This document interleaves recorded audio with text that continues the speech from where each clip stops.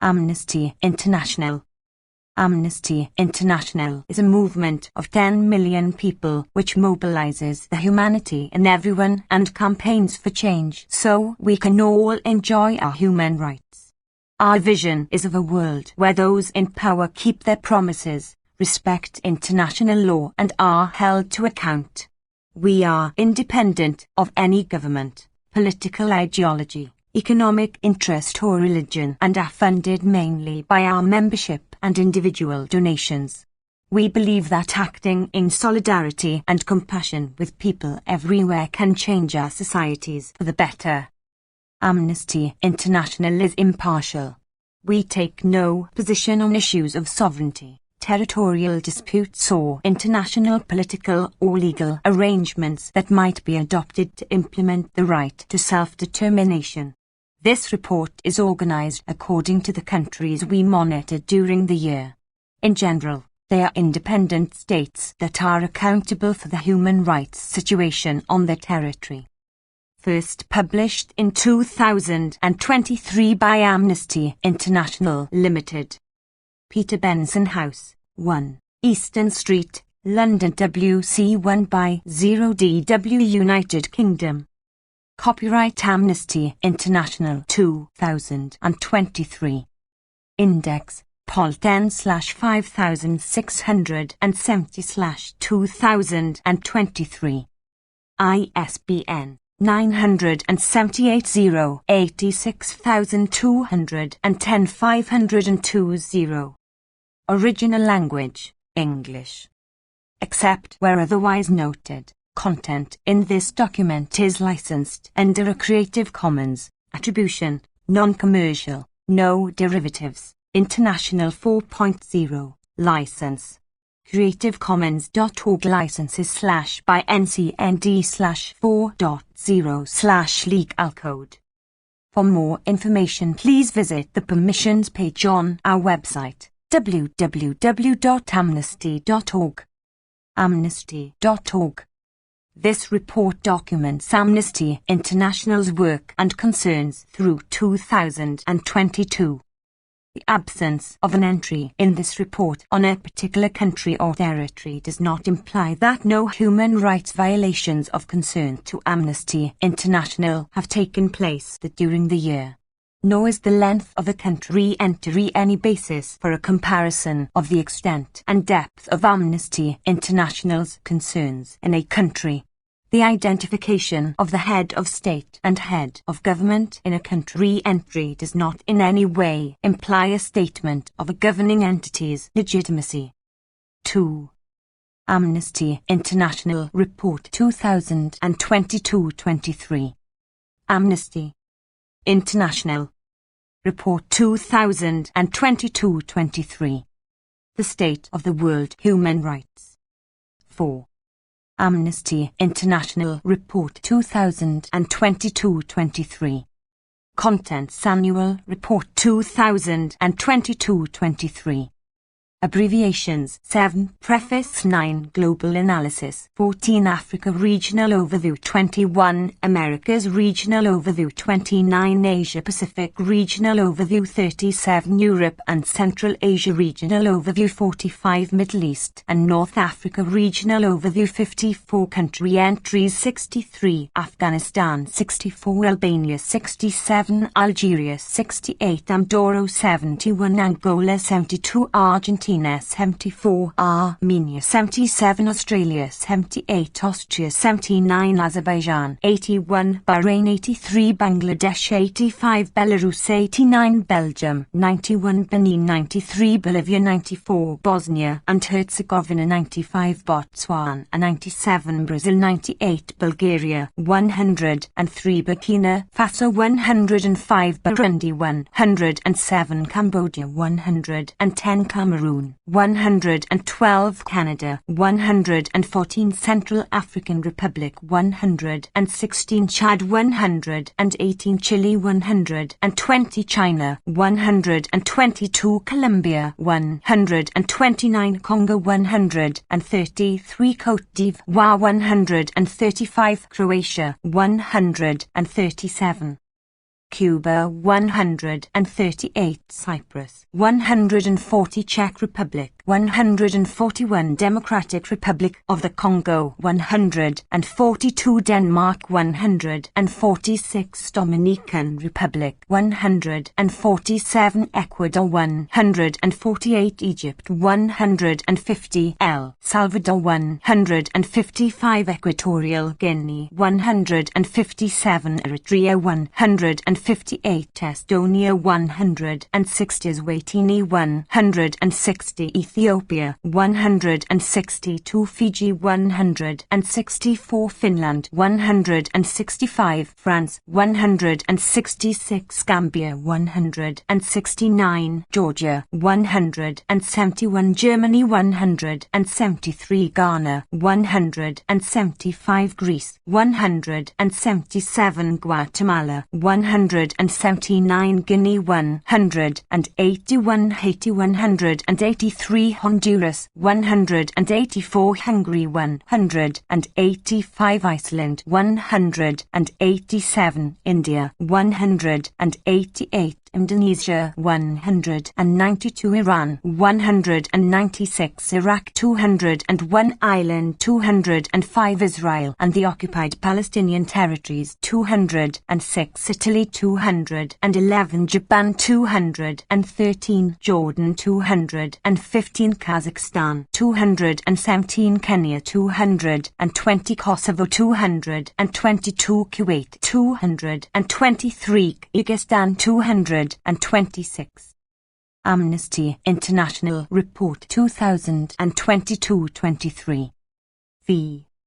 Laos 228, Latvia 229, Lebanon 230, Lesotho 233, Libya 235, Lithuania 239, Madagascar 240, Malawi 242, Malaysia 243, Maldives 245, Mali 246, Malta 248, Mexico 250, Moldova the 254, Mongolia 256, Montenegro 257, Morocco, Western Sahara 258, Mozambique 261, Myanmar 263, Namibia 267, Nepal 268, Netherlands 270, New Zealand 271, Nicaragua 272, Niger 274, Nigeria 276, North Korea 280, North Macedonia 282, Norway 283, Oman 284, Pakistan 285, Palestine,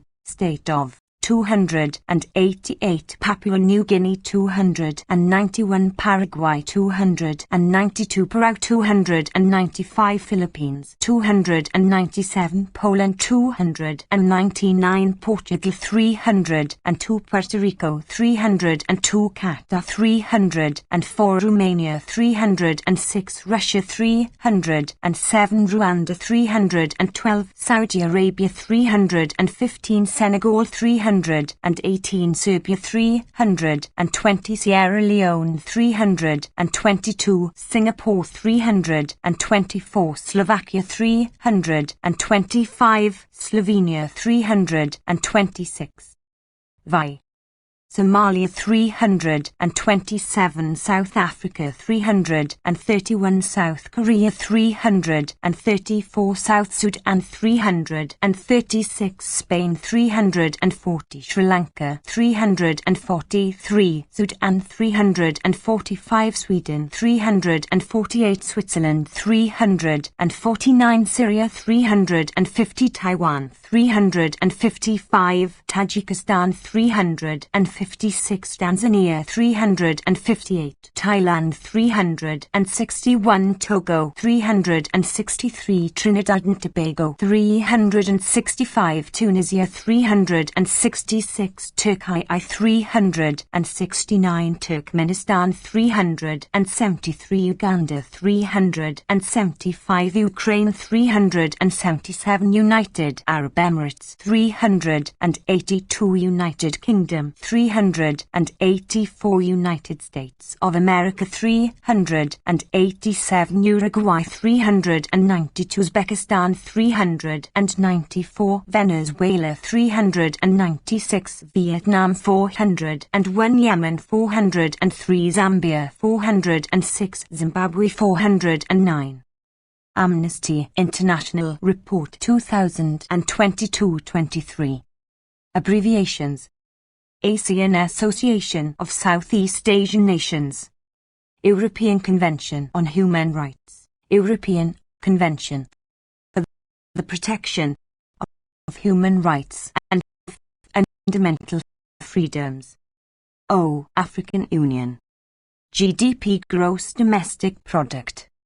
CEDAW, UN Convention on the Elimination of All Forms of Discrimination Against Women.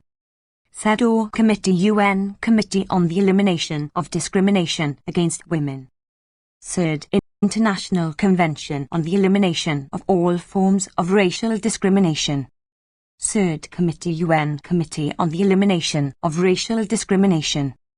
CIA, US Central Intelligence Agency. COP27, 27th Conference of the Parties to the UN Framework Convention on Climate Change. ECOWAS, Economic Community of West African States. ICC, International Criminal Court. ECPR, International Covenant on Civil and Political Rights. ICSCR, International Covenant on Economic, Social and Cultural Rights. ICRC, International Committee of the Red Cross. ILO, International Labour Organization. International Convention Against Enforced Disappearance, International Convention for the Protection of All Persons from Enforced Disappearance. LGBT, lesbian, gay, bisexual, transgender and intersex. ISCSU Agreement, Regional Agreement on Access to Information, Public Participation and Justice in Environmental Matters in Latin America and the Caribbean. NATO, North Atlantic Treaty Organization. NDC, Nationally Determined Contribution. EU, European Union. NGO, Non-Governmental Organization. European Committee for the Prevention of Torture, European Committee for the Prevention of Torture and Inhuman or Degrading Treatment or Punishment. OAS, Organization of American States. Amnesty International Report 2022-23. 7. ACA, United Nations Office for the Coordination of Humanitarian Affairs. ACA, Office of the United Nations High Commissioner for Human Rights. OSCE, Organization for Security and Cooperation in Europe. UN Special Rapporteur on Violence Against Women, Special Rapporteur on Violence Against Women, its causes and consequences. UNHCR, the UN Refugee Agency, Office of the United Nations High Commissioner for Refugees. UNICEF, United Nations Children's Fund. UK, United Kingdom. UPR, UN Universal Periodic Review. UN, United Nations. USA, United States of America. UN Convention Against Torture, Convention Against Torture and Other Cruel, Inhuman or Degrading Treatment or Punishment.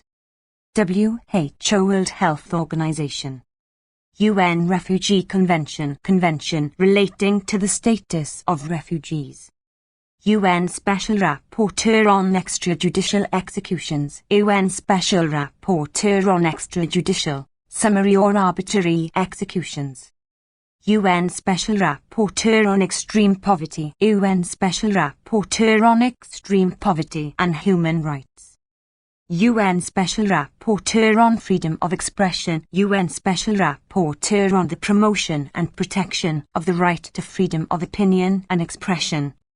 UN Special Rapporteur on Racism, Special Rapporteur on Contemporary Forms of Racism, Racial Discrimination, Xenophobia and Related Intolerance. UN Special Rapporteur on Torture, Special Rapporteur on Torture and Other Cruel, Inhuman or Degrading Treatment or Punishment. 8. Amnesty International Report 2022-23. Preface. For more than a decade, human rights organizations have warned that a persistent deterioration of respect for human rights and the rule of law was underway.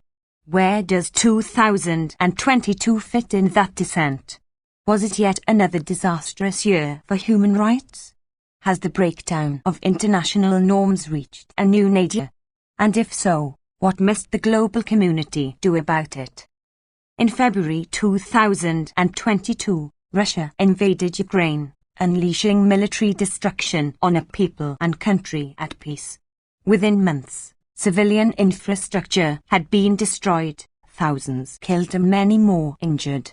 Russia's action accelerated a global energy crisis and helped weaken food production and distribution systems, leading to a global food crisis that continues to affect poorer nations and racialized people disproportionately. Less than a week after the invasion, the chief prosecutor of the ICC announced an investigation into war crimes committed in Ukraine. On the 2nd of March, an overwhelming majority of countries at the UN General Assembly voted to condemn Russia's invasion as an act of aggression. Meanwhile, European countries that long had rejected refugees opened their borders to Ukrainians seeking safety. Throughout 2022, international calls for justice and support to war crimes investigations were strident. Possibly riding this wave, at the General Assembly, UN member states adopted a resolution to counter the power of the veto at the UN Security Council, a major source of its systemic weakness. Could Russia's aggression against Ukraine also act as a broader wake-up call? Could it work to unite the world around human rights and universal values? More conflicts, more deadly. The war in Ethiopia raged on in 2022, claiming hundreds of thousands of lives by some estimates, making it one of the deadliest conflicts in recent memory. But much of this carnage was hidden from view, meted out in a largely invisible campaign of ethnic cleansing against Tigrayans in western Tigray. 2022 was the deadliest year in a decade for Palestinians in the West Bank, with at least 151 people, including dozens of children, killed by Israeli forces, most in the context of more frequent military raids and arrest operations. The military of Myanmar systematically punished the country's Karen and Karenni civilians, with the result that hundreds died and at least 150,000 were displaced. The people of Haiti, Mali, Venezuela, Yemen, and many other places too, were plagued by armed conflicts or systemic violence and associated human rights violations. More climate catastrophes, more oil, less remedy.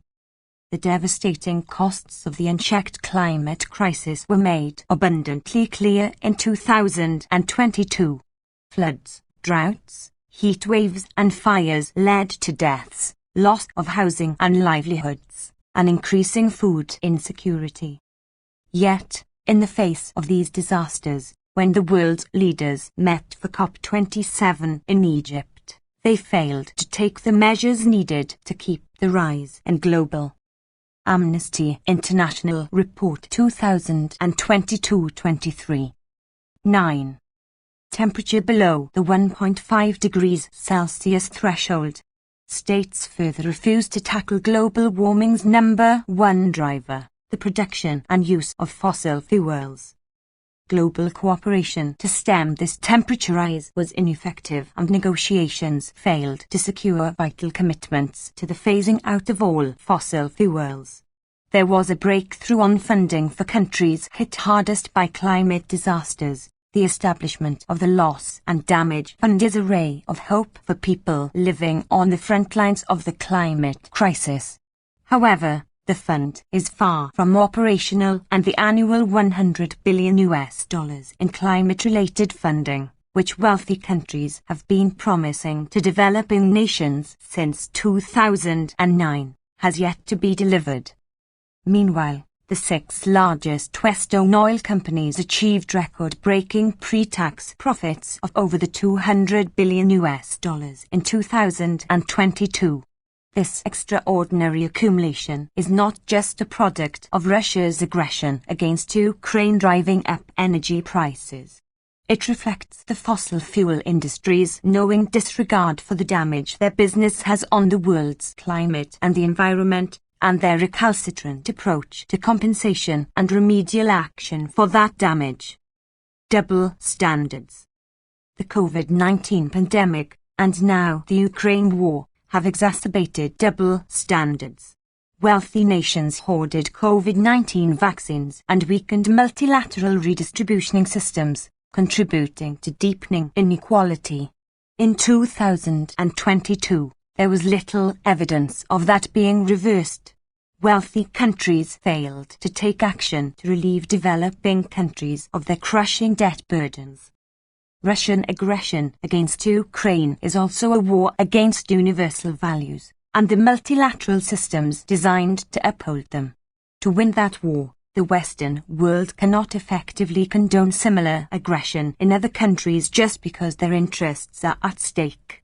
In fact, the double standards of the West were showcased by their deafening silences on human rights violations in Saudi Arabia and Egypt, and their inconsistent responses to the grave human rights impact of other conflicts, some amounting to crimes against humanity, and to the protection of refugees fleeing them.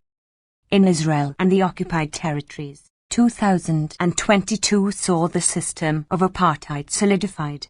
Successive Israeli governments rolled out measures forcing more Palestinians from their homes, expanding illegal settlements, and legalizing existing settlements and outposts across the occupied West Bank.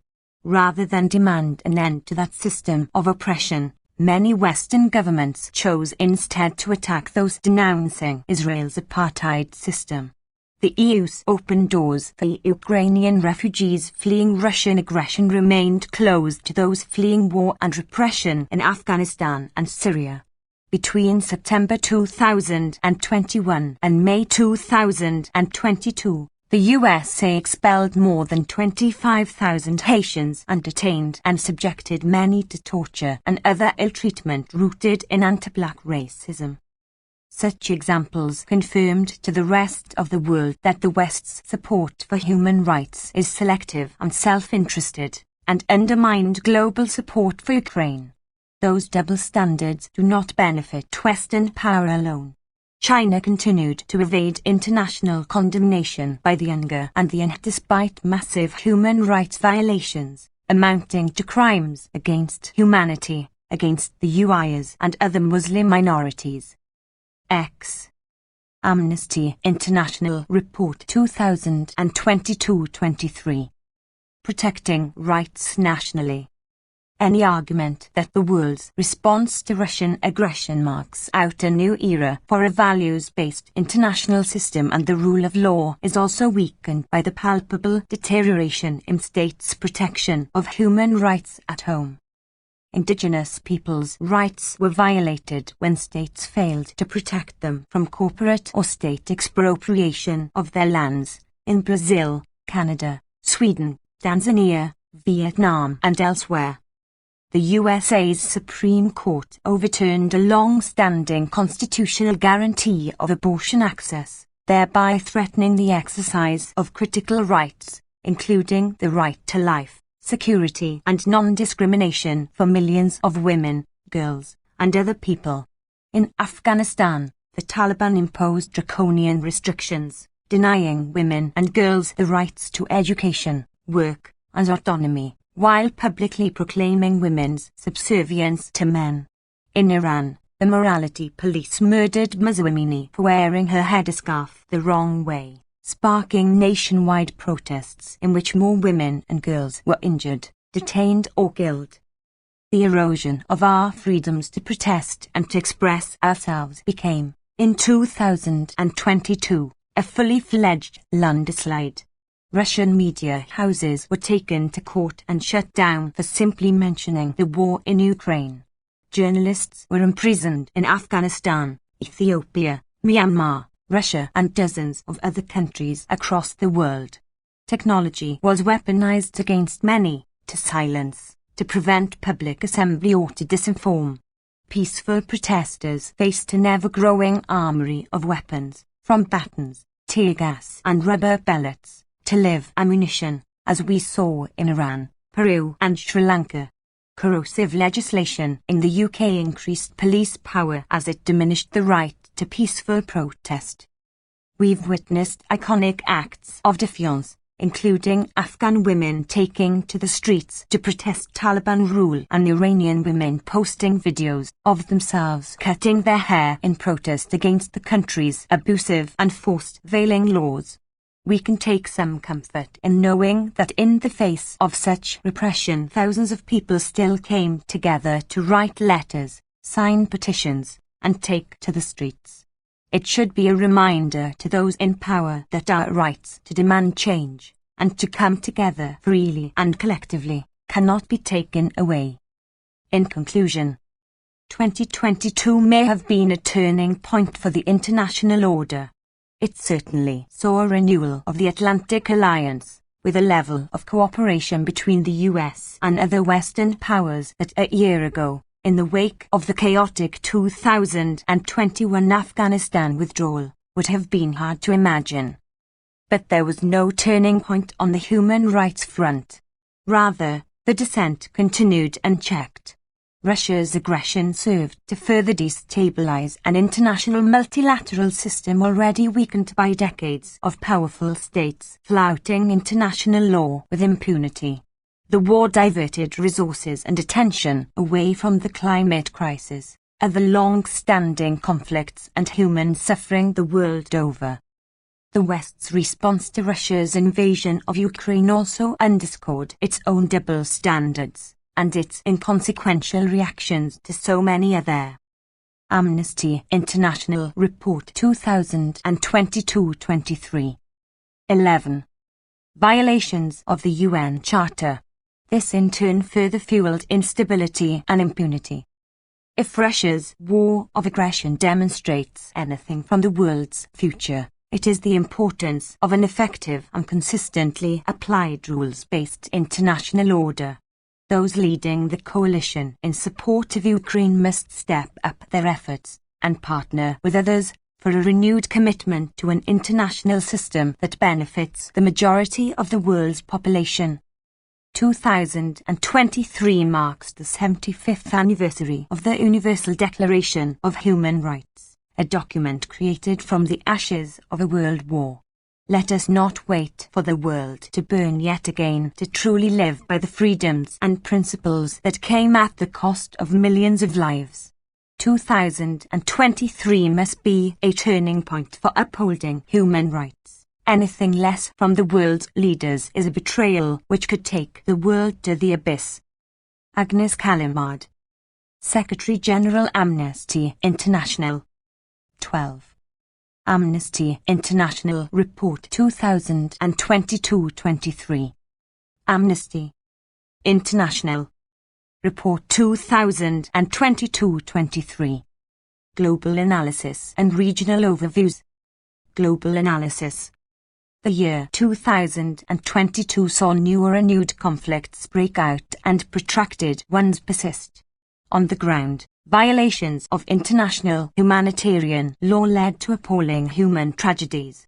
International responses were inconsistent with regard to the severe human rights impact of different conflicts and the protection of people fleeing them, as well as other patterns of egregious violations, some amounting to crimes against humanity. They included heavy-handed repression of the freedoms of expression, association and peaceful assembly, including protests. Those defending human rights often bore the brunt of such repression. Meanwhile, gender-based violence against women, girls and LGBT people remained a global issue, despite some action to improve legislative protections, and there were some notable setbacks and progress on abortion rights. Although many countries began to emerge from the shadow of COVID-19, others continued to face its effects. economic crisis associated with the impact of the pandemic, as well as unsustainable debt, conflict and climate change, fueled rocketing rises in the cost of living and food insecurity. The challenges disproportionately affected the most marginalized and led to rising inequality. These themes emerged most strongly from Amnesty International's research on 156 countries in 2022 and are deeply interconnected. Repression of dissent facilitated the path to conflict. Armed conflict and coups in 2021 paved the way to clampdowns on civil society. Sexual violence against women and girls was a brutal feature of armed conflict. War, political crises, the rising cost of living, restrictions on the right to abortion, violence against women and discrimination were important drivers of protests. Within some of these patterns of violations, Amnesty International's research revealed evidence of the increasingly severe harms that arise from the business model of big tech and underscored the pressing need for bolder action to tackle the climate crisis and environmental degradation.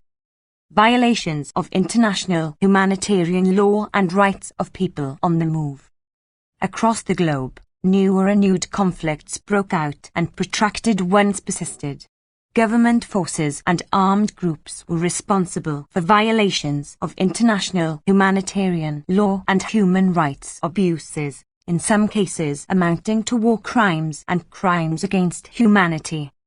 In Europe, Russian forces invaded Ukraine in an act of aggression and, in its assault on the civilian population, committed extrajudicial executions and indiscriminate attacks, and targeted the country's energy infrastructure during winter.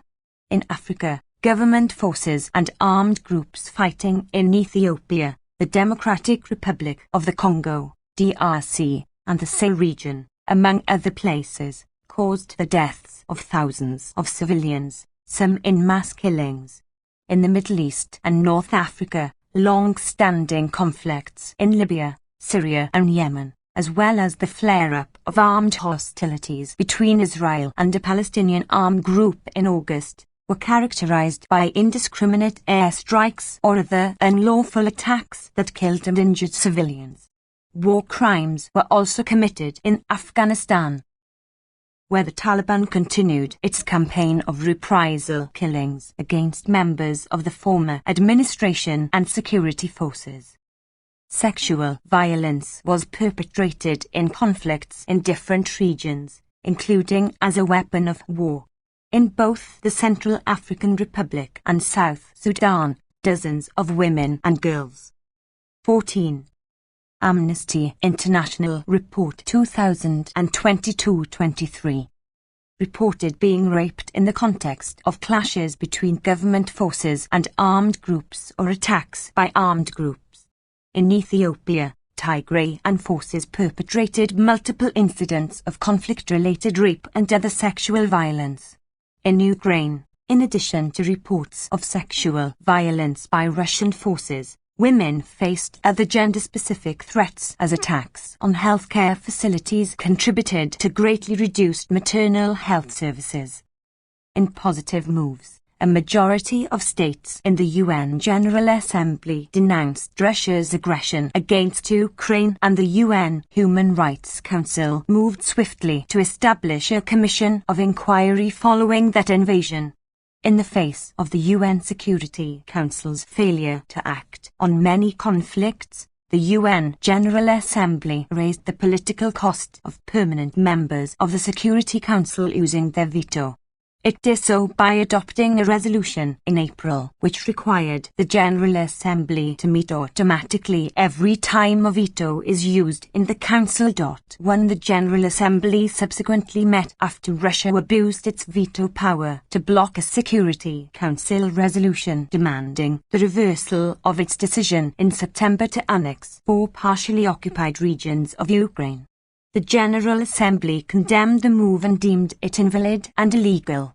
However, Russia's self-serving action was not the only selective approach to violations in conflict situations. Western states vocally backed efforts by the International Criminal Court, ICC, to investigate allegations of war crimes in Ukraine. Some had not done so in various other situations. The UK, in effect, earmarked additional assistance to the ICC, and the USA provided political support despite its own non-ratification of the Rome Statute and its opposition to investigations involving political allies such as Israel or their own nationals in Afghanistan and Iraq. As it marked its 20th anniversary, the ICC's actions begged the question of whether its principles applied equally to victims of crimes under international law in any situation or region. While it publicly promoted its absolutely vital large-scale investigation into the situation in Ukraine, it committed much fewer resources to other investigations, such as those into the situations in Nigeria and Palestine. In another example of inconsistency, the UN Human Rights Council, while rightly forthright in its condemnation of violations in Ukraine, failed to meaningfully address the conflict in Yemen, leaving a huge accountability gap. Some corporate actors facilitated violations in conflict situations, although action was taken by human rights defenders and organizations, as well as some governments, to confront their conduct.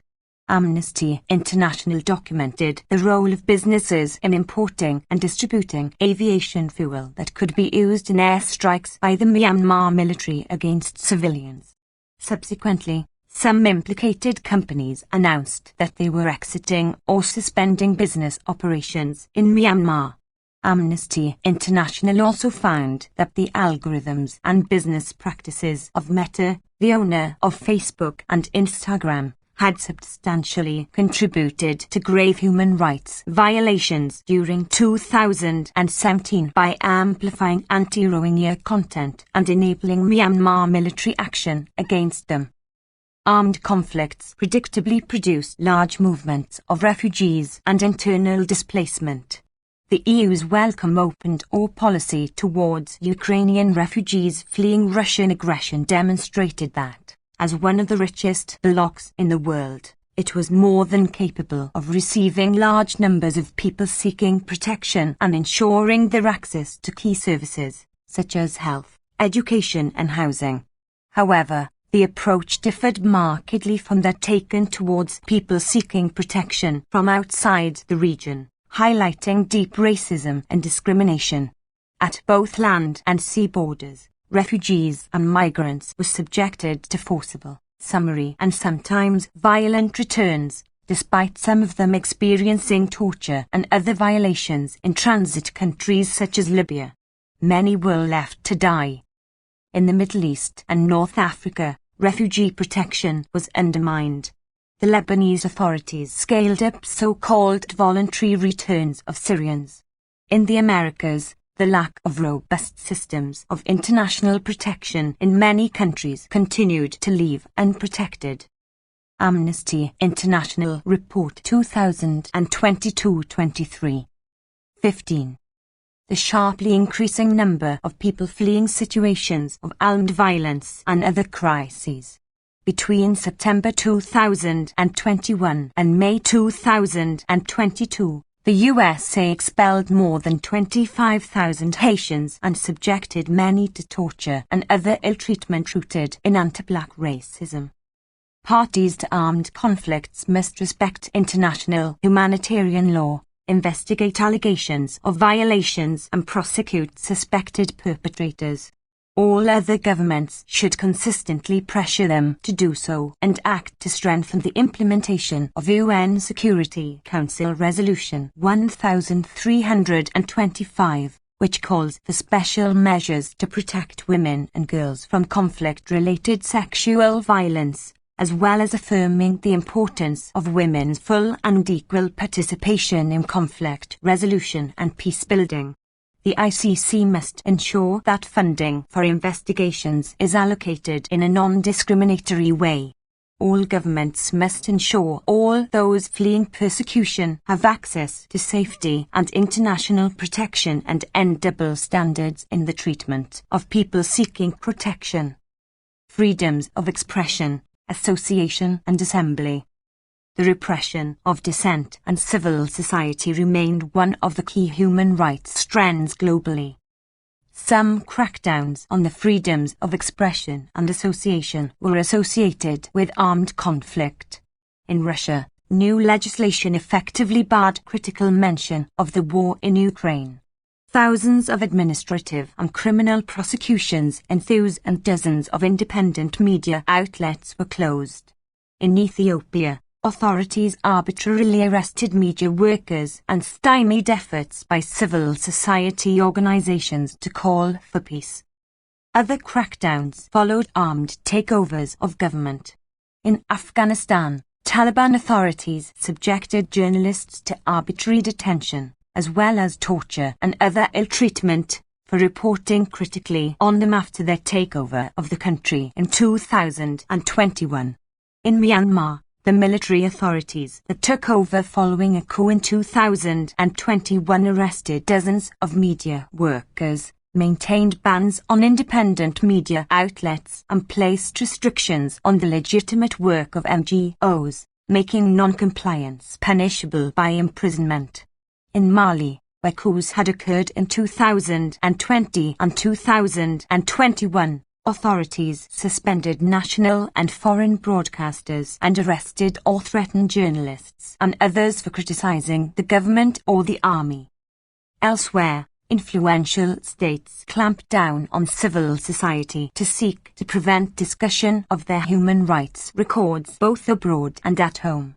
The Chinese government lashed out at a strong and long-awaited report by the UN Office of the High Commissioner for Human Rights, documenting potential crimes against humanity against Uyghurs and other Muslim ethnic minority groups in Xinjiang, where thousands of men and women were believed to be arbitrarily detained, while imposing ever more pervasive and sophisticated censorship within the country. The Indian government imposed international travel bans on human rights defenders. In Turkey, Parliament passed a new disinformation law enhancing government powers over social media, while the authorities continued to detain and prosecute dozens of journalists, human rights defenders and opposition politicians on spurious terrorism-related charges. In Egypt, the government sought to improve its image in the lead-up to its hosting of the 27th Conference of the Parties to the UN Framework Convention on Climate Change, COP27, in November, partly by releasing hundreds held for political reasons. However, they arbitrarily detained around triple the number in the same period for actual or perceived dissent, including hundreds arrested in connection with calls for demonstrations during COP27.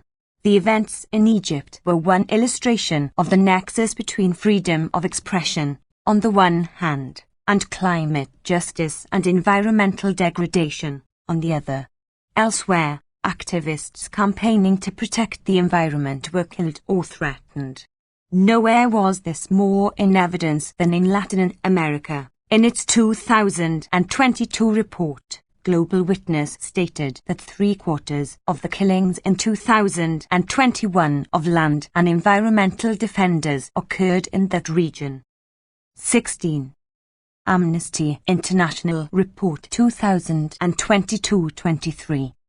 Around the world, people came together to protest against the failure to tackle climate change, as well as a range of other concerns including war, political crises, the rising cost of living, restrictions on the right to abortion, violence against women and discrimination. States often used unlawful, including sometimes lethal, force to repress protests. This was brutally demonstrated in Iran. From September, the authorities responded to the unprecedented uprising against decades of gender-based discrimination, severe repression and, more broadly, the Islamic Republic itself, with live ammunition, metal pellets and beatings, killing hundreds of people, including dozens of children. Meanwhile, in Peru, over 20 were killed after security forces used unlawful force to respond to protests during the political crisis that followed the ousting of its then president in December.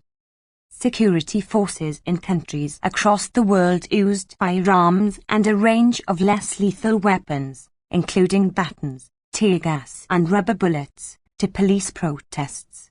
Some security forces arbitrarily detained protesters and subjected them to torture or other ill treatment, sometimes using inherently abusive equipment such as weighted leg chains. The proliferation and abuse of law enforcement equipment in the context of policing in general was facilitated by the absence of global human rights controls on their import and export.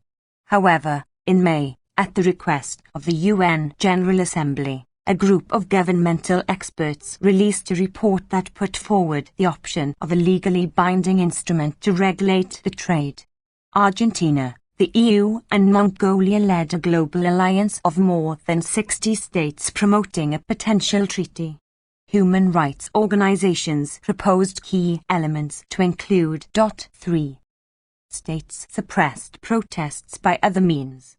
Authorities in countries including Australia, India, Indonesia and the UK passed new legislation imposing restrictions on demonstrations. Other governments used states of emergency such as in Sri Lanka, or pretexts such as COVID-19 in the case of China, or security around elections in the case of Guinea, another country where a coup took place in 2021, to prevent protesters challenging state policies. Governments also repressed online civic space to try to thwart protesters. Iran and Myanmar were among those that shut down or disrupted internet and telecommunications.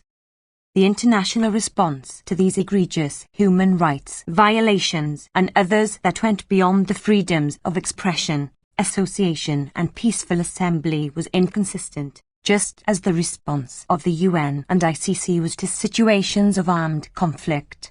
On the one hand, the UN Human Rights Council established a special rapporteur on the human rights situation in Russia and an investigative mechanism on Iran in the wake of the deadly repression of protests there.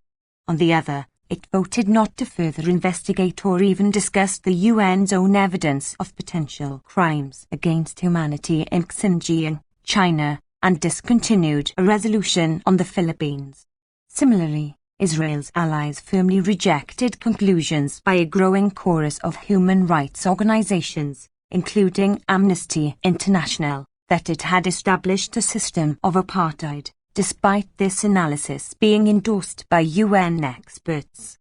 Meanwhile, the international human rights system, one of the 3 pillars of the UN, remained chronically underfunded, with certain states seeking to weaponize the budgetary process to defeat the operationalization of needed mechanisms. Governments must stop using pretexts to repress dissent and prevent discussions of their human rights records. They must investigate killings, intimidation and harassment of human rights defenders, stop security forces using unnecessary or excessive force during protests, and repeal or amend legislation violating the right to peaceful assembly. At a multilateral level, governments should support negotiations to agree a new treaty to control the trade in law enforcement equipment. They should also consistently set up accountability mechanisms for all patterns of gross human rights violations. Amnesty International Report 2022-23. 17.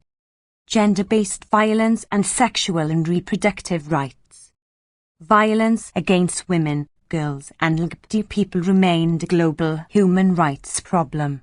Some of the violence occurred in armed conflicts, as already mentioned. However, most of it occurred during peacetime and in domestic settings. Reflecting a pattern across the Americas, hundreds of feminicides, gender-based killings of women facilitated by impunity, were recorded in Mexico alone. Venezuelan refugee women were subjected to gender-based violence and discrimination in Colombia, Ecuador, Peru, and Trinidad and Tobago. Indigenous women reported forced sterilization in previous years in Canada and continued to face disproportionately high levels of rape and sexual violence in the USA. Higher levels of violence persisted elsewhere, both offline and online. In Pakistan, several high-profile murders of women by family members were reported, yet the parliament failed to enact legislation on domestic violence that had been pending since 2021. In India, violence against Dalit and Adivasi women, among other caste-based hate crimes, was committed with impunity.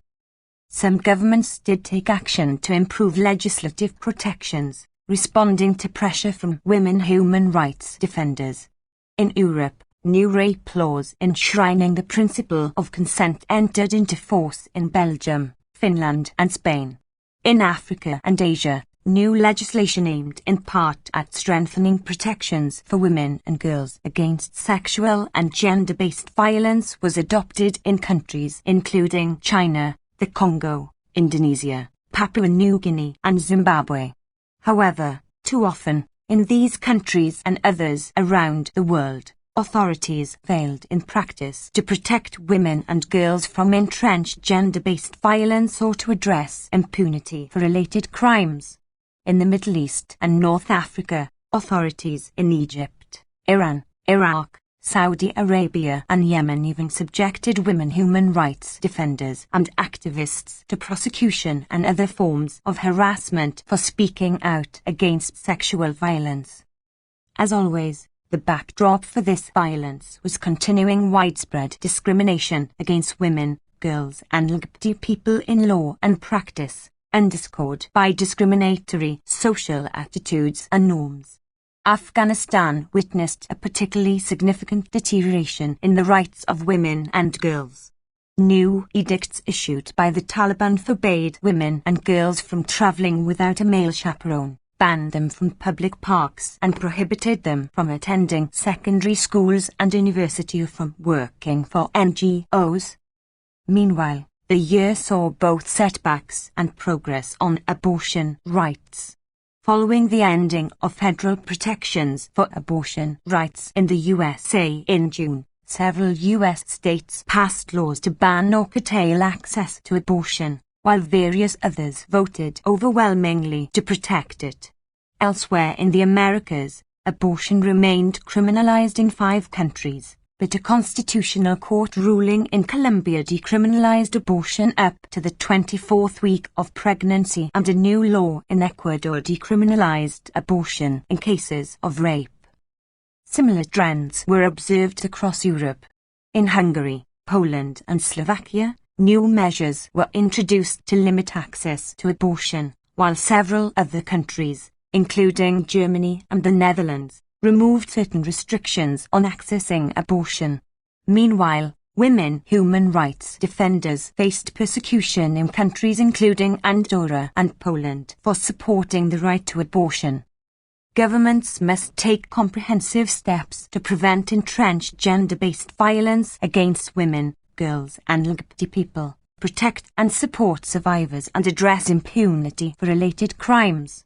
All states that continue to criminalize abortion must reform their abortion laws to ensure everybody can access abortion-related information and services, and post-abortion care, without discrimination or coercion, and with respect for their reproductive autonomy and other human rights.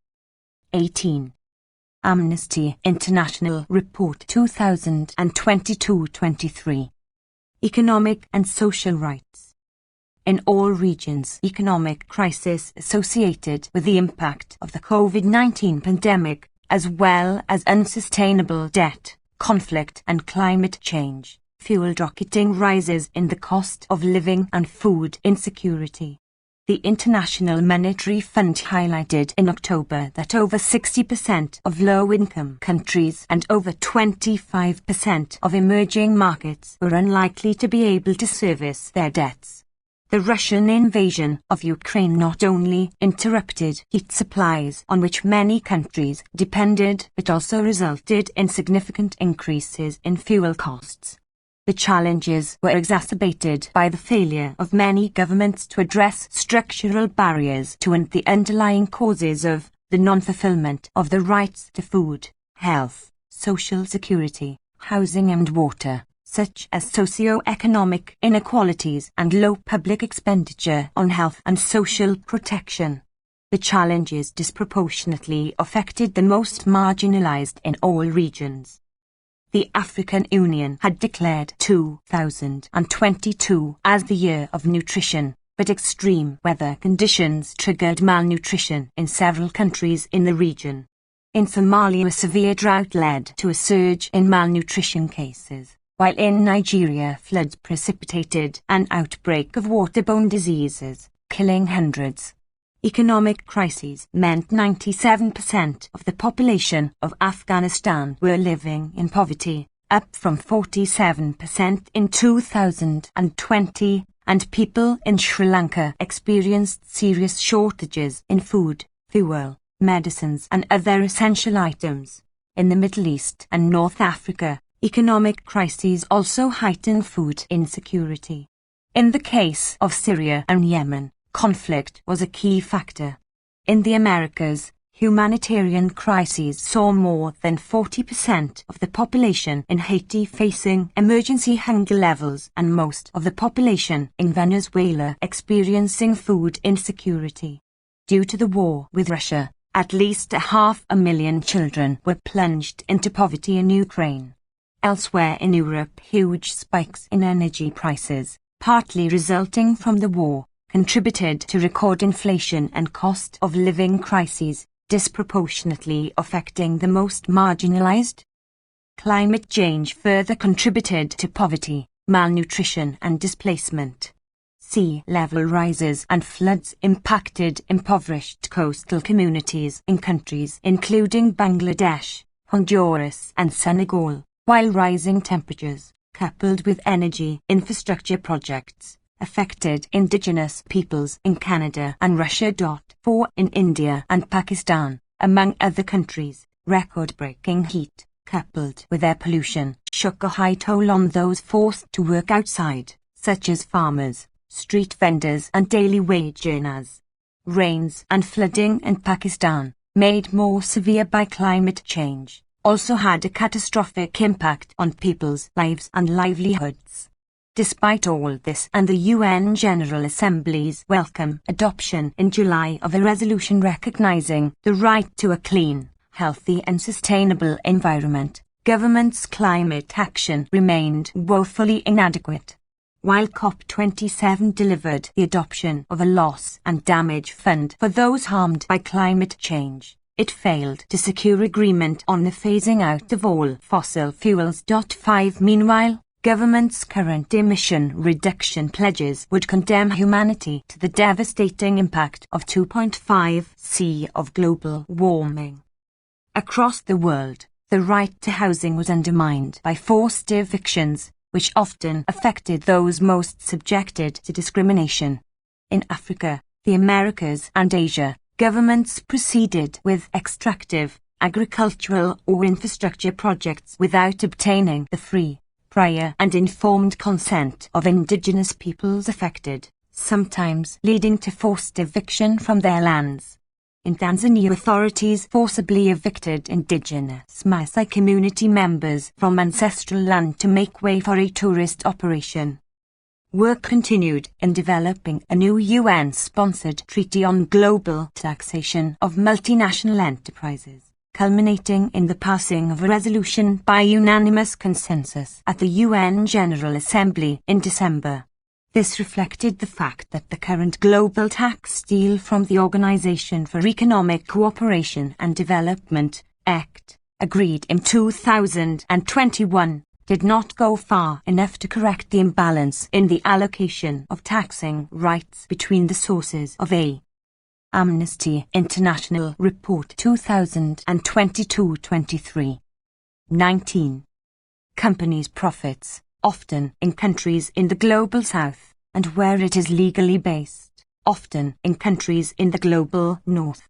Further active commitments are needed to ensure a fair system that will deliver vital additional resources, particularly for low-income countries, to better guarantee people's economic, social and cultural rights. 6.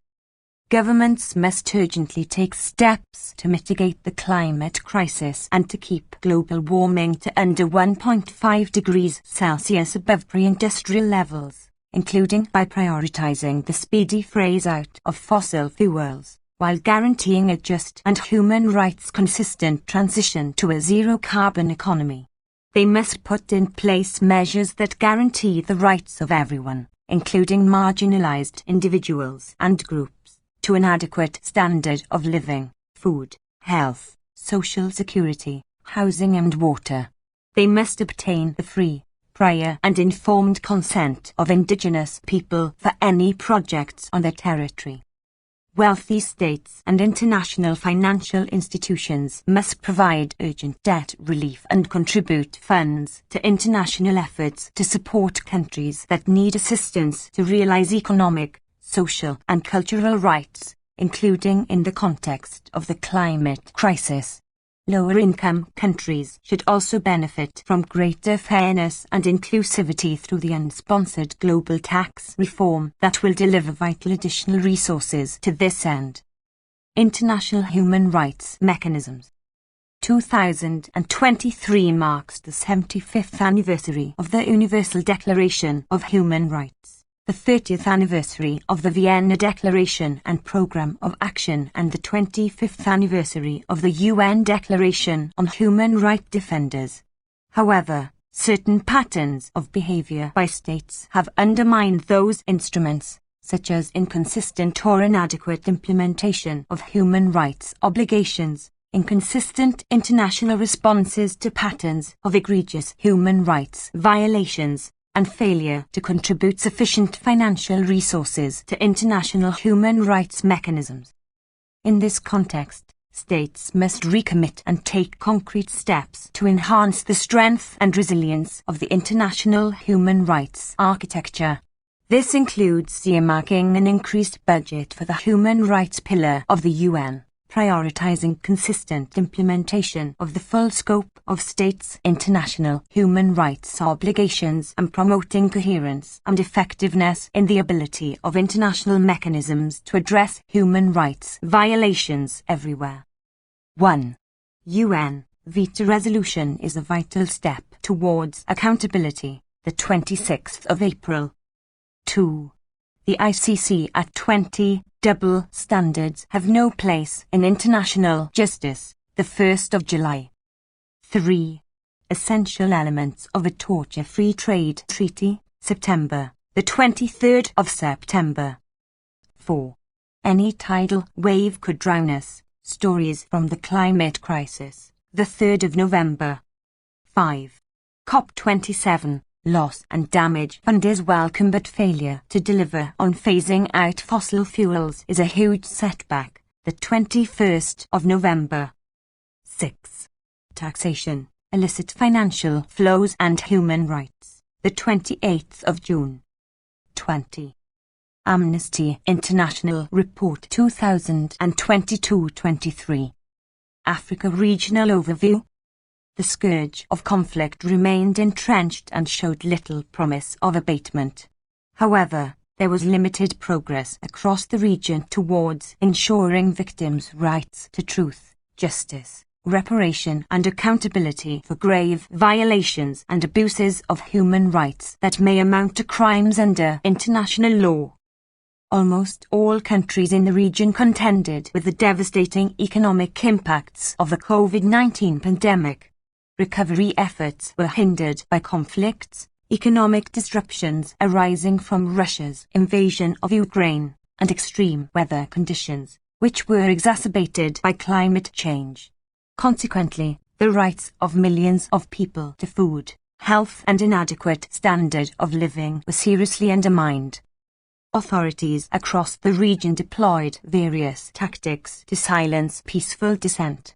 Crackdowns on the right to freedom of peaceful assembly intensified as authorities used national security or COVID-19 as a pretext to ban, suppress or violently disperse protests. Human rights defenders, activists, journalists and opposition members faced intimidation and harassment, including arrests, detention and prosecution as authorities tightened their grip on the rights to freedom of expression and association. The number of people fleeing conflict or climate crises continued to rise. Yet, international funding shortfalls left authorities barely equipped to adequately address refugees' urgent basic needs. The prevalence of violence against women across the region reflected the entrenched patterns of gender discrimination and other forms of inequality. In some countries, LGBT people and people with albinism were not protected from discrimination and violence. The high risk of environmental degradation or displacement of communities resulting from planned or existing mining or infrastructural projects persisted. Unlawful attacks and killings. Armed groups and government forces alike targeted civilians, leaving a trail of death and destruction. In Burkina Faso, the Group for the Support of Islam and Muslims, GSM, and the Islamic State in the Sahel, ISS, armed groups attacked towns and cities. In Djibo town, more than 300,000 residents were affected when GSM destroyed water infrastructure. At least 80 people, mostly civilians, were killed when ISS fighters attacked Tenga town in June. The assailants went from house to house killing men. In Cameroon, armed separatist groups in the northwest and southwest regions targeted people, healthcare facilities and schools. Armed groups in the far north region similarly raided villages, killing and abducting dozens of civilians. In the Central African Republic, CAR, at least 100 civilians were killed by armed groups and government forces between February and March. Attacks on civilians also intensified in eastern parts of the Democratic Republic of the Congo, DRC, where armed groups killed more than 1,800 civilians. In Ethiopia, targeted attacks by government forces and armed groups on civilians in the Amur, Benishangul Gumuz, Amara, Tigray and Gambela regions involved mass killings. In Mali, GSM attacks on 3 villages in the Bankas Circle in June resulted in approximately 130 deaths, mostly civilians. In Mozambique, Al-Shabaab armed groups extended their attacks on civilians from Cabo Delgado to Niassa and Nampula provinces. In May, they beheaded 10 civilians during an attack on 3 villages in Cabo Delgado, where they also abducted women and girls and looted and burned houses. In Nigeria, attacks by Boko Haram. Amnesty International Report 2022-23. 21, which had previously operated mainly in the northeast, spread to some states in north-central and northwestern areas. Boko Haram, the Islamic State's West African province, and unknown gunmen killed at least 6,907 people. In Somalia, Al-Shabaab was responsible for 76% of the 167 deaths and 261 injuries arising from attacks on civilians between February and May. In its deadliest attack, it killed more than 100 people in October in 2 bomb attacks targeting the Ministry of Education building and a busy market intersection in Mogadishu, the capital. Civilians also bore the brunt of indiscriminate attacks. In Burkina Faso, French forces supporting the National Army killed 4 civilians in February during an aerial strike on the armed group Ansarul Islam. Dozens of civilians were killed in similar airstrikes by Burkina armed forces in April and August. In CAR, 11 people were killed and 42 injured in 40 improvised explosive device-related incidents between January and October.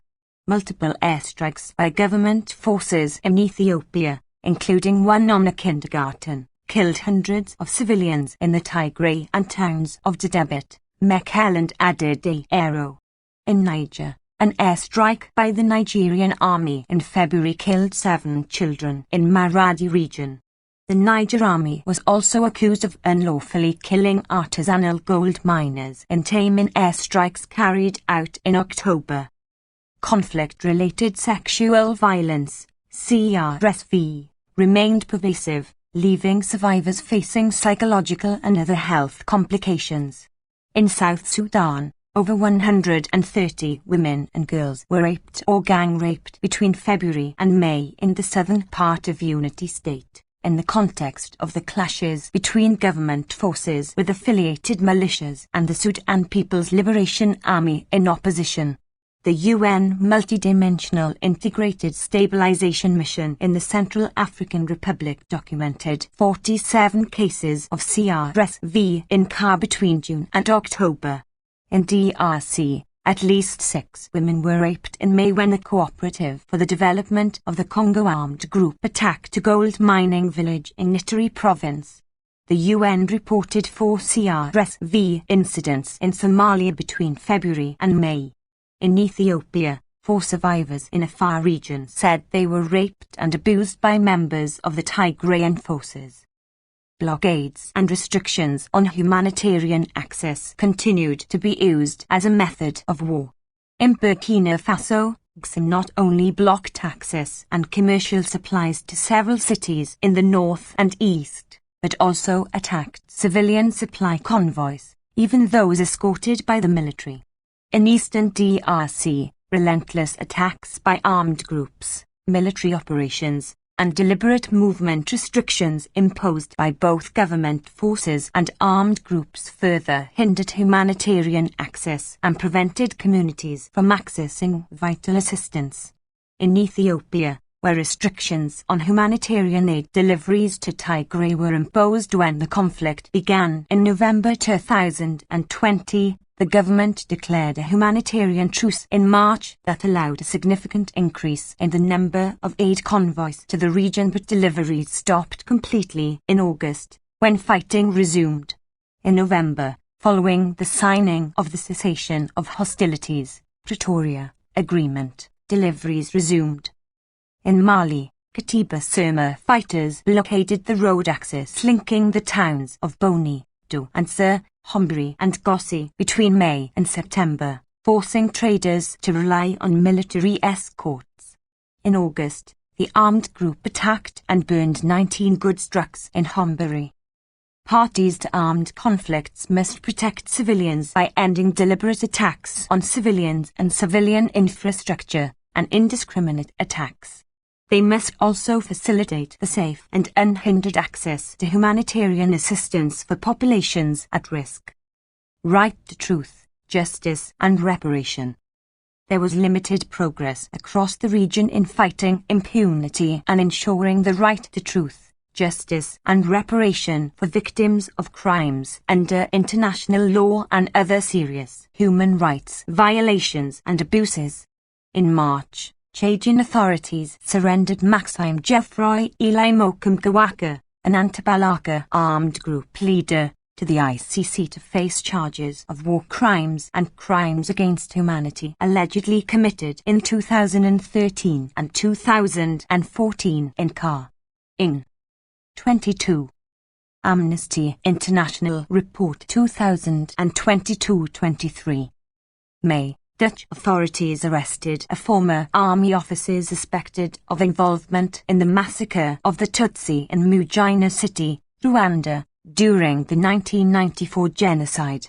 The trials of Ali Muhammad Ali, accused of war crimes and crimes against humanity in Darfur in Sudan, and Muhammad Said, alleged commander of the Seleka armed group in CAR, opened at the ICC in April and September, respectively. Other trials concerning crimes committed by members of armed groups in CAR opened at the Court of Assizes in Bangui, the capital, and at the Special Criminal Court. In South Sudan, a military tribunal convicted 8 soldiers of rape committed in the context of the conflict. However, no progress was made in establishing the hybrid court for South Sudan. Governments must bolster efforts to fight impunity by undertaking thorough, independent, impartial, effective and transparent investigations into crimes under international law and bringing suspected perpetrators to justice in fair trials in civilian courts. Economic, social and cultural rights. Right to food. The Russian invasion of Ukraine interrupted wheat supplies that many African countries had depended on. Meanwhile, rising fuel costs, another consequence of the war in Europe, caused considerable spikes in food prices which disproportionately affected those who were marginalized and most vulnerable to discrimination. Food insecurity worsened as drought in several African countries reached unprecedented levels.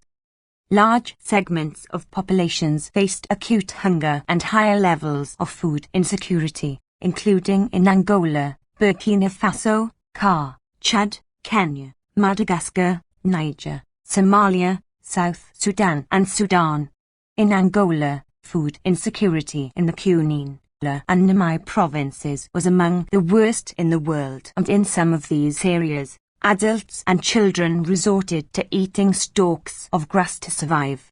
In Burkina Faso, ACA estimated that by September, 4.9 million people were facing food insecurity, including many internally displaced people who had fled their homes due to the conflict.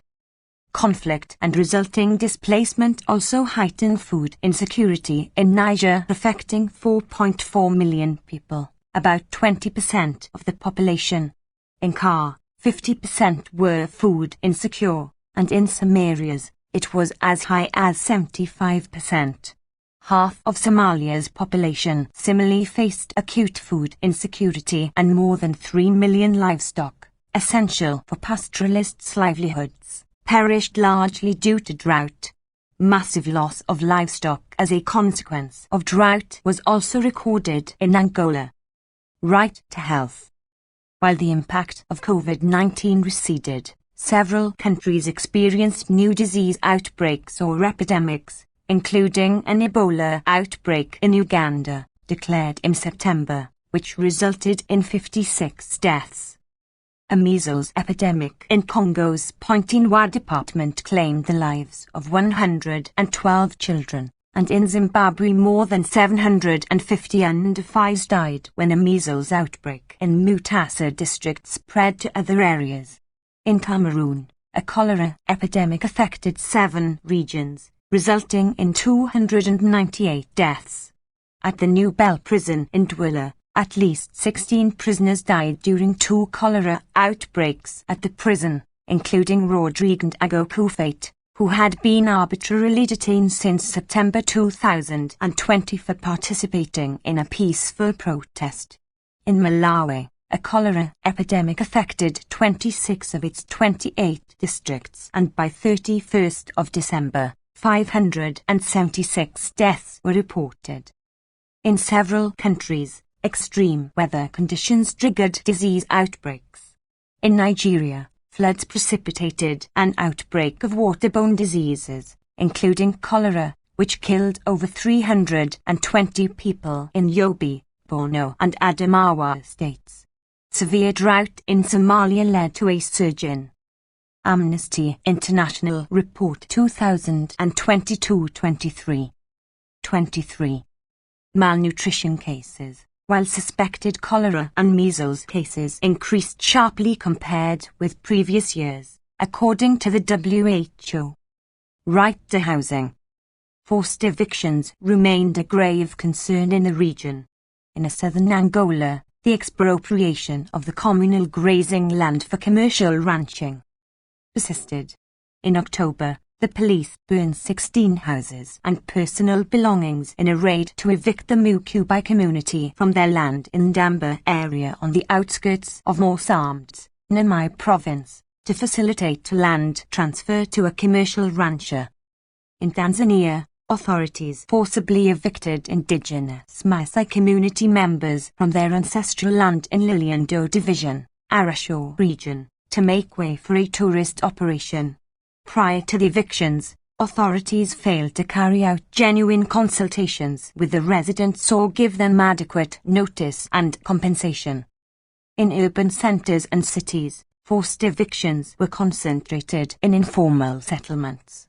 For example, In June, the Greater Accra Regional Security Council in Ghana demolished hundreds of homes located on land belonging to the council for scientific and industrial research in Frafraha in the capital, Accra. Residents were given only 48 hours notice of eviction. In Nigeria, the Federal Capital Territory Administration and security agencies demolished around 100 structures in the Dubadna Durumi 3 village in August. Security agents used tear gas, exposure to which caused 2 children to faint, and physically assaulted residents during the demolition.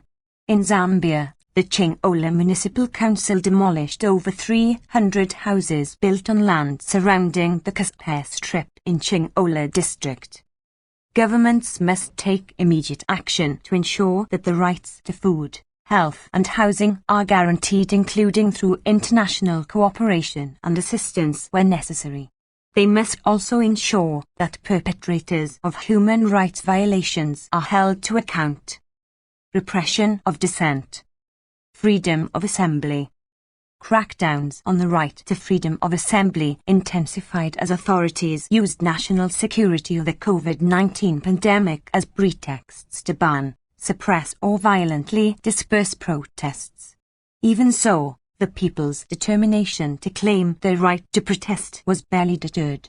Large demonstrations relating to various issues, including spiking food prices, took place in cities and towns across the region. The deaths of scores of protesters were reported and attributed to excessive use of force by security forces in Chad, DRC, Guinea, Kenya, Nigeria, Senegal, Sierra Leone, Somalia and Sudan, among other countries. In Chad and Sierra Leone, where at least 50 and 27 protesters died in October and August, respectively. Findings from official investigations into the killings were not available by the year's end. Arrests and detention of protesters remained widespread throughout the region, including scores in Kenya, Sierra Leone and South Sudan who had protested the rising cost of living. Sudanese security forces detained hundreds of protesters and forcibly disappeared many others as part of a broader clampdown on opposition to the 2021 military coup. In Guinea, Senegal and Uganda, authorities targeted opposition leaders or protest organizers. Ugandan opposition leader Kizza Besigye was arrested and detained 3 times for protesting against inflation and the high cost of living. 6 women who protested his detention were also arrested and charged with inciting violence and holding an illegal protest. In July, organizers and participants of a banned march in Guinea were prosecuted. 24. Amnesty International Report 2022-23. In several countries, including Chad, DRC, Guinea, Lesotho, Niger and Senegal, bans on demonstrations effectively curtailed the right to protest. On a positive note, in March the ECOWAS Court of Justice held that a 2011 ministerial order in Senegal that prohibited demonstrations of a political nature in downtown Dakar, the capital, violates the rights to freedom of expression and peaceful assembly. The court asked Senegalese authorities to repeal it. Freedom of expression. Human rights defenders, activists, journalists and opposition members faced harassment, intimidation and threats simply for exercising their right to freedom of expression. In Nigeria, a court in Kano City sentenced 2 social media celebrities to a week's detention, flogging and a fine for allegedly defaming the Kano state governor in a comedy sketch. In Senegal, an opposition leader and 2 activists were among those arrested and charged with defamation and dissemination of false news. In Sudan, a woman in southern Kordofan was charged with multiple offences under the Cybercrimes Act, including publishing false information in connection with a social media post about child recruitment to the Sudan Armed Forces. activist and author Kakwenza Rukayirabashaya fled Uganda after he was detained in connection with Twitter posts that the police claimed were intended to disturb the peace of Lieutenant General Muhoozi Kainerugaba, the president's son. In Zambia, 2 men were sentenced to 24 months imprisonment with hard labor for insulting the president on TikTok. Attacks on media freedom remained rife. Security forces raided media premises in Sudan and Uganda while authorities suspended or shut down media outlets in Ghana, Mali, Nigeria, Somalia and Tanzania for publishing content deemed critical of or unfavorable to government. Many individual journalists across the region were also arrested and detained, if not routinely harassed and intimidated. In Ethiopia, authorities arrested at least 29 journalists and media workers, many of whom were not formally charged. In Eswatini, Zweli Martin Dlamini, editor of Swaziland News, was declared a terrorist under the anti-terrorism law. In Ghana, a radio host was sentenced to 2 weeks in prison and fined GHS 3,000, around $377, for contempt of court after he published a video alleging that President Akufo-Addo conspired with judges to influence the 2020 presidential elections. Journalists and human rights defenders' rights were repressed in Burundi, DRC, Madagascar, Malawi, Mozambique, Niger, Rwanda, Somalia and Zimbabwe. In Madagascar, 70-year-old environmental defender Onririka Oartisoa was stabbed to death in June. In Mozambique, suspected state agents broke into human rights lawyer João Hampas's office and stole his computer, flash drives, mobile phones and various documents, and human rights defender Adriano Nuvangu received death threats. Freedom of association. Authorities in the region tightened their grip on the right to freedom of association, impacting civil society organizations. For example, ahead of Angola's general elections, the police prevented Omanga and the Association for the Development of Culture and Human Rights from holding a conference on peace building, while authorities in Burundi shut down a press conference in March. In Guinea, the transitional authorities dissolved the National Front for the Defense of the Constitution, a coalition of civil society organizations and political parties demanding the return to constitutional order. Laws to stifle and control such organizations were also enacted. In Niger, a decree was promulgated in February, requiring government approval for all NGO-initiated programs and projects. Zimbabwe's Private Voluntary Organization Amendment Bill, which contains provisions threatening the very existence of civil society organizations and their operations, was introduced in Parliament. Amnesty International Report 2022-23. 25. Governments must end harassment and intimidation of human rights defenders, journalists and activists, drop all charges against those facing prosecution, and immediately and unconditionally release anyone arbitrarily detained, and ensure media freedom is respected, including by allowing media outlets to operate independently. Rights of internally displaced people, refugees and migrants. Increasing numbers of people fled their homes due to conflict or climate crises. An additional 600,000 people were internally displaced in DRC, bringing the total to nearly 6 million, the highest in Africa. As the conflict in Mozambique expanded, the number of displaced people rose to 1.5 million. Food and water insecurity, malnutrition, precarious health and inadequate housing marked their living conditions.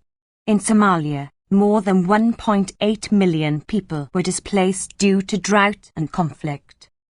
Uganda continued to host the largest refugee population in Africa with nearly 1.5 million refugees, almost 100,000 of whom arrived in 2022.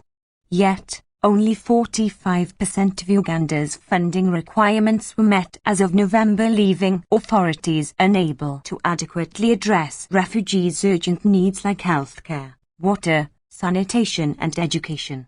Sudan continued to receive new refugees from neighboring countries, approximately 20,000 from South Sudan and 59,800 from Ethiopia. But severe international funding shortfalls forced the World Food Programme to cut refugees' rations. Migrants faced a unique set of violations and abuses.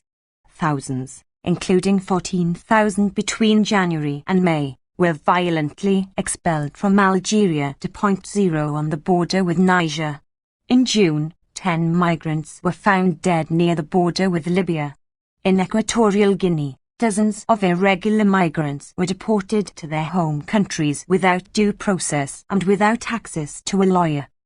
Governments must take steps to ensure that refugees, migrants and internally displaced people are protected and given full access to humanitarian aid, including food, water and shelter, and immediately halt unlawful deportations and detentions of migrants and refugees and ensure their protection needs are met. The international community must address international funding shortfalls by providing long-term sustainable and predictable funding to enable host countries to adequately address refugees' urgent needs. Discrimination and marginalization. Women's and girls' rights. The exclusion of pregnant girls from schools persisted in Tanzania and Equatorial Guinea. On the positive side, in September, the African Committee of Experts on the Rights and Welfare of the Child found that Tanzania's exclusion policy violated the African Charter on the Rights and Welfare of the Child and recommended the policy be reviewed. In addition, 800 children, including pregnant girls and girls who had dropped out of school because of pregnancy, were reintegrated into schools in Sierra Leone. Gender-based violence remained prevalent across the region. In South Africa, murders of women increased by 10.3%, with 989 women killed between July and September, while sexual offences and rape increased by 11% and 10.8%, respectively. In Eswatini, the brutal murder of a woman by her former partner led women's rights organisations to intensify calls for a national emergency to be declared to combat gender-based violence. In Guinea, victims of rape continued to experience failures in prevention of and a lack of protection from such. 26. Amnesty International Report 2022-23. Crimes as well as inadequate access to and availability of medical care, sexual and reproductive health services and care, psychological support, and legal and social support. Several countries enacted progressive laws on gender equality. Congo's parliament passed the Mubara law on combating domestic and other violence against women. In Sierra Leone, the Customary Land Rights Act gave women an equal right to own and use family land, and an equality law included a provision stipulating that 30% of all positions in government be reserved for women.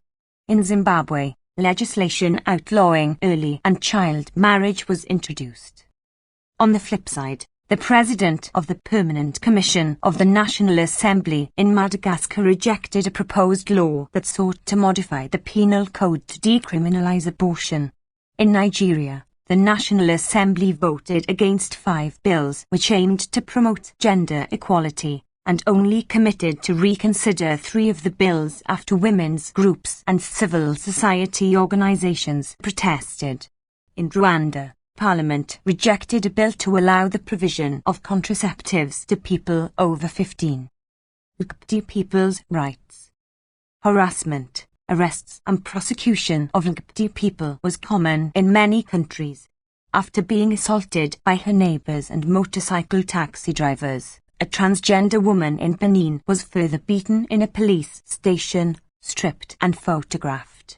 She was released without charge after spending 3 days in detention, naked and deprived of food. In Zambia, Members of the homophobic #BanDevU homosexuality movement held a protest and used WhatsApp to call for the killing of and other violence against people suspected of being gay. In Uganda, the official NGO Bureau ordered the closure of Sexual Minorities Uganda, an umbrella organization that operates to protect LGBT people's rights. Several countries introduced or considered new measures to criminalize consensual same-sex relations. In Ghana, a bill to further criminalize LGBT people remained pending in Parliament. In Equatorial Guinea, draft legislation regulating LGBT people's rights was being prepared. In Senegal, however, the National Assembly rejected a proposed bill that would criminalize LGBT people. There was barely any protection of LGBT people in national courts. In Nigeria, 3 gay men were sentenced to death by a Sharia court in Nini, Bauchi State. In Eswatini, the High Court upheld the Registrar of Companies' refusal to register the Eswatini Sexual and Gender Minorities Advocacy Group as an organization. In Namibia, the High Court dismissed applications of spouses of Namibian citizens seeking to regularize their immigration status on the basis of same-sex marriages concluded outside the country. At the regional level, the African Commission on Human and People's Rights rejected the observer status applications of 3 organizations ostensibly because they worked on LGBT people's rights. People with albinism. Mutilation and other violent attacks against people with albinism continued in parts of Eastern and Southern Africa, motivated by superstitious misconceptions about albinism. In Madagascar, the number of violent attacks doubled, with abductions of children with albinism reported in February and August, while the mutilated body of a 6-year-old boy was found in the Beranu community, Mboasariatsimo district, in March. In Zambia, the vandalized grave of a 12-year-old boy whose hand had been chopped off was discovered in January in Mangwalala village in Chama district, Eastern Province. In June, 3 men severed a 10-year-old boy's forefinger in Mgushi district, Central Province. Governments must take immediate action to protect people from discrimination and violence, including steps to protect women's and girls' rights to equality and non-discrimination, and to allow them to live free of gender-based violence, including by Amnesty International Report 2022-23. 27. Ensuring survivors comprehensive access to sexual, reproductive and other health care, psychological support, and legal and social support. Climate crisis and environmental degradation. The region continued to bear the brunt of extreme weather conditions exacerbated by climate change. The Horn of Africa suffered its worst drought in 40 years, while parts of southern Africa experienced extreme rainfall. In Madagascar, 6 tropical storms and cyclones made landfall between January and April, killing more than 200 people. In South Africa's KwaZulu-Natal province, local governments' poor spatial planning and infrastructure maintenance worsened the impact of floods which destroyed thousands of houses. In West Africa, Nigerian authorities failed to implement sufficient measures to mitigate the impact of floods which killed at least 500 people and affected more than 1.9 million people across 25 states. In Senegal, the rising sea level continued to cause erosion in fishing villages, including in Guet-Ndar in St. Louis, threatening livelihoods and forcing communities to further move inland. The high risk of environmental degradation or displacement of communities as a result of planned or existing mining or infrastructural projects persisted in several countries. In Namibia, the High Court dismissed an urgent application made by several organizations to stop a Canadian mining company from continuing its exploration in the Kavango regions. Tanzania and Uganda continued to participate in plans to construct the 1,443 kilometers East African crude oil pipeline, which would pass through human settlements and wildlife areas, agricultural land and water sources. Several countries initiated new measures to tackle climate crisis or address environmental degradation. Guinea's Prime Minister instructed a bauxite mining company accused of serious pollution to comply with international pollution control standards. In Somalia, the federal government created the Ministry of Environment and Climate Change and appointed a special presidential envoy for drought response. South Africa's climate change bill was tabled in Parliament, but there were concerns that it did not go far enough in addressing climate crisis. In South Sudan, President Kir reportedly ordered all dredging-related activities in the country to be suspended, pending completion of assessments on the impact on surrounding communities and ecosystems. Governments must take immediate measures to protect individuals and communities against the risks and impacts of climate change and extreme weather conditions, including by seeking international assistance and cooperation to take sufficient climate adaptation and mitigation measures. 28. Amnesty International Report 2022-23. America's Regional Overview. 3 years after the emergence of COVID-19, the Americas continued to experience the devastating effects of the pandemic. Authorities failed to guarantee millions of people's access to basic rights to food, water and healthcare systems remained critically underfunded. Against the backdrop of an economic downturn, authorities in many countries intensified their use of repressive tactics to silence dissent and many forms of protest. Several governments declared states of emergency that led to a series of grave human rights violations, including arbitrary arrests, unfair trials and unlawful killings. In other cases, repressive crackdowns included excessive use of force against people exercising their right to protest, unlawful surveillance and monitoring of activists and attacks against journalists. Indigenous peoples, Black people and other people facing racial discrimination continued to be disproportionately affected by human rights violations, including abuses by the police and torture and other ill treatment in migrant detention centers. There were major setbacks regarding sexual and reproductive rights, and authorities in various countries approved measures that undermined access to abortion and banned comprehensive sexuality education. Violence against women and girls remained widespread, and LGBT people continued to be at risk, with killings of transgender people reaching record levels in some countries. In several countries, authorities took action to bring to justice some of those responsible for past crimes, but impunity for grave human rights violations generally remained entrenched. Governments failed to fulfill their commitments on climate change. Faced with historic levels of people seeking refuge or a better life abroad, authorities implemented retrogressive policies that undermined the rights of refugees and migrants and contravened international law. Economic, social and cultural rights. The number of people living in poverty remained above pre-pandemic levels. Many governments across the region failed to address structural barriers that were responsible for the crisis unleashed by the pandemic: previous socio-economic inequalities, low levels of taxation and public expenditure on health, and lack of access to other social determinants of health, namely food security, clean water and basic infrastructure. Inflation compounded economic hardship. According to the International Monetary Fund, inflation was particularly marked in Argentina, Chile, Colombia, Haiti, Honduras, Nicaragua and Venezuela. Millions of people in the region did not enjoy basic rights to food, health and water. In Brazil, more than half the population lacked adequate and secure access to food, with Black people and marginalized communities disproportionately affected.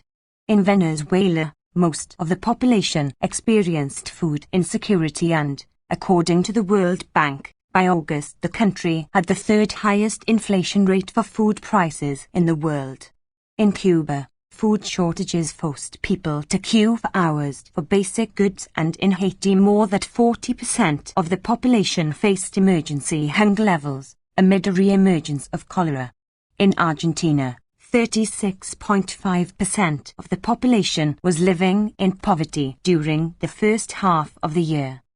Authorities in most countries failed to implement measures to strengthen protections to the right to health, despite evidence from the pandemic that health systems needed major reform. In Brazil, Congress approved the lowest Ministry of Health budget in a decade, threatening to affect access to adequate care and medicine supplies in the country. Countries such as Guatemala, Honduras and Paraguay continued to allocate critically low levels of public. Amnesty International Report 2022-23. 29. Spending to health and services were overwhelmed and unable to cover the basic needs of their populations.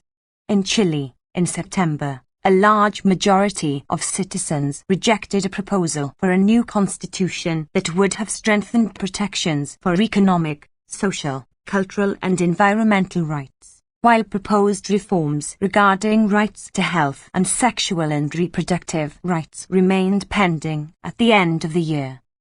Governments must take immediate action to ensure that maximum available resources are assigned to guarantee that their minimum core obligations on economic, social and cultural rights are met. Arbitrary detentions, unlawful killings and torture and other ill treatment. Authorities in many countries continued to violate people's rights to life, liberty, fair trial and physical integrity. These violations mainly occurred during government crackdowns in response to political crises or states of emergency, or as part of more generalized failings of security forces and justice systems that resulted in unlawful, arbitrary and disproportionate responses. Excessive use of force and unlawful killings by security forces were widespread throughout the region and often targeted low-income and racialized neighborhoods in countries such as Argentina, Brazil, Colombia, the Dominican Republic, Mexico, the USA and Venezuela, among others. In Venezuela, security forces carried out 488 alleged extrajudicial executions in various parts of the country between January and September. In Brazil, police operations led to the killings of dozens of people. Arbitrary detentions remained widespread in Colombia, Cuba, Ecuador, El Salvador, Mexico, Nicaragua and Venezuela. Those held were often tortured or otherwise ill-treated and, in some cases, forcibly disappeared. In March, authorities in El Salvador declared a state of emergency in response to a spike in homicides, allegedly committed by gangs. The measure resulted in massive human rights violations, more than 60,000 arrests and widespread unfair trials. In Ecuador, at least 146 people deprived of their liberty were killed amid a crisis in the prison system. In Ecuador and Mexico, administrative, judicial and legislative decisions were taken to expand the role of the armed forces in public security tasks. Repression of dissent and freedom of expression. In several countries, social movements and activists took to the streets to demand basic economic and social rights, an end to gender-based violence, the release of those unjustly detained and to defend the environment. Authorities routinely responded with unnecessary and excessive force. In Ecuador, at least 6 people died after security forces used excessive force against protests by indigenous peoples over socio-environmental issues. In Colombia, an indigenous leader was shot dead in the context of an environmental protest, and, in a separate protest in the capital Bogotá, a protester sustained eye trauma after being hit by a projectile. In Peru, at least 3 people died during protests following national police interventions during the first half of the year, and during the last weeks of the year, at least 22 people were killed in protests during the political crisis that followed the ousting of former President Pedro Castillo in December. In Bolivia, law enforcement officials violently repressed, and in some cases arbitrarily detained, coca leaf producers who were protesting against efforts to eradicate their crops. In 30. Amnesty International Report 2022-23. The USA, more than 75 people were arrested in connection with protests following the death of Jayland Walker, a black man who was fatally shot by police 46 times in Akron, Ohio, in June. In Mexico, the government continued to stigmatize feminists and human rights defenders who protested against government inaction on gender-based violence, and, in some states, security forces violently beat and arbitrarily detained protesters. In Puerto Rico and Cuba, several reports emerged of excessive use of force by police against protests over electricity outages and other social demands following Hurricane Ian. In Nicaragua, authorities revoked the legal status of more than 1,000 organizations during the year, closed at least 12 universities, jailed journalists and harassed political activists and opponents. In Venezuela, intelligence services and other security forces, with the acquiescence of the judicial system, continued to arbitrarily detain, torture and otherwise ill-treat those perceived to be opponents of the government. Human rights defenders were killed for their work in Bolivia, Brazil, Colombia, Guatemala, Honduras, Mexico, Peru and Venezuela. In addition, they were threatened, harassed or subjected to criminal prosecution or arbitrary arrests in, among others, Bolivia, Brazil, Chile, Colombia, Cuba, Ecuador, El Salvador, Guatemala, Honduras, Mexico, Nicaragua, Paraguay, Peru and Venezuela. In Colombia, at least 189 social leaders and human rights defenders were killed during the year. In Venezuela, at least 396 human rights defenders were the targets of intimidation, stigmatization and threats. In Nicaragua, dozens of detained dissidents and critics were put on trial in proceedings which lacked basic due process guarantees. In Paraguay, activists continued to face trumped-up charges for participating in protests against state health policies. In Guatemala, judges, prosecutors, human rights defenders and protesters faced unfounded criminal proceedings. And in Bolivia, human rights defenders faced prosecution for criticizing the government. Freedom of the press remained at risk across the region. Journalists were killed in Colombia, Haiti, Mexico and Venezuela. Mexico recorded its most deadly year for the press, with at least 13 journalists killed. In Nicaragua and Venezuela, media outlets were arbitrarily closed down. In Guatemala, journalists reporting on corruption and impunity often faced unfounded criminal complaints and smear campaigns, while in El Salvador attacks on dozens of journalists were recorded. The use of Pegasus spyware for unlawful surveillance of activists and journalists was documented in El Salvador and Mexico. Authorities also used vague and overly broad laws to silence critics.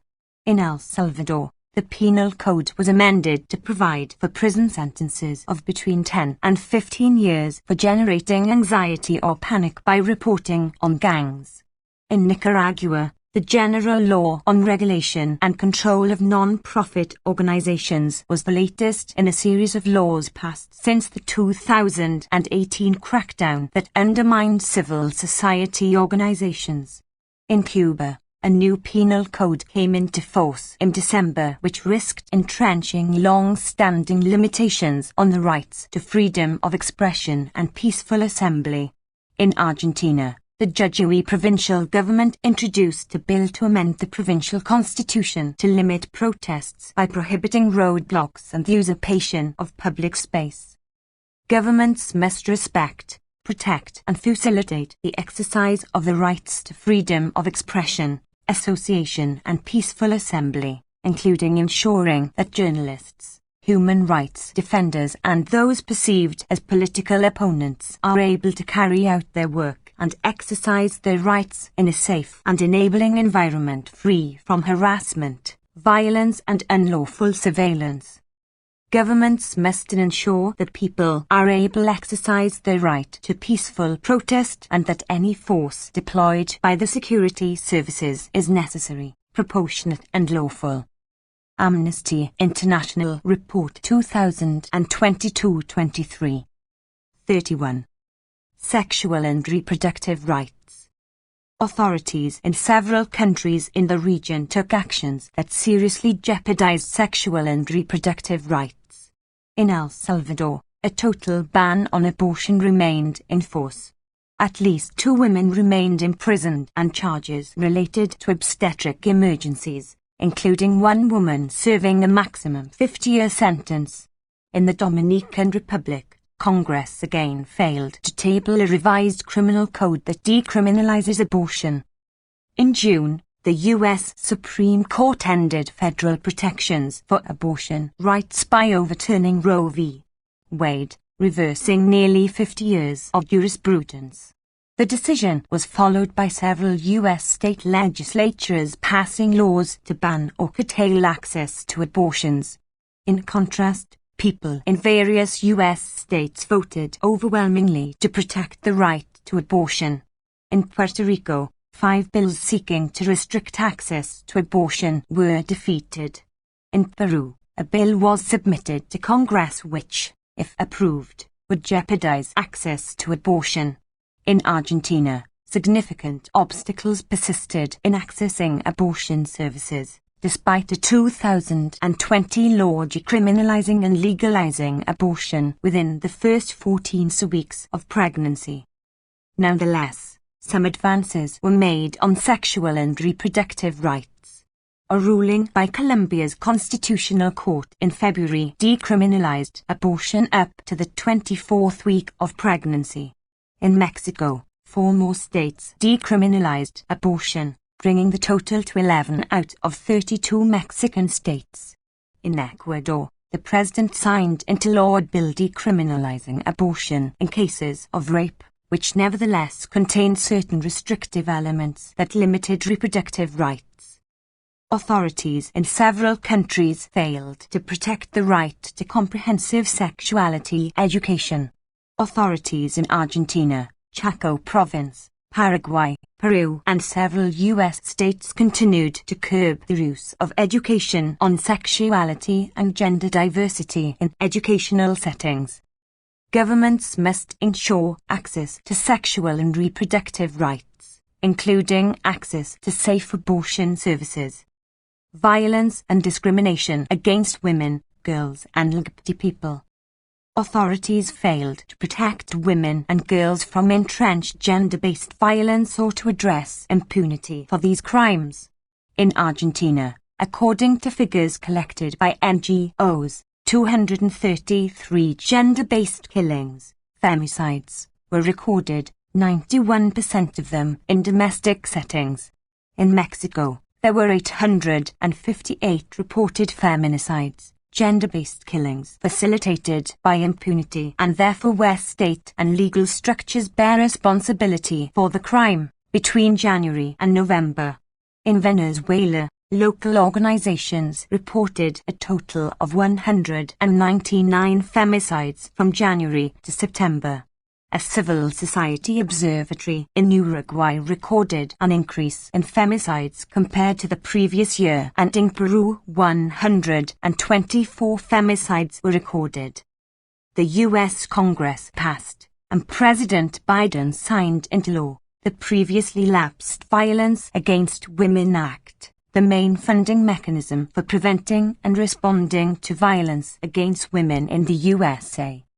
LGBT people continue to be at risk of killings, attacks, discrimination and threats, and faced obstacles to legal recognition in various countries in the region.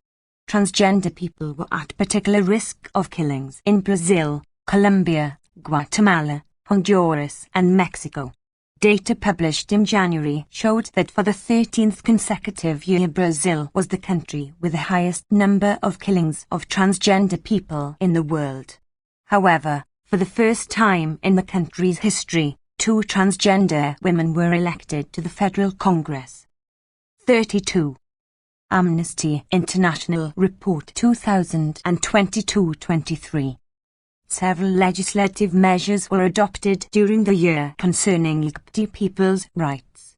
In Colombia, the Constitutional Court recognized a non-binary gender marker for ID registration, establishing legal precedent for gender diversity. In September, following a referendum, Cuba approved a new family code which legalizes same-sex marriage and allows same-sex couples to adopt. In October, Tamaulipas state in Mexico legalized same-sex marriage, thus making it legal in the entire country.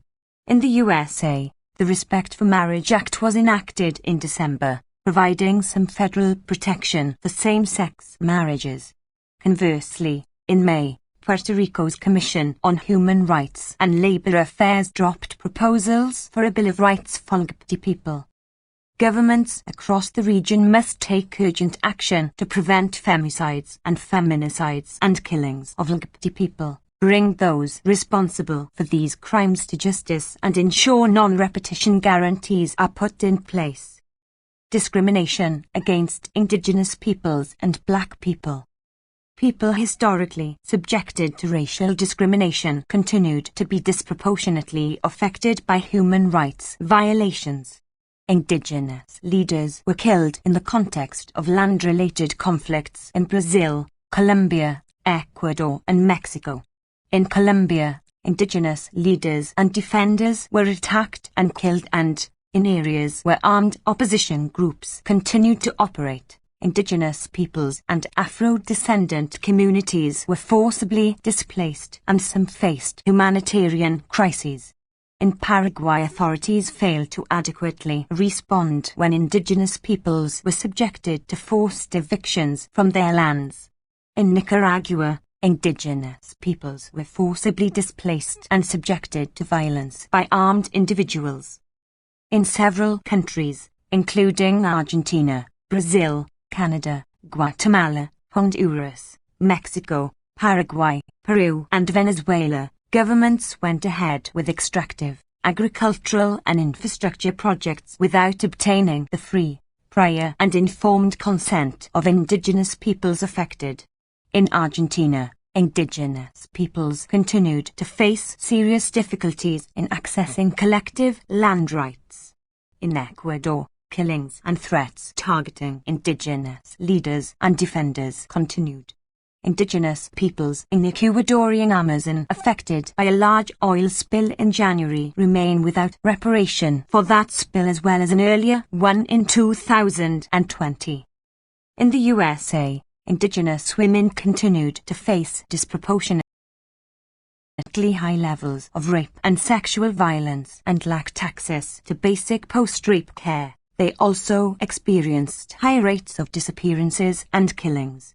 In Canada, Indigenous women from several First Nations and Inuit communities in Quebec reported forced sterilization and other obstetric violence.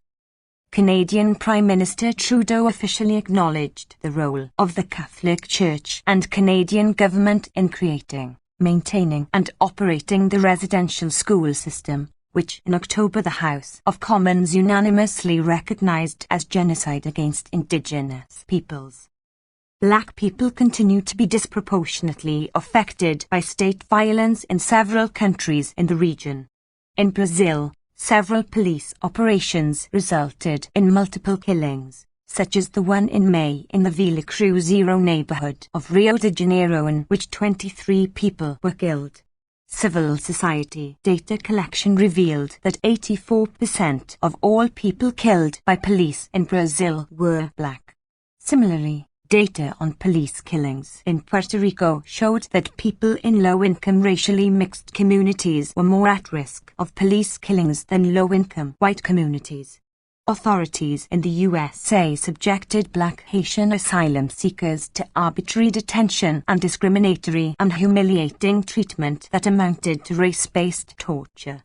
Also in the USA, the limited public data available suggested that Black people were.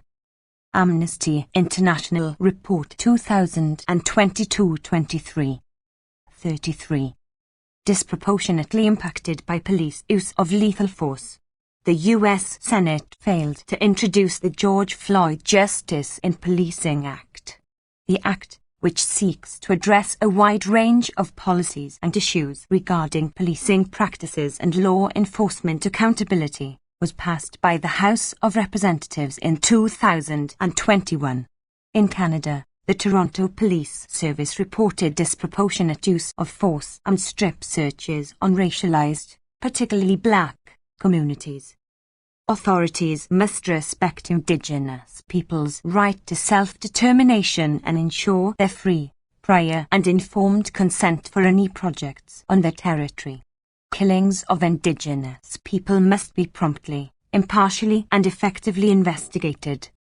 Authorities must take decisive action to dismantle the systemic racism present in policing operations and immigration systems and design systems for collecting data disaggregated by race with the full and effective participation of affected communities.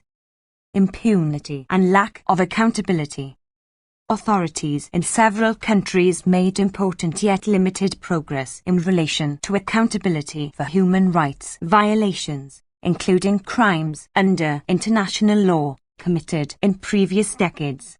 In contrast, governments generally failed to prosecute those suspected of responsibility for such crimes and other grave human rights violations committed more recently, and entrenched impunity remained a common characteristic of justice systems across the region. Authorities in Argentina, Bolivia, Chile, Colombia, Guatemala and Uruguay made progress in investigations or bringing charges for human rights violations committed under former military regimes or during internal armed conflicts. In Colombia, dozens of former army members had been charged by the end of the year under the Special Jurisdiction for Peace. However, in El Salvador, authorities failed to make significant progress in prosecuting those accused of committing crimes and human rights violations during the armed conflict, 1980 to 1992. In the USA, no one was brought to justice for the CIA-operated secret detention system, authorized from 2001 to 2009, which involved widespread human rights violations, including enforced disappearances, torture and other ill treatment. In Guatemala, authorities failed to protect judges and prosecutors working on cases relating to the internal armed conflict, 1960 to 1996, from continuous intimidation, harassment and unfounded criminal prosecutions. Impunity persisted for the human rights violations committed by authorities in Bolivia, Chile, Colombia, Honduras, Nicaragua and Venezuela during protests that were met with repressive crackdowns by governments between 2017 and 2021. In Mexico, the total number of people missing or disappeared since the 1960s reached over 109,000, more than 90,000 of them since 2006. Reports by the UN fact-finding mission on Venezuela highlighted the manipulation of the judicial system to shield police and military officers responsible for violations from justice and identified chain of command that linked suspected perpetrators to Nicolas Maduro's government. The Office of the Prosecutor of the ICC opened an investigation into alleged crimes against humanity in Venezuela, the first such investigation in the region. In Chile, people accused of alleged offences during the 2019 mass protests remained in detention, some on unfounded charges. Meanwhile, the government announced a new program to provide reparations to the more than 400 people who sustained trauma during the protests. In Nicaragua, by the end of the year, 225 people remained detained in connection with the human rights crisis that began in 2018. In Brazil, the Attorney General requested that the Supreme Court dismiss 7 of the 10 investigations opened against President Bolsonaro following the report of the Parliamentary Commission of Inquiry into the government's management of the COVID-19 pandemic, which 34. Amnesty International Report 2022-23 had recommended indicting him on charges of charlatanism, malfeasance and crimes against humanity. Impunity continued to prevail for unlawful killings by Brazilian security forces and police officers. Prisons remained chronically overcrowded in Chile, Ecuador, El Salvador, Uruguay and Venezuela. 35 Muslim men remained arbitrarily and indefinitely detained by the U.S. military in the detention facility at the U.S. Naval Base in Guantanamo Bay, Cuba, in violation of international law. Authorities must address impunity by undertaking prompt, independent, impartial and effective investigations into all crimes under international law and other human rights violations, both past and present. Authorities must prosecute those suspected of criminal responsibility for crimes under international law and ensure justice, truth and reparation for victims and survivors. Failure to tackle climate crisis and environmental degradation.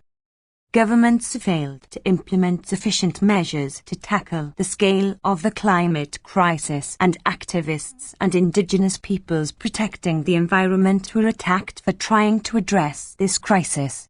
Despite the rhetoric of many countries in the region in support of global emissions reductions, authorities failed to match these words with actions. In its 2022 report, Global Witness stated that 3/4 of the killings in 2021 of land and environmental defenders occurred in Latin America. Such killings were recorded in Argentina, Bolivia, Brazil, Colombia, Ecuador, Guatemala, Honduras, Mexico, Nicaragua, Peru and Venezuela. Latin America, along with Africa, remained one of the regions with the highest rate of net loss of natural forest cover, according to the UN Food and Agriculture Organization. In Brazil, between January and October, the deforestation rate in the Brazilian Amazon reached its highest level since 2015. In Bolivia, despite the authorities' commitment to maintain forest cover and combat illegal deforestation, over 1 million hectares of land were burned, mostly to expand agricultural activities. Several governments adopted commitments and passed legislation on climate change, none of which matched the scale of the crisis ahead. During the 27th Conference of the Parties, COP27, in November, Canada and the USA failed to increase their emissions reduction targets for 2030. Although the U.S. Congress passed the first package of climate change legislation in U.S. history, it also reinstated old auctions of oil and gas leases on federal land and the Gulf of Mexico, which the Biden administration had tried to cancel, and forced the administration to hold several new auctions, which began in September. Brazil's president-elect, Luiz Inácio Lula da Silva, announced that he would promote the protection of the country's biomes with special emphasis on the Amazon, an area that Intergovernmental Panel on Climate Change reports have declared highly vulnerable to drought and high temperatures. While Colombian President Gustavo Petro announced at COP27 an energy transition plan that focuses on non-conventional renewable energy sources, organizations such as Nations Unies and Interpaz denounced violations of the right to free, prior and informed consultation of indigenous peoples about the development of several wind farms in the Guajira department. Authorities in the region failed to fulfill the commitments they had previously signed up to as parties to the Paris Agreement and, in some cases, actively supported fossil fuel projects. In Brazil, authorities submitted an NDC that was insufficient in relation to the counties. Amnesty International Report 2022-23. 35. Contribution to climate change. By the middle of the year, Canada's Export Development Agency had financed $3.4 billion Canadian dollars, $2.5 billion US dollars, to the oil and gas sector in Canada and abroad. At the same time, Canada launched a plan to phase out public financing for new fossil fuel projects. Authorities must take urgent action to curb their carbon emissions, cease funding fossil fuel projects, and ensure Indigenous peoples and human rights defenders are protected in state policies on the environment.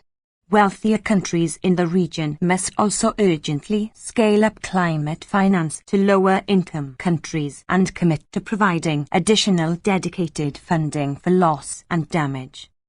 Refugees and migrants' rights. Profound human rights and humanitarian crises throughout the region led to sharp increases in the numbers of people leaving their country in search of protection.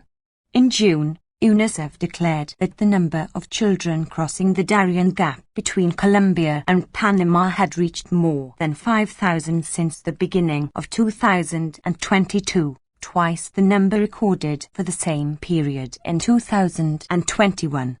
By the end of 2022, the Interagency Coordination Platform for Refugees and Migrants from Venezuela estimated that 7.13 million Venezuelans have left their country, 84% seeking protection in 17 countries in Latin America and the Caribbean.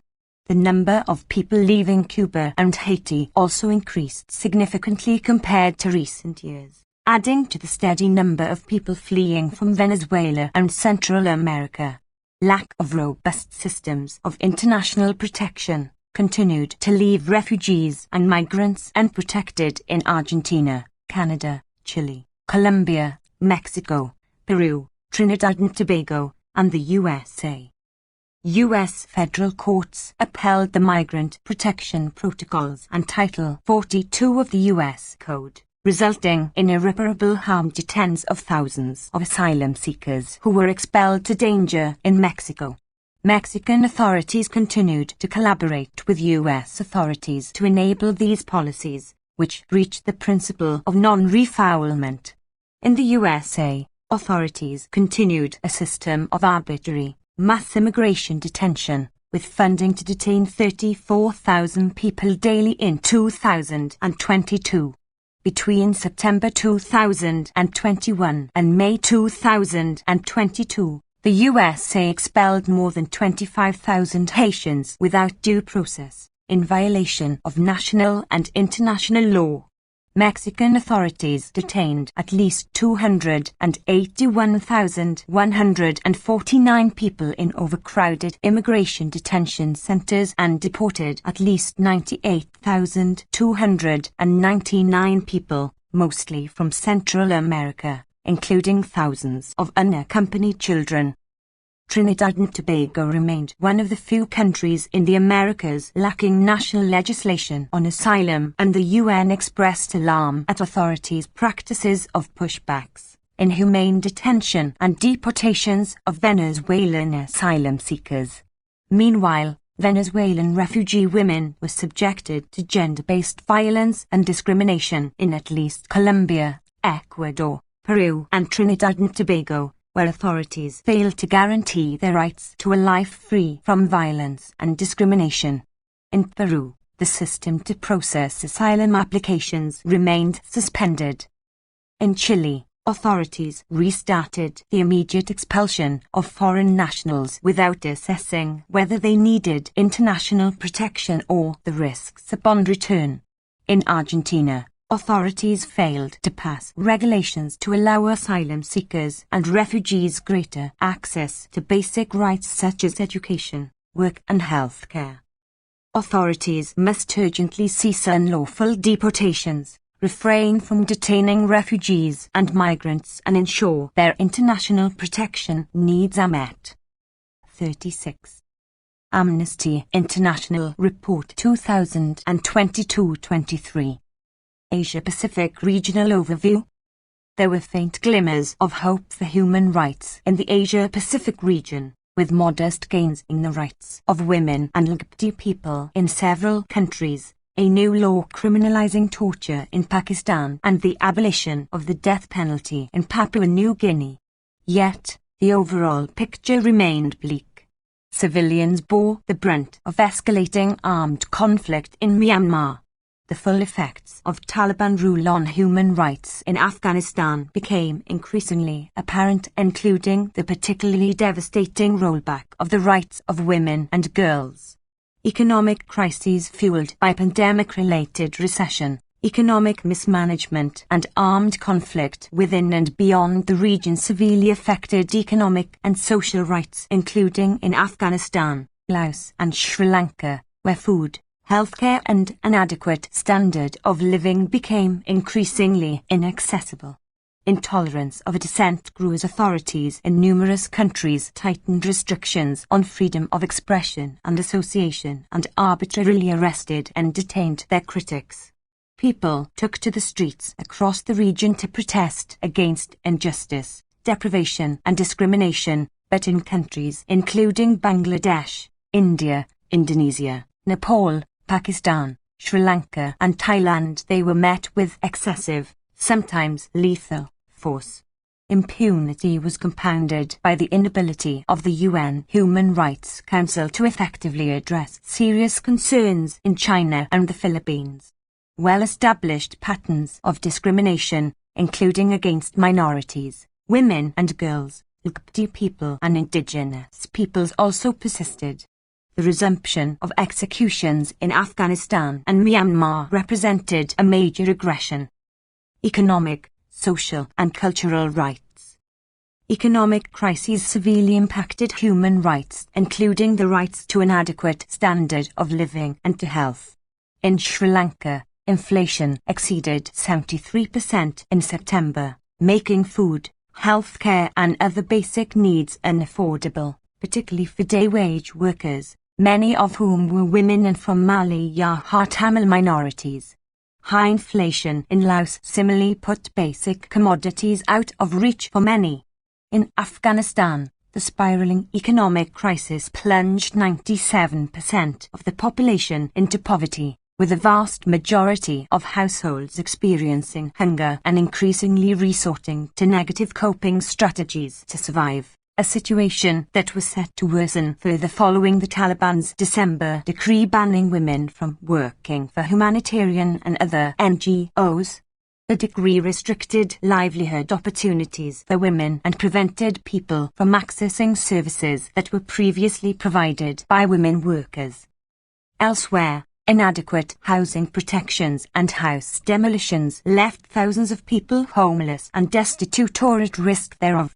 In Nepal, the government ignored calls to amend a 2018 housing law, which failed to adequately guarantee the right to housing, leaving hundreds of the families, predominantly from marginalized communities or those living in informal settlements, at risk of eviction. In India, authorities unlawfully demolished mainly Muslim-owned homes and other private property in the capital, New Delhi, and in several states, raising concerns that this was a form of collective punishment for alleged involvement in intercommunal clashes. In Cambodia and Mongolia, multiple households were made homeless or lost their livelihoods as a result of urban development projects.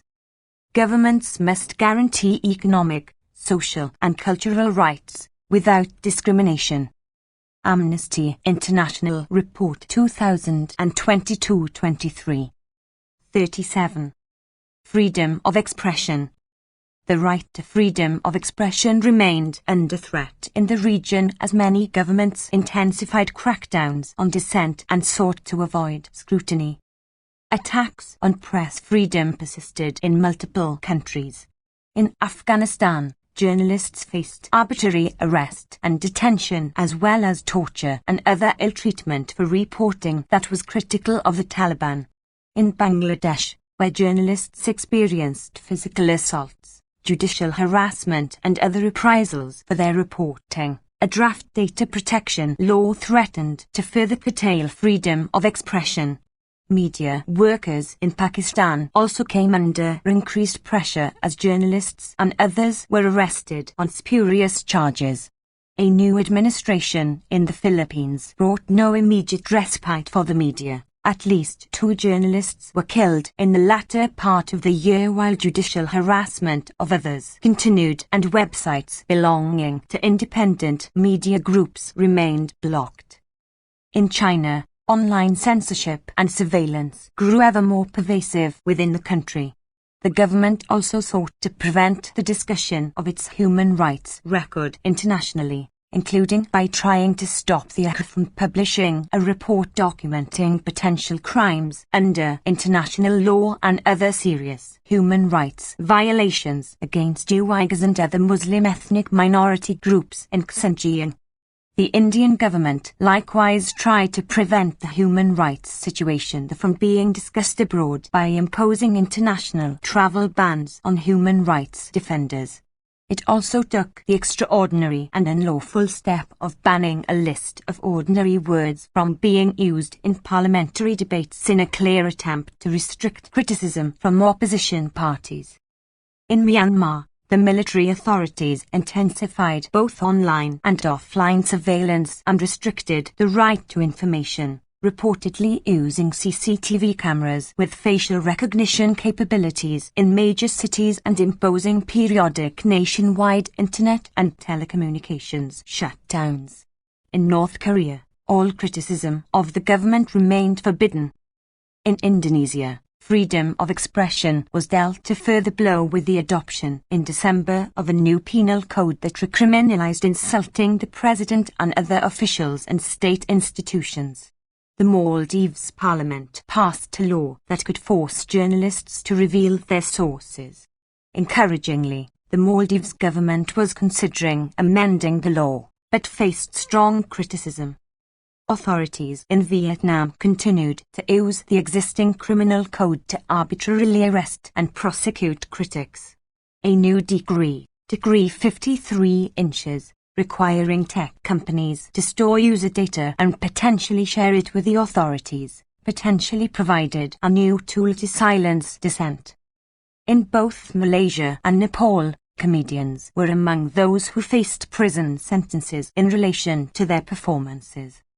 Governments must respect media freedoms, halt all investigations or prosecutions related to the exercise of the right to freedom of expression without discrimination, and repeal legal provisions that criminalize legitimate expression or which can be used to restrict it. Freedom of peaceful assembly and association. Even as governments sought to repress dissent, people across the region claimed their right to protest against injustice and discrimination, often risking arbitrary arrest and detention, as well as injury and even death when authorities repeatedly resorted to unnecessary and excessive force. In Sri Lanka, police used live ammunition, tear gas and water cannon against largely peaceful crowds protesting against the economic crisis, causing deaths and injuries. Police in Bangladesh used live and rubber bullets, sound grenades and tear gas to disperse protests by students and workers. 38. Amnesty International Report 2022-23. In Pakistan, authorities forcibly broke up peaceful protests by activists and family members of victims of enforced disappearances. Protesting victims of loan sharks in Nepal were met with police baton charges and arbitrarily detained. In India, a 15-year-old boy and another protester were shot and killed by police during demonstrations in Jharkhand state. police in Indonesia also responded with unnecessary and sometimes lethal force to protests, including in Papua and West Papua. New restrictions were introduced, further limiting the right to protest in several countries. In Karnataka state in India, an order was upheld which restricted protests to a designated area in the state capital.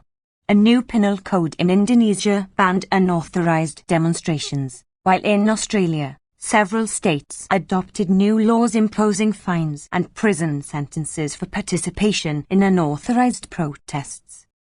Freedom of association was also further curtailed in a number of countries. In Afghanistan, the space for independent human rights monitoring and reporting had all but disappeared. In India, money laundering laws and other pretexts were used to harass NGOs. New restrictions were imposed on the legitimate work of NGOs in Myanmar, with non-compliance punishable by imprisonment. In Cambodia, the main opposition party, the Cambodian National Rescue Party, remained banned, and prosecution of its members and that of its successor, the Candlelight Party, continued. Public accusations of links to communist groups, known as red tagging, continued to be used in the Philippines against organizations and individuals as a way of suppressing dissent by marking them out for arbitrary detention and unlawful killing. In Mongolia, human rights defenders faced accusations of spying and other familiar patterns of intimidation. Civil society space in Chinese Autonomous Region of Hong Kong contracted even further in 2022 as legitimate NGO activities were criminalized, creating an environment of fear and self-censorship. Governments must respect and facilitate the exercise of the rights to freedom of peaceful assembly and association. The work of human rights defenders must be respected and protected, and a safe and enabling environment for their work ensured. Arbitrary arrests and detentions. In China, despite the authorities' assertions to the contrary, many thousands of men and women were still believed to be arbitrarily detained in Xinjiang.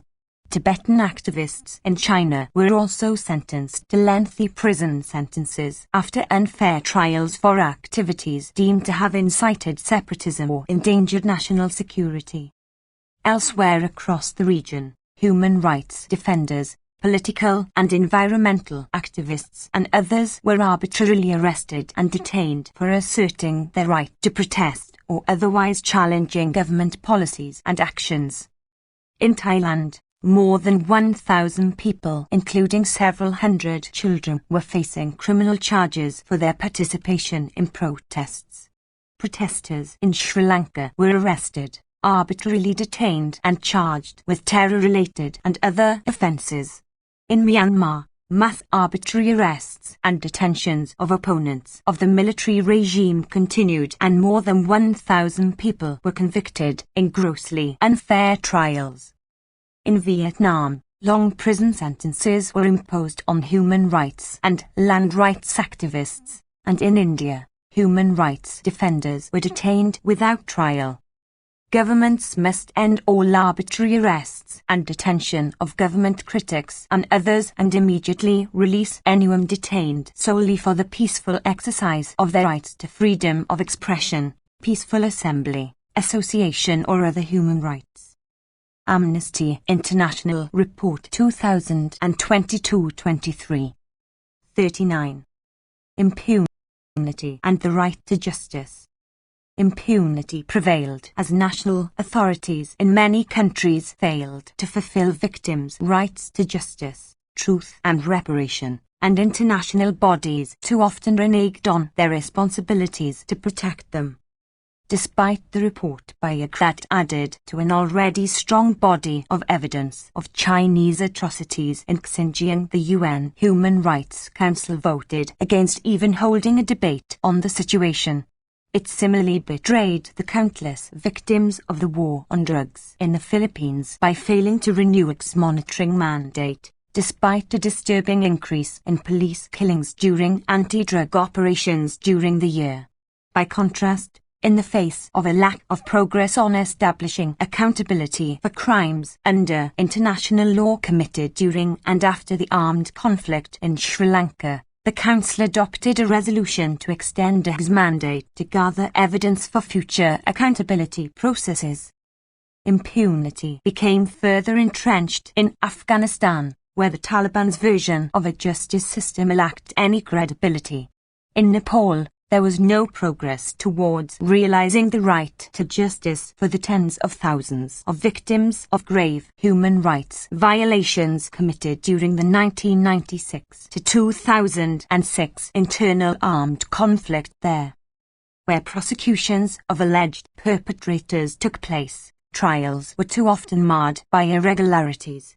For example, there were serious questions about the credibility of a trial in Indonesia in which a former military commander was acquitted of the unlawful killing of 4 Papuan high school students in 2014. Governments must address impunity by undertaking thorough, independent, impartial, effective and transparent investigations into crimes under international law and other serious human rights abuses, and by bringing suspected perpetrators to justice in fair trials. Full cooperation should be extended to international investigations and justice processes. Violations of international humanitarian law. The Myanmar military was responsible for war crimes as it intensified indiscriminate and targeted ground and air attacks against civilians and civilian objects, and looted and burnt villages, killing hundreds and forcibly displacing thousands of people. Its use of cluster munitions and landmines, both banned under international law, was also documented. War crimes were also committed in Afghanistan, where the Taliban continued its campaign of reprisal killings against members of the former administration and security forces and arbitrarily arrested, extrajudicially executed and tortured individuals allegedly associated with the National Resistance Front and other armed opposition groups. Armed groups were also responsible for grave violations in Afghanistan, where Islamic State, Khorasan Province, ISKP, continued its targeted attacks on minority ethnic and religious groups, including by bombing religious and educational facilities used by Hazara and Sikh communities. In Myanmar, some groups used banned anti-personnel landmines or improvised explosive devices. Armed groups in India's Jammu and Kashmir region reportedly killed at least 19 civilians, including members of the Hindu minority community. All parties to armed conflicts must abide by international humanitarian law, in particular by ending direct attacks against civilians or civilian infrastructure and indiscriminate attacks. Corporate accountability. Following an Amnesty International report documenting the role of businesses in importing and distributing aviation fuel that could be used by Myanmar in military airstrikes against 40. Amnesty International Report 2022-23. Civilians, implicated companies including Puma Energy and other foreign businesses announced that they were exiting or suspending business operations in Myanmar, underscoring the need for corporate actors to take seriously their responsibility to protect and promote human rights and to be held to account when they do not. Amnesty International also found that Meta's, formerly Facebook, algorithms and business practices had substantially contributed to grave human rights violations suffered by Rohingya in Myanmar 2017. Corporate actors should put in place due diligence measures to ensure that their operations and those of their partners do not cause or contribute to human rights abuses.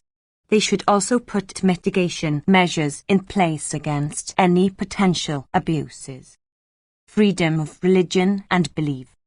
Freedom of religion and belief remained under threat in several countries. In India, where Muslims were routinely arrested and prosecuted for exercising their religious freedoms, the Karnataka state government, following the example of other states, passed a law criminalizing marriages where the forced conversion of one spouse, often the Hindu woman, was alleged by a relative or other person. Girls were also banned from wearing the hijab in public schools in Karnataka.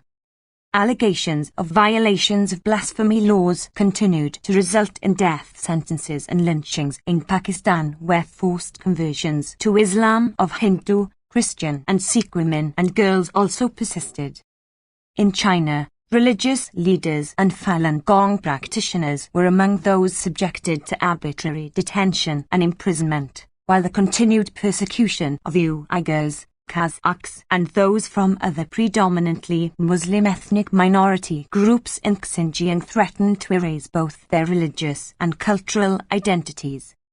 Governments must take effective measures to implement legal and policy reforms to fully protect, promote and guarantee freedom of religion or belief without discrimination.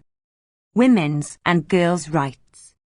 New legislation aimed at strengthening protections for women and girls, including legislation combating sexual and gender-based violence, was adopted in several countries including China, Indonesia and Papua New Guinea.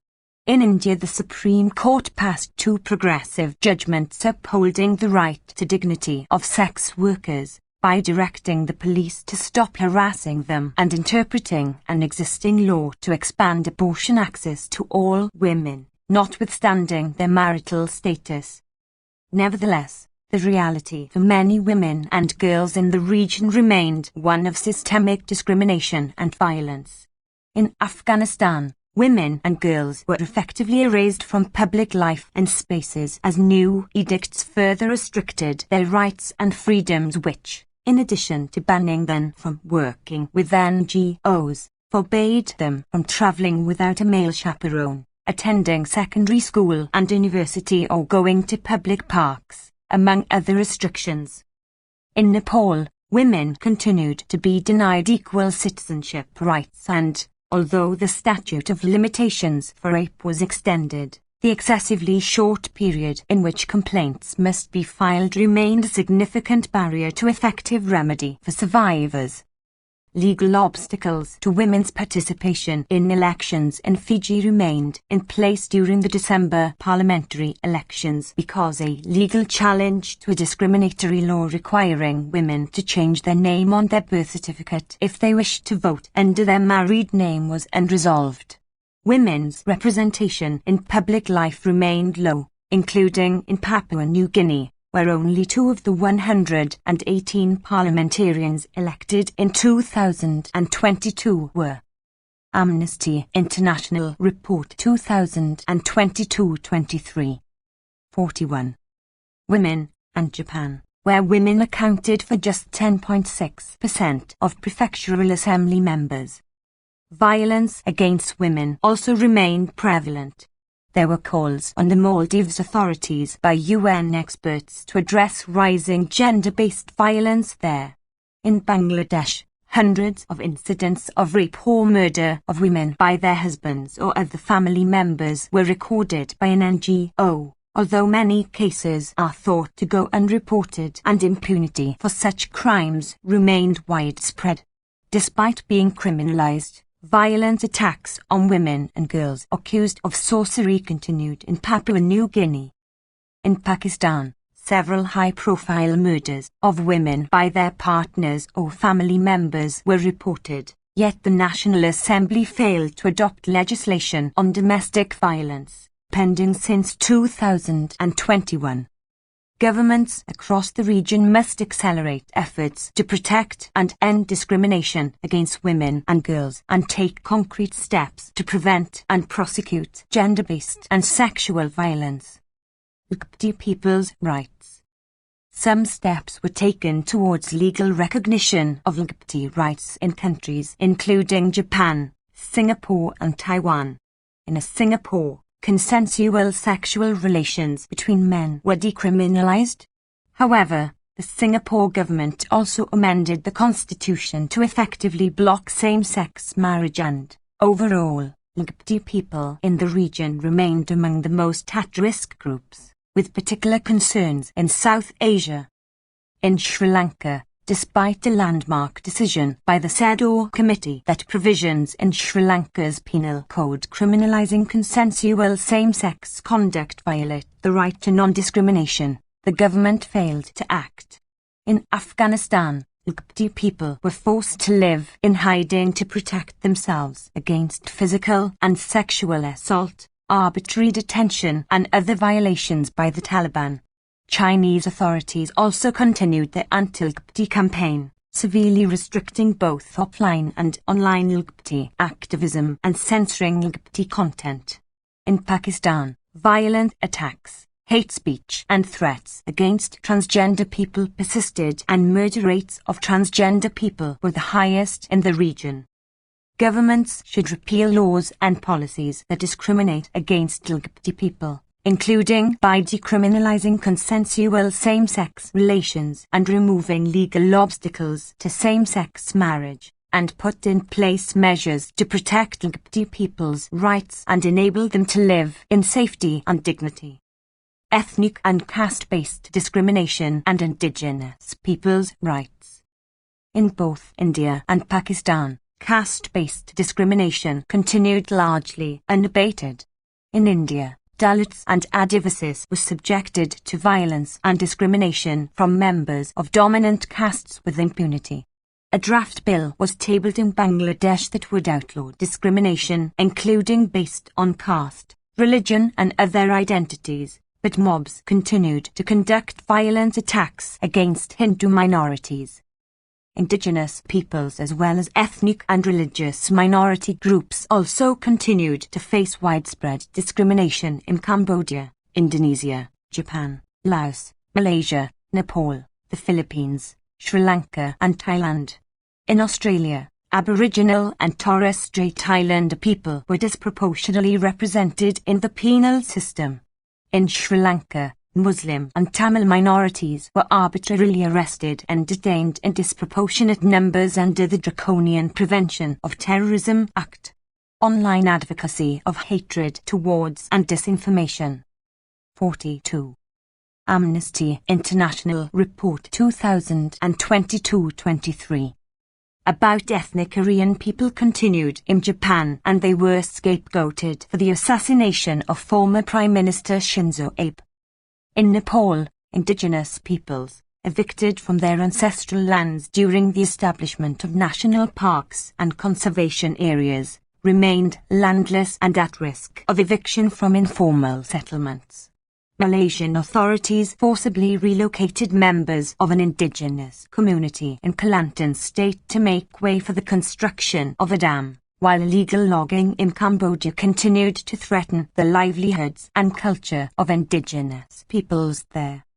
Governments must provide effective and accessible access to justice to victims of ethnic, religious and caste-based discrimination and hate crimes, and work with affected communities to develop comprehensive programs to eliminate discrimination in the criminal justice system and advocacy of hatred in online and offline domains. Torture and other ill treatment. Torture and other forms of ill treatment of detainees remained commonplace in many countries, and custodial deaths, including as a result of torture, were reported in at least 10 countries. After a decade-long struggle, a law to criminalize torture was finally adopted in Pakistan, but reports of torture and other ill treatment of detainees persisted, as did incidents of torture in detention in Mongolia, despite the establishment of a national mechanism for the prevention of torture there. In Nepal, torture in pre-trial detention, including to obtain confessions, also continued to be reported, and there were still no convictions under the 2017 law criminalizing torture. 54 alleged deaths in custody were recorded in the first 9 months of 2022 in Bangladesh. There were reports of sexual violence in detention in Myanmar, where hundreds of people died in custody during the year. Torture and other forms of ill treatment were also reported elsewhere, including China, North Korea and Vietnam. In the Indonesian province of Aceh, scores of men and women were subjected to flogging. State-authorized public floggings also resumed in Afghanistan following the Taliban's return to power. States must prohibit and criminalize torture and other acts of ill-treatment, and take effective measures to protect people and prevent these forms of abuse. Where they occur, states must investigate allegations, hold those responsible to account, and provide victims with a remedy. Failure to tackle climate crisis. Devastating floods, soaring temperatures, deadly typhoons, and coastal erosion highlighted the vulnerability of the region to climate change. Yet preparedness and adaptation remained largely inadequate, and the poorest and most marginalized suffered the greatest consequences. In Pakistan, heat waves, droughts, and then devastating floods left nearly 750,000 people without access to adequate housing, education or health care.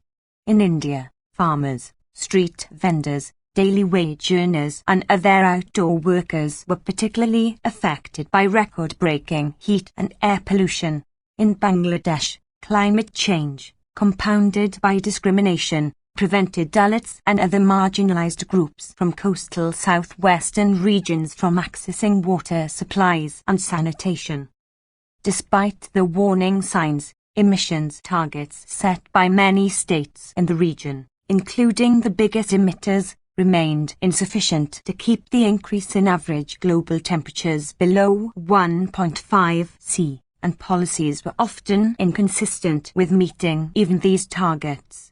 Particularly worrying was the continued financing by Japan of global oil, gas and coal projects and its Amnesty International Report 2022-23. 43.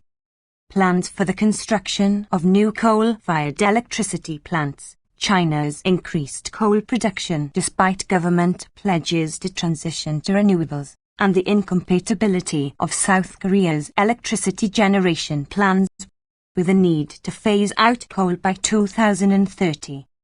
Governments across the region must urgently review climate change targets and policies to ensure that they are consistent with keeping global temperatures down.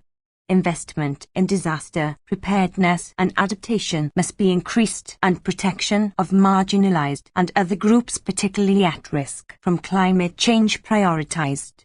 Wealthier countries in the region must also urgently scale up climate finance to lower-income countries and commit to providing additional dedicated funding for loss and damage. Refugees and migrants' rights.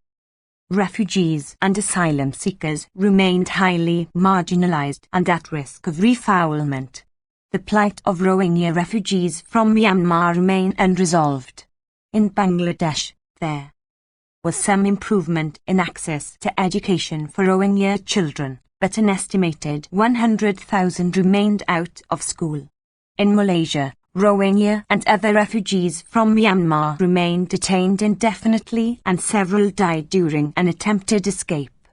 Allegations of ill-treatment and poor conditions in immigration detention centers were also reported to have caused the deaths of many Indonesian nationals in Malaysia.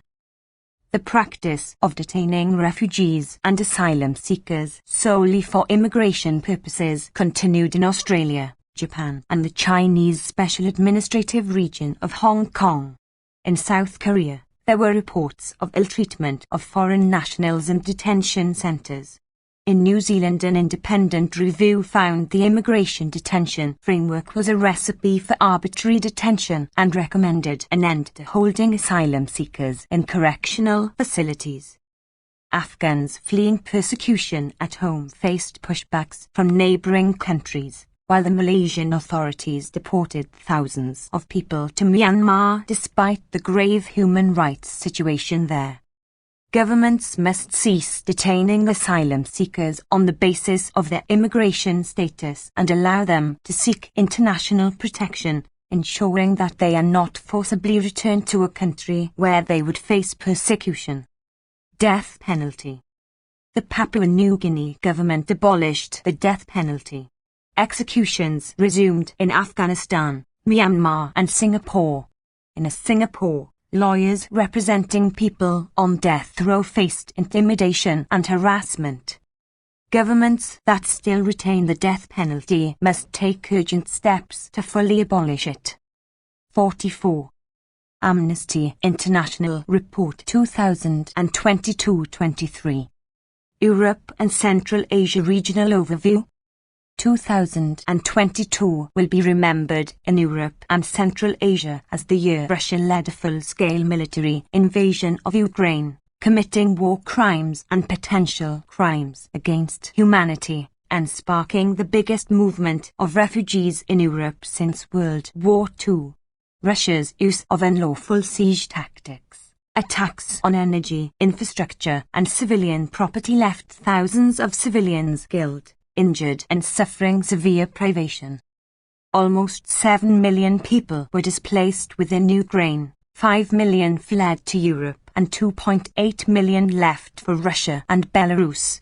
The welcome shown to those arriving in the EU was striking, but discriminatory at times, as it did not include some categories of people fleeing Ukraine such as black people, non-nationals with temporary residency permits, and some Roma people, who faced particular obstacles accessing protection.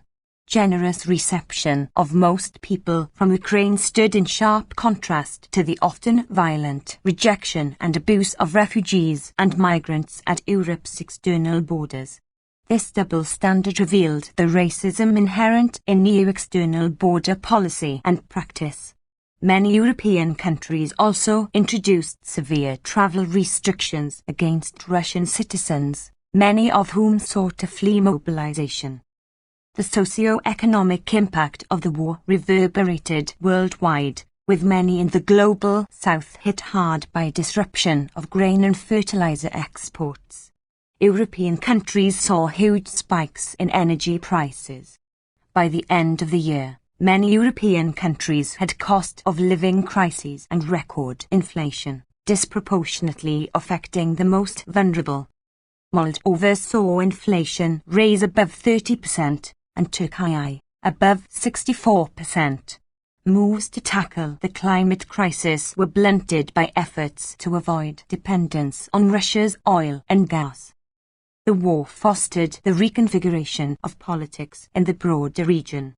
Belarus largely aligned its foreign and military policy with Moscow and shared responsibility for Russia's act of aggression.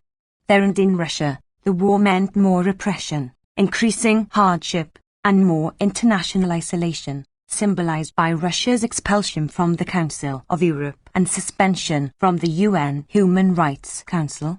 The Nagorno-Karabakh conflict flared up anew as Russia's peacemaker role waned.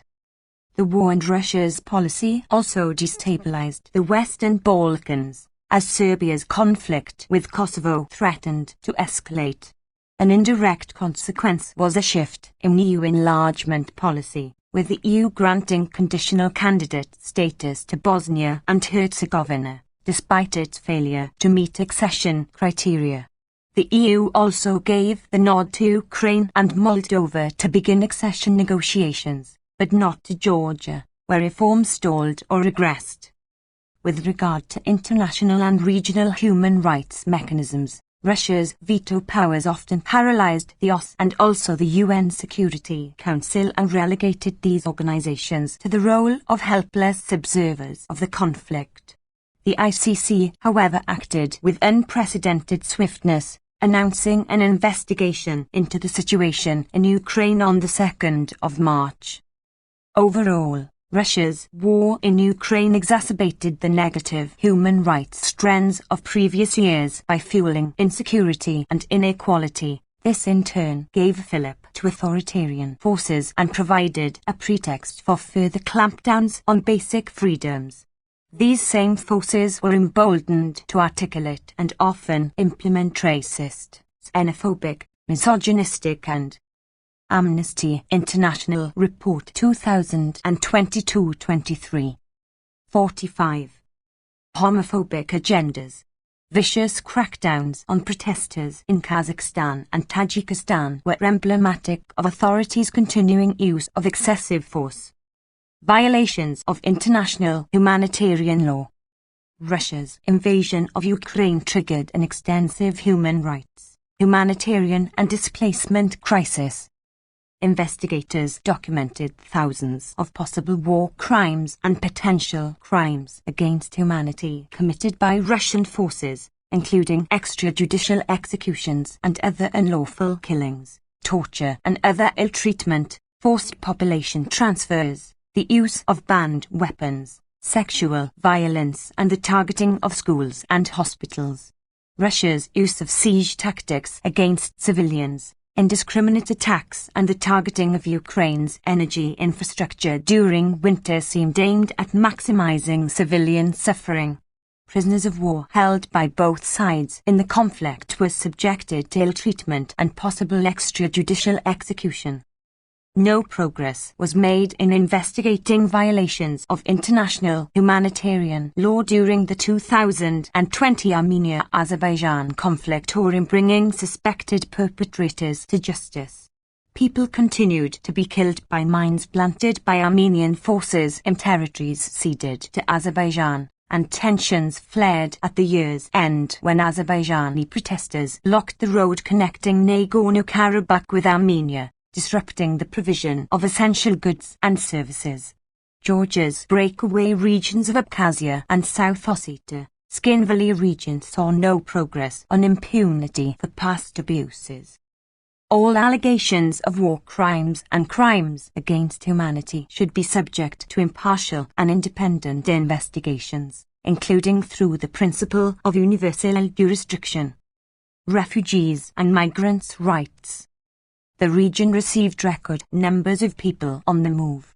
People fleeing Russia's invasion of Ukraine constituted the biggest single case of displacement on the continent since World War II. The largest numbers of such people were recorded in Poland, 1.53 million, Germany, 1.02 million, and the Czech Republic, 468,000. The EU activated the Temporary Protection Directive for the first time, providing people fleeing the conflict in Ukraine with quick access to accommodation, the labour market, and education. The reception shown to people seeking protection from the war in Ukraine set a new benchmark in Europe and showed that EU member states have the capacity to give dignified protection to millions if there is the political will to do so. For example, a state emergency law was passed in the Netherlands for municipalities to ensure that 60,000 Ukrainians had access to accommodation and other services. In Switzerland, refugees from Ukraine received rapid support, although projects aimed at improving conditions in asylum centres were postponed. EU countries also marked the largest number since 2016 of asylum requests from people from other countries around the world seeking safety, and a rise in people using the Western Balkan, Central and East Mediterranean routes to arrive. Throughout the year, Europe's borders remained a place of racialized exclusion, danger and abuse for many people also seeking protection coming from other parts of the world, including Afghanistan, Syria and Sub-Saharan Africa. At both land and sea borders, states subjected refugees and migrants to forcible, often violent, summary returns without examination of their individual circumstances. Many refugees and migrants endured the consequences of racist border policies at the hands of the officials enforcing them. Spanish authorities continued to deny responsibility for serious human rights violations during operations by their border police in Melilla in 2021, which resulted in the 46th Amnesty International Report 2022-23. Death of 37 people from Sub-Saharan Africa, injuries to scores of others and the summary return of at least 470 people to Morocco. State actors patrolling sea borders prevented refugees and migrants arriving by boat from disembarking. Border officials and police arbitrarily detained, often for long periods, others who managed to reach EU territory and summarily returned, often violently. thousands of people from Bulgaria and Greece to Turkey to Iran and Syria, Cyprus to Lebanon, Spain to Morocco, France to Italy, Croatia to Bosnia and Herzegovina, Hungary to Serbia, and Latvia, Lithuania and Poland to Belarus. Countries reacted differently to the Taliban takeover of Afghanistan in 2021. Denmark began to review cases of rejected Afghan asylum seekers, but Belgium resumed refusals of international protection for Afghans, while Germany resettled significant numbers of at-risk Afghans. A new program launched to approve admission of 1,000 people per month prompted concerns over fairness and transparency of the process. In the east of the region, Tajikistan detained and deported Afghan refugees. Russia's war in Ukraine prompted the large-scale migration of Russians to Armenia, Georgia, Kyrgyzstan and Kazakhstan. Kazakhstan proposed legislative amendments which could force many to return to Russia. Belarus continued to violently force refugees and migrants to cross its borders towards EU countries, subjecting them to torture and other ill treatment. Governments must ensure that everyone has the right to international protection respected, protected and upheld without discrimination or being returned to persecution or other human rights violations. Women's and girls' rights. The rights of women saw both progress and setbacks.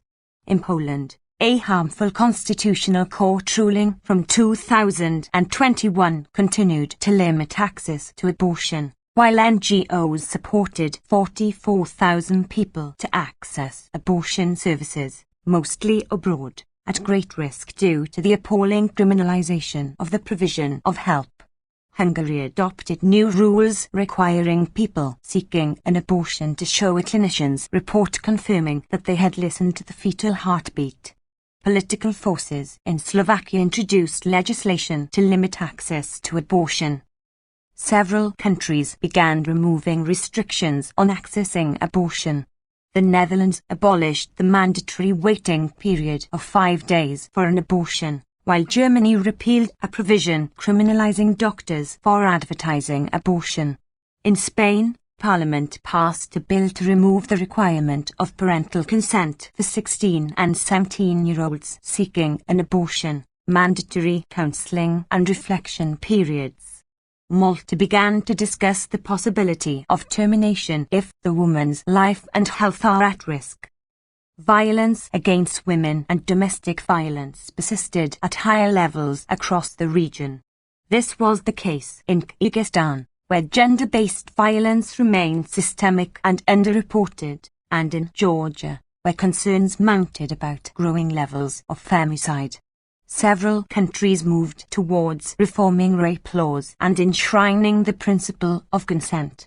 New laws entered into force in Belgium, Finland and Spain, while legislators in the Netherlands continued to discuss such amendments. Ukraine and the UK ratified the landmark Council of Europe Convention on Preventing and Combating Violence Against Women and Domestic Violence, Istanbul Convention. Although the EU had not made progress towards ratifying the Istanbul Convention, the European Commission proposed a new directive to combat violence against women and domestic violence.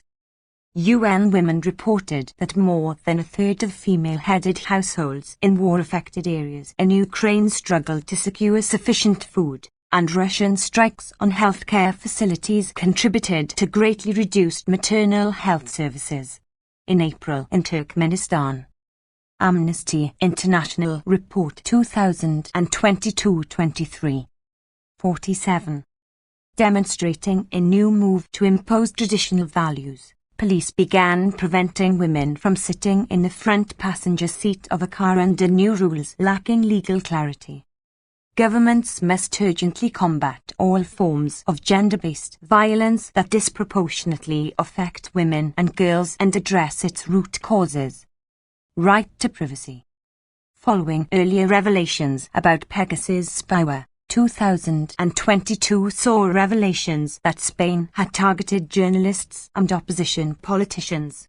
During the year, There were also independently confirmed cases of journalists and politicians targeted with spyware in Poland and Greece.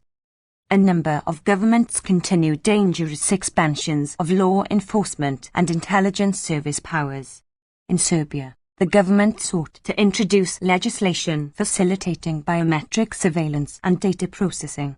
In Switzerland and Ireland, NGOs raised concerns about draft legislation expanding the powers of intelligence services in the former and introducing facial recognition technology in law enforcement in the latter.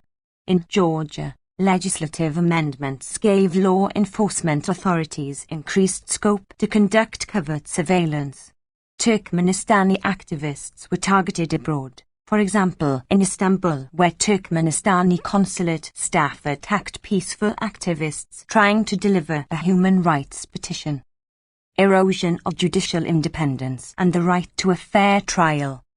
In June, the Council of Europe's Venice Commission noted that in Georgia the speed and scope of 2021 amendments to the law on common courts may create a chilling effect on judges' freedom of expression and internal judicial independence, with a perceived aim to control and silence them. In Belarus, legislation expanded the use of investigations and trials in absentia, and the justice system continued to persecute government critics. The governments in Hungary and Poland continued to target judges and prosecutors with abusive disciplinary proceedings and suspensions, and to disregard international criticism in this area.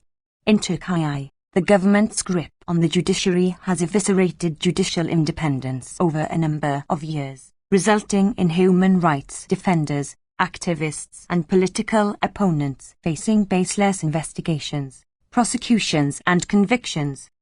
Governments must stop the slide to surveillance societies, respect the right to a fair trial, and end the erosion of judicial independence. Torture and other ill treatment. Russia's war in Ukraine was accompanied by systematic torture and other ill treatment. Prisoners of war were subjected to ill treatment and possible extrajudicial execution. The Russian filtration process subjected some civilians in Ukraine to electroshocks, execution threats, the denial of food and water, and the separation of children from their parents. Elsewhere in the east of the region, ill treatment was commonly deployed in detention centers. In Kazakhstan, electric shocks and burning with steam mines were reported, and according to official figures, 6 individuals died from unlawful interrogation methods. Torture and other ill treatment was rampant in Tajikistan to intimidate and extract confessions.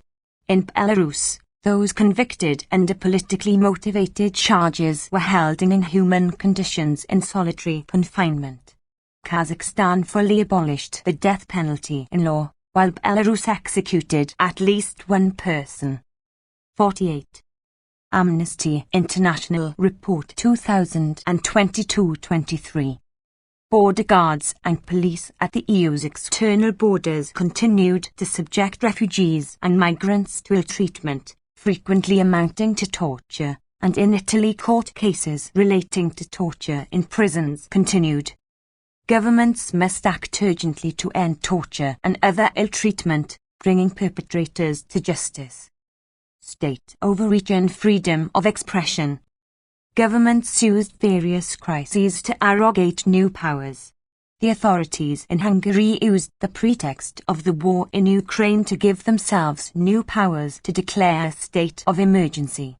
Latvia, Lithuania, and Poland continued their states of emergency at the border with Belarus, unjustifiably restricting access of journalists, NGOs, and humanitarian actors. Turkey continued to detain and prosecute dozens of journalists, activists, and opposition politicians on spurious terrorism-related charges.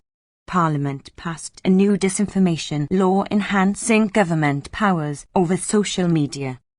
In the Western Balkans, authorities pressured, harassed, and threatened journalists, especially those reporting on organized crime, corruption, and war crimes. monitors recorded physical attacks against journalists in Kosovo, Montenegro and Serbia. Strategic litigation against public participation, SLAPS, abusive lawsuits that targeted journalists and environmental activists, were increasingly common. The use of SLAPS was concerning in Austria, Bosnia and Herzegovina, Bulgaria and Greece, but frighteningly common in Croatia, Serbia and Slovenia. The European Commission proposed an anti-SLAP directive, which was under negotiation. In the East, freedom of expression remained under severe assault.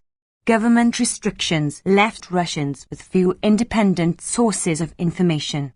In March, new legislation penalizing discreditation of and spreading deliberately false information about the Russian armed forces effectively barred critical mention of the war in Ukraine.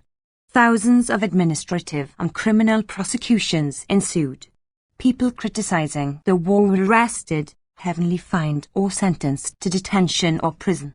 Many high-profile critics of the war were declared foreign agents. Dozens of independent media were closed, thousands of websites were blocked, and Meta was declared an extremist organization. Belarus also prosecuted hundreds who expressed support for Ukraine or criticized the government, arrested 40 more independent journalists and brought new charges against those already imprisoned. Hundreds were prosecuted for association with extremist content. The Tajikistani authorities aggressively targeted independent media and human rights defenders in response to new protests in the Gorno-Badakhshan Autonomous Oblast, and shut down the internet completely there in the first months of the year. Turkmenistan reportedly blocked 1.2 billion IP addresses to prevent access to information from abroad, and Azerbaijan adopted a new media law to create a single official register of journalists and mandated media to distribute objective information only. Freedom of assembly. In the western part of the region, several countries imposed arbitrary or disproportionate bans on peaceful protests. In Republika Srpska in Bosnia and Herzegovina, authorities banned protests commemorating the 30th anniversary of wartime persecution. Turkey repeatedly placed bans on prides and demonstrations commemorating victims of enforced disappearances. More often, the authorities resorted to other measures, such as preventive detention. Sweden, excessive use of force against protesters. Serbia, severe fines. Slovenia, arbitrary arrests. Greece, and unfair dismissals of protest participants. Hungary.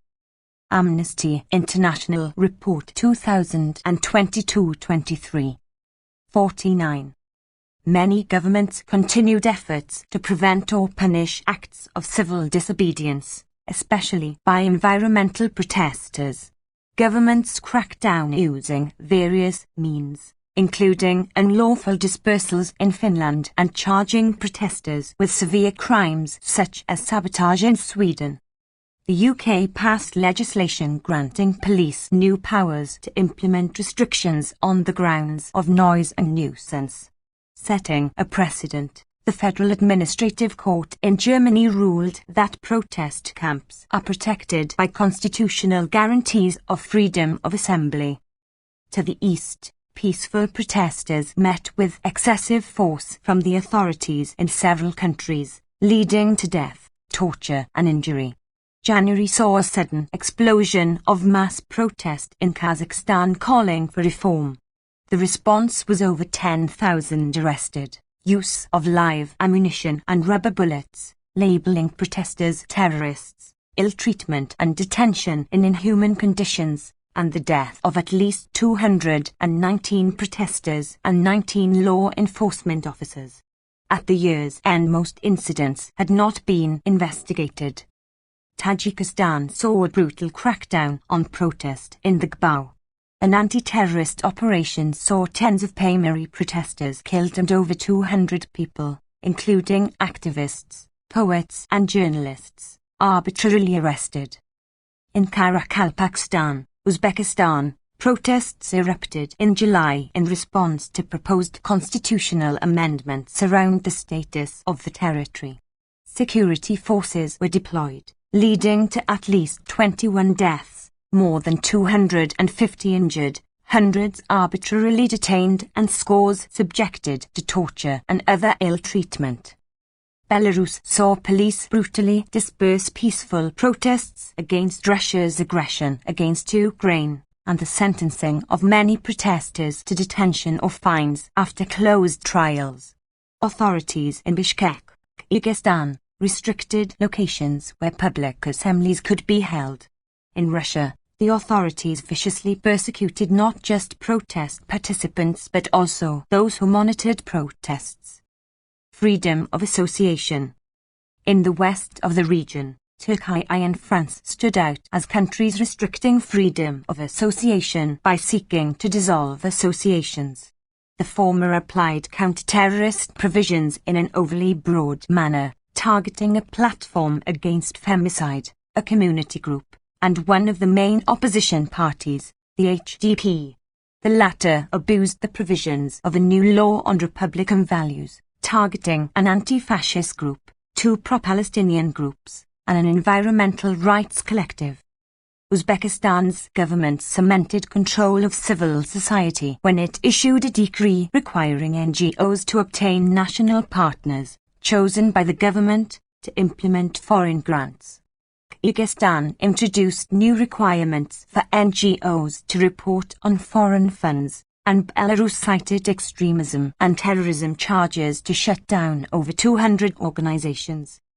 The space for all to exercise the rights to freedom of expression, association and peaceful assembly must be protected from state overreach under various pretexts.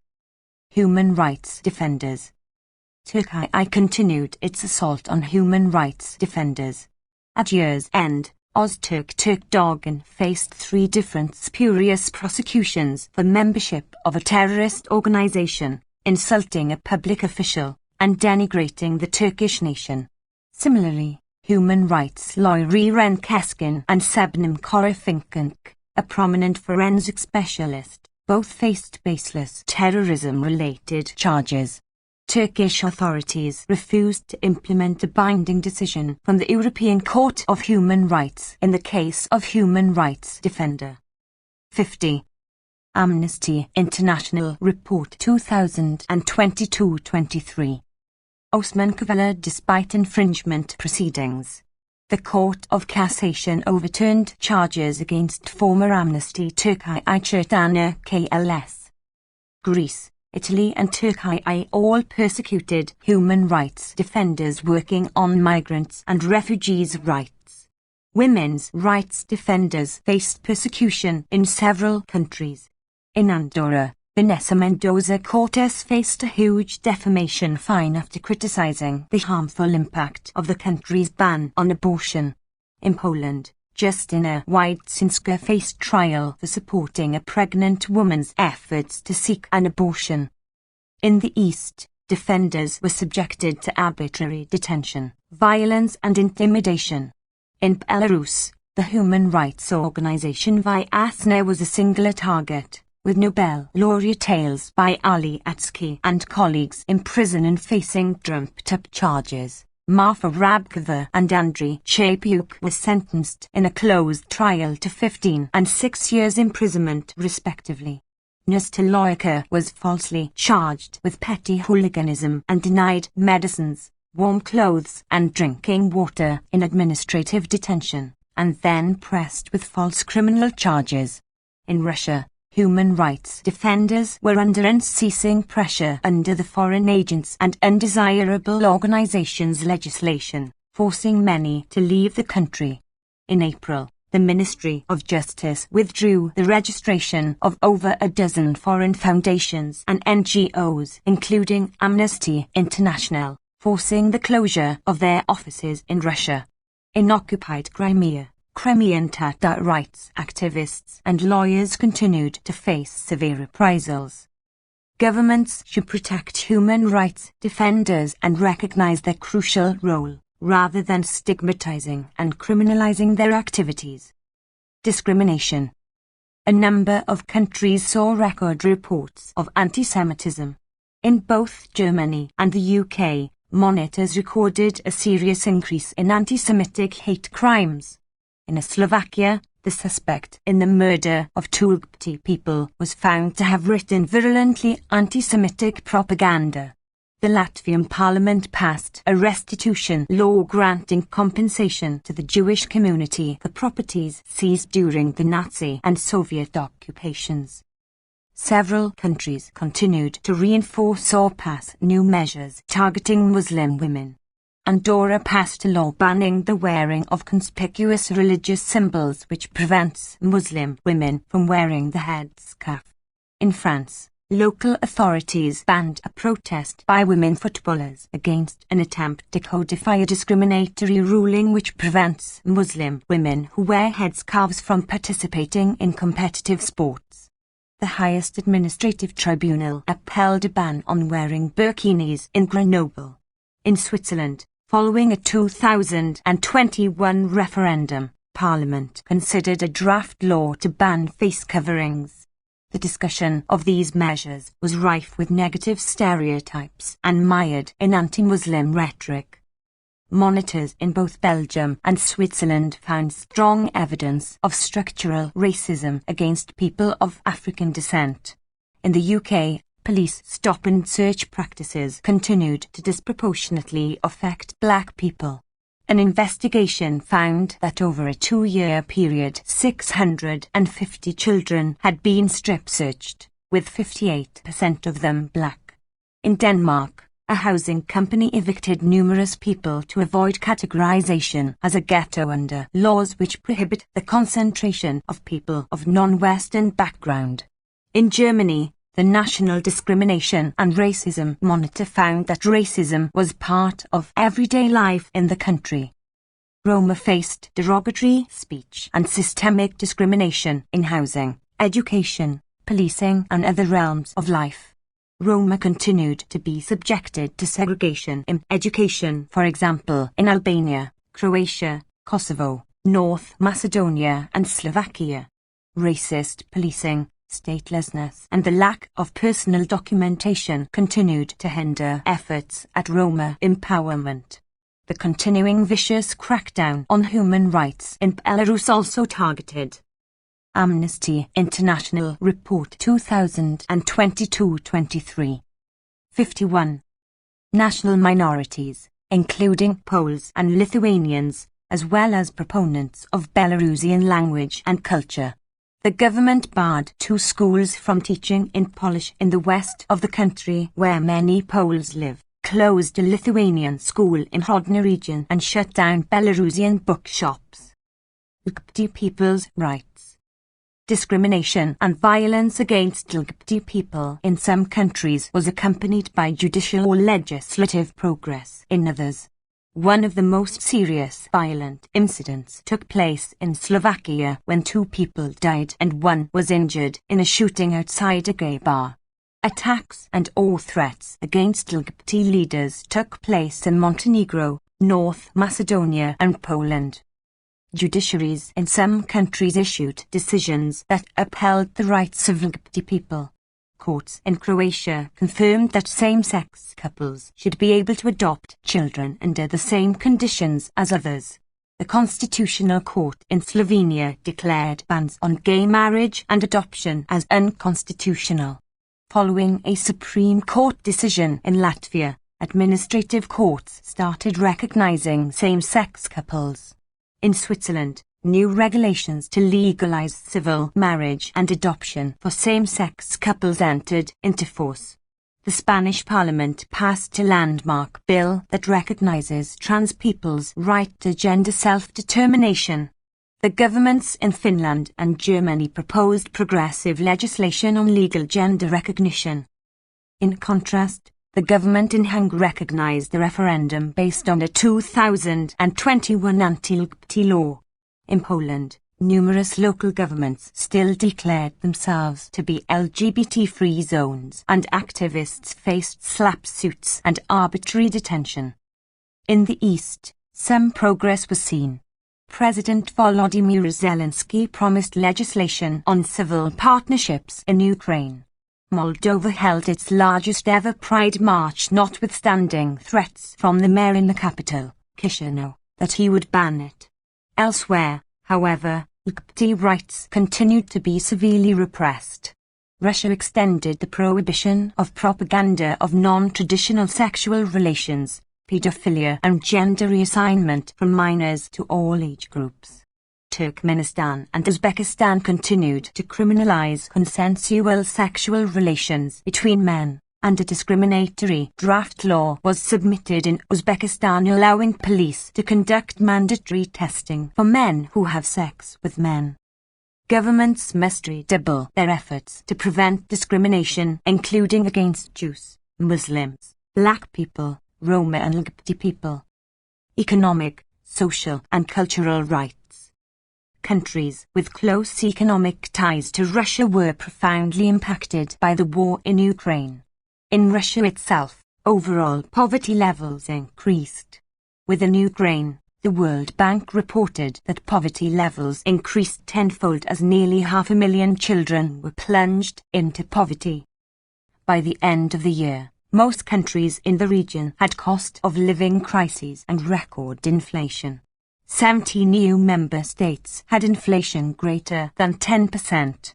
As usual, across the region the poorest and most vulnerable, including persons with disabilities, pensioners and children, were disproportionately affected and suffered inadequate social protection.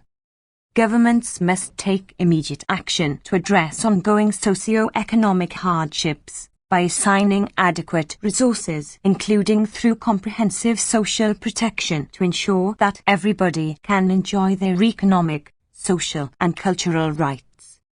52. Amnesty International Report 2022-23. Failure to tackle climate crisis. The climate crisis was brought home to many by unprecedented summer heat waves, with temperatures exceeding 40 C in places.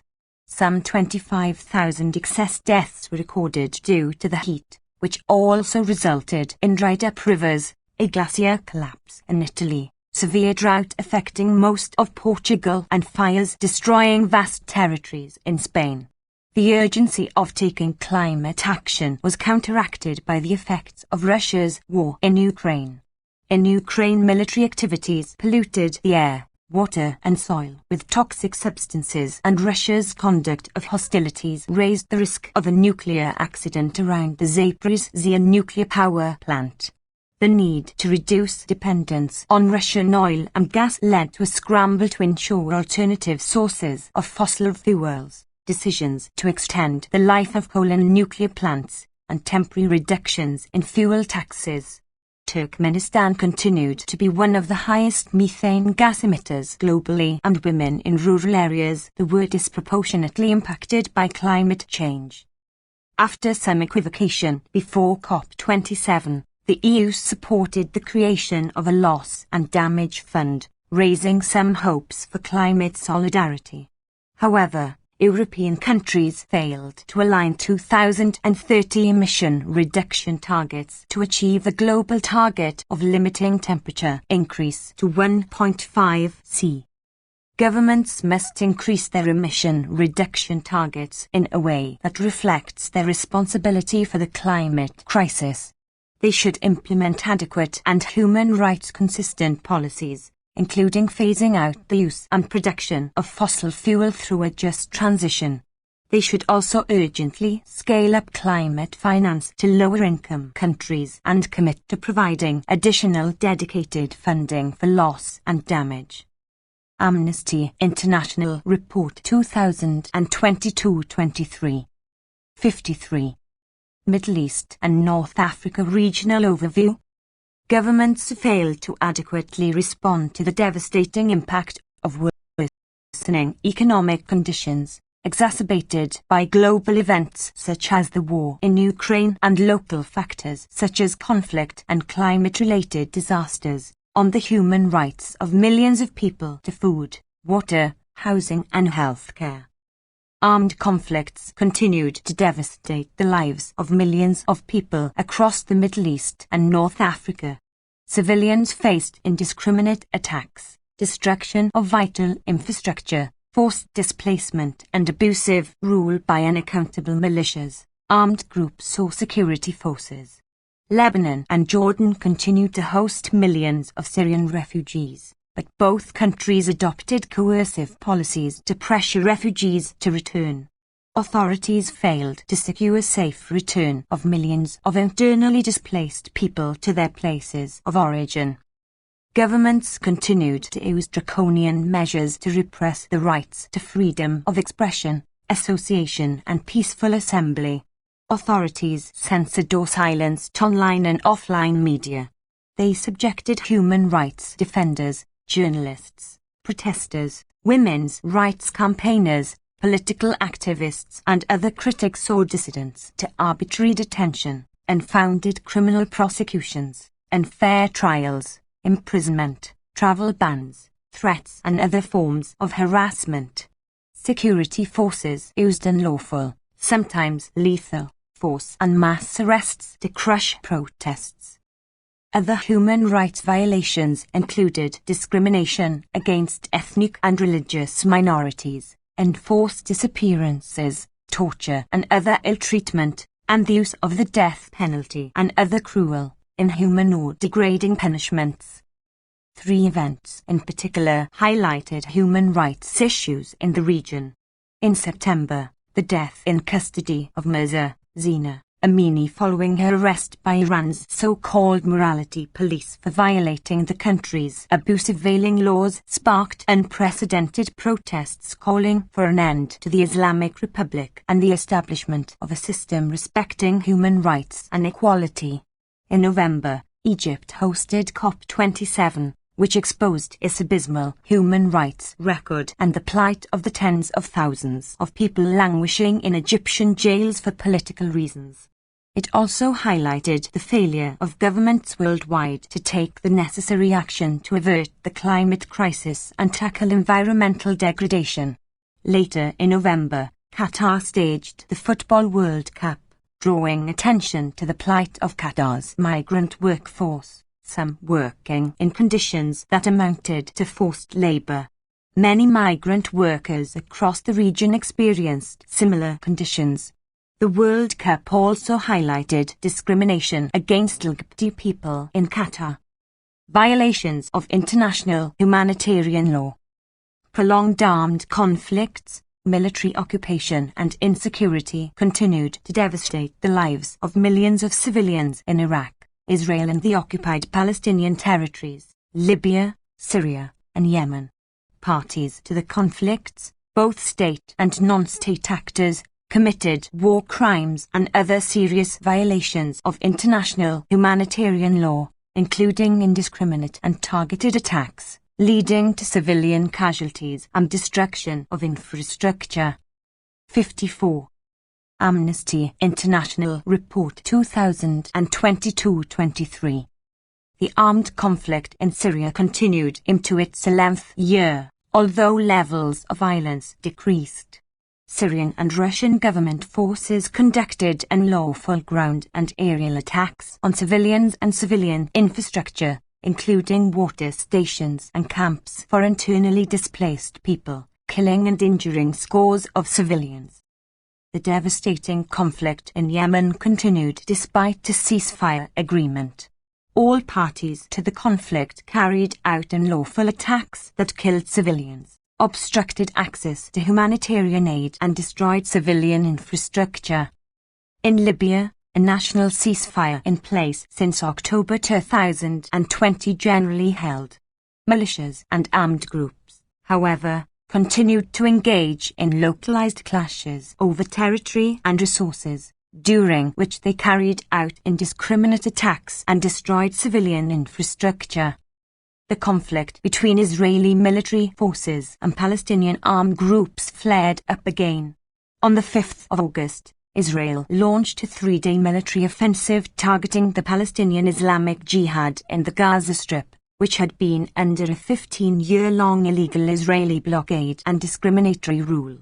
Around 1,700 Palestinian homes were damaged or destroyed, and hundreds of civilians were displaced during the offensive.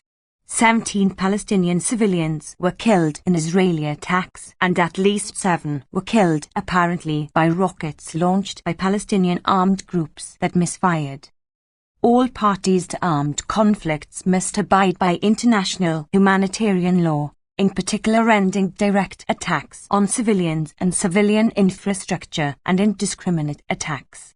Foreign governments must stop transfers of weapons where there is an overriding risk that they will be used to commit or facilitate serious violations of human rights or international humanitarian law. Rights of refugees, migrants and internally displaced people.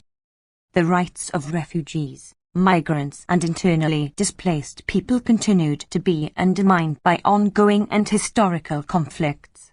Host nations, such as Lebanon and Jordan, violated the rights of refugees, and international donor governments did not adequately fund humanitarian response programs.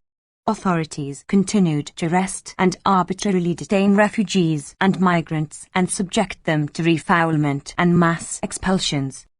Lebanon continued to host an estimated 1.5 million Syrians, but the failure of the government to mitigate the impacts of the economic crisis in the country left most refugees living in extreme poverty and unable to access their human rights such as food, housing, education and health.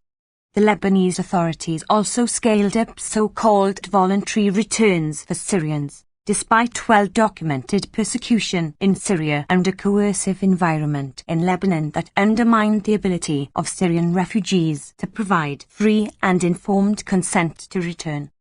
Neighboring Jordan continued to host around 2 million Palestinian refugees and more than 750,000 refugees from other countries in the Middle East and North Africa, most of whom had limited access to essential services due to severe underfunding.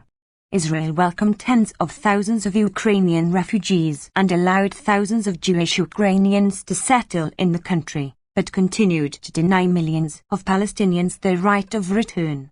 It also denied asylum to tens of thousands of people fleeing from African countries, particularly from Eritrea and Sudan.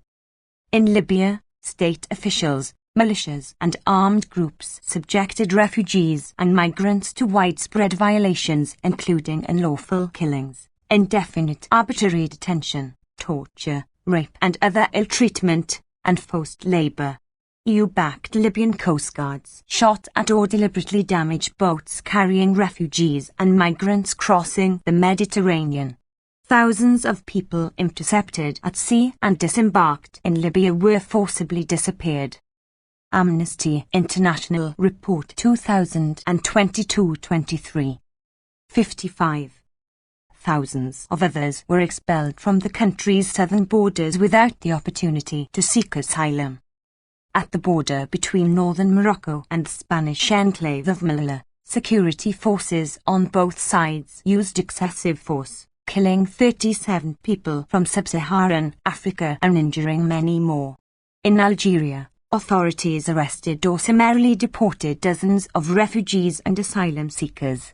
In Iran, security forces fired at Afghan nationals crossing the Iran-Afghanistan border, and arbitrarily detained and tortured others before expelling them unlawfully. Saudi Arabia forcibly returned tens of thousands of Ethiopian migrants after arbitrarily detaining them in inhumane conditions because they did not have valid residency documents and subjecting them to torture and other ill treatment. In Iraq, Libya and Syria, internally displaced people were unable to return to their homes due to insecurity, risks of arbitrary arrest and harassment by security forces, and lack of essential services and job opportunities. Governments must end the arbitrary detention of refugees and migrants on the basis of their migration status, and protect them from refoulement and mass expulsions. They must also take concrete steps to ensure the voluntary, safe and dignified return of internally displaced people to their areas of origin. Freedom of expression, association and assembly. Authorities across the Middle East and North Africa region continued to arbitrarily arrest, detain, prosecute and harass people for expressing critical views, participating in peaceful protests, and engaging in human rights work or political activism. Authorities used terrorism legislation or vaguely worded charges related to national security to silence dissent and impose long prison sentences. In Algeria, environmental activist Mohad Ghazem was jailed for 3 years for email exchanges relating to the exploitation of shale gas in the country. In Jordan, 3 journalists were arrested and charged with spreading fake news for their coverage of leaked documents that exposed the financial activities of companies, politicians and the king. In Morocco, human rights defender Saida Alami was sentenced to 2 years in jail for her social media posts denouncing the repression of journalists and activists, a sentence that was subsequently increased to 3 years on appeal. In some states, authorities increased censorship or ramped up threats against free speech. The Houthi de facto authorities in Yemen shut down at least 6 radio stations in the capital and continued to imprison at least 8 journalists, 4 of them on death row. Syria's government passed a new cybercrime law imposing long prison sentences for criticizing the authorities or constitution online. A new decree in Tunisia mandated prison terms of up to 10 years for willful misuse of telecommunications networks to produce, send or spread fake news or other false or defamatory content, and allowed authorities to dissolve entities found to have violated it. A new law in the United Arab Emirates, UAE, criminalized anyone who mocks, insults, or damages the reputation, prestige or standing of the state or its founding leaders. Authorities cracked down on protests in Iran, Libya and Syria, including through the use of unlawful lethal force and mass arrests. The authorities in Iran responded to the unprecedented uprising against the Islamic Republic with live ammunition, metal pellets and beatings, killing hundreds of people, including dozens of children, and injuring thousands more. The authorities shut down or disrupted internet and mobile phone networks and blocked social media platforms. Thousands were arbitrarily arrested and subjected to unfair trials and prosecutions, and 2 were executed. Palestinian authorities in the West Bank and Gaza Strip at times used excessive force to disperse peaceful gatherings. Impunity for unlawful killings and other serious human rights violations prevailed domestically across the region, but at the international level some positive steps were taken. For example, in November, the UN Human Rights Council established a fact-finding mission to investigate 56. Amnesty International Report 2022-23. Human rights violations related to the Iran protests that erupted in September. Furthermore, European countries investigated and prosecuted individuals suspected of committing crimes under international law in Syria and Iran through their national courts under the principle of universal jurisdiction. In several countries, authorities adopted other measures to crush dissent. In Algeria, they used bogus anti-terrorism charges to silence members of opposition political parties and movements. They also suspended at least 1 political party and threatened to suspend at least 2 others. Israeli authorities raided and ordered the closure of 7 Palestinian civil society organizations and disqualified a Palestinian political party from standing in Israel's parliamentary elections. In December, human rights lawyer Salah Hamri was deported to France following 9 months in administrative detention without charge or trial and the revocation of his East Jerusalem residency status. Between April and the end of the year, the Egyptian authorities released 895 people held for political reasons, but 2,562 suspected critics were arrested and interrogated by prosecutors during the same period, including hundreds in connection to calls for protests during COP27 in November. Thousands of human rights defenders, journalists, protesters and other actual or perceived critics and dissidents remained in arbitrary detention for exercising their human rights. Governments must respect the rights to freedom of expression, association and peaceful assembly, including ensuring that journalists, human rights defenders and activists can enjoy these rights without harassment, violence and prosecution, and releasing those detained for exercising these rights. Discrimination. Women and girls. In 2022, women and girls continued to face discrimination in law and in practice across the Middle East and North Africa, including in relation to the rights to inheritance, divorce, political representation and employment opportunities. Gender-based violence remained prevalent and was committed with impunity. Authorities in Egypt, Iran, Iraq, Saudi Arabia and Yemen subjected women human rights defenders and activists to prosecution, interrogation and/or other forms of harassment for speaking out against sexual violence and gender-based discrimination. Women and girls were at the forefront of nationwide protests that erupted in Iran in September, challenging decades of gender-based discrimination and violence and defying discriminatory and abusive compulsory veiling laws. So-called honor killings of women and other femicides continued in central Iraq and the Kurdistan region of Iraq, despite an increase in reports of such killings and other forms of gender-based violence, including against trans women. The government failed to criminalize domestic violence. In Algeria, 37 femicides were recorded. Legal protections from discrimination were further weakened in several countries in the region. In March, Saudi Arabia passed its first personal status law, codifying many of the problematic practices inherent in the male guardianship system and entrenching gender-based discrimination in most aspects of family life. An amendment to Tunisia's electoral law removed provisions that improved women's representation in parliament.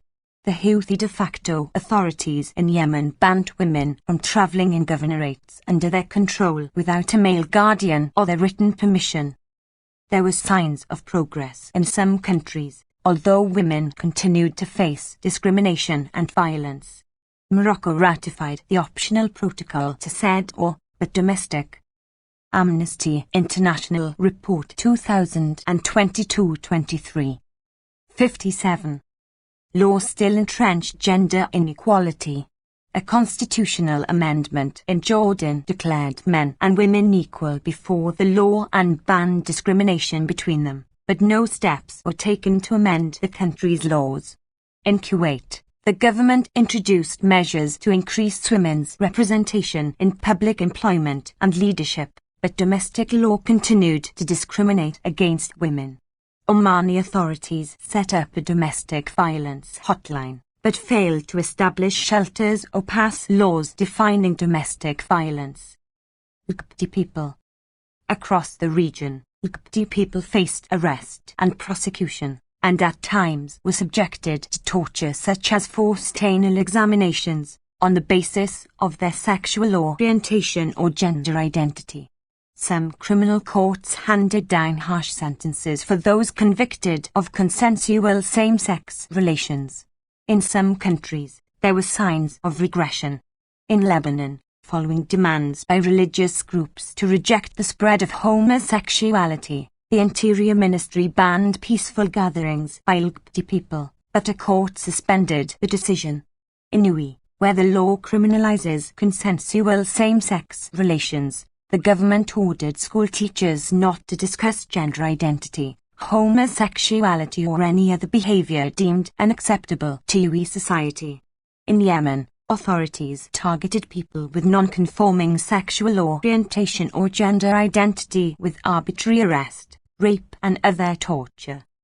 Ethnic and religious minorities. Across the region, members of national, ethnic and religious communities and minorities continued to face entrenched discrimination in law and practice, including in relation to their rights to worship, enjoy equal access to employment and healthcare, and live free of persecution and other serious human rights abuses. Israel maintained an extreme form of discrimination, a system of apartheid, through oppression and domination over Palestinians through territorial fragmentation, segregation and control, dispossession of land and property, and denial of economic and social rights. Israel committed a wide range of human rights violations against Palestinians to entrench this system, including forcible transfers, administrative detention, torture, unlawful killings, denial of basic rights and freedoms, and persecution, which constituted the crime against humanity of apartheid. In a move to further entrench the system of apartheid, the authorities in March reenacted a law that imposes sweeping restrictions on Palestinian family reunification to maintain the Jewish demographic majority, and in July the Supreme Court upheld a law authorizing the Interior Minister to strip citizens of their citizenship if convicted of acts that amount to breach of allegiance to the state. In Iran, ethnic minorities, including Ahwazi Arabs, Azerbaijani Turks, Baluchis, Kurds and Turkmen, faced systematic discrimination, restricting their access to education, employment, adequate housing and political office. In Kuwait, the Bedouin, native but stateless Kuwaitis, faced increased discrimination by law. Members of religious minorities also faced deep-rooted discrimination in law and practice, including in the right to worship. In Algeria, authorities used a decree that restricts religions other than Sunni Islam to persecute members of the Ahmadi religion of peace and light and to close at least 3 Protestant churches. Egypt's authorities continued to prosecute and imprison Christians and other religious minorities, as well as atheists and people espousing religious beliefs not sanctioned by the state, for defamation of religion and other bogus charges.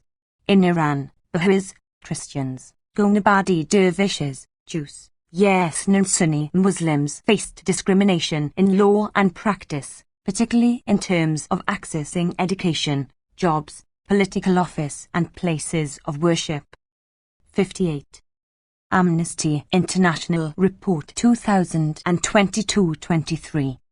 Governments must take urgent action to end gender-based discrimination and violence against women, girls and LGBT people and bring to justice those responsible for such crimes.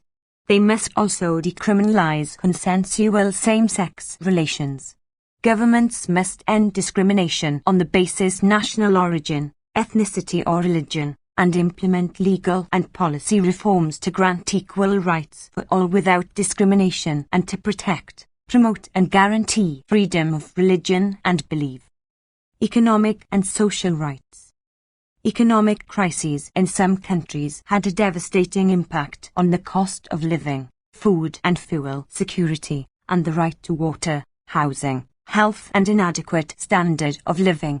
People from marginalized groups, including women, LGBT people, ethnic and religious minorities, refugees and migrants, and low-paid workers, were hit particularly hard.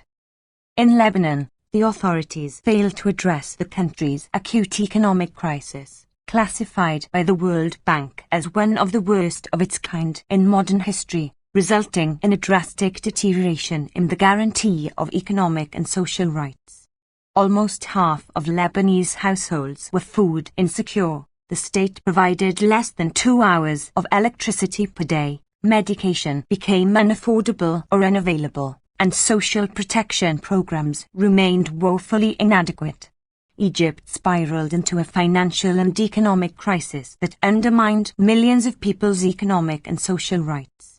Tunisia's economic crisis also worsened, with employment reaching 15% and shortages of staple foods. In Syria, an estimated 55% of the population was food insecure. In Yemen, currency depreciation, High inflation and soaring global food prices meant people's access to food was highly restricted. Across the region, governments failed to protect low-paid workers from labor abuses and repressed workers' right to join independent trade unions and to strike without fear of serious repercussions. In Egypt, Iran and Jordan, workers who staged protests or strikes, or sought to form independent trade unions, were penalized through unfair dismissal, arrests and prosecution. In the Gulf states, low-paid migrant workers, who make up the majority of the workforce, remained vulnerable to extreme exploitation, employment discrimination, highly inadequate housing, a wide range of physical and mental abuses, underpayment or non-payment of wages, limited access to healthcare, and summary dismissal and return to their country. In Qatar, the government continued to reform the country's kafala sponsorship system for migrant workers, but the process failed to end widespread labor abuses, including wage theft. The authorities still failed to investigate adequately the unexpected deaths of migrant workers, including those working in extreme heat and for long periods without breaks or rest days. Many migrant workers faced discrimination on the basis of their race, nationality and language, resulting in different rates of pay, worse working conditions, and tougher jobs. Meanwhile, domestic workers, most of them women, continued to face harsh working conditions and serious physical and mental abuse and sexual assault. The government also maintained its ban on migrant workers forming or joining trade unions, a right afforded to Qataris. Governments must take urgent action to establish social protection measures that effectively protect everyone, including marginalized groups, against the adverse impacts of crises and call for coordinated international efforts to guarantee the rights to health, food and an adequate standard of living. Governments must also protect the right of workers to organize independent trade unions and to protest, and they must extend labor law protections to migrant workers, including domestic workers. Amnesty International Report 2022-23. 59. Failure to tackle climate crisis. States across the region failed to take the necessary action to tackle climate change and environmental degradation, including those party to the 2015 Paris Agreement, a legally binding international treaty on climate change. 2022 saw widespread evidence of the devastating impact of the climate crisis on human rights. In Algeria, wildfires destroyed large areas of forest and killed more than 40 people. Iran suffered continuing loss of lakes, rivers, wetlands and forests, higher levels of air and water pollution, and land subsidence. In Iraq, intense droughts, heat waves and thunderstorms displaced more than 10,000 families. The region's major oil and gas-producing nations failed to support the call to phase out all fossil fuels in the final agreement at COP27 or to take the required action at home to combat climate change. Saudi Arabia, one of the world's largest producers of oil, did not update its NDC to reduce greenhouse gas emissions. Kuwait, Bahrain and UAE, the world's second, third and fourth highest carbon dioxide emitting countries per capita, respectively, and Qatar also failed to update their NDCs. The UAE even raised its levels of oil production during the year, contrary to its obligations under the Paris Agreement. Other states failed to update or revise their 2030 emissions targets to keep the rise of global temperatures below 1.5 degrees Celsius, or made their modest pledges contingent upon international financial support. Negotiations at COP27 were overshadowed by Egypt's human rights crisis, including a wave of mass arrests in connection to calls to protest during the conference. The event took place in a repressive environment with participants subjected to interrogations, surveillance, and other forms of harassment. Governments must take urgent action to curb their carbon emissions and stop funding fossil fuel projects. They must also review and respect their NDCs and meet all their obligations under the Paris Agreement. Torture and other ill treatment. Torture and other ill treatment continued in official and unofficial places of detention with virtual impunity in Egypt, Iran, Iraq, Israel and the occupied Palestinian territories, Lebanon, Libya, Saudi Arabia, the State of Palestine, Syria and Yemen. Abuses were inflicted to extract confessions and punish detainees. Torture methods included beatings, electric shocks, mock executions, suspension in contorted positions, sexual violence, denial of health care and prolonged solitary confinement. In almost all cases, authorities failed to carry out adequate investigations into allegations of torture and suspicious deaths in custody. Militias and armed groups in Libya systematically tortured and otherwise ill-treated detainees, sometimes to death, using electric shocks, flogging, sexual violence and other methods. In Saudi Arabia, authorities tortured and ill-treated migrant workers and denied them adequate health care, resulting in several deaths in custody. In Egypt, torture remained rampant in prisons, police stations and facilities run by the National Security Agency.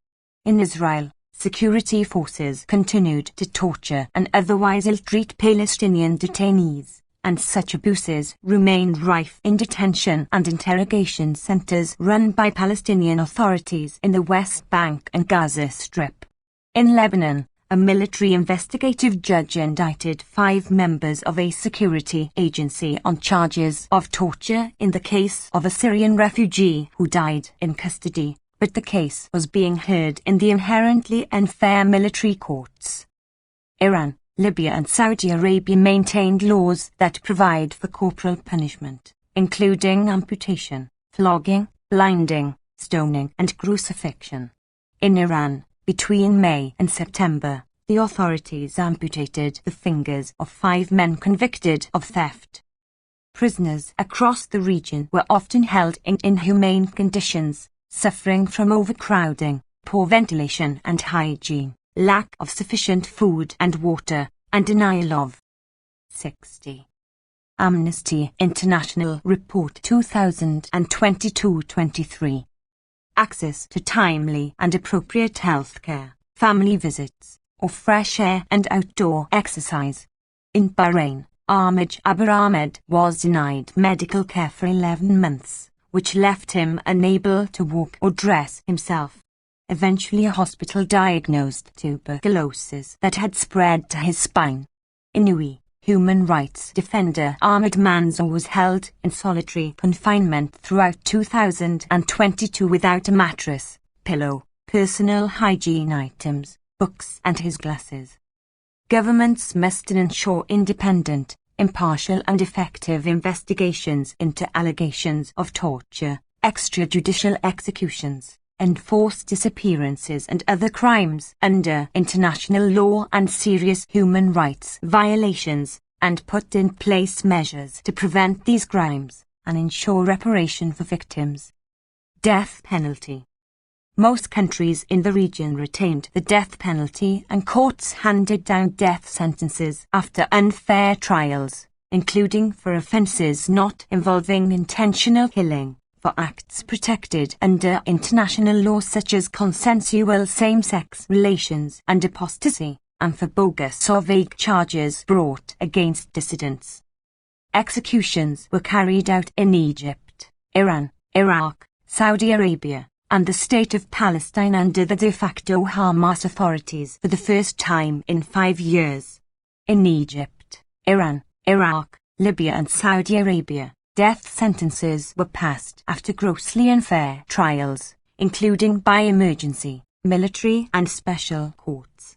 In Iran, where the death penalty was widely used as a tool of political repression, executions increased in 2022 and public executions resumed. Iran was the only country in the region to execute people convicted of offences that occurred when they were children.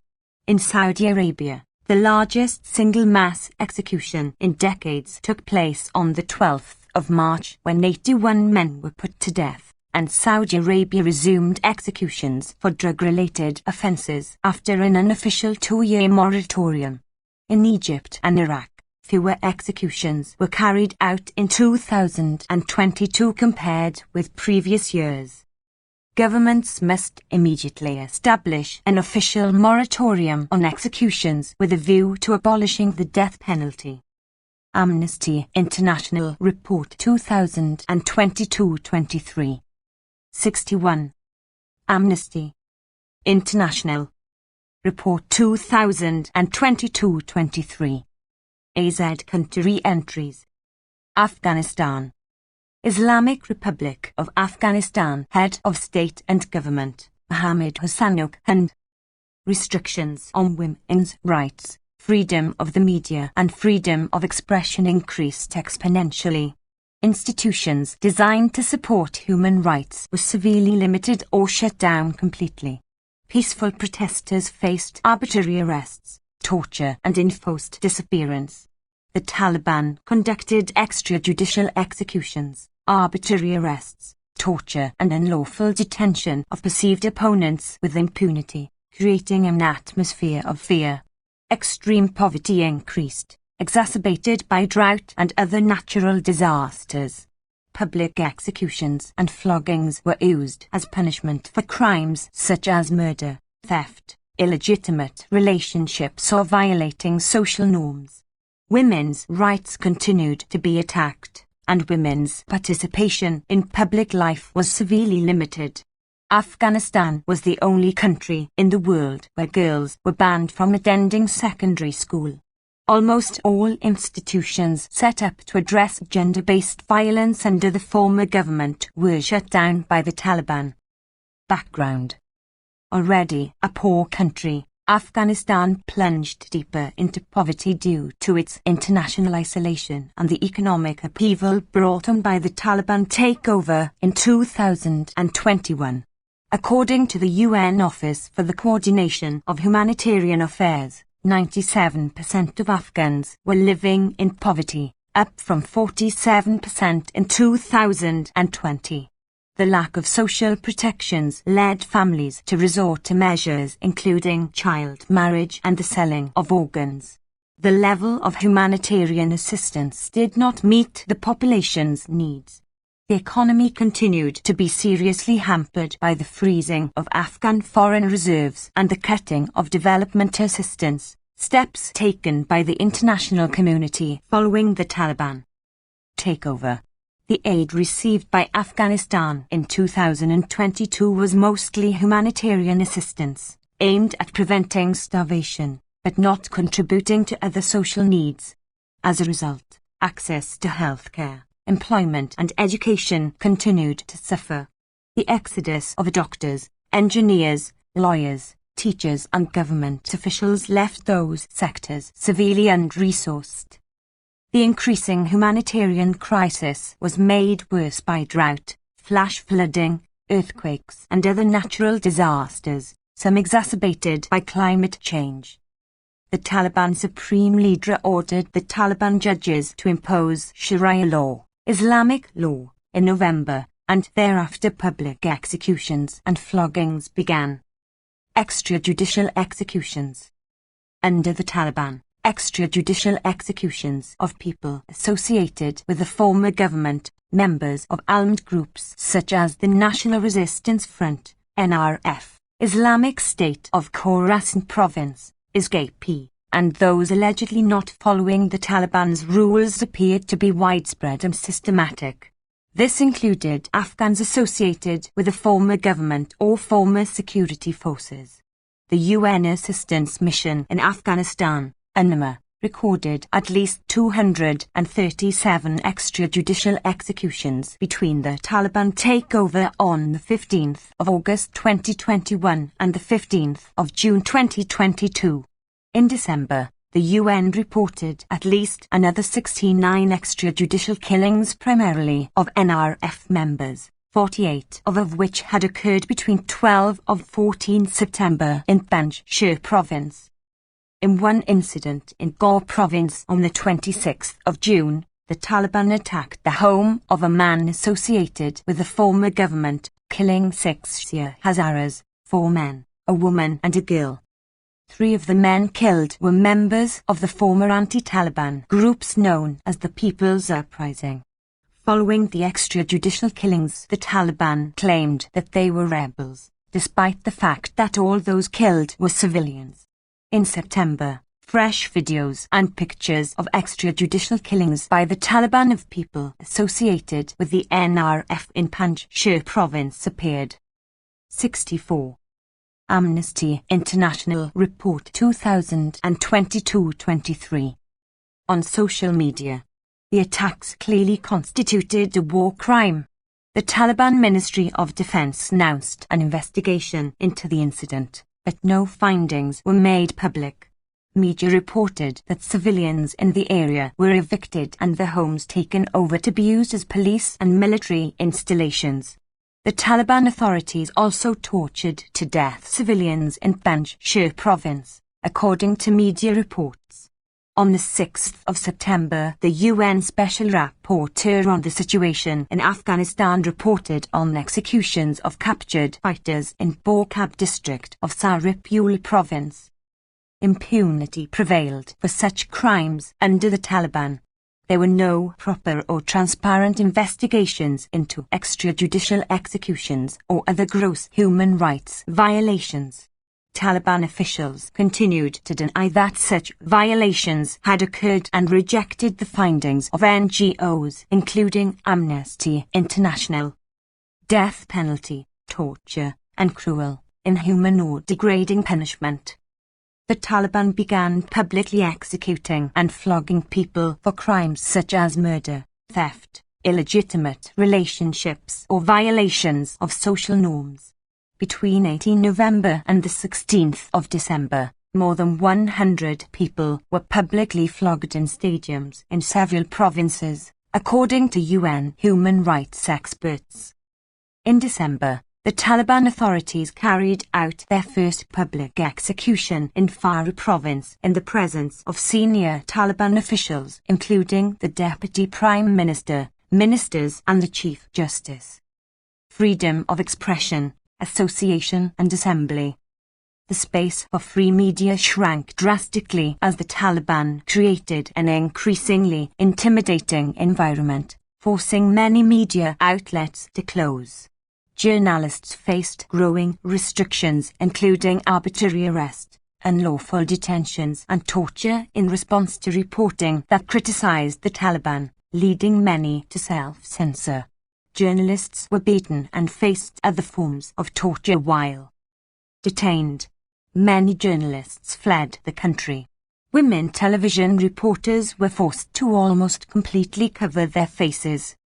The Afghanistan Independent Human Rights Commission, the National Human Rights Institution, remained closed, and the space for civil society organizations to document and report on human rights shrank significantly. Independent human rights groups were unable to work freely. The Taliban arrested and unlawfully detained those who criticized the Taliban on social media, particularly Facebook. The Taliban dismantled any space for peaceful assembly, demonstration or gathering. Taliban police used excessive and unnecessary force against demonstrators, and peaceful protesters were arbitrarily arrested, detained, tortured and forcibly disappeared. Detained protesters faced physical and psychological torture. Family members prevented female relatives from protesting out of fear of repercussions, further shrinking the space of freedom of assembly. Women's and girls' rights. The Taliban shut down the Ministry of Women's Affairs, MOWA, and replaced it with the Ministry for the Propagation of Virtue and Prevention of Vice, which issued restrictive and abusive decrees on women's and girls' rights. Women who protested against these restrictions were met with unlawful detention and violence. Girls remained barred from attending secondary school, and from December, from tertiary education. Previously, women attending universities were required to learn in gender-segregated classrooms wearing head-to-toe coverings, among other restrictions. They faced difficulties registering for classes and the National University entrance exam and, in some instances, were denied entrance to university buildings, making higher education almost inaccessible. Women were also barred from studying certain subjects. By the end of the year, women and girls were only permitted to attend primary schools. Amnesty International Report 2022-23. 65. Women and girls were increasingly prevented from freely accessing other public spaces through various measures.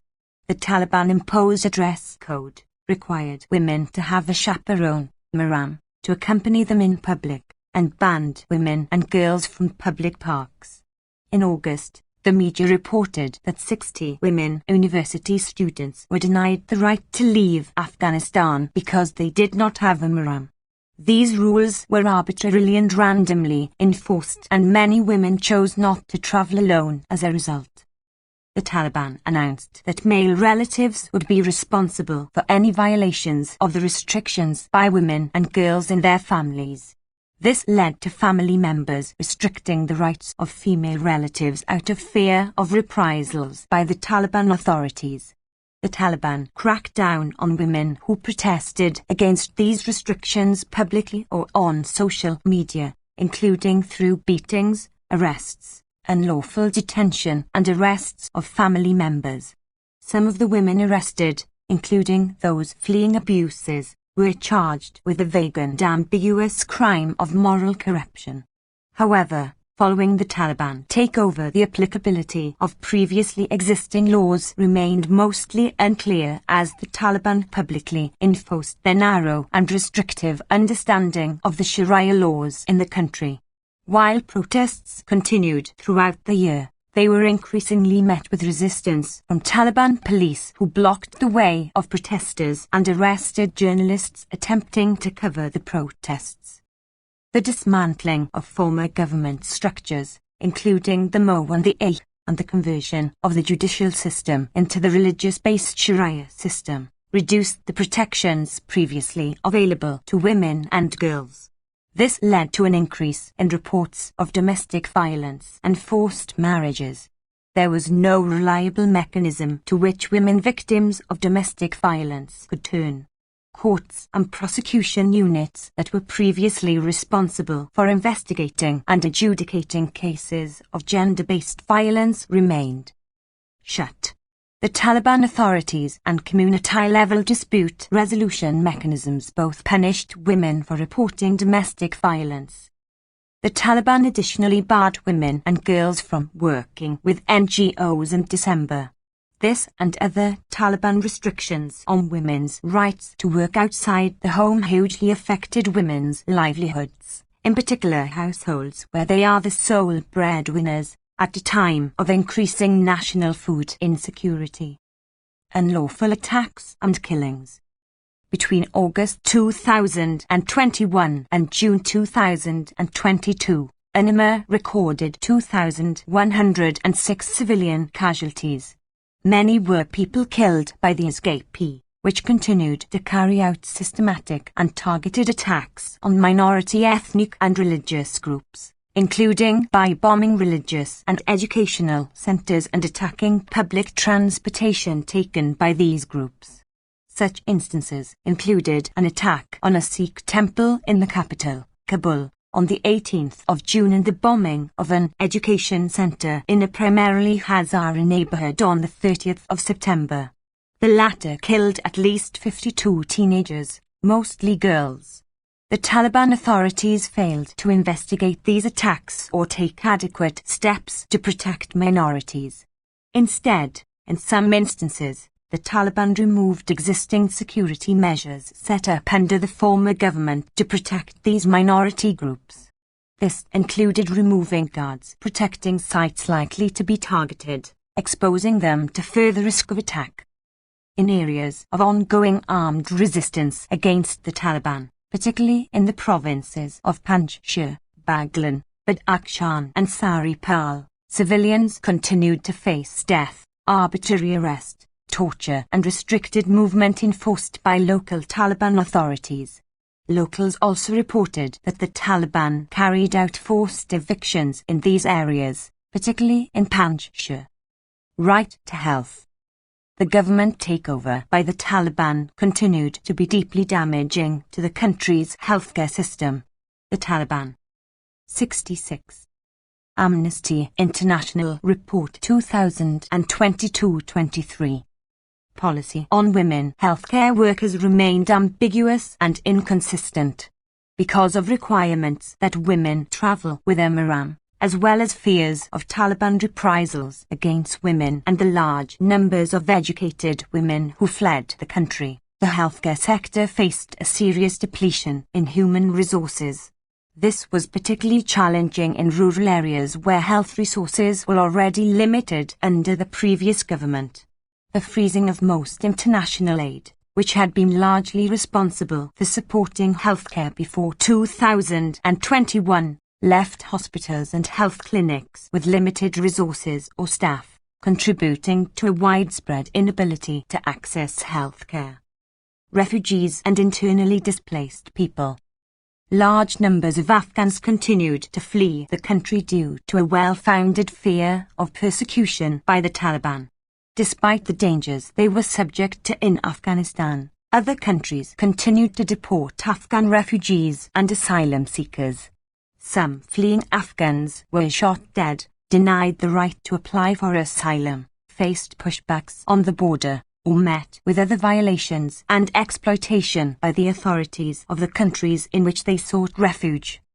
At the beginning of the year, 3.8 million people were internally displaced in Afghanistan, living in precarious circumstances with limited ability to access their human rights.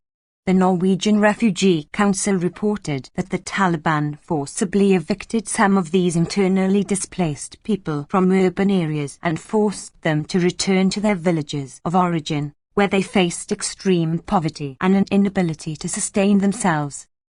LGBT people's rights. LGBT people in Afghanistan continued to face grave human rights violations perpetrated by the Taliban, including threats, targeted attacks, sexual assaults, arbitrary detentions and other violations. Many LGBT people remained fearful that past discriminatory practices by the Taliban would resurface. These historically included punishing those believed to be engaging in same-sex relations with death. Many LGBT people remained in hiding, fearing a risk to their lives. Impunity. The Taliban governance structure lacked justice, truth or reparation for crimes under international law or human rights violations. Courts and prosecutors did not investigate extrajudicial executions or prosecute those committing other human rights violations. The independence of the judicial system was severely damaged by the Taliban replacing judges and courts with their own systems of justice. In October, the ICC pre-trial chamber authorized the ICC prosecutor to resume its investigation into the situation in Afghanistan. In its decision, the court stressed that such an investigation should be with regard to all alleged crimes and actors, including members of armed forces or security and intelligence services of non-state parties, in contrast to the prosecutor's prior decision to focus his attention on crimes committed only by the Taliban and his GP. Albania. Republic of Albania head of state, Bajram Begaj, replaced Tilimeta in July. Head of government, Edi Rama. The government failed to protect citizens' personal data from a cyber attack on the country's servers. Intimidation against journalists continued. A specialized forensic psychiatric facility was lacking to accommodate and treat patients. Roma and Egyptian people were subjected to discrimination and segregation in education. Violence persisted against women and LGBT people. There were fears that the restructuring of the courts would make justice less accessible. Amnesty International Report 2022-23. 67. Right to privacy. In July and September, an external cyber attack on Albania's main state systems and servers revealed important classified and unclassified information and personal data relating to Albanian citizens. There were concerns that the government had failed to provide adequate protection against these incidents. Freedom of expression. Journalists. In September, the prosecutor's office banned all media outlets from publishing information from files that had been hacked from Albanian servers and computer systems and then leaked online, and threatened to launch criminal investigations against offenders and block news websites. Due to the government's failure to protect citizens' data, in April a journalist's personal data was downloaded by a public notary without his consent, after he had published information about the vetting process of a former prosecutor who was formerly married to the notary. In July, the Prime Minister banned a journalist for 3 months from participating in his press conferences, saying that he should be sent for re-education and accusing him of unethical behaviour. Cruel, inhuman or degrading treatment. In April, the European Committee for the Prevention of Torture published a report on a recent visit to Albania to examine the situation of forensic psychiatric patients in the country, currently accommodated unlawfully in the prison system. The committee stressed the urgent need for a permanent solution for the accommodation and treatment of such patients by creating a specialized forensic psychiatric facility, as required by mental health legislation. In October, a 32-year-old man died in a police station in Tirana after he was arbitrarily detained, although he was suffering from a health condition requiring immediate treatment. The police refused to send him to hospital immediately. The police also unlawfully failed to register the victim in the official registers. Discrimination. LGBT people remained subject to discrimination and harassment. In May, a transgender man was physically attacked by a group in the street because of their gender identity. Roma and Egyptian people were subjected to discrimination and segregation in education from an early age. In May, the European Court of Human Rights ruled that the rights of six Roma and Egyptian families had been violated when their children had suffered indirect discrimination and segregation in the name Frasheri Primary School, in Kos. Violence against women and girls. Violence against women remain widespread, with protection orders not being effectively implemented. Dozens of women were killed by their partners or family members. A report confirmed that women candidates and members of parliament encountered different forms of abuse within political parties, including offensive language or insults, speech interruption, threats, and sexual harassment. Right to a fair trial. In July, the government approved judicial reforms reducing the number of courts in the country. There were concerns that this would make access to justice more expensive and more difficult. Algeria. People's Democratic Republic of Algeria Head of State, Abdelmajid Tebboune Head of Government, Amin Ben Abderrahman. Authorities continued to arrest and prosecute people who expressed dissent online or attended protests. They also 68. Amnesty International Report 2022-23 continued to use anti-terrorism laws to prosecute peaceful activists and journalists, and to close or threaten to close associations. Prison officers subjected prisoners to torture and other ill treatment with impunity. Authorities closed 3 churches and refused licenses for more, and restricted the right to movement of some activists and journalists. 3 lawyers were prosecuted in relation to their defense of political activists or for protesting against a suspicious death in custody. 37 femicides were reported. No changes were made to the law to protect women. Courts handed down death sentences. There were no executions. Background.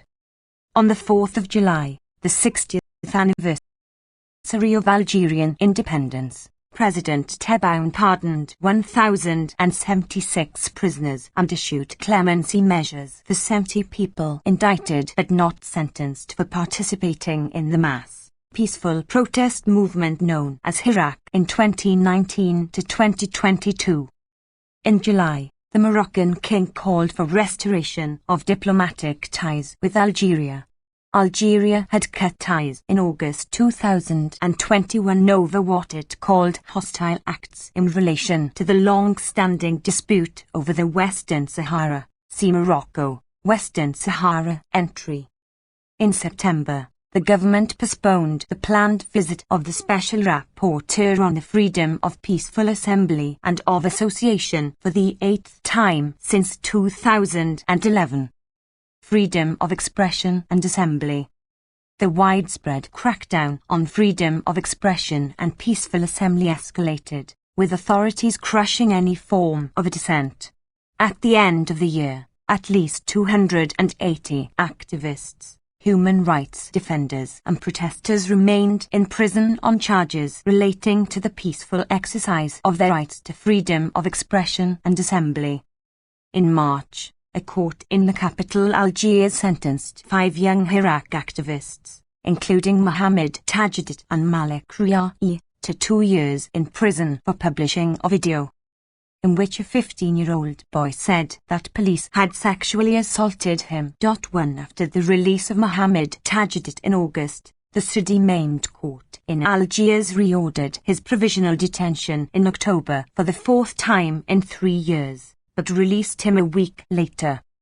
In April, a criminal court in Adra city in southwest Algeria sentenced environmental activist Mohad Ghazem to 3 years in prison for sharing confidential information without the intent of treason relating to email exchanges about the exploitation of shale gas in Algeria.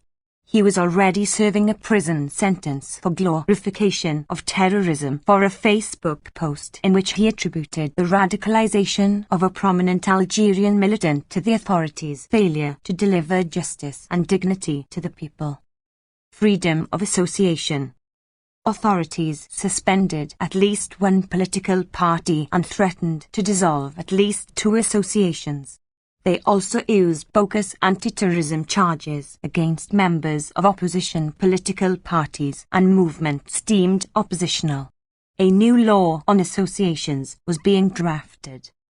On the 20th of January, on the orders of the Ministry of Interior, the State Council suspended the Socialist Workers' Party, PST, forcing it to cease all activities and close its premises. The PST appealed, but received no response and remained suspended. Also in January, the Ministry of Interior asked the State Council to suspend 2 other political parties, the Union for Change and Progress, and the Rally for Culture and Democracy.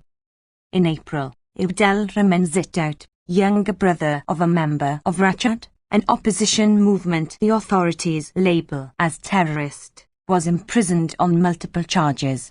No evidence of terrorism was brought against him in court.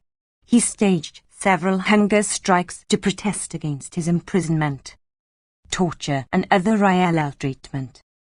Torture and other ill-treatment continued with impunity. Amnesty International Report 2022-23. 69. Anti-corruption activist, former military officer and whistleblower Mohamed Benhammer was transferred to Blida military prison southwest of Algiers in April, held in solitary confinement, subjected to torture and other ill-treatment, and not allowed to receive food, clothes and books from the outside. Freedom of religion and belief. Authorities continued to use Decree Law 063, which restricts religions other than Sunni Islam, to prosecute members of the Ahmadi religion of peace and light and to close at least 3 Protestant churches, bringing to 29 the number of churches closed since 2018. Authorities had issued no licenses for non-Muslim worship since 2006. Authorities refused to issue building licenses to the Protestant Church of Algeria, which has 47 churches across the country. In January, the government rejected the UN Working Group on Arbitrary Detention's view that the sentencing to 5 years in prison of Hamid Saudad, a Christian, for offending Islam under Article 144 bis 2 of the Penal Code is incompatible with the ICPR. The government said that the article protects public order. In June, the first instance court in Béjaïa in East Algiers charged 18 members of the Ahmadi religion of peace and light with participation in an unauthorized group and denigrating Islam under Article 46 of the Law on Associations and Article 144 bis 2 of the Penal Code, respectively. The judge ordered that 3 be detained and the others released pending further investigation. In November, all charges against the group were dropped. On the 16th of November, the Ministry of Religious Affairs issued a fatwa against the group, declaring them heretics and saying they should be condemned and punished according to the law. Refugees and migrants' rights. According to UNHCR, the UN Refugee Agency, over 140 refugees and asylum seekers were arrested or deported between January and mid-September, and at least 21,870 people were deported to Niger in 2022. In November, authorities forcibly transferred over 60 Syrian and Palestinian men, women and children across the Niger border and left them in the desert. Freedom of movement. At least 5 activists and journalists were prevented from leaving the country without a judicial order, in breach of their right to freedom of movement. In February, Laza Zouemia, an Algerian-Canadian national and member of Amnesty International in Canada, was charged with terrorism for his alleged connection with the movement for the self-determination of Kabylie, Make, and Rachad. Authorities twice stopped him from leaving Algeria, before allowing him to travel to Canada in May. In September, a tribunal in the city of Constantine convicted Laza Zouemia in his absence and sentenced him to 5 years in prison and a fine. In August, staff and authorities at Oran Airport questioned activist Kader Chouicha and journalist Jamila Loukil and prevented them from travelling to Switzerland for a UN conference. Right to a fair trial. Authorities arbitrarily arrested defence lawyers, thus undermining the right to fair trial. In June, the first instance court of Tebessa in northeast Algeria sentenced lawyer Abderraouf Aslan to 3 years in prison, 2 of them suspended, after he had spent over a year in pre-trial detention. He was arrested in May 2021 for defending 3 Iraq activists, and charged with spreading fake news and terrorist-related offences. In May, lawyers Abdelkader Chouf and Yassine Klafai were arrested for protesting against the suspicious death in custody of an activist, and charged with spreading fake news and incitement to an armed gathering. Both were sentenced on the 15th of August to 6 months in prison, suspended, and released the same day. 70. Amnesty International Report 2022-23. Women's Rights. The Penal Code and Family Code continued to unlawfully discriminate against women in matters of inheritance, marriage, divorce, child custody and guardianship. The Penal Code's forgiveness clause allows rapists to escape sentencing if they obtain a pardon from the victim and does not explicitly recognize marital rape as a crime. The activist group Feminicides Algerie recorded 37 reported femicides in 2022. People's rights. The Penal Code continued to criminalize consensual same-sex sexual relations, punishable by 2 months to 2 years in prison and a fine. Workers' rights. The Labour Code continued to restrict the right to form trade unions. Authorities denied registration to the Independent General Autonomous Confederation for Algerian Workers, as they had done since 2013. On the 30th of April, police in Béjaïa city summoned Nessa Kassa, regional coordinator of the National Autonomous Union of Public Administration Personnel, to request he cancel a protest demanding improved workers' rights. The union did not hold its protest but denounced the ban. In October, Béjaïa local authorities refused, without explanation, to allow the union to hold its General Assembly. Death penalty. Courts continued to hand down death sentences, including for political reasons. The last execution was in 1993. In October, Mohamed Abderrahman Sema, editor of the news outlet Algérie Part, was sentenced to death for high treason for leaking information about Algerian oil deals.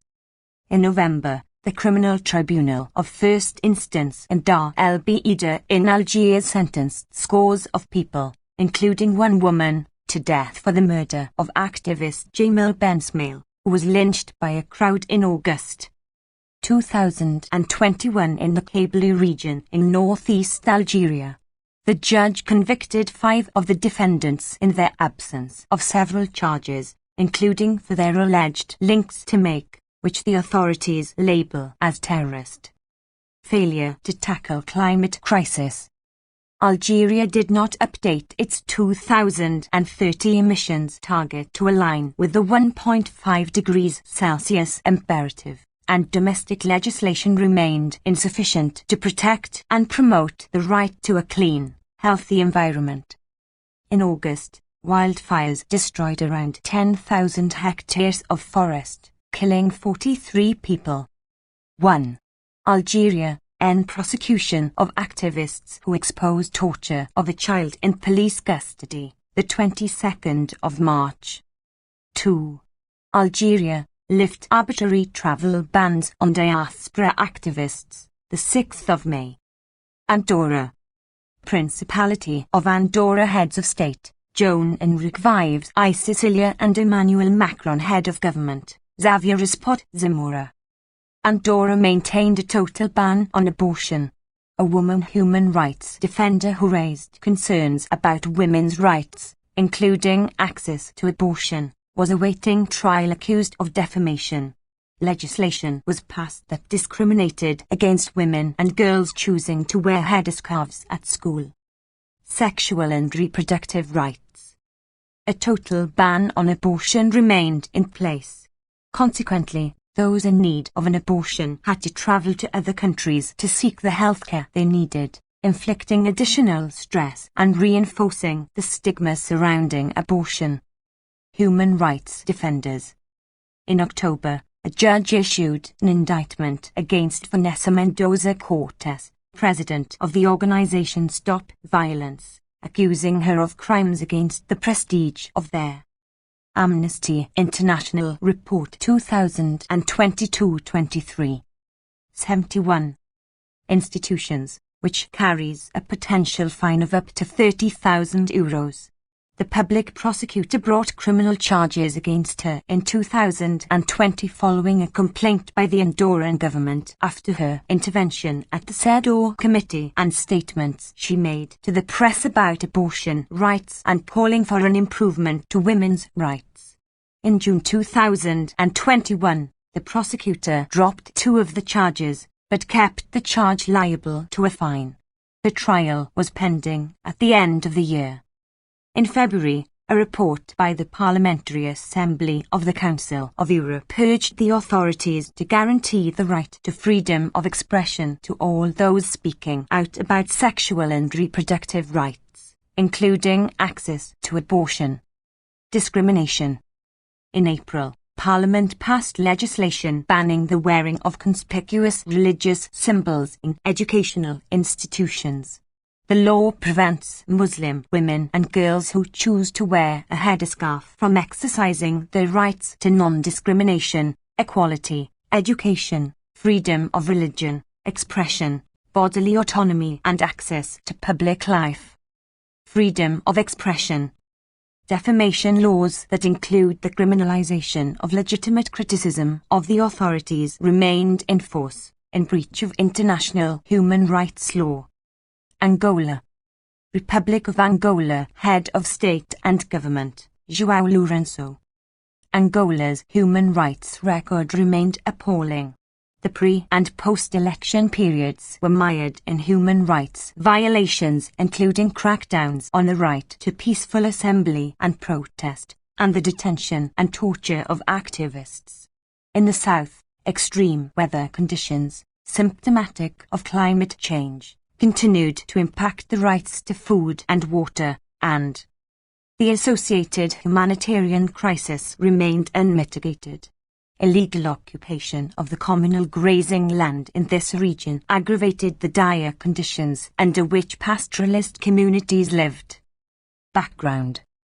General elections took place on the 24th of August amid general discontent about the high cost of living and increasing government unpopularity. The young were among the most dissatisfied, incensed by growing unemployment and the government's failure to create the 500,000 jobs it promised during the 2017 electoral campaign. Crackdowns on peaceful assembly and protest by youth increased in the lead-up to the election. Unprecedented apathy among the electorate, with only 46% voting, contributed to the People's Movement for the Liberation of Angola, MPLA, winning the election with 51% of the vote, the lowest margin ever recorded. It lost Luanda, the capital and the largest electoral district, for the first time to the National Union for the Total Independence of Angola. As allegations of electoral irregularities cast a shadow over the legitimacy of the MPLA's victory, President Lourenço was sworn in with a show of military might in the streets and skies of Luanda. Freedom of expression, association and assembly.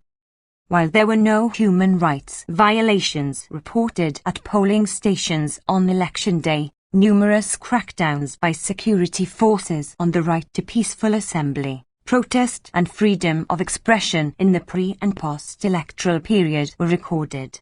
Security agents enjoyed impunity for these crimes. The police continued to detain Antonio Tuma, the Assistant Technical Secretary for Information of the Combined Independentist Movement, MIC, accused of criminal association and rebellion. He and another MIC activist, Alexander Dunge, had been arrested in their homes at dawn on the 6th of October 2021 and remained in detention at Cabinda Civil Penitentiary until 1 July when the Cabinda District Court absolved and released. 72. Amnesty International Report 2022-23. Them. Hours later, Antonio Tuma was rearrested along with 6 other MIC activists: Sebastão Mackay Abango, Joaquim do Nascimento Sita, Jorge Gomes, Teofilo Gomes, Marcos Futi Poba Polo and Jose Azamo, who had gathered to celebrate the release of their colleagues. However, the Criminal Investigation Service, SIC, claimed that they had intended to go on a march to create public instability. In March, the SIC detained 10 civic activists for planning a seminar on regional sustainable development at Agostinho Neto Primary School in Malange Province. SIC officers subjected the activists to torture in detention. In April, police arrested and detained 22 youth activists, including 3 women, in Luanda. They were accused of taking part in an unauthorized manifestation in disregard of the presuppositions of the law on the right to assembly and demonstration. The activists intended to protest against Indra, the company contracted to manage the electoral process, and call for the release of political prisoners. After summary trials, 20 of them were acquitted, while 2 were ordered to pay fines as an equivalent to a 40-day prison sentence. the authorities tightened their grip on the right to freedom of association by preventing civil society meetings from taking place ahead of the general election. On the 21st of May, the police prevented two civil society organizations, Omanga and the Association for the Development of Culture and Human Rights, from holding a conference on peace-building. 1. Mass arrests were carried out following the election. On the 26th of August, dozens of young people, including children, took to the streets in Lobito City, Bangla Province, to peacefully protest the provisional election results. The National Police dispersed them with tear gas and gunfire and arrested 8 activists and 11 bystanders. The following day, a group of young people were dispersed by police when they attempted a peaceful demonstration against the provisional results. 20 members of the group were arrested, including activists Savisto Mbota, Albino Ilvoco, Antonio Gomes, Maria do Carmo Cara and Mario Pulanda Raul, who were gathered inside a residence where the police surprised them with gunshots, arrests and beatings. By the 29th of August, a total of 40 young people had been presented to Lobito District Court on charges of public disobedience. The arresting officers failed to appear in court and the case was dismissed due to lack of evidence. On the 15th of September, as President Lourenço was being sworn in, police detained civic activist Osvaldo Carrillo for 7 hours before releasing him without charge. 3 days before, he had given an interview to Deutsche Welle where he said that in the next 5 years, the MPLA would turn Angola into a terrorist state against its own people. In the same month, 12 civic activists were detained at the SIC premises in Luanda, accused of posting videos on social media to sow insecurity, hatred and panic. They were released without charge after 4 days on the 28th of September. Also in Luanda, on the 20th of September, unidentified men wearing facial disguises invaded the home of Claudio Emanuel, a radio show host, and held his family hostage after one of his guests criticized the intelligence services on air. The men tortured Claudio Emanuel's wife, tying her up, beating her and using a hot knife to inflict more than 30 cuts to her limbs. They also threatened to kill her baby if she screamed. Although the case was reported to the police who later visited Claudio Emanuel's home, no one was held accountable. On the 29th of September, civic activists and their families received death threats for organizing protests against the election results. For example, Hermenegildo Victor, coordinator of the civic movement MUDAI, and Basilio da Fonseca, leader of the civic organization Malangina Resistance, received death threats on their mobile phones from unknown sources. Amnesty International Report 2022-23.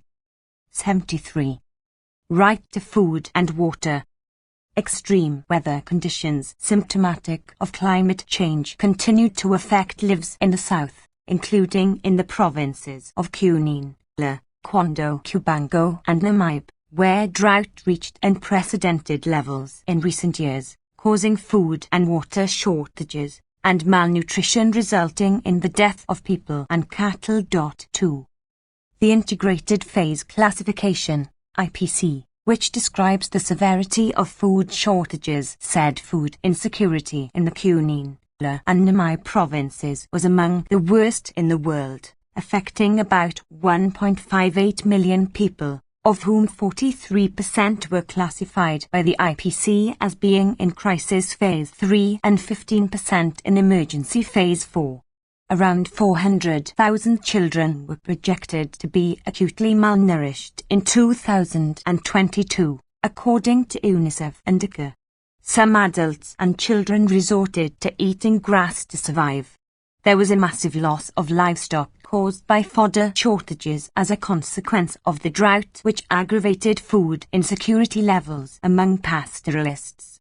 Meanwhile, the war in Ukraine led to a 45% increase in wheat prices in Africa, according to the African Development Bank, which further aggravated food shortages.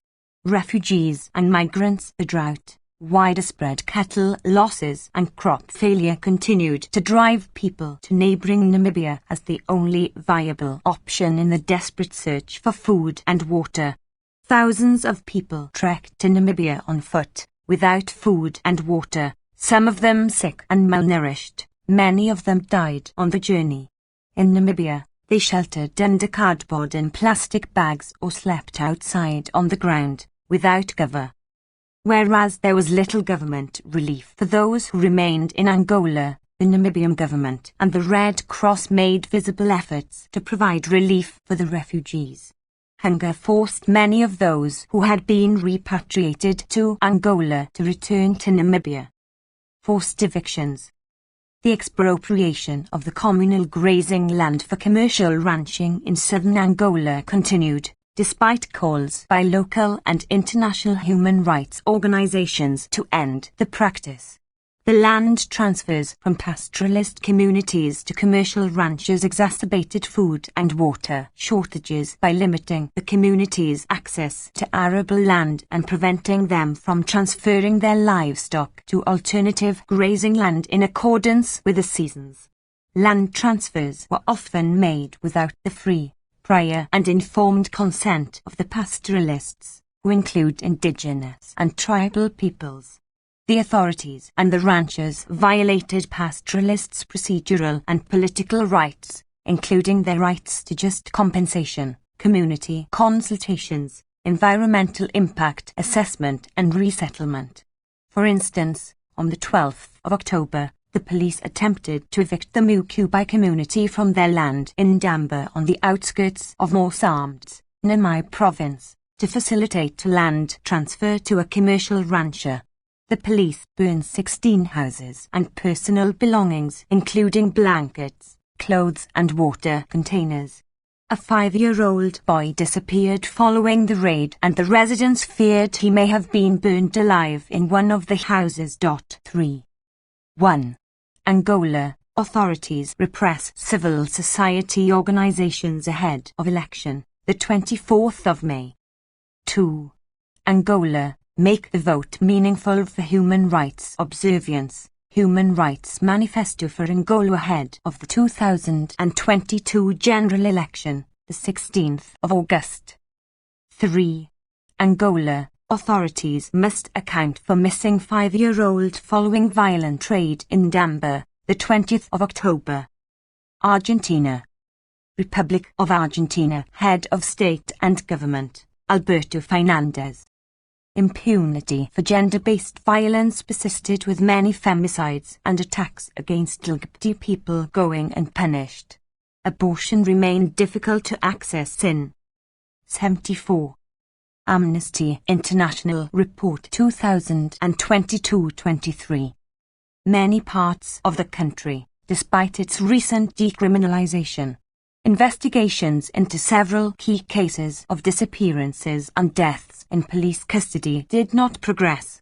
Officials did not take measures to improve the integration of refugees and asylum seekers. Background. The country remained mired in an economic and social crisis. In the first half of 2022, 36.5% of the population was living in poverty. In September, Vice President Cristina Fernandes de Kirchner was the target of an assassination attempt. In September, the UN independent expert on the effects of foreign debt visited Argentina and expressed the need to ensure that its international debt obligations do not compromise human rights. In November, the Special Rapporteur on Extrajudicial, Summary or Arbitrary Executions found that Argentina did not effectively investigate and prevent unlawful deaths. He concluded that victims often belong to the most disadvantaged and vulnerable sections of the population, while those responsible enjoy impunity. Women's and LGBT people's rights. Violence against women, girls and LGBT people, according to figures collected by NGOs, during 2022, 233 gender-based killings were recorded, 91% of them in domestic settings. Despite the public attention given to the fight against gender-based violence, prosecution rates for sexual violence remained low and only 15.5% of reported cases resulted in convictions, according to the National Prosecutor's Office. In October, after more than 4 years of collaboration between the Argentine, Brazilian and Nicaraguan justice systems, actor Juan Darth testified in the trial in Brazil in which he is charged with the rape of Thelma Fardin. A final ruling in the case was deferred to 2023.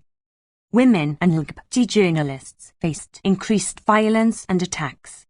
At least 2 journalists who defend women's human rights filed complaints with the courts for online harassment and violence. At the end of the year, the cases remain pending.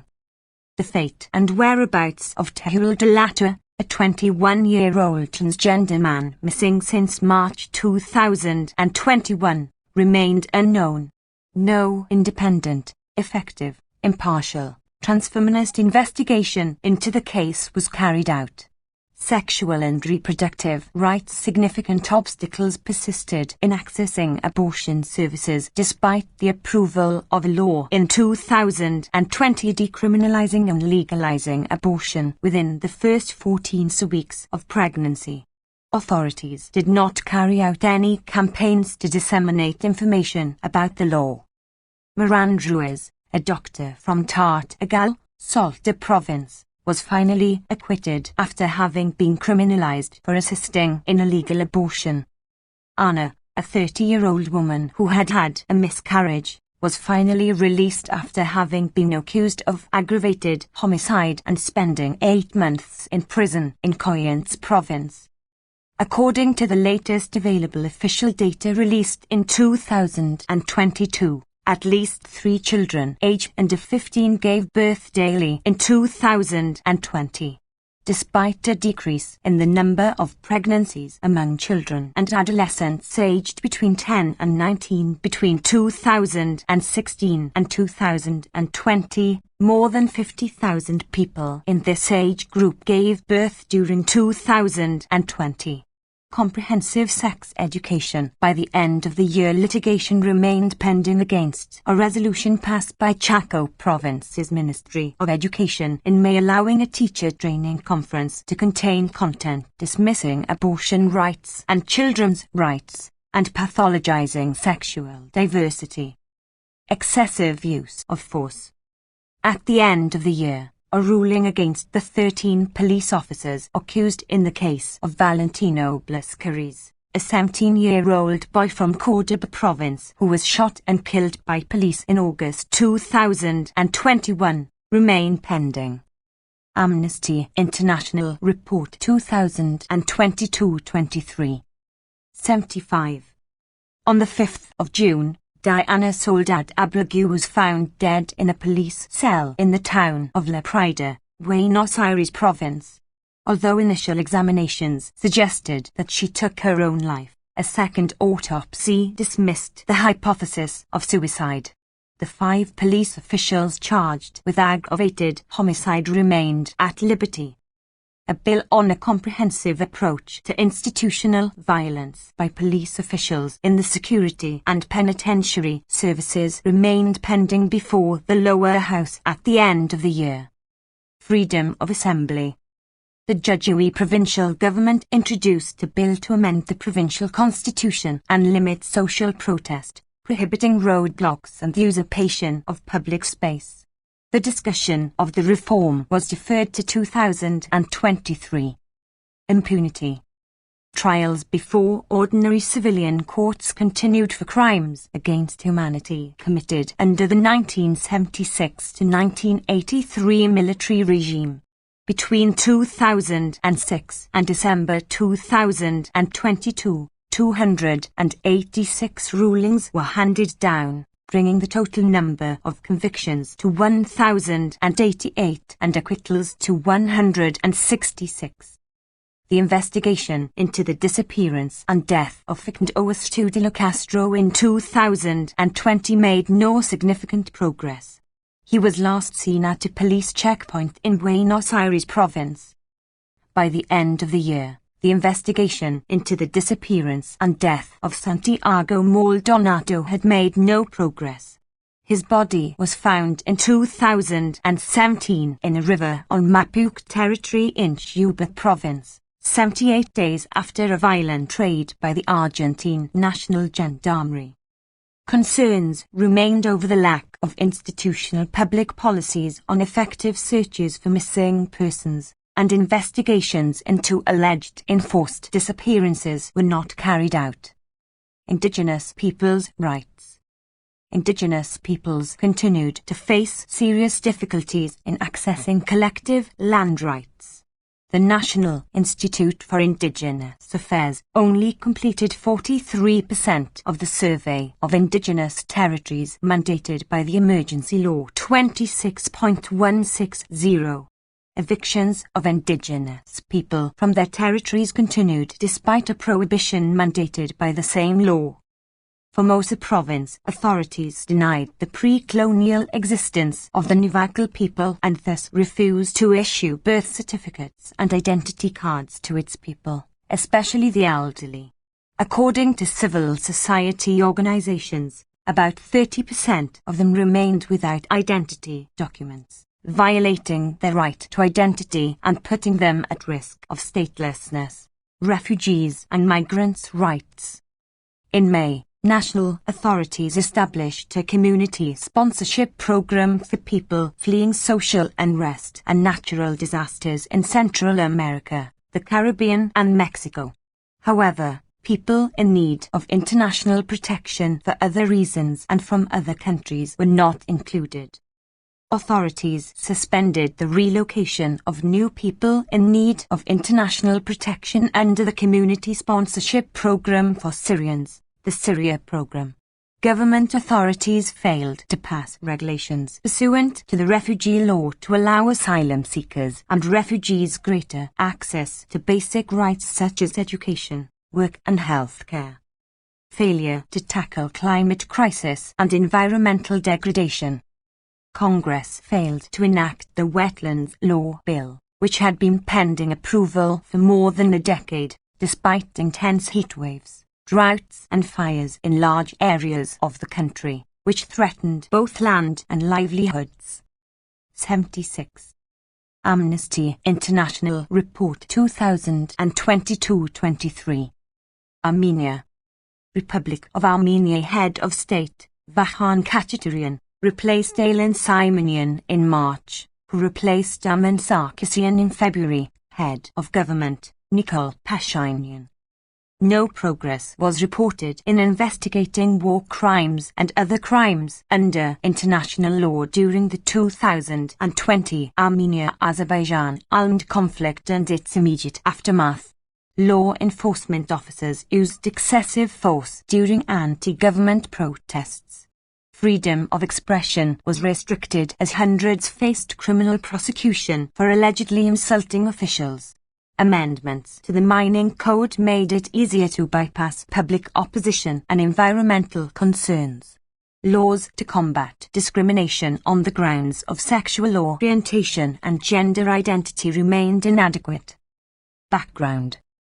The security situation along the Armenia-Azerbaijan border remained tense with frequent skirmishes.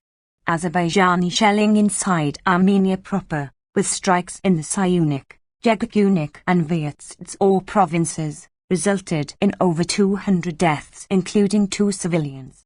In October, Azerbaijan and Armenia agreed on the short-term deployment of a new monitoring mission along their border. The large-scale migration of Russians to Armenia prompted by the war aided economic performance but also contributed to an increase in rental prices and the cost of living generally. In March, the European Committee of Social Rights expressed concern over insufficient measures taken by Armenia to improve occupational safety and health, the lack of a clearly defined policy on occupational health and safety, and the failure to guarantee social security to all workers and their dependents. Violations of international humanitarian law. No substantive progress was made in investigating war crimes and other violations of international humanitarian law during the 2020 Armenia-Azerbaijan conflict and in its immediate aftermath, or in bringing suspected perpetrators to justice. People continued to be killed and injured by mines planted by Armenian forces in territories where they had ceded control to Azerbaijan. Azerbaijani authorities reported in October that 266 people had been injured by mines since the 2020 conflict, maintaining that the maps of minefields provided earlier by Armenia were not reliable. According to an ICRC report issued in August, over 300 Armenians remained missing or unaccounted for since the 2020 fighting. Freedom of assembly. Freedom of peaceful assembly was curtailed by the violent and disproportionate response of law enforcement authorities to protests. A series of anti-government protests took place from April to June demanding the resignation of Prime Minister Nikol Pashinyan over negotiations on the Armenia-Azerbaijan conflict. The protests often took the form of large-scale demonstrations with protesters blocking streets and setting up tents. The response of the authorities on occasions was disproportionate, dispersing and arresting hundreds and injuring dozens. In one of the most violent clashes, which took place on the 3rd of June, police fired stun grenades and used excessive force to prevent thousands of demonstrators from approaching the Armenian Parliament building. 50 people, including 34 police officers, were said to require medical attention and dozens were arrested for taking part in mass violence. Media rights watchdogs reported that at least 11 journalists were injured while covering protests from April to June. Some were also obstructed from covering the demonstrations. By the end of the year, no police officers had been charged with using. Amnesty International Report 2022-23. 77. Excessive force in connection with the anti-government demonstrations. On the 25th of August, police dispersed a peaceful protest in the capital, Yerevan, against the Russian invasion of Ukraine, arresting 22 people. Detained protesters were held without access to a lawyer or an interpreter for those who did not speak Armenian for several hours and released without charge later that day. Freedom of expression. The right to freedom of expression continued to be unduly restricted. Criminal prosecutions over the legitimate expression of the criticism of the authorities had a chilling effect on free speech. The trial of Yazidi human rights defender Sashik Sultanian continued on fabricated charges of inciting ethnic hatred for voicing criticism of the authorities' treatment of national minorities.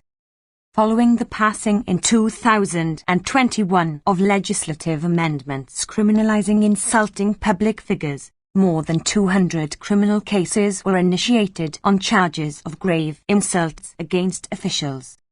On the 4th of July, new amendments proposed by the Prosecutor General giving the government powers to block online content it considers harmful, without prior judicial oversight, prompted concerns regarding ever-increasing government censorship of free speech on the Internet. Environmental degradation. On the 18th of June, Parliament amended the mining code which makes it easier to bypass public opposition and environmental concerns, allowing mining projects to proceed despite protests.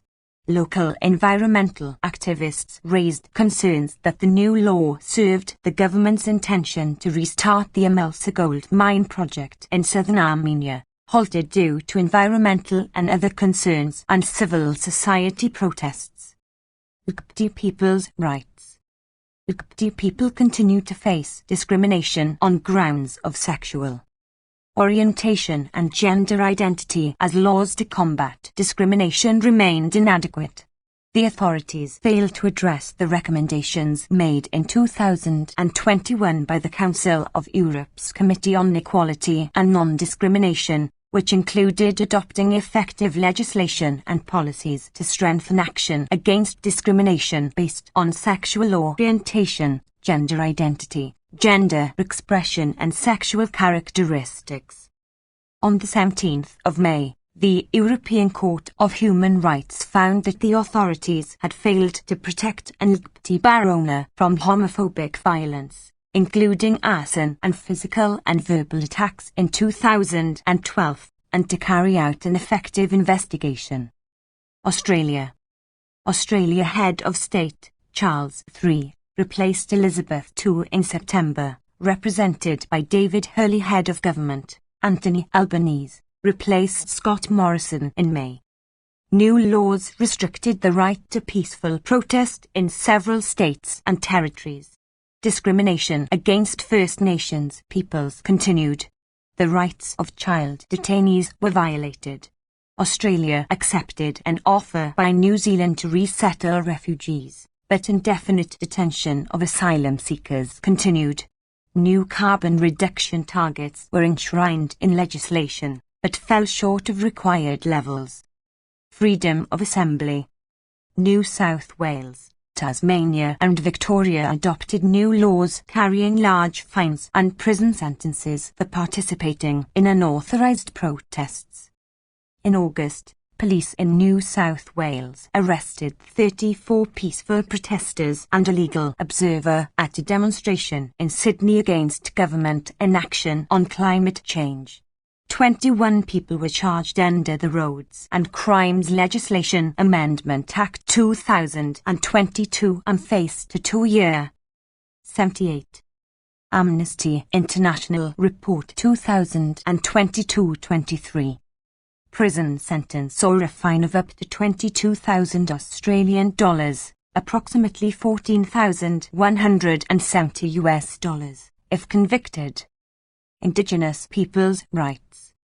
Aboriginal and Torres Strait Islander people remained overrepresented in the adult prison population, despite targets to reduce the number of incarcerated First Nations people. During the year, 21 Aboriginal and Torres Strait Islander people died in custody. The government proposed a constitutional amendment in September to establish the Aboriginal and Torres Strait Islander Voice, a body mandated to make representations directly to government on issues affecting First Nations peoples. In September, the UN Human Rights Committee found that Australia's failure to adequately protect Indigenous Torres Strait Islanders against impacts from climate change violated their rights to enjoy their culture and be free from arbitrary interference with their private life, family and home. Children's rights. Australia continued to detain children as young as 10. First Nations children, who represented 6% of the population aged 10 to 17, constituted 50% of those in youth detention. In July, 17 boys held in Western Australia's Banksia Hill Youth Detention Centre were transferred to the maximum security adult Casuarina prison. Incidents of self-harm among the transferred children were reported. 1 Increased rates of self-harm among children detained in Dondale Youth Detention Centre in the Northern Territory were also reported. In August, allegations of sexual and physical abuse against children held at Ashley Youth Detention Centre in Tasmania emerged during an official investigation, prompting calls for the immediate closure of the facility. 2. Refugees and migrants' rights. In March, the government accepted New Zealand's offer to resettle 150 refugees annually for the next 3 years. However, the practice of indefinite detention of refugees and asylum seekers offshore in Nauru and Papua New Guinea, and in Australia, continued. In July, an Iranian Kurdish refugee, Mustafa Mozazimitaba, challenged the legality of his 15-month-long detention in hotels, dubbed by the government as alternative places of detention. A decision on the case was pending at the end of the year. 3. Failure to tackle climate crisis. The Climate Change Act, adopted on the 9th of September, legislated for a 43% emissions reduction below 2005 levels by 2030. While this represented progress, it fell short of the figure needed to keep the rise in average global temperatures below 1.5 C.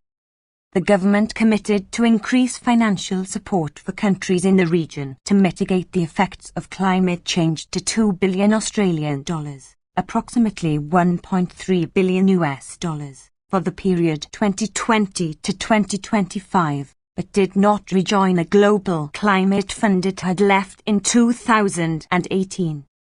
1. Moving kids with complex needs to maximum security prison shameful, the 6th of July. 2. Australia, Amnesty International calls for the closure of Ashley Youth Detention Centre in light of the latest evidence of sexual abuse, the 19th of August. 3. Australia, refugee Moz Azimataba is taking the Australian government to court over its detention regime, the 13th of July. Austria. Republic of Austria Head of State, Alexander Van der Bellen Head of Government, Karl Nehammer. Social assistance benefits in some states remained inadequate. The right to adequate housing was insufficiently recognised and implemented. Women and girls were not adequately protected from gender-based violence.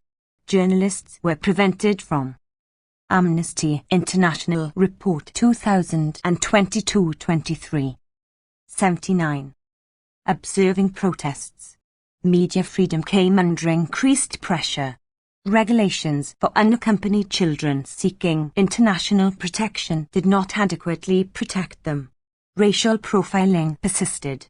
Police accountability for excessive use of force remained inadequate. Austria failed to reach its climate targets. Right to social security. In June, Parliament amended the Basic Act on Social Assistance, providing a hardship clause for non-Austrians and ensuring those living in shelters for women and homeless people receive the full amount of social assistance.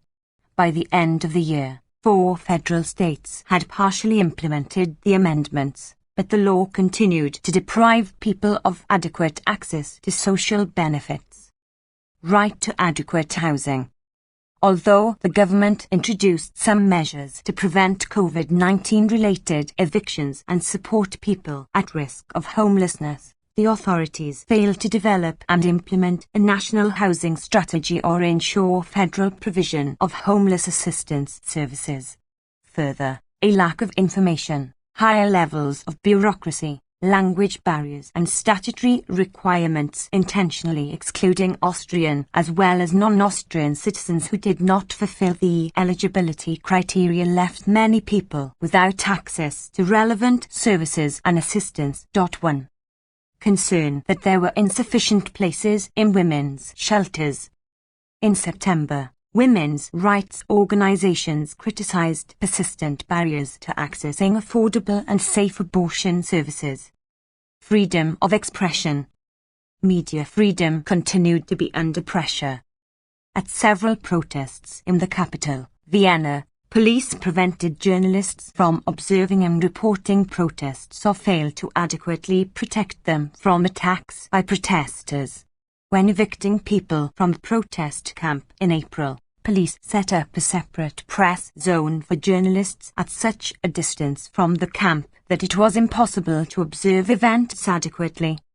The use of strategic lawsuits against public participation, SLAPPers, increased, both against publishers of media outlets and against journalists. In March, Julian H., who played a key role in the making of the so-called Ibiza video alleging high-level corruption, was sentenced to 41 months imprisonment. Concerns were raised about his right to a fair trial. A law on freedom of information, proposed in February 2021 and aimed at increasing transparency and trust in politics and institutions, remains stalled. The EU Commission began infringement proceedings against Austria for its continued failure to transpose the EU Whistleblower Directive into national law. Women's and girls' rights, gender and intersectionality were not sufficiently considered in the provision of services. Most homeless assistance services, for example, were not gender-specific but based on the needs and experiences of men. Proposed reforms to the care system failed to fulfill the rights to fair remuneration and social security of migrant women, who constituted the vast majority of workers providing care for older people in their homes. By the end of the year, 28 women had been killed due to gender-based violence, amid refugees and migrants' rights. In February, the Styrian Regional Administrative Court ruled that an asylum seeker from Morocco had been unlawfully returned by the police to Slovenia, noting that such unlawful actions were a recurrent practice. By the end of the year, 90,000 Ukrainian refugees received temporary protection in Austria under the provisions of the EU Temporary Protection Directive.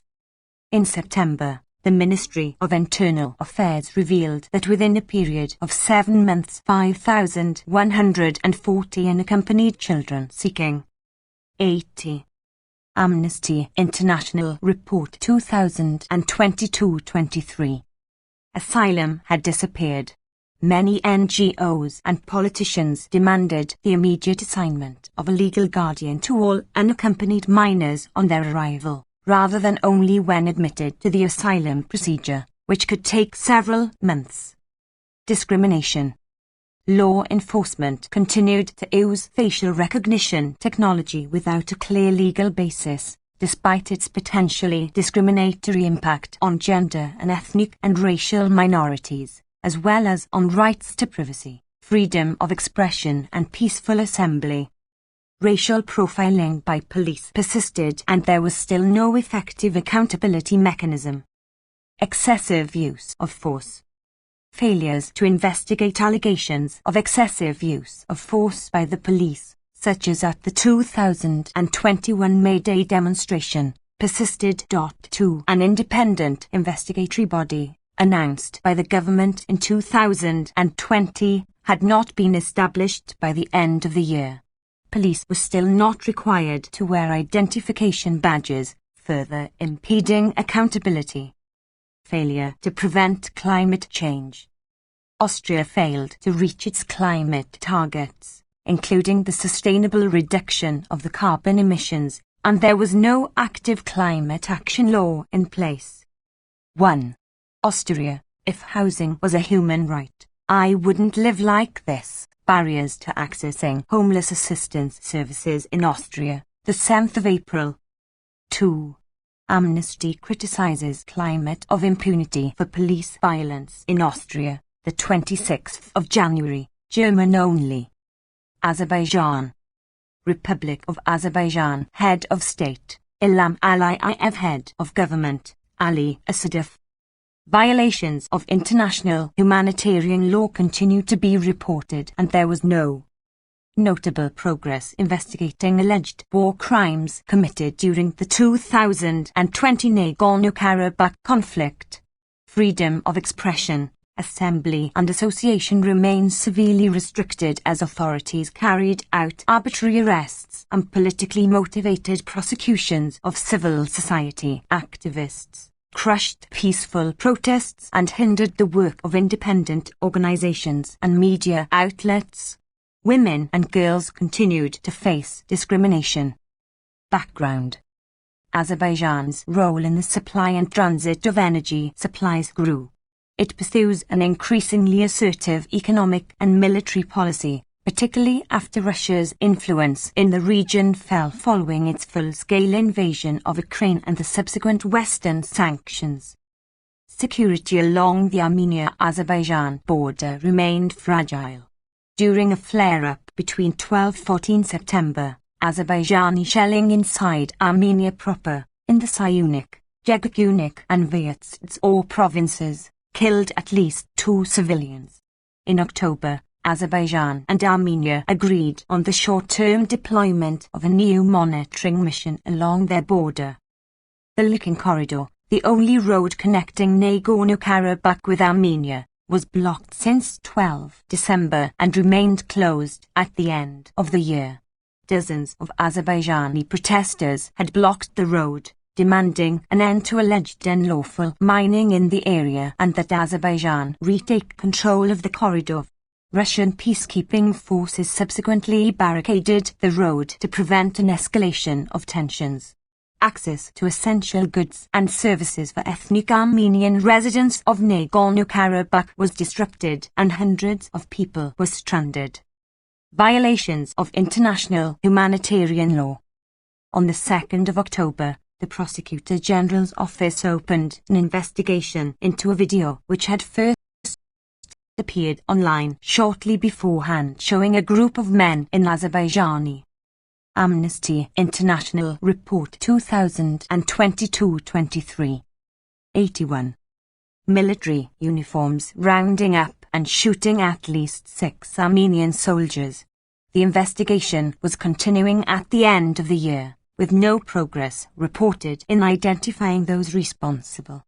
Likewise, no substantive progress was made in investigating war crimes and other violations of international humanitarian law during the 2020 Armenia-Azerbaijan conflict and in its immediate aftermath, or in identifying and bringing to justice suspected perpetrators.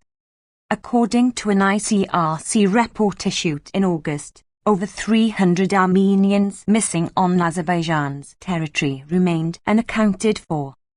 People continued to be killed and injured by mines which Azerbaijan claimed Armenian forces continued to lay in its internationally recognized territory, retaken in 2020. Azerbaijani authorities also maintained that the mine maps provided earlier by Armenia were not reliable. In October, the Azerbaijani authorities reported that 45 people had been killed and 221 injured by mines since the 2020 conflict. Freedom of expression. Media remained severely restricted, with websites publishing dissenting views blocked and critical social media users arbitrarily penalized and prosecuted. Having effectively muzzled most of the independent media in the country, authorities targeted critical outlets reporting on Azerbaijan from abroad. On the 8th of February, the President enacted a new media law requiring the owners of media outlets serving Azerbaijani audiences to reside permanently in the country, making them vulnerable to censorship and persecution. The new law further increased state control over Azerbaijani media by, among other things, requiring all journalists to obtain official registration and report information objectively, while failing to provide a clear explanation for this requirement in the law. Authorities continued to subject civil society activists and independent media to arbitrary arrest and other forms of harassment. In September, Azerbaijani human rights organizations reported that 99 people were imprisoned on politically motivated charges. Female journalists appeared to be targeted in particular. On the 15th of February, police detained, beat and insulted 2 journalists, Fatima Mavlamli and Sevinch Saidagova, while they were covering protests by mothers of deceased Azerbaijani servicemen. Aitan Mamedova sustained minor injuries when she was assaulted in a lift on the 8th of May by an unknown assailant with a knife.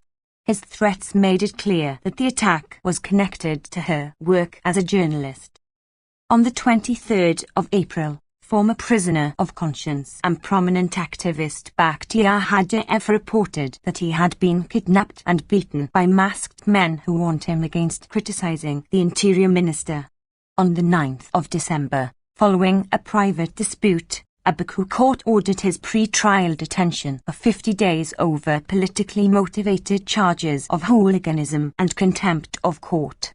activists and individuals with dissenting views over the Azerbaijan-Armenia conflict were targeted by an online smear campaign reportedly orchestrated through government-linked social media accounts. On the 20th of September, Ahmed Mahmoudli, activist and head of the NGO Democracy 1918 movement, was jailed for 30 days for criticizing President Aliyev following clashes between Armenia and Azerbaijan. In November, 2 other activists of the NGO were also given 30 days detention for purportedly disobeying police.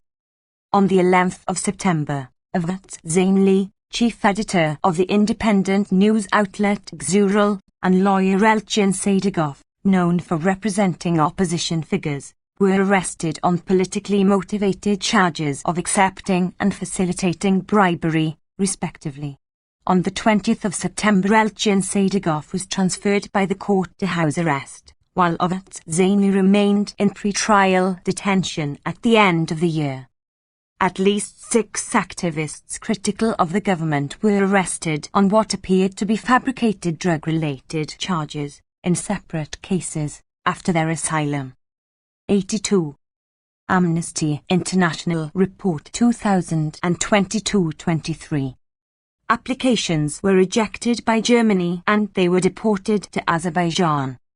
Freedom of assembly and association. The right to freedom of association remained curtailed while excessive restrictions, both in law and practice, continued to hinder the work of human rights defenders and NGOs. Authorities continued to arbitrarily restrict the right to freedom of peaceful assembly. Police broke up peaceful anti-government rallies in the capital, Baku, on at least 3 occasions between May and November.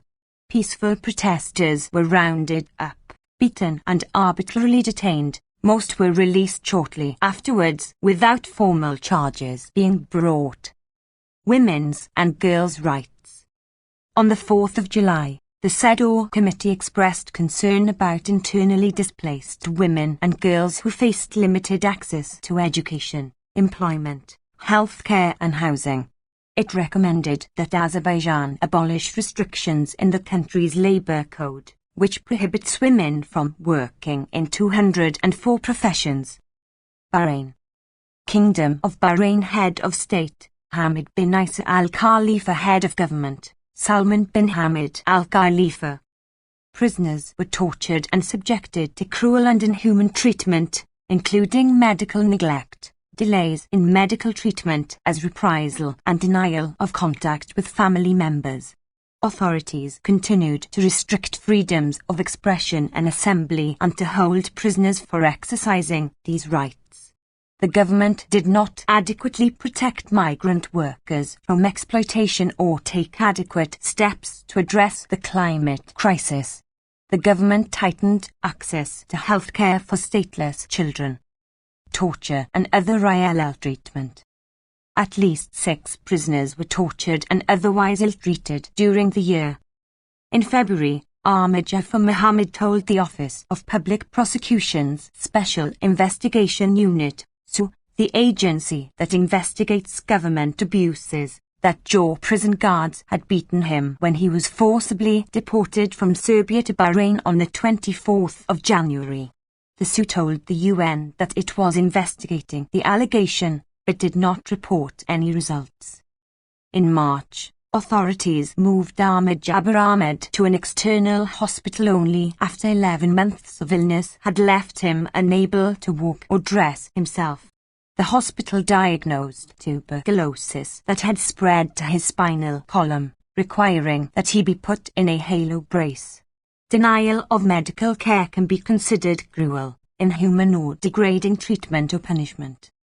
In May, Abd Ali Kaya, a jaw inmate imprisoned on terrorism charges in a mass trial, said in a voice-recorded call from the prison that when he told a guard he needed treatment at the prison clinic for painful gout that was making it difficult for him to stand, the guard responded by beating him with his fists. Right to health. The authorities violated prisoners' right to health by failing to provide them with adequate medical care compared to that available in the community. Prison officials deliberately denied access to medical care to prisoners who spoke out as a punitive measure. In retaliation for his chanting pro-Palestinian slogans, authorities refused to take prisoner of conscience Abdelhadi Al-Kawa from Jaw prison to a medical appointment for possible glaucoma for 9 months, putting him at risk of blindness. 1. When tuberculosis, an infectious disease, affected several inmates at Jaw prison, the administration did not institute preventive measures including contact tracking and testing. Authorities returned Hassan Abdulabati from hospital to his cell with 8 other. Amnesty International Report 2022-23. 83. Inmates 2 days after he was diagnosed with tuberculosis. 2. From June until the end of the year, the Ministry of Interior refused to schedule a dental appointment for 74-year-old Hassan Mashheimer, even though he was suffering serious dental pain and had lost a tooth. He had been in prison since 2011 for participating in mass protests. Detainees' rights. Prison staff continued to punitively restrict phone and video calls with family members for prisoners who talked back to guards, even though prisoner regulations provide for 4 calls per week. Family visits with prisoners remained banned since the start of the COVID-19 pandemic in 2020, leaving families without information when scheduled phone calls were cut without explanation. From 11 to 21 August, the administration at Dry Dock Juvenile Prison did not permit Ali Isa Abdulaith Nashr to call his family after he argued with a guard. In September, without explanation, Jaw Prison denied 14 prisoners access to phone calls after moving them from their regular cells. Authorities maintained the confiscation of the writings of Abdul Jalil al-Singas, imprisoned since 2011 for exercising his right to freedom of expression that year. In response, he remains on a solid food hunger strike for over a year, significantly weakening his health. In November, authorities opened 2 new prosecutions against Abdelhadi Al-Kawa for insulting a prison guard and chanting political slogans. Freedom of expression and assembly. Authorities continued to hold prisoners for exercising their rights to freedom of expression and assembly. In February, Amnesty International confirmed use of the Pegasus spyware against 3 Bahraini citizens who had criticized the government. 3. During the final 2 weeks of November, authorities arrested and released 6 members of the family of prisoner of conscience Hassan Mashheimer for peacefully protesting on his behalf.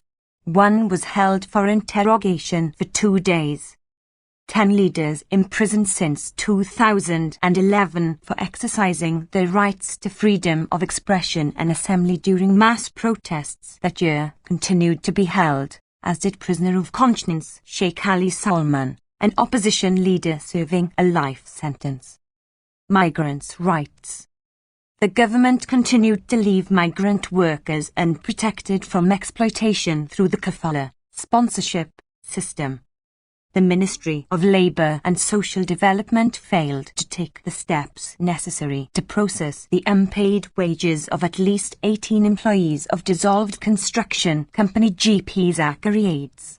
The employees had returned to their home countries without pay based on the ministry's assurance that it would work with the liquidators of GP Zachariades, which had benefited from Bahraini government contracts, to ensure they received their dues.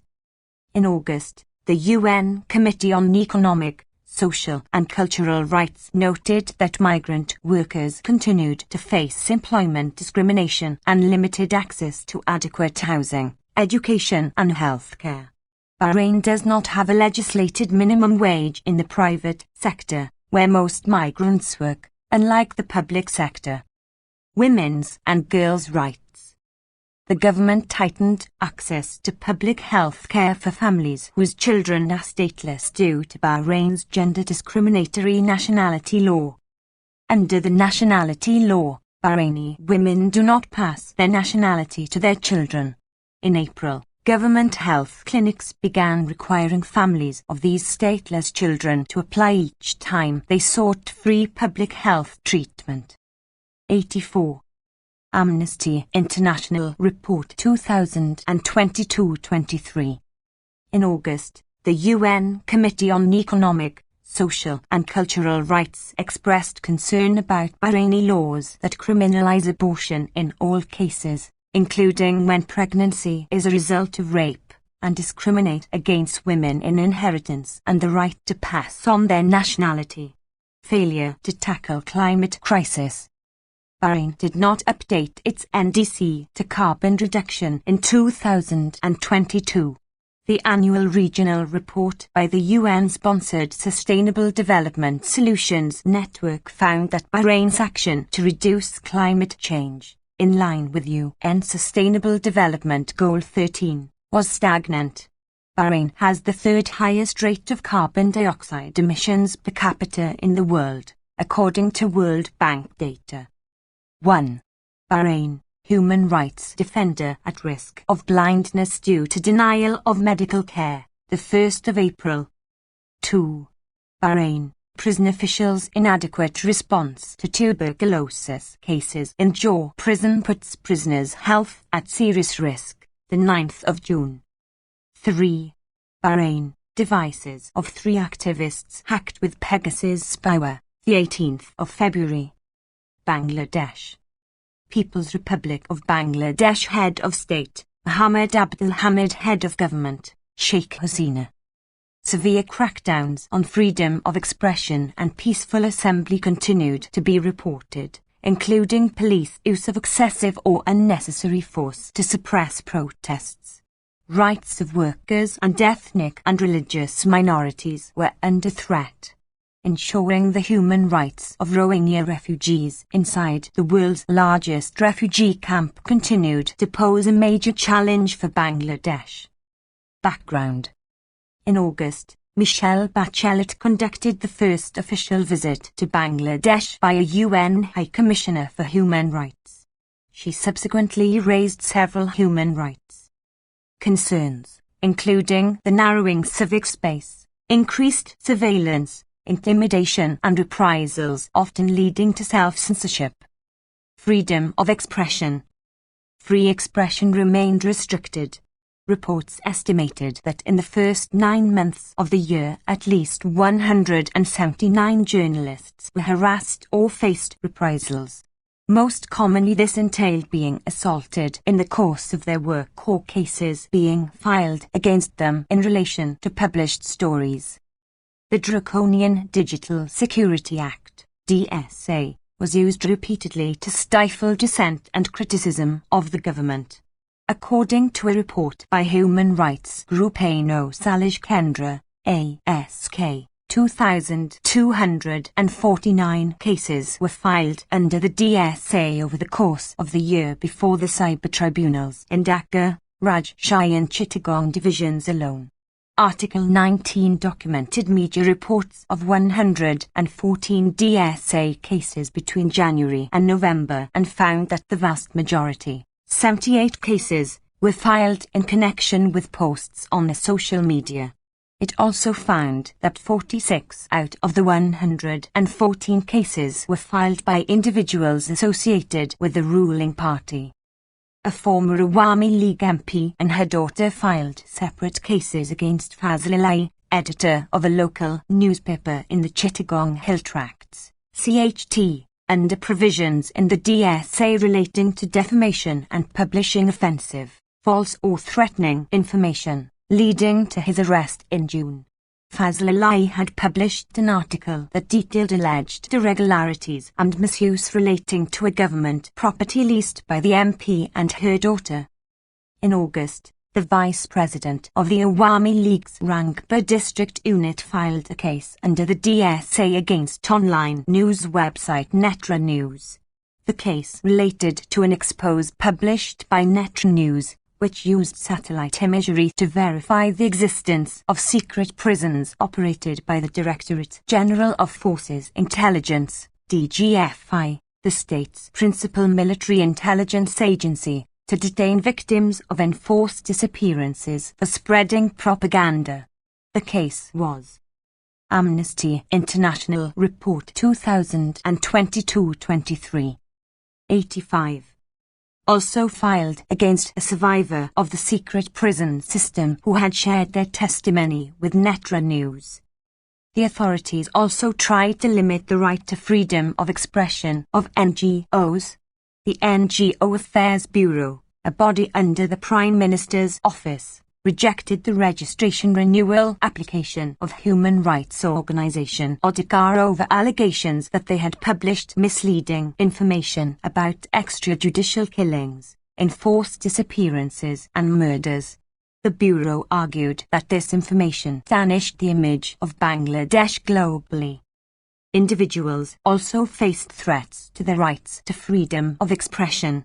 In March, a teacher in Manshaganj district was arrested for hurting religious sentiments by discussing the difference between science and religion in class, after a complaint was made by the school's office assistant. After his release 19 days later, the teacher told media that he felt he was framed because of internal conflicts in the school. The Draft Data Protection Act introduced new restrictions on freedom of expression and threatened people's right to privacy. Broadly worded exemptions granted under the law would give the authorities legitimacy to access the personal data of individuals and institutions without judicial oversight. Freedom of assembly. The police cracked down on several protests during the year. In a sitting January, police clashed with hundreds of students from a public university demanding the resignation of the vice-chancellor, who had earlier ordered police action against a student-led blockade of the premises. The police reportedly used batons, sound grenades and rubber bullets against students, leading to several injuries, and filed a case against 200 students. In February, police fired bullets and tear gas shells to disperse garment workers protesting against a factory closure. In March, police used tear gas and water cannons against demonstrators from leftist organizations during protests against rising prices of essential services and basic commodities. In June, police suppressed protests by workers from several garment factories in the capital, Dhaka, who were calling for an increase in the 2018 set national monthly minimum wage of BDT $8,080 due to rising inflation. In July, the police arrested 108 young men from a community centre in Kwadanga for playing harmful and addictive games as part of an online gaming competition. In December, police clashed with activists and supporters of the Bangladesh Nationalist Party, BNP, the largest opposition party, outside the BNP's headquarters in Dhaka. The party had just announced its plan to arrange a political rally demanding the resignation of the ruling party so a neutral caretaker government can oversee the upcoming elections in 2023. A man died from a bullet wound and at least 60 others were injured after the police opened fire on thousands of protesters. In the first half of December, the police conducted mass arrests of 23,968 individuals nationwide, including at least several hundred opposition party leaders and activists. Torture and other ill treatment. Allegations of custodial torture and other ill treatment remain common. Civil society organizations Odhikar and ASK estimated that there were 54 alleged deaths in custody in the first 9 months of the year. ASK reported that 34 of those who reportedly died in custody were being detained while on trial. The death in custody of a delivery man accused of theft was widely reported. The police said that he had hanged himself. However, his wife, Zanat Akhtar, alleged that he was beaten to death after the family were unable to pay money demanded from them by police following his arrest. Zanat Akhtar told media, "The police demanded BDT $500,000 approximately $4,870 from us after arresting my husband. They killed him as we could not pay the money. Allah will judge the people who often my boy. 86. Amnesty International Report 2022-23. Extrajudicial executions and enforced disappearances. High rates of extrajudicial executions and enforced disappearances in the past decade continued to garner national and international concern, including from UN human rights mechanisms such as the Committee Against Torture. During the visit to Bangladesh, the UN High Commissioner for Human Rights called on the government to ratify the Convention for the Protection of All Persons from Enforced Disappearance. According to estimates from ODIHR, in the first 9 months of the year, at least 25 people were killed in extrajudicial executions and 16 people became victims of enforced disappearance.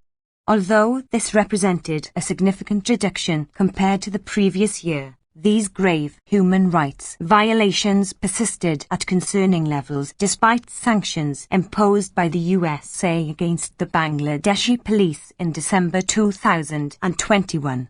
An investigative report by Netla News exposed details and satellite imagery of Anagar, a secret facility operated by the DGFI to detain victims of enforced disappearance in central Dhaka.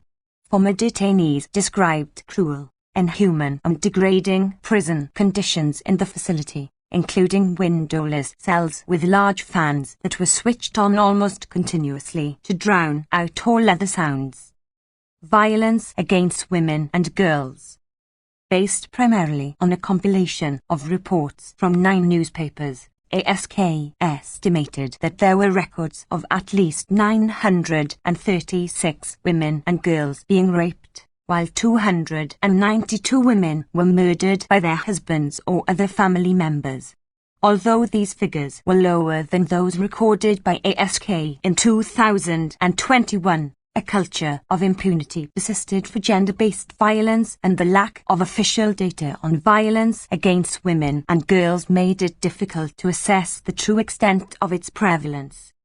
A female student at the University of Chittagong was reportedly sexually assaulted and stripped naked on campus by 5 men reportedly affiliated with the ruling parties. Student Wing, the Bangladesh Cultural League, BCL, who also threatened to release a video recording of the incident if she complained. Nevertheless, the woman filed a complaint with the police and the university. Following an investigation, 5 young men were arrested. At least 2 of them were found to be active members of the BCL and enrolled as students in the University of Chittagong. They were expelled from the university after dozens of fellow students formed human chains to protest against the authorities' inaction.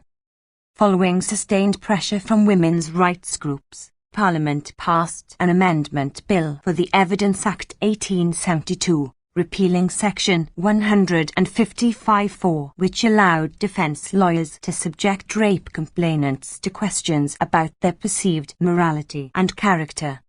However, the Rape Law Reform Coalition criticized the bill for crucial omissions and ambiguities, which could continue to allow victim shaming in court even in the absence of Section 155(4). Workers' rights. Despite institutional reforms and other changes enacted after the deadly collapse of the Rana Plaza building in 2013, occupational safety of workers remained a distant prospect. The Safety and Rights Society estimated that at least 333 workers were killed in 241 workplace accidents in the first 6 months of 2022, compared to 306 deaths in the same period in 2021. In June, a fire at the BM container depot killed at least 49 workers and injured 250 others. Along with an array of other non-compliance issues, the Department of Explosives found that the depot did not have a license to store hydrogen peroxide, the presence of which may have caused the explosion. Some of the surviving workers told the Protham Alone newspaper that an exit gate was locked, preventing workers escaping.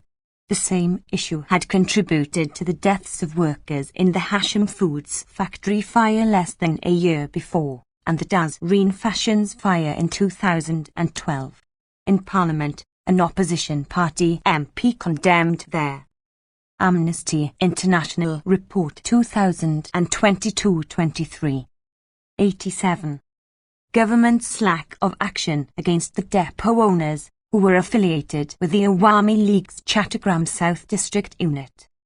The frequency of industrial accidents underscored the continuing failure of the government to monitor and ensure employers' compliance with safeguards under labour and building safety laws relating to the occupational safety of workers. In August, more than 150,000 tea workers employed by 168 tea estates across Bangladesh launched an indefinite strike to demand an increase in their daily minimum wage from BDT $121 and 20 cents to BDT $303. After a series of unsuccessful negotiations, Prime Minister Sheikh Hasina directed tea estate owners to raise the minimum wage to BDT $171 and 70 cents. Discrimination. Minority groups reported facing different forms of discrimination, particularly along ethnic and religious lines. In April, the Law Minister placed before Parliament the long-anticipated Anti-Discrimination Bill, which would outlaw discrimination on various grounds, including gender, religion, ethnicity, place of birth, caste and occupation. It would also introduce a complaints mechanism for victims of discrimination to seek remedies. In March, reports emerged regarding the death of Indigenous rights activist Nabayan Chakma Millen in military custody. In May, the Chittagong Hill Tracts, CHT, Commission issued a press release in which it expressed deep concern over the development of new units of the Armed Police Battalion to replace vacant army camps in the CHT. This, it argued, was a violation of the CHT Peace Accord.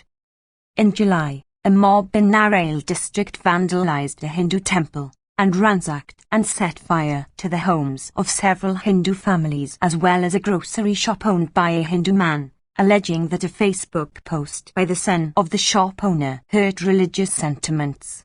This assault followed a similar pattern of mob attacks against Hindu communities in recent years, involving calculated looting and then violent destruction ostensibly in response to social media post, which would often turn out to be fake. Affected residents described having their possessions stolen by groups of people who also demanded money and then burned down their homes or threatened to start fires. Marginalized groups from coastal southwestern Bangladesh reported their access to water being severely impeded by not only climate change-induced damage to water and sanitation infrastructure but also systemic discrimination. For Dalits, this discrimination was driven by notions of impurity and untouchability. Refugees and migrants' rights. Access to education for Rohingya refugees from Myanmar improved during the year despite some early setbacks. Between December 2021 and April 2022, the government reportedly shut down and dismantled about 30 community-led schools.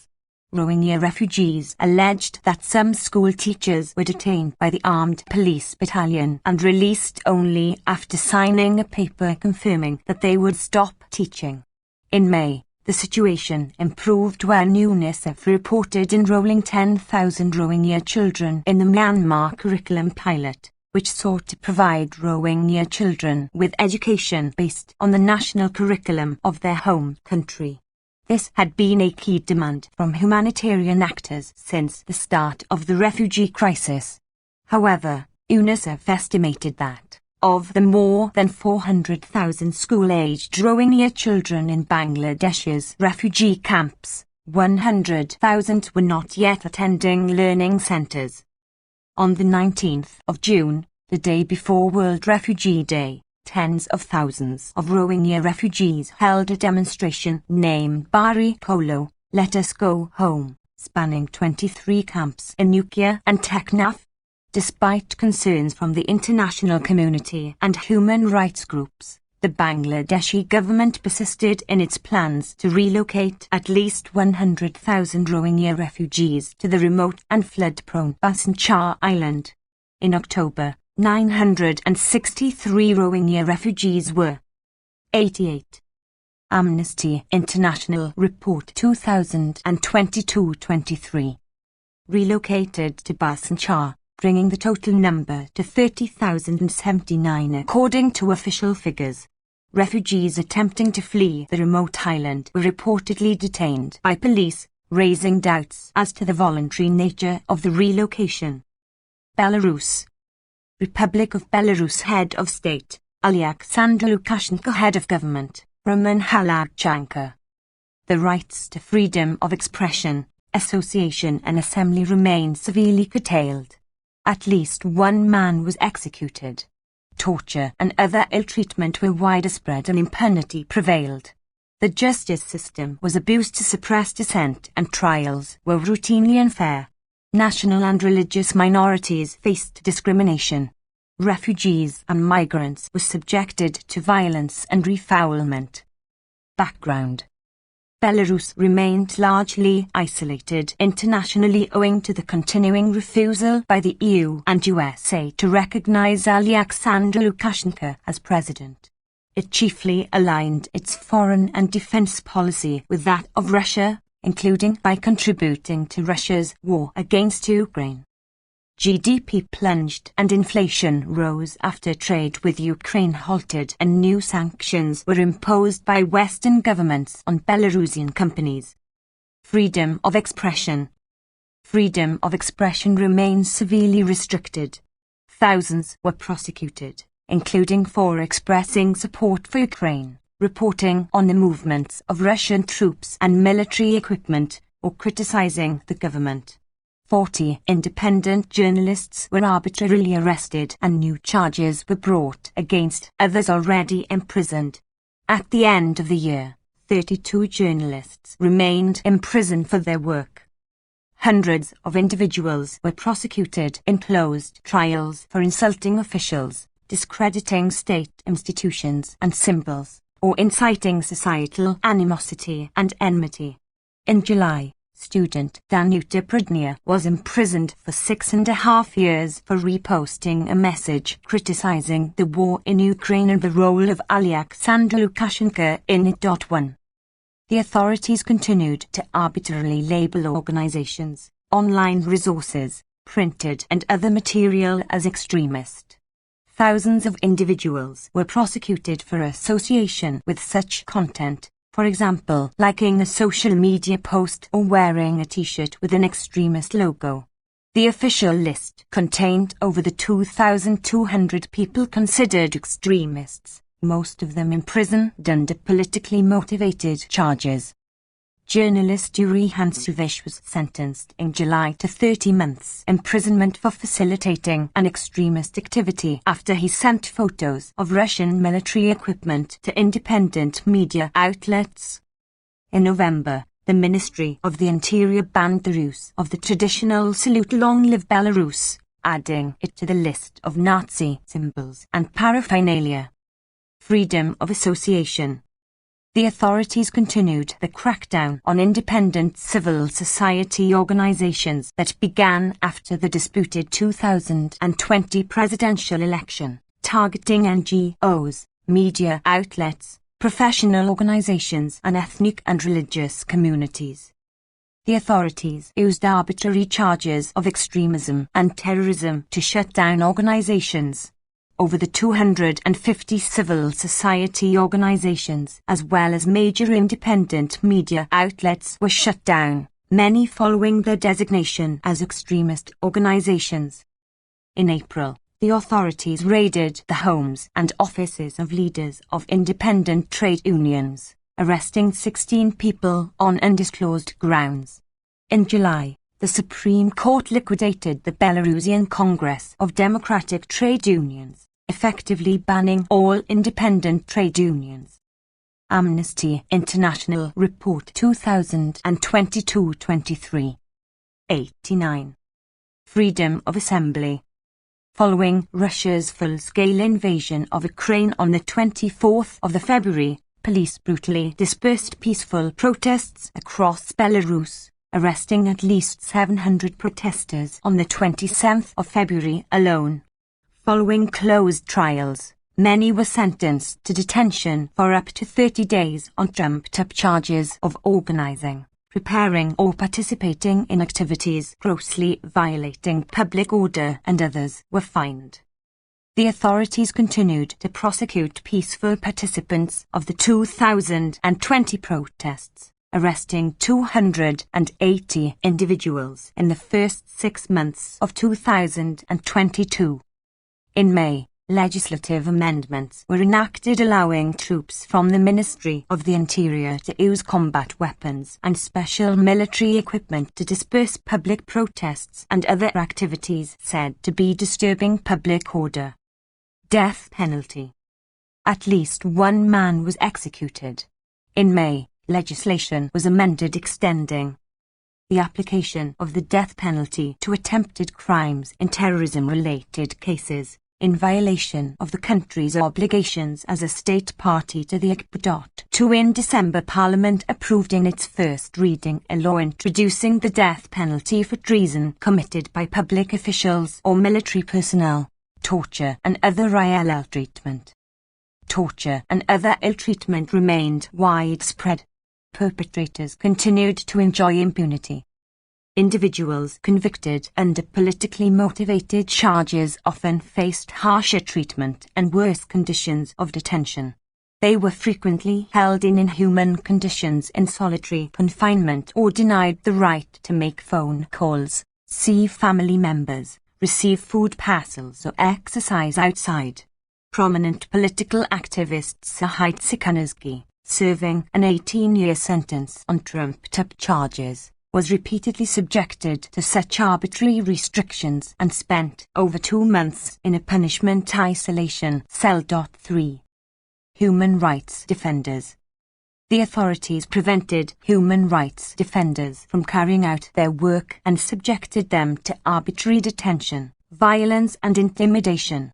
People targeted included members of the prominent human rights organization Viasna, several of whom were in pre-trial detention or received prison terms.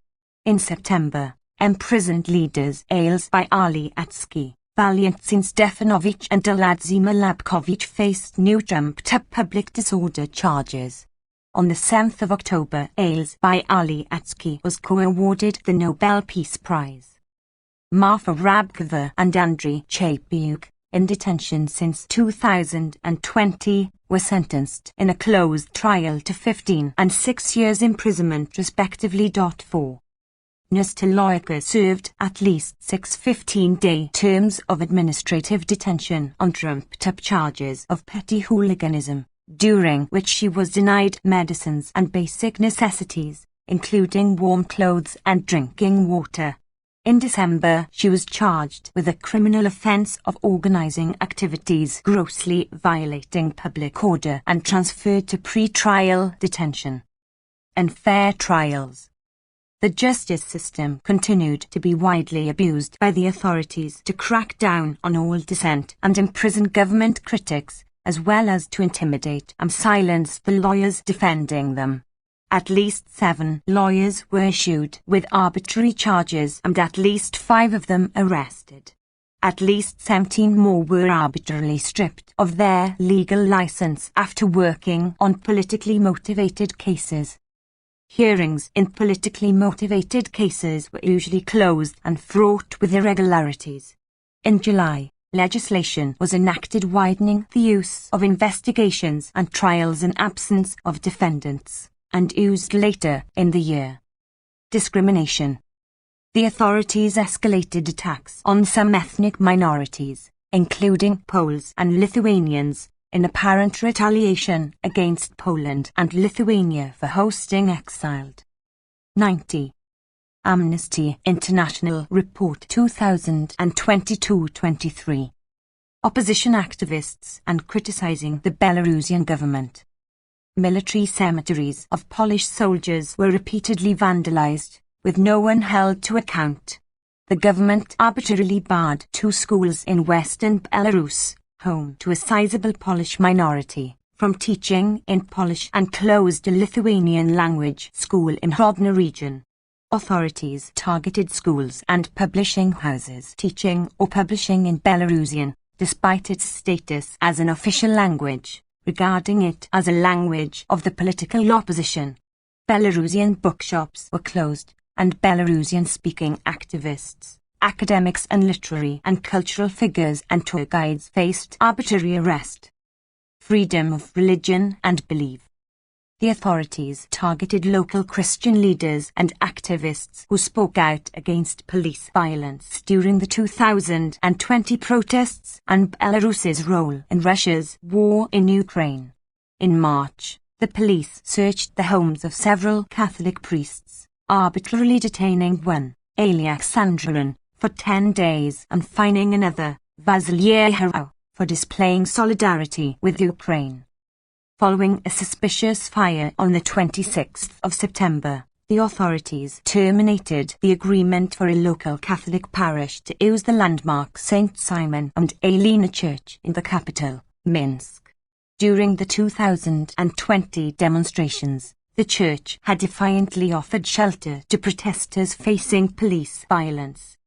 Right to health. The quality and availability of health care remained severely compromised, including by the continued exodus of medical workers dismissed on political grounds, as well as shortages of certain drugs and medical equipment as a result of international sanctions. Medical professionals sacked for supporting peaceful protests in 2020 were arbitrarily refused re-employment. The authorities suspended the licenses of at least 7 large private medical clinics in what appeared to be a coordinated campaign targeting independent provision of health services. Refugees and migrants' rights. The authorities continued to force refugees and migrants, including those from Syria, Iraq and Afghanistan, to cross the border into Poland, Lithuania and Latvia. Many were pushed back into Belarus, where they faced torture and other ill treatment by border guards and other officials, obstacles to claiming asylum or refoulement. In March, the authorities reportedly evicted refugees and migrants from a makeshift camp in the village of Bruzgi, leaving nearly 700 people without shelter or support, including many young children and people with severe illnesses and disabilities. 5. 1. Belarus, Free student jailed for 6.5 years for reposting criticism of Ukraine war and Lukashenko, the 6th of July. 2. Belarus, new death penalty law is the ultimate attack on human rights, the 19th of May. 3. Belarus, jailed activist subjected to ill treatment, Sergei Tikhanovsky, the 5th of October. 4.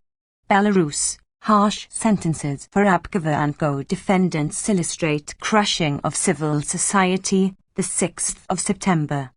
5. Poland, cruelty not compassion, at Europe's southern borders, the 11th of April. Belgium. Kingdom of Belgium, Head of State, Philippe Head of Government, Alexander De Croo. An improved criminal law introduced a consent-centered approach to rape and other sexual violence. Asylum seekers were left destitute and Afghan asylum seekers were denied international protection. A state-owned weapons manufacturer continued irresponsible arms transfers. A bilateral treaty with Iran raised concerns about impunity. Structural discrimination against non-nationals and racial and ethnic minorities was documented. Prisoners were detained in inhumane conditions and the state was ordered to remedy its violations of the principle of non-refoulement. Amnesty International Report 2022-23. 91. sexual and gender-based violence. In June, new criminal provisions about rape and other sexual violence that centre around the concept of consent entered into force. The law also decriminalises sex work. 2 new care centres for survivors of sexual violence were opened, bringing the total number of operational facilities to 7, with at least 3 more planned. Refugees and migrants' rights. Scores of asylum seekers continued to be left homeless and destitute by the denial of access to housing due to insufficient shelter capacity.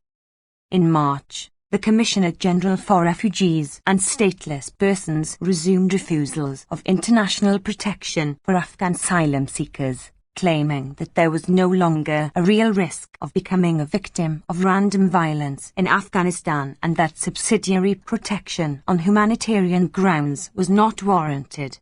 In October, the Commissioner reported that only 52.2% of Afghan asylum seekers receive international protection. Despite being at risk of refoulement, ill-treatment amounting to torture in detention and unlawful killings, Afghan refugees in Iran faced unreasonable administrative obstacles accessing protection in Belgium. Several months after refugees seeking to travel to Belgium had submitted applications for humanitarian visas, the Belgian authorities announced that applications would only be considered if resubmitted in Pakistan. Irresponsible ARMS transfers.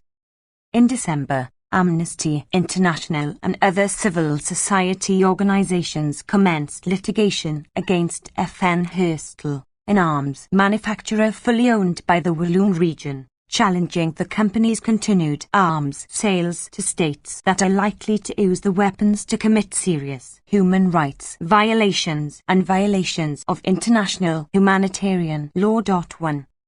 Impunity. In July, Belgium ratified a treaty with Iran that allows for the transfer of sentenced nationals. International and Iranian civil society called on Belgium to ensure this treaty does not entrench impunity and ensures accountability for serious human rights violations and unlawful acts committed by the Iranian authorities extraterritorially. 2. In December, the Constitutional Court of Belgium partially suspended implementation of the treaty and was due to rule on its annulment in early 2023. Discrimination. Studies by the Interfederal Centre for Equal Opportunities, UNIA, published in March and June found structural discrimination against people of African descent in housing and persistent structural and direct discrimination against non-nationals in the labour market. In March, the NGO Igde Rights Humains reported that a foreign national or a person with dual nationality was more likely to experience acts of violence during arrest, police custody or as a witness than a Belgian national. Inhumane detention conditions. Overcrowding in dilapidated prisons continued, with insufficient access to essential services, including health care and sanitary facilities for people deprived of their liberty. In June, the Council of Europe's Committee of Ministers expressed its deep concern at the structural overcrowding and worsening situation in Belgian prisons and urged the authorities to rapidly adopt solutions to improve the conditions of detention, torture and other ill treatment.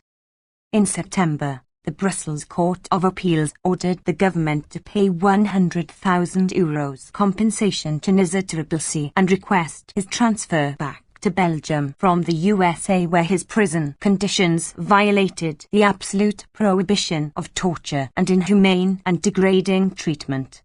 Nizar was extradited in violation of the principle of non-92. Amnesty International Report 2022-23. Refoulement and interim measures ordered by the European Court of Human Rights to the USA after completing a 10-year sentence in a Belgian prison on terrorism-related charges. 1. Belgium, Walloon arms trade. A new lawsuit will target FN Herstal, the 21st of June, French only. 2. Belgium must ensure new treaty with Iran does not entrench impunity. The 5th of July. Benin. Republic of Benin. Head of State and Government, Patrice Talon. Freedom of expression and peaceful assembly were still restricted by repressive laws regulating online communications and the right to strike. Cases of arbitrary arrests and torture and other ill treatment were documented. Alleged unlawful killings committed by the defense and security forces during the 2021 presidential election had still not been investigated. People with albinism continued to face discrimination and violence. Background. Several attacks and violent incidents attributed to members of Islamist armed groups in the two northern regions resulted in the killing of at least 12 soldiers. To ease political tensions following the 2019 parliamentary elections, 17 people detained since February 2024 undermining state security were released on the 14th of June. On 27th of July, 30 political opponents arrested during the April 2021 presidential elections were released and placed under judicial supervision. The two opposition leaders Joe Alivo and Rukiat Murdouk remained in detention, having been condemned to 10 and 20 years imprisonment respectively in December 2021 for money laundering and endangering the security of the state and financing terrorism. In November, the UN Working Group on Arbitrary Detention considered the detention of Rukiat Murdouk to be arbitrary and called for her immediate release. Freedom of expression and association. Freedom of expression continued to be threatened by the 2018 Digital Code, which criminalizes with imprisonment the publishing of false information online. In December, journalist Virgile Awans was provisionally released under judicial supervision after 48 hours in police custody. He was accused of publishing false information after he made allegations about extrajudicial executions by members of the defense and security forces. After a strike by air traffic controllers in September, the National Assembly voted on the 11th of October to ban the right to strike for workers at the port and airport of Cotonou and in the hydrocarbon sector. A 2018 law already limits the right to strike to 10 days per year and bans strikes in certain sectors, including health. Arbitrary arrests and detentions. Activist Jean Kpoton was released on the 18th of January after a year in prison. He had been sentenced in February 2021 under the Digital Code, after a publication on social media networks relating to alleged expenses by the president during a tour of the country. On the 29th of January, violent clashes erupted after members of the Izala Ignan sect from Koganjai village in Seval opposed the arrest of some of its members suspected of violence and destruction of goods and property. According to the authorities, 2 policemen and 6 members of the sect were killed. Dozens were arrested. According to local media, some people arrested and released a few days later reported having suffered ill treatment during their detention. In the context of attacks by armed groups in northern Benin, a 70-year-old man was arrested by the police on the 19th of March in Tanglaïta in the Atakora region bordering Burkina Faso. Accused of killing a policeman, he was taken to Cotonou on a day-long 587 kilometers journey, during which he. Amnesty International Report 2022-23. 93. Was beaten by police with their rifle butts. He was released without charge after once a week in detention. 1. 2 journalists were arrested in March in Tanglaïta while investigating African Parks, the organization that manages the Pendjari National Park. Suspected of espionage, they were detained for 4 days without any legal grounds. Right to truth, justice and reparation. As of December, No investigation had been opened into the killings of at least 5 demonstrators by the security forces in the run-up to the 2021 presidential election. LGBT people's rights.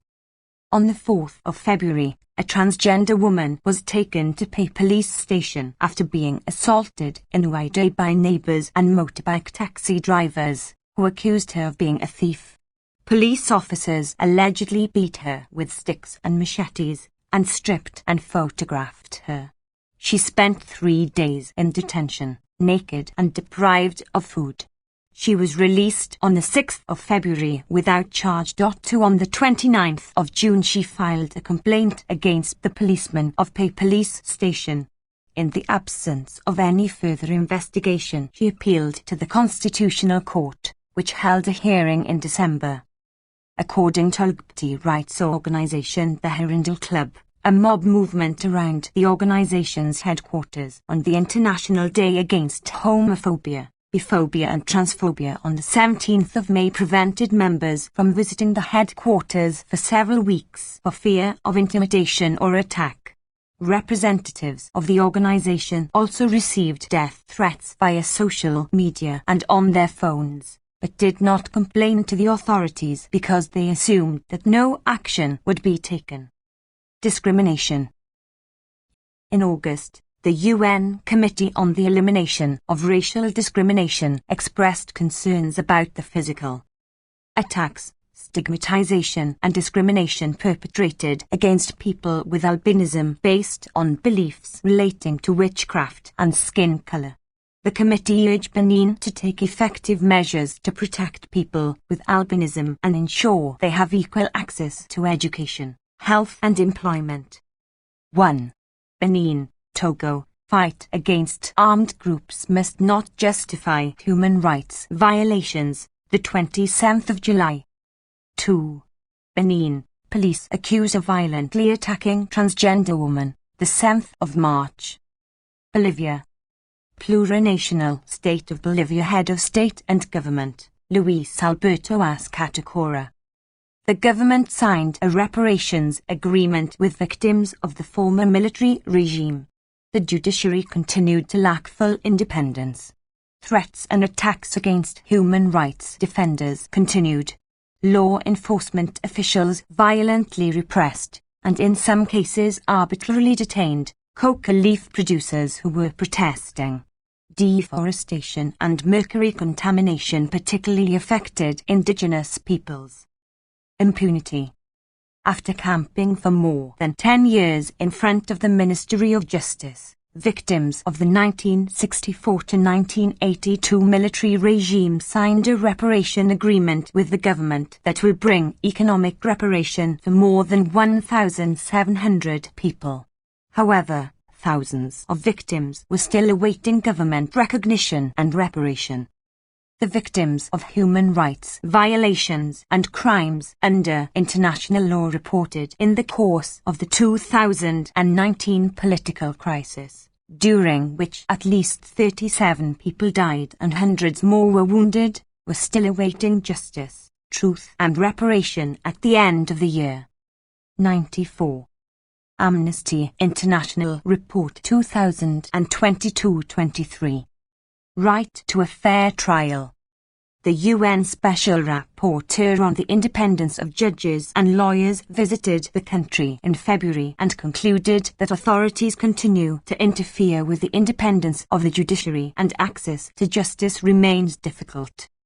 Authorities and officials of the former interim government were still facing charges including terrorism, sedition and conspiracy. After more than 21 months, former interim President Jeanine Áñez and other former state authorities were still in pre-trial detention. This also indicated structural problems in the administration of justice, resulting in an extremely high proportion of people awaiting trial being deprived of their liberty. Human rights defenders. Authorities failed to protect environmental human rights defenders, who, according to local organizations, were the targets of at least 200 attacks and threats during the year. Some attacks included kidnappings and the burning of community camps, where many environmental defenders were staying. Human rights defenders, including Waldo and Franco Albarracin, continued to report threats against them and their families, as well as persistent stigmatization and harassment by the authorities. Waldo Albarracin also faced criminal proceedings that lacked due process guarantees. 1. Freedom of expression and assembly. Law enforcement officials violently repressed, and in some cases arbitrarily detained, coca leaf producers protesting against US-funded efforts to eradicate local production. Security forces used excessive force against some of the detainees. Environmental degradation and indigenous peoples' rights. Despite Bolivia's commitment to maintain its forest cover and combat illegal deforestation, over 1 million hectares of land were burned, mostly to expand agricultural activities during the year. The contamination associated with the unregulated disposal of mercury waste in rivers, mostly due to small-scale gold mining, was linked to illness, especially in indigenous fishing communities living in poverty. The government announced it would implement a plan to reduce the use of mercury, but did not disclose the plan's content. Women's rights. Women survivors of gender-based violence seeking justice lacked effective protection from reprisals. Women and adolescents lacked free or affordable modern contraceptives, especially in rural areas. 1. Bolivia. Misuse of the justice system to persecute human rights defender must stop. The 7th of April, Spanish only. Bosnia and Herzegovina.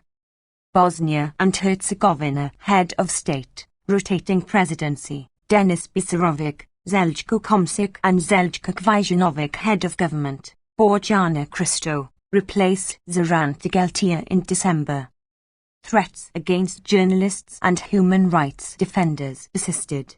Reception conditions for refugees and migrants improved, but many were still sleeping rough. The Council of Ministers adopted action plans on Roma inclusion and LGBT people's rights. Access to justice and reparations for civilian victims of war remain limited. Background. Bosnia and Herzegovina, BiH, remained in a state of political crisis. Political parties in Republika Srpska, RS, threatened to dismantle state-level institutions. Government in the Federation of BiH ended its full term in its caretaker capacity. In October, the High Representative imposed amendments to their Amnesty International Report 2022-23. 95. Federation of BiH Constitution and the BiH Elections Law aimed at improving the functionality of the Federation of BiH institutions. Critics warned that the changes would deepen ethnic divisions. In December, the European Union granted BiH formal candidate status for the EU. Freedom of expression, association and assembly. Media outlets and journalists reporting corruption and war crimes continued to face political pressure, harassment and threats. Politicians engaged in smear campaigns against journalists, inciting further threats against them, both online and in person. In November, Federation Police Director Zoran Sega was suspended after he threatened the journalist, saying he would rip her throat out. In September, the Constitutional Court ruled that RS public broadcaster RTRS had slandered Vladimir Kovacevic, a journalist who was attacked and seriously injured covering mass protests in Banja Luka in 2018, potentially because of the smear campaign. BiH was downgraded from 58th to 67th place in the World Press Freedom Index. Politicians and businesses used defamation lawsuits to intimidate journalists and human rights defenders. In April, a Belgian-based company sued and sought excessive damages against 2 local environmental activists who had raised concerns about the impact of the company's hydropower plants on the Kosindalska River. 1. Laws on peaceful assembly varied regionally and were generally not consistent with international standards.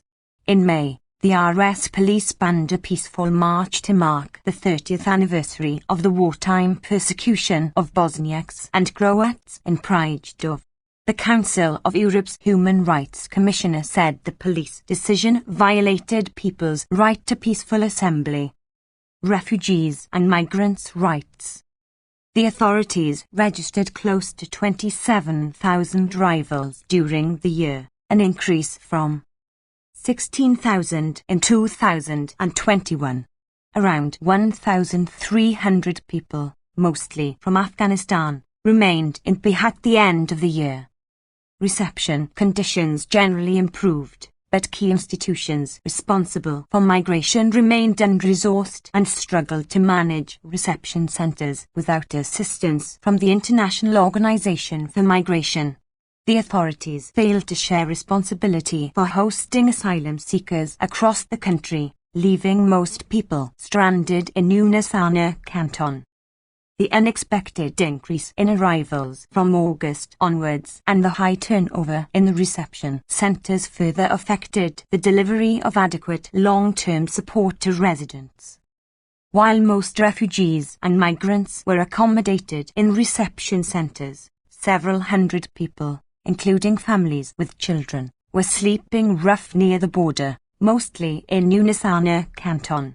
They lacked access to essential services, including water, food, sanitation, heating and medical care.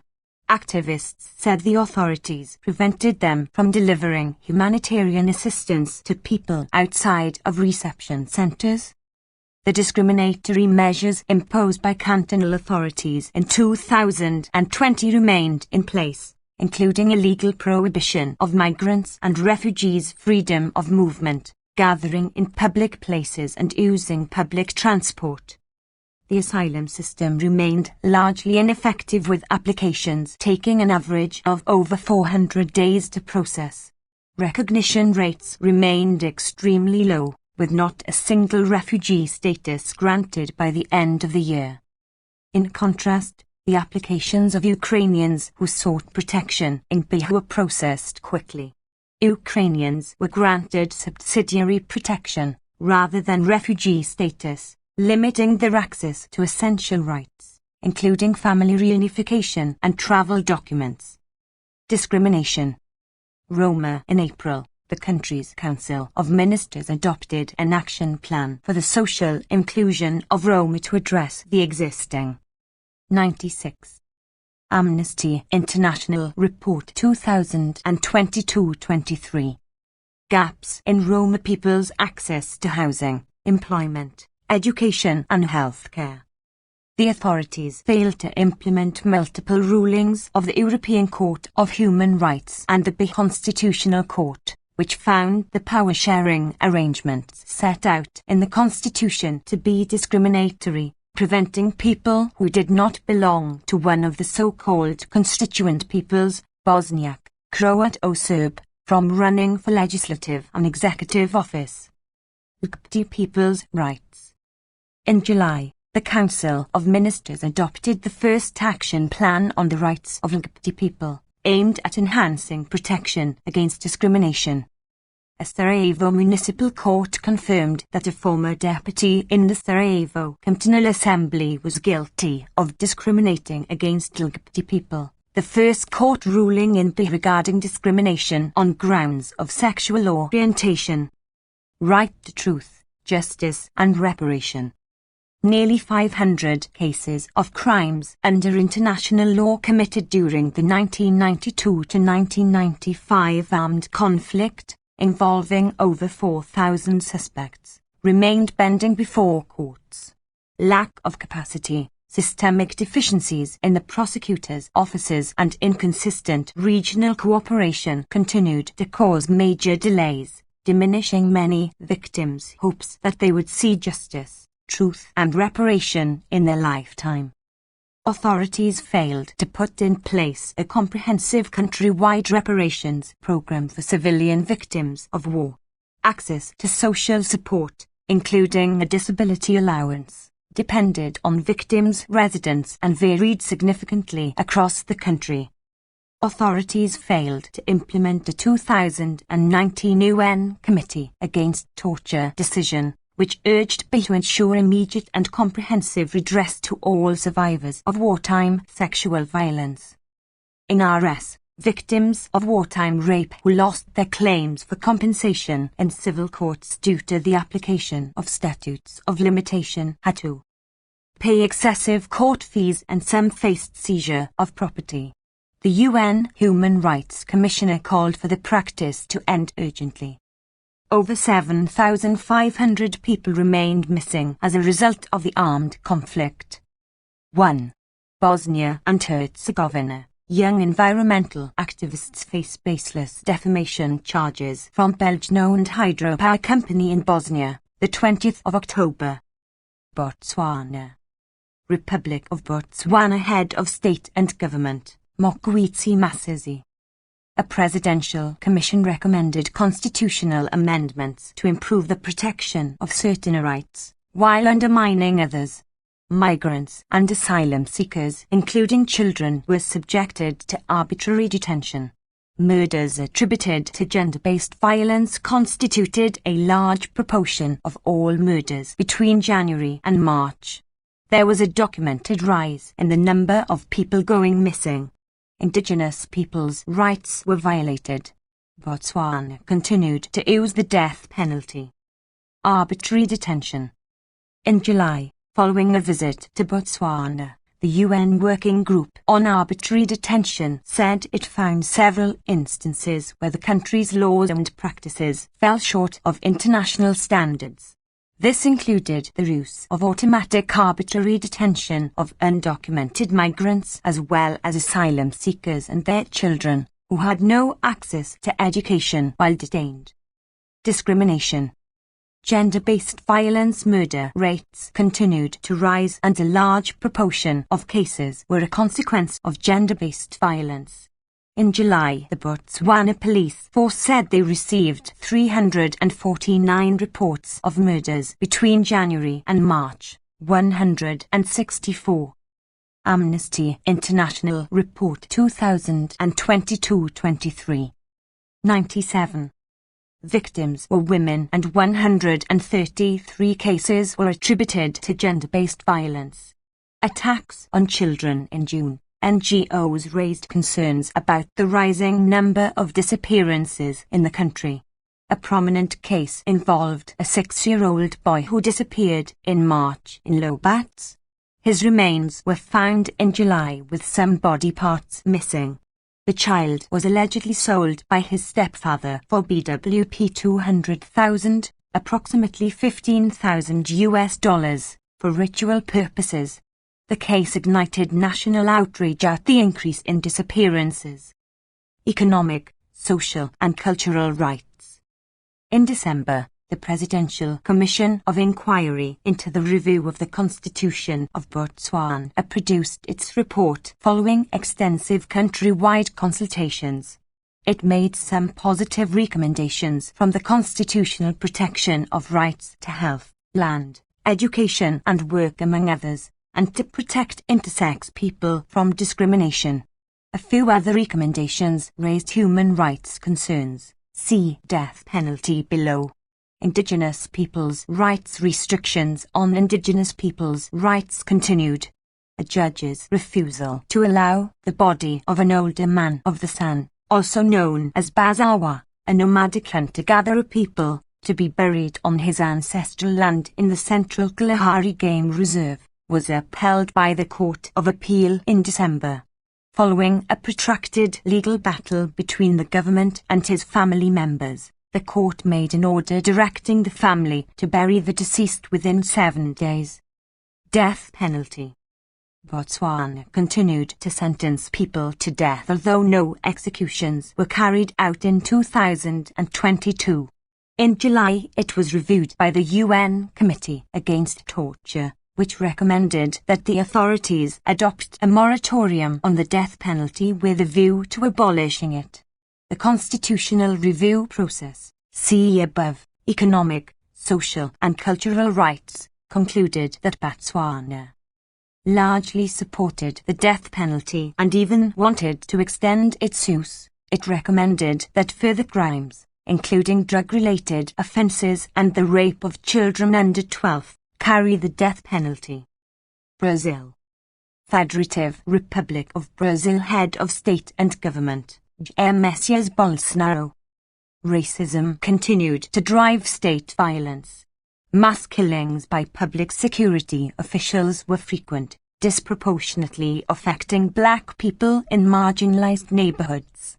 Cis and transgender women, especially black women, were targets of various forms of violence.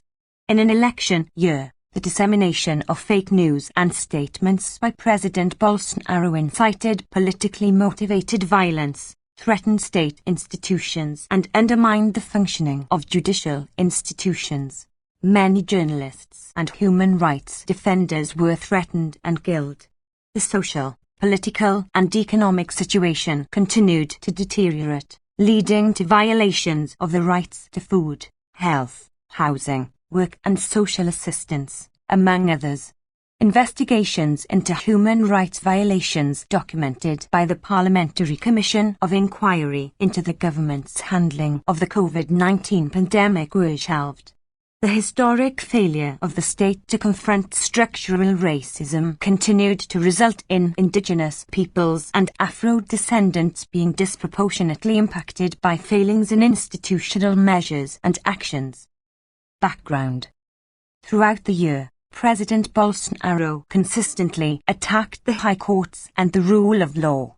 The election period was marked by polarization and political violence.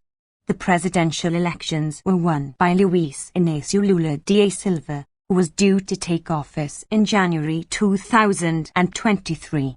He announced the creation of a Ministry of Native Peoples and committed 98.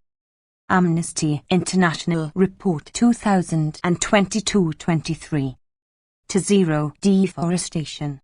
Supporters of outgoing President Bolsonaro organized protests and demanded military intervention, claiming unproven electoral fraud. In November, the Liberal Party, of which Jair Bolsonaro is a member, filed a claim requesting more than 250,000 voting machines be reviewed for fraud. The Superior Electoral Court dismissed the claim and ordered a penalty of 22.9 million Brazilian reais, approximately $4.3 million for petitioners acting in bad faith. The number of people receiving Brazil Aid, a cash transfer program introduced in 2021 to replace the Family Allowance Social Assistance Program, reached record levels during the election period, as did other benefits approved through an amendment to the Constitution based on the declaration of a state of emergency. There were concerns that this assistance may have been used for political ends. The number of firearms registered among the civilian population increased and was estimated to be greater than the number of weapons in the possession of the Navy, Army and Air Force combined. Economic, social and cultural rights. The economic crisis deepened structural and persistent social inequalities in the country, raising inflation and the impoverishment of the population disproportionately impacted groups that have historically faced discrimination, such as black people, indigenous peoples and other traditional communities, women, LGBT people and residents of favelas and marginalized neighborhoods. According to UNICEF, 2 million people between the ages of 11 and 19 who had not finished basic education left school between January and August. Right to health. By the end of the year, more than 693,000 people had died from COVID-19 since the beginning of the pandemic. Despite the problems associated with implementation of the vaccination program, 80% of Brazilians had been fully vaccinated by December. In September, the Pan-American Health Organization reaffirmed that Brazil was at a high risk of the re-emergence of polio, which had been eradicated in Brazil in the 1990s. Congress approved the Draft Budget Guidelines Law for 2023, which allocated the lowest level of funding in a decade to the Ministry of Health. Budget cuts impacted the public health system, known as the Unified Health System, and threatened to affect access to adequate care, including medicine supplies and sufficient health workers, as well as HIV/AIDS prevention and treatment and vaccination programs. During the year, the Attorney General requested that the Supreme Court dismiss 7 of the 10 investigations opened against President Bolsonaro following the report of the Parliamentary Commission of Inquiry, CPI, into the government's management of the COVID-19 pandemic. The CPI's final report recommended that President Bolsonaro be indicted for 9 crimes, including charlatanism, malfeasance, and crimes against humanity. By the end of the year, the Supreme Federal Court had granted the closure of at least 3 of the investigations requested by the Attorney General. Right to housing. According to the National Confederation of Municipalities, CNM, 5.8 million new homes were needed for families living in inadequate housing, and some further 24.8 million housing units required improvements. In March, the Federal Court of Justice, STF, extended Law No. 14.216/2021, which suspended urban evictions during the pandemic. Judge Luis Roberto Barroso justified the decision by stating that, in the context of the COVID-19 pandemic, the right to housing is directly related to health protection, and there is a need to avoid as much as possible an increase in the number of people living on the street. In October, the STF approved a transitional program for the reinstatement of evictions that had been suspended during the pandemic. The number of people living on the streets increased in 2022. A survey published in June by the Federal University of Minas. Amnesty International Report 2022-23. 99. Juries estimated that more than 180,000 people in the country had nowhere to live, 68% of whom were black. Approximately 119 million of the Brazilian population is black, and 84% of whom were receiving social assistance via Brazil Aid. Right to work. Although the level of unemployment was the lowest since 2015, poverty increased.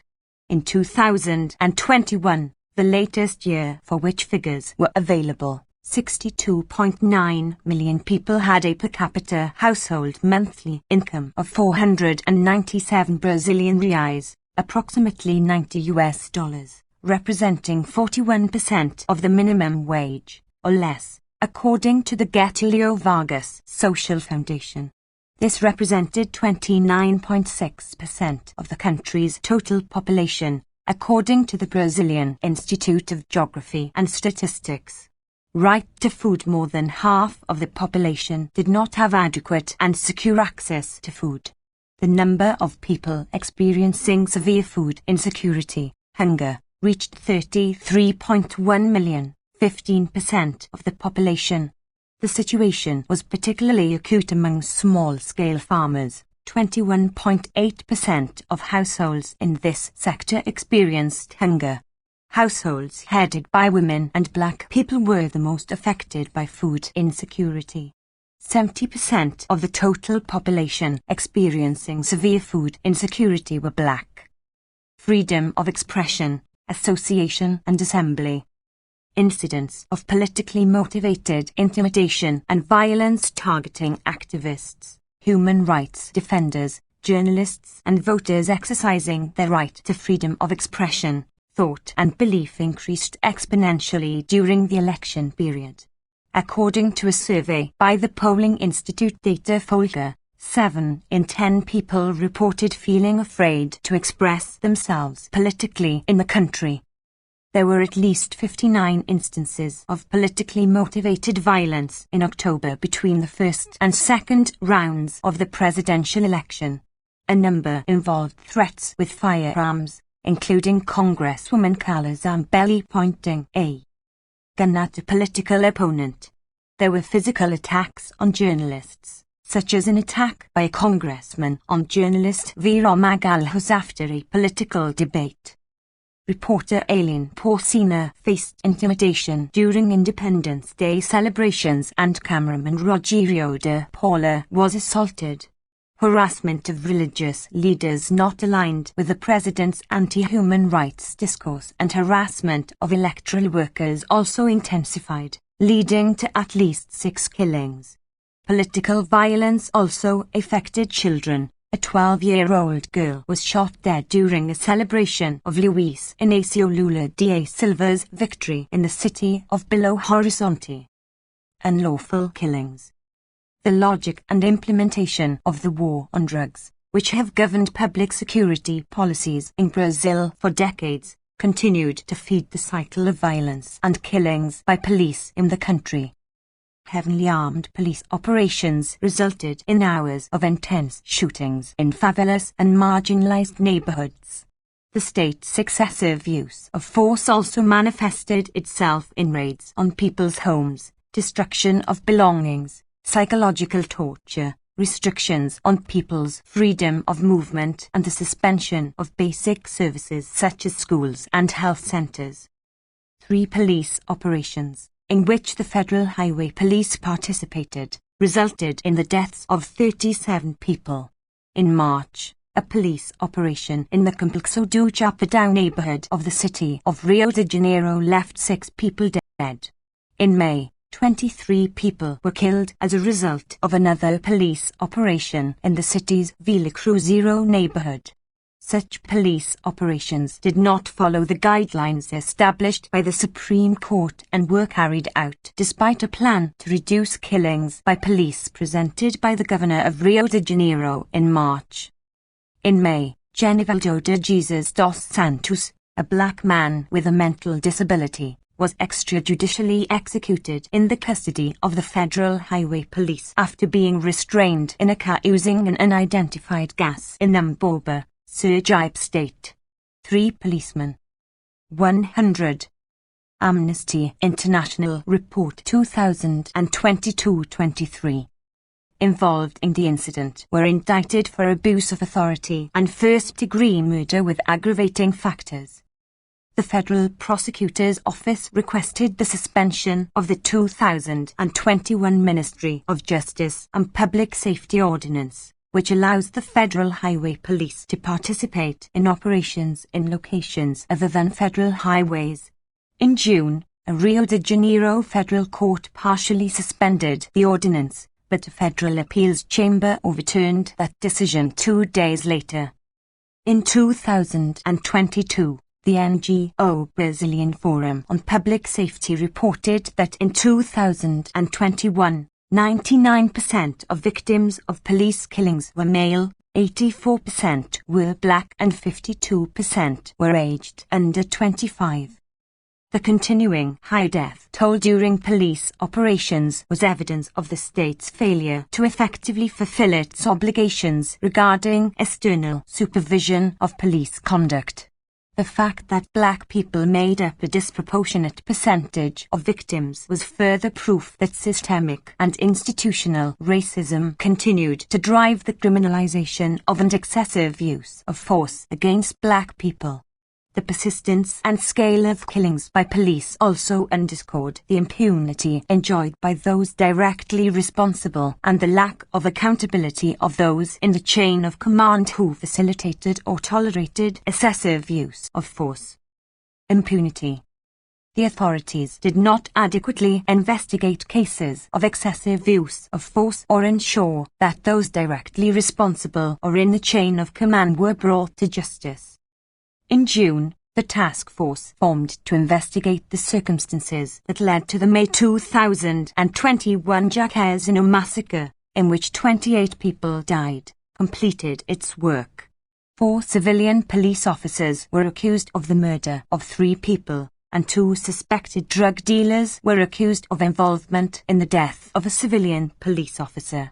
The cases of the other 24 killings were closed, reportedly due to lack of evidence. without determining responsibility. Those suspected of criminal responsibility for the enforced disappearance of Davy Fuser, then aged 16, in October 2014 had still not been brought to justice by the end of 2022. The teenager was last seen being put into an unmarked car during a police operation in the city of Salvador, Bahia State. Of the 17 police officers indicted, only 7 faced charges, including kidnapping. A first hearing in the case took place in October under the inadequate military justice system. By the end of the year, none of the officers charged had been convicted and all remained at liberty. Failure to tackle climate crisis and environmental degradation. According to the Space Research Institute, between January and October the deforestation rate in the Brazilian Amazon reached its highest level since 2015, with 9,277 square kilometers of forest destroyed in what is known as the legal Amazon region, an area covering 9 states in the Brazilian Amazon. The disasters caused by the effects of climate change and by the state's failure to adopt adequate and sufficient measures to mitigate them, continued to have disproportionate impacts on marginalized communities, those most affected by the lack of public policies on housing, basic sanitation and infrastructure. According to a survey by the National Confederation of Municipalities, the first 5 months of the year alone saw the highest number of deaths for a decade as a result of extreme rainfall. In February and March, at least 238 people died in Petropolis municipality, Rio de Janeiro state, following mudslides and flooding. In June, 128 people lost their lives in landslides and floods in Recife, the capital of Pernambuco state. In both cases, most of the people affected were black women living in favelas and marginalized neighborhoods who were at home when the landslides and flooding occurred. In April, Brazil submitted its second update to its original NDC.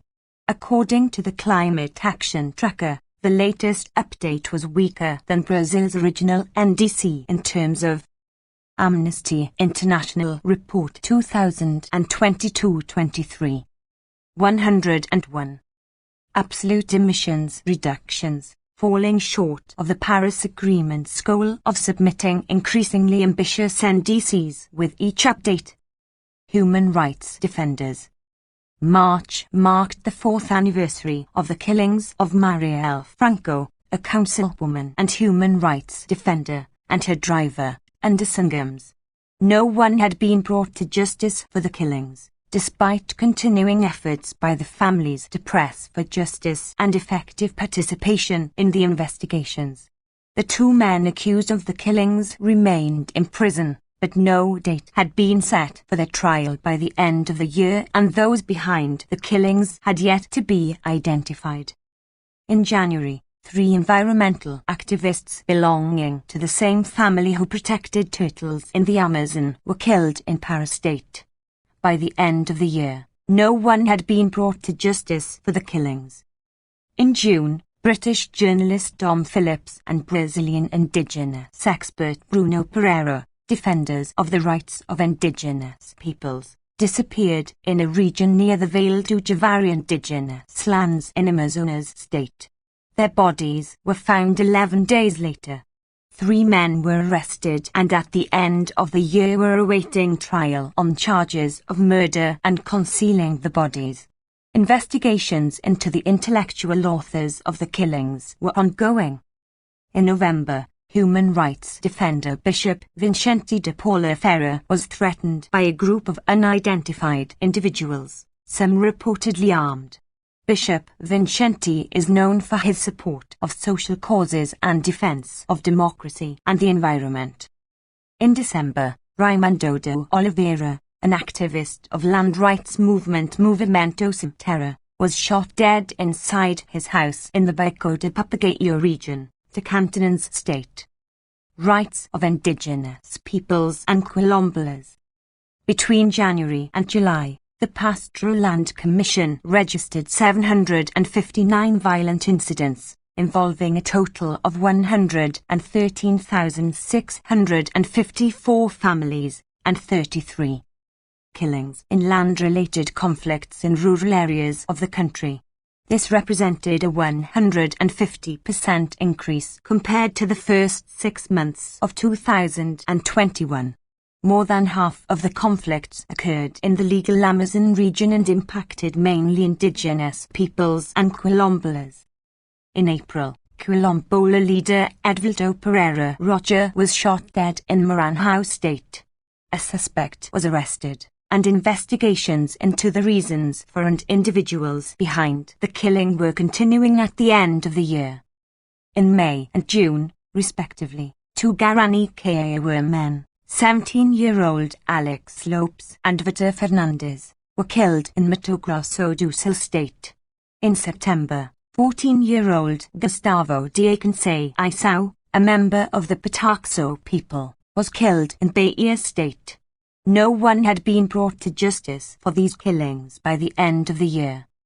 In addition to ongoing attacks on indigenous land in Rondônia state, the Huachucarana Association reported that the presence of illegal mining in the region was affecting the health of indigenous peoples. The association recorded the deaths of 9 children from diseases that could have been treated with adequate access to health care. People's rights. The National Association of Transvestites and Transsexuals, ANTRA, published data in January 2022 showing that at least 140 transgender people were killed in 2021, and for the 13th consecutive year Brazil was the country with the highest number of killings of transgender people in the world. Transgender candidates were subjected to intimidation and threats during the electoral process. Nevertheless, for the first time in the country's history, 2 transgender women were elected as federal deputies. Violence against women and girls. According to the Forum on Public Safety, 699 women were victims of feminicide in 2022, 62% of whom were black. 102. Amnesty International Report 2022-23. Sexual and reproductive rights. Although abortion in cases of rape is provided for in Brazilian law, those seeking abortion services faced intimidation and stigma from authorities. Bulgaria. Republic of Bulgaria Head of State, Roman Radev Head of Government, Galab Donev, replaced Kirill Petkov in August. Media freedom further deteriorated as journalists were subjected to threats, intimidation and abusive litigation. Migrants and asylum seekers faced pushbacks. Domestic violence increased. Courts found discrimination against Roma during riots in 2019. People with disabilities faced persistent discrimination. Background. In June, the reformist coalition led by Kirill Petkov lost a no-confidence vote, triggering an early parliamentary election in October. Galab Donev took on the role of caretaker prime minister in August. The former Prime Minister Boyko Borisov's GERB party won most seats but failed to win a clear majority, likely leaving the country in a state of protracted political crisis. Freedom of expression. Journalists and independent media outlets reporting on organized crime, corruption or minority rights faced persistent threats and harassment and were frequently victims of abusive litigation by public officials and business people.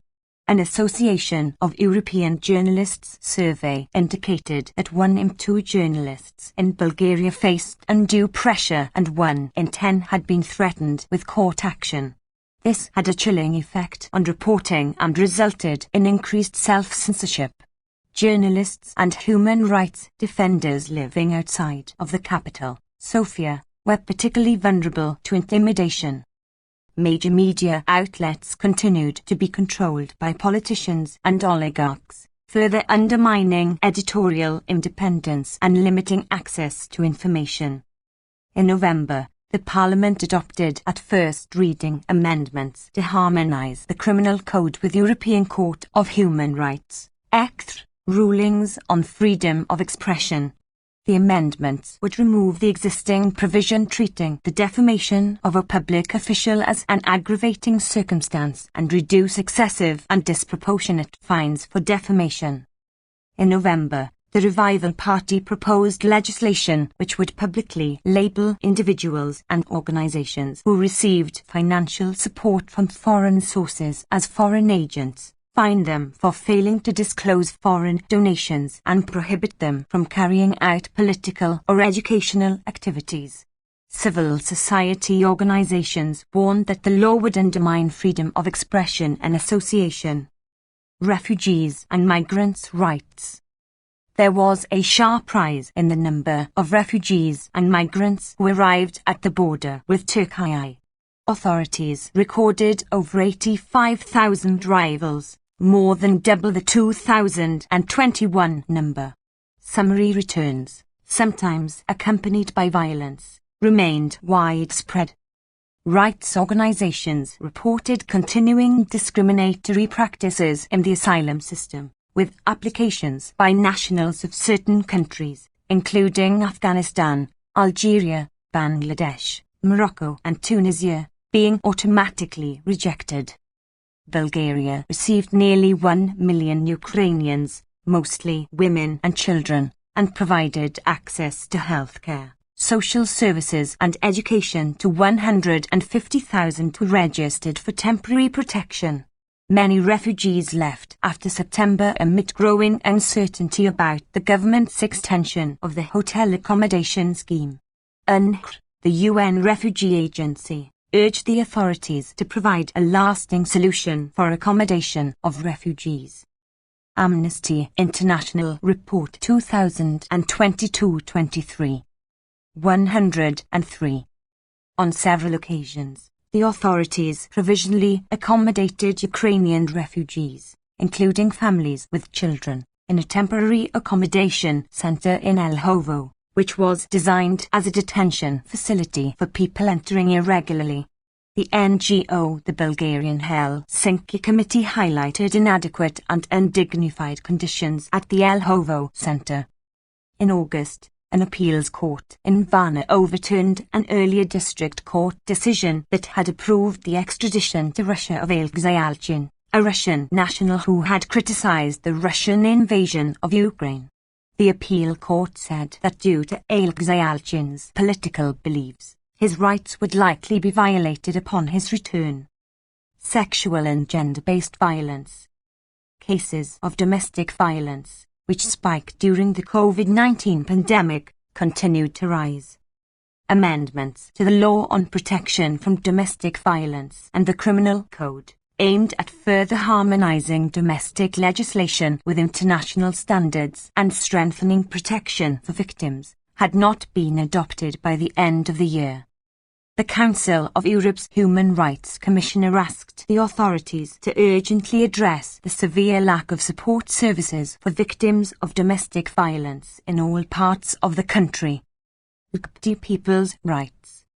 In June, a court in Sofia awarded Boyan Rasate, the Bulgarian National Union Party's candidate in the 2021 presidential election, to pay a 3,000 Bulgarian leva, €1,500, fine for a break-in at an LGBT community centre, the Rainbow Hub, in 2021, during which the facility was vandalised and an activist assaulted.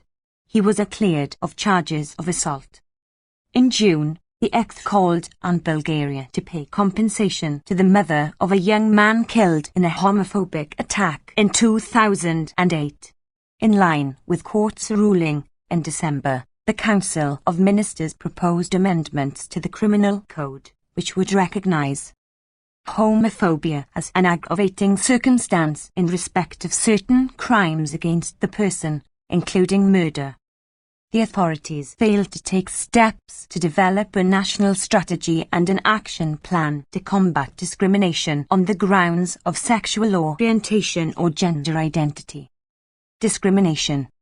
In October, the Act ruled that the authorities violated the right to private and family life of the Roma residents of Vojvodinovo who were driven from their homes during the violent anti-Roma protests in 2019, and ordered the authorities to pay compensation. In August, the National Commission for Protection Against Discrimination said that the expulsion of Roma from Vojvodinovo was an act of discrimination. The European Commission Against Racism and Intolerance urged the authorities to do more to tackle hate speech and prejudice against Roma. Right to privacy. In a ruling in January, the ECTRA found that Bulgaria's laws on secret surveillance were in breach of the European Convention on Human Rights. The court said that the laws failed to provide sufficient safeguards against arbitrary or abusive surveillance and that there was insufficient oversight against unnecessary and disproportionate access to stored communications data. Rights of people with disabilities. In two separate cases, the Act ruled that Bulgaria had violated the right to vote of two people with a mental disability who were under partial guardianship. It found that Bulgaria's de facto blanket ban on people affected by a mental disability voting was disproportionate and unjustifiable. The Constitutional Court refused to provide an interpretation of the national legislation relating to the right of people with a mental disability to vote, stating that the relevant provisions in the Constitution were sufficiently clear. 104. Amnesty International Report 2022-23. The authorities reiterated their commitment to closing specialized institutions for adults with disabilities. However, rights organizations said that the government needed to improve community-based services to provide a dignified alternative to group accommodation in institutions. In June, the European Committee for the Prevention of Torture urged Bulgaria to urgently adopt measures to address poor living conditions and physical neglect in social care homes. Burkina Faso. Burkina Faso Head of State, Ibrahim Traoré, replaced Paul-Henri Sandaogo Damiba in September, who replaced Trochmark Christian Kabor in January. Head of Government, Apollinaire Kailam Tambla, replaced Albert Idrogo in October, who replaced Lassina Zerbo in March. Armed groups and government armed forces committed violations of international humanitarian law. The armed conflict continued to affect the rights to food, water, health and education. There were cases of arbitrary detention and violations of the right to freedom of expression. Two historical judicial cases of high-profile killings were finally completed, including one related to the murder of President Thomas Sankara in 1987. Background. Burkina Faso underwent two military coups. The first, in January, was led by Lieutenant Colonel Paul-Henri Damiba. It toppled President Roch-Marc Kabor and his government and led to the dissolution of all elective offices, parliamentary and local. The army justified the coup on the basis of the government's poor handling of the armed conflict, which continued to have major impacts on civilians. The military authorities placed Roch-Marc Kabor under house arrest until 7 April on grounds of security. The state of emergency was renewed in April after a 2-month suspension. The new government established military zones in northern and eastern Burkina Faso and ordered civilians to evacuate these areas. A 2-year transition before presidential elections was negotiated under mediation from Mikaos. In September, after military setbacks in the armed conflict, Lieutenant Colonel Damiba was overthrown by military officers led by Captain Ibrahim Traoré. Violations of international humanitarian law. Armed groups. The Group for the Support of Islam and Muslims, GSIM, blocked access and commercial supply to several cities in northern and eastern Burkina Faso. In February, the GSIM cut access to the city of Djibo in response to the government's prohibition of the movement of people and goods from Djibo to areas under the GSIM's influence. In July, the main road access to the town of Seba, which hosted 30,000 internally displaced people from neighboring districts, was also cut off by the GSIM. The blockades reduce food security and access to medicines and healthcare for civilians. In March, armed assailants launched an attack in Narbinder, a town in Sum province under siege since 2019, targeting people fetching water. 7 people were killed, including 3 civilians.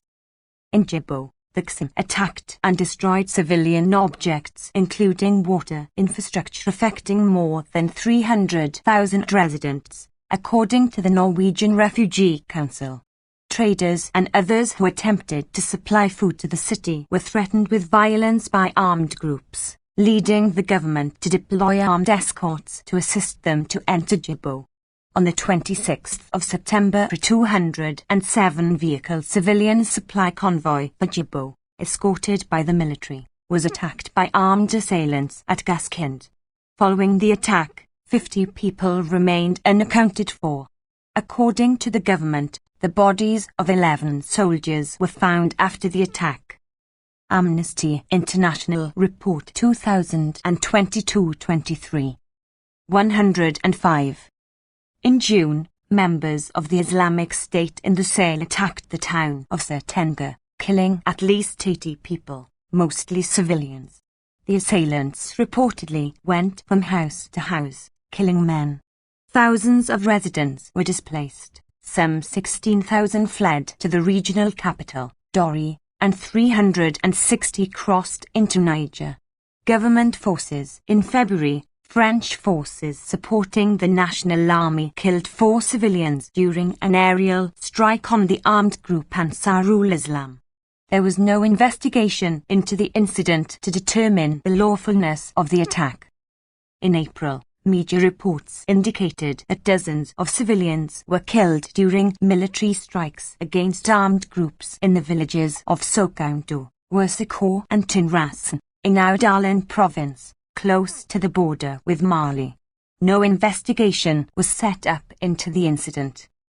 In August, state authorities acknowledged their responsibility for the deaths of several civilians during aerial strikes against armed groups near Kompienga, Pognoa, close to the border with Togo. Media reports indicated that around 30 civilians, mostly women, were killed during the strikes. On the 30th of December, 2 neighborhoods with majority ethnic Fulani populations in the town of Nauna, Kosi province, were attacked by government auxiliary forces. At least 86 people were killed, according to local sources. The Office of the Prosecutor of Nauna announced an investigation into the killings. Right to food. A combination of conflict-driven increases in the price of consumer products and variations in the climate severely affected food security in Burkina Faso. According to UCA, 4.9 million people faced food insecurity by September, including many internally displaced people who had fled their homes and lost their livelihoods due to the conflict. Some 180,000 children were chronically malnourished, according to UCA. This situation was most acute in their Nord, South and East regions where armed groups were most active. Right to education.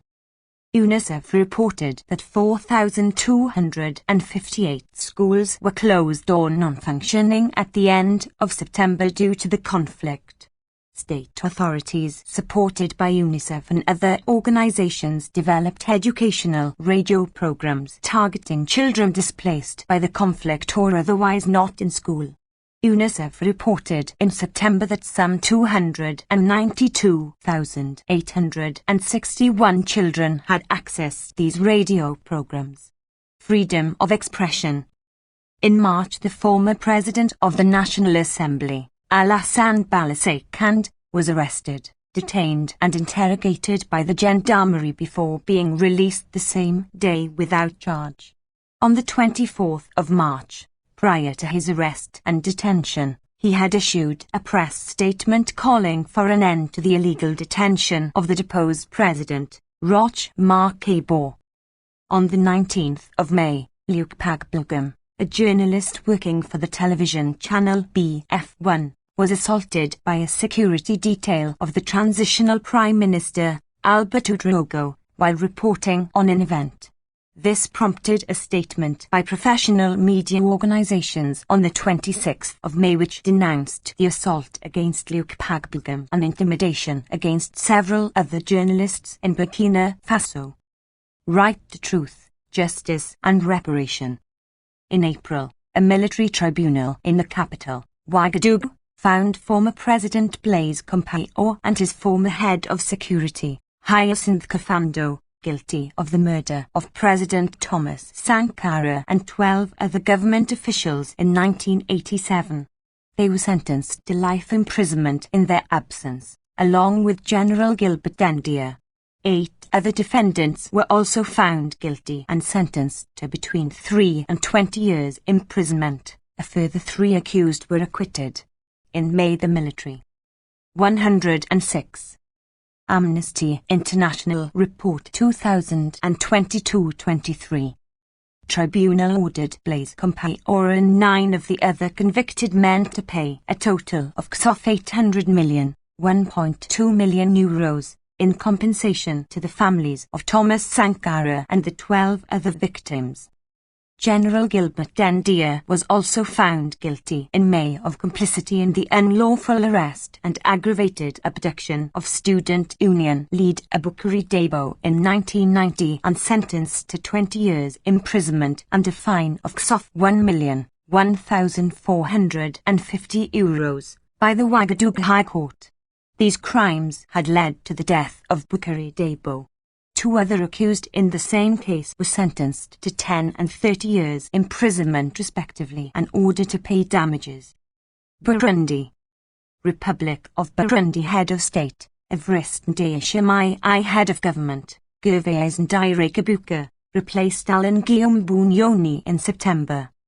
Officials failed to uphold the rights to freedom of expression, peaceful assembly and association. Many independent human rights organizations were not allowed to operate and many civil society actors remained in exile. Targeted attacks by security forces and the Imbonerakure, the ruling party's youth wing, continued against government critics and members of the opposition, including arbitrary arrests and detention and enforced disappearances. Detainees' rights were violated. The Truth and Reconciliation Commission faced accusations of bias. The government's failure to address fuel shortages and an ill-advised decision to ban bicycles, tricycles and motorbikes from Bujumbuра's city centre adversely affected the cost of living, impacting social and economic rights. Some returning refugees were subjected to harassment, intimidation and attacks. Background.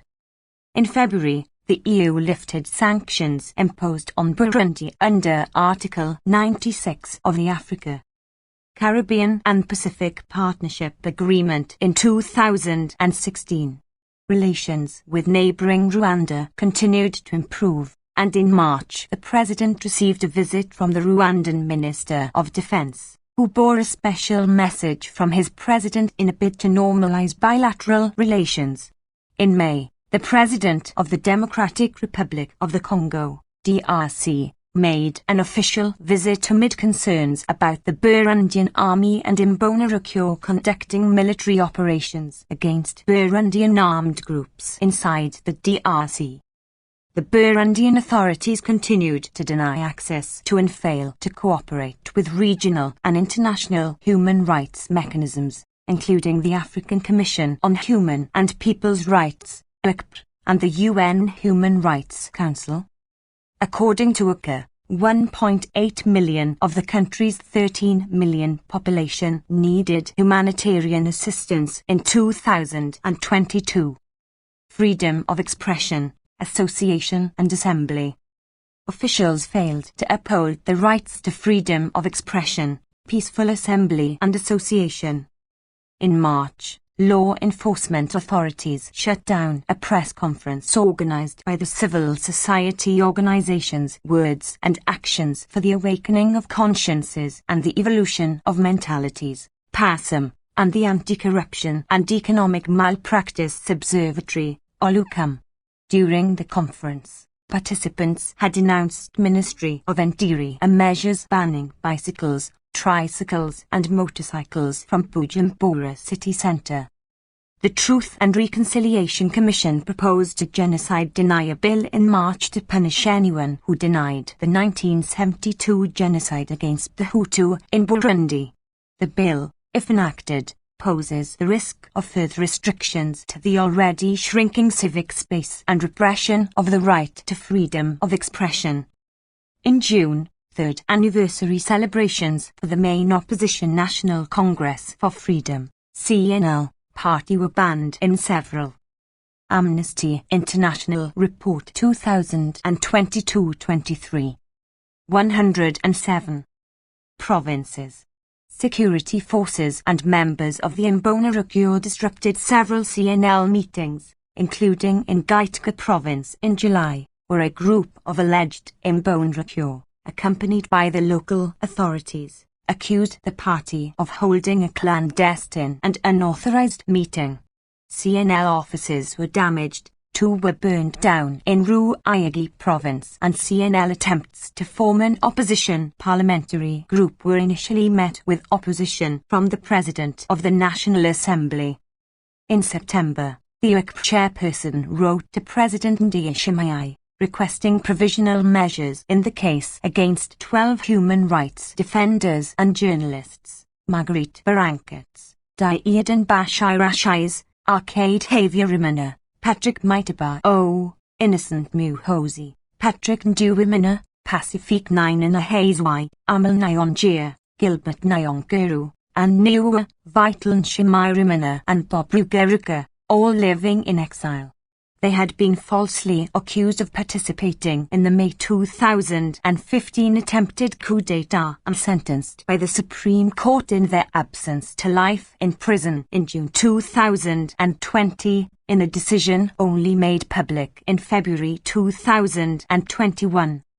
Lawyers alleged that he was put under pressure and forced to resign from his role at Kira Hospital over unsubstantiated claims of fraud, money laundering and forging documents. One of his lawyers said that a recent financial audit, commissioned by Kira Hospital interim officials, found no wrongdoing on Christophe Sahebo's account. On the 27th of September, his brother, Ishine Sahebo, and his lawyer Sandra Ndiaye, daughter of the former president Domitian Ndiaye, were arrested and accused by the Prosecutor General of forging the minutes of the Kira Hospital's General Assembly meeting that reinstated Christophe Sahebo as the director. Sandra Ndiaye was released on the 7th of October after announcing her representation of the Christophe Sahebo.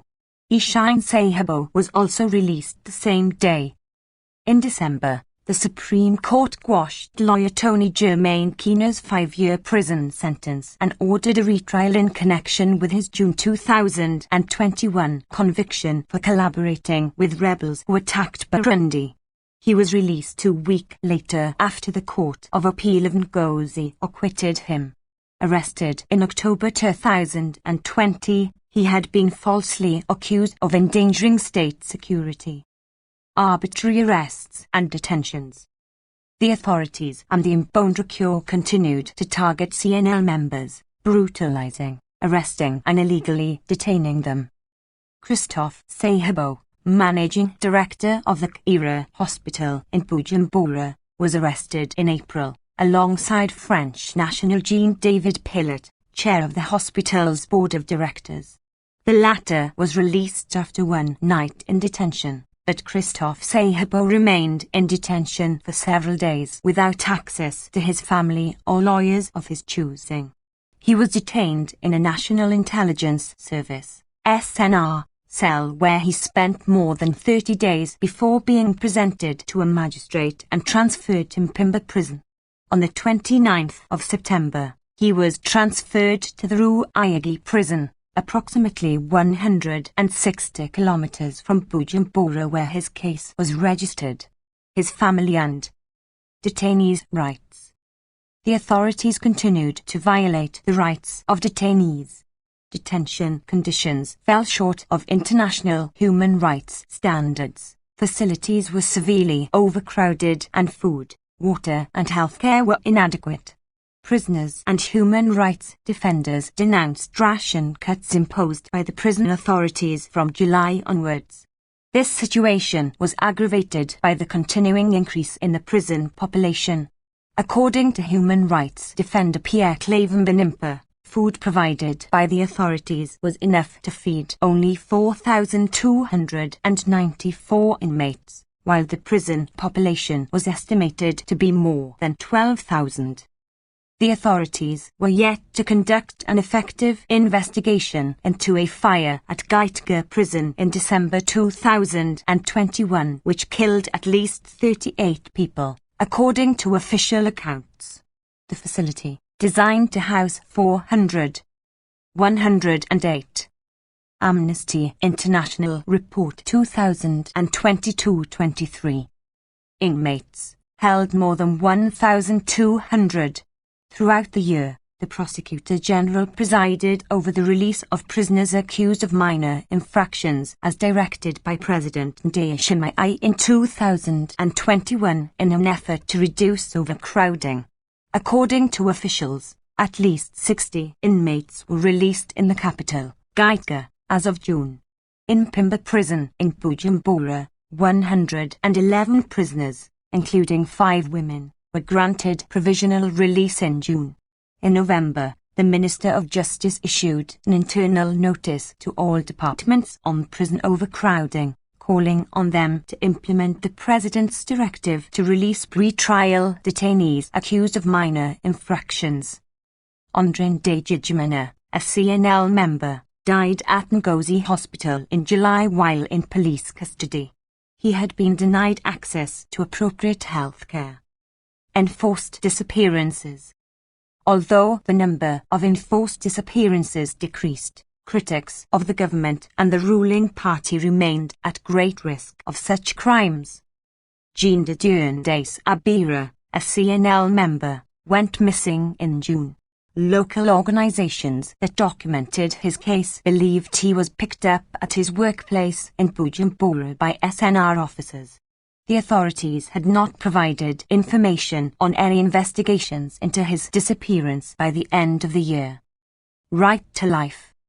Burundian human rights organizations continued to report the discovery of bodies in rivers across the country. The security forces and the Imbonerakure are believed to be responsible for the killings. The authorities failed to investigate these allegations. In June, a local youth official of the CNL party, Jean-Claude Ntirampiba, was found dead near the Ruzizi River. There were clear signs on his body that he had been murdered. Right to truth, justice and reparation. The Truth and Reconciliation Commission has long been accused of bias. Its methodology and manner of exhuming bodies continued to be contested by human rights groups and was seen by many Burundian and international actors as part of the ruling party's narrative to portray the Hutu as the sole victims of the 1972 massacres, without investigating other atrocities. Economic, social and cultural rights. Since August 2021, the authorities failed to secure fuel supplies, causing paralysis to economic activity, a sharp rise in inflation, raising food prices and scarcity of public transport in major cities, which prevented many healthcare professionals, students, public servants and private sector workers from reaching work. The public transport crisis was compounded by the Interior Ministry's ban in March on bicycles, tricycles and motorcycles in Bujumbura city centre. See above. Freedom of expression, association and assembly. Local media reported abuses by the Imbonerakure, local officials and security forces who extorted motorists by demanding money to avoid long queues for fuel. Refugees and migrants' rights.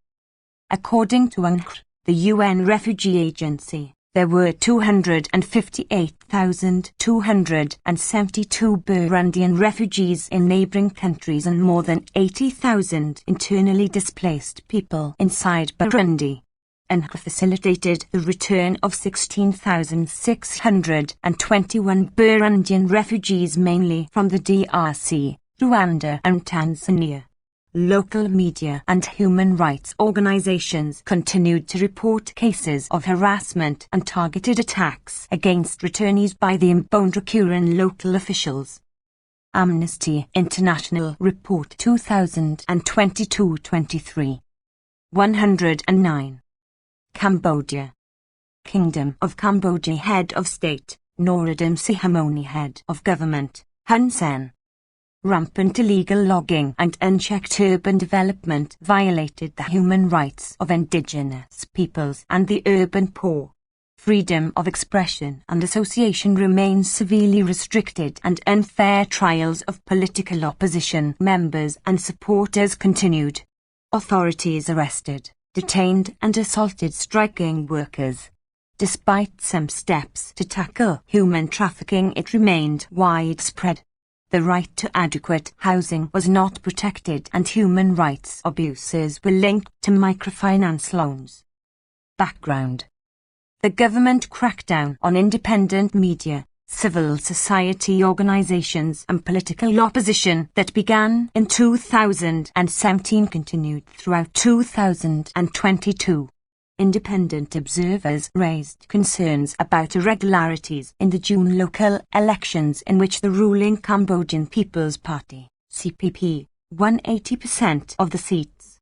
It was contested by the Candlelight Party, which is comprised of some former members of the Cambodian National Rescue Party, CNRP, which was banned by a court order in 2017. Cambodia's NDC remained unchanged since 2020 at a 50% reduction of historical emissions by 2030. Environmental degradation. Large-scale illegal logging of protected forests continued, with severe consequences for indigenous peoples whose livelihoods and culture depend on them. One indigenous activists reported receiving death threats from authorities and a rise in gun possession amongst illegal loggers throughout the year. In August, following a public outcry, the government halted logging in Phnom Tamau forest, but only after hundreds of hectares had been cleared. The destruction of lakes and wetlands, especially around the capital Phnom Penh, for private development also continued, resulting in increased flood risks and loss of housing and livelihoods for surrounding communities, where many people had precarious incomes or were living in poverty. The sale and gifting by the government of Boang Tamak, one of the last remaining lakes in Phnom Penh, to private companies and individuals for draining and development continued. In July, Cambodia's Supreme Court upheld convictions and suspended parts of prison sentences for incitement to commit a felony against 3 environmental activists from the campaign group Mother Nature Cambodia. The 3, who were arrested in 2020 for protesting against the privatization of the lake, remained under restrictive probation conditions. In September, the authorities dismantled sheds used by local fishermen to make way for the Boang Tamak development. Freedom of expression. On the 16th of August, members of the Prime Minister's bodyguard unit detained 5 journalists along with 4 activists from a social justice group, Khmer Thavarak, who were documenting the destruction resulting from the illegal logging in Phnom Tamau forest. One of the journalists was reportedly hit in the face while filming the arrest. All 9 were released without charge, but were required to sign a document admitting that they flew a drone without permission. On the 3rd of February, a supporter of the banned CNRP, Von Wiesner, was found guilty of incitement to commit felony and sentenced to 2 years imprisonment in relation to a poem he had posted on Facebook that was critical of Hun Sen. Freedom of association. Judicial harassment of members and supporters of opposition political parties continued in 2022. The trial on charges of treason of the leader of the CNRP, Kem Sokha, which began in 2020, was ongoing at the end of 2022, with the verdict scheduled. 110. Amnesty International Report 2022-23. For the 3rd of March 2023, mass trials of another 115 CNRP members and supporters took place during the year, in which 67 people were convicted and sentenced to prison terms ranging from 5 to 18 years. UN human rights experts described the trials as deeply flawed and called for all convictions to be reviewed. 5 members of the Candlelight Party were arbitrarily detained or imprisoned during the year.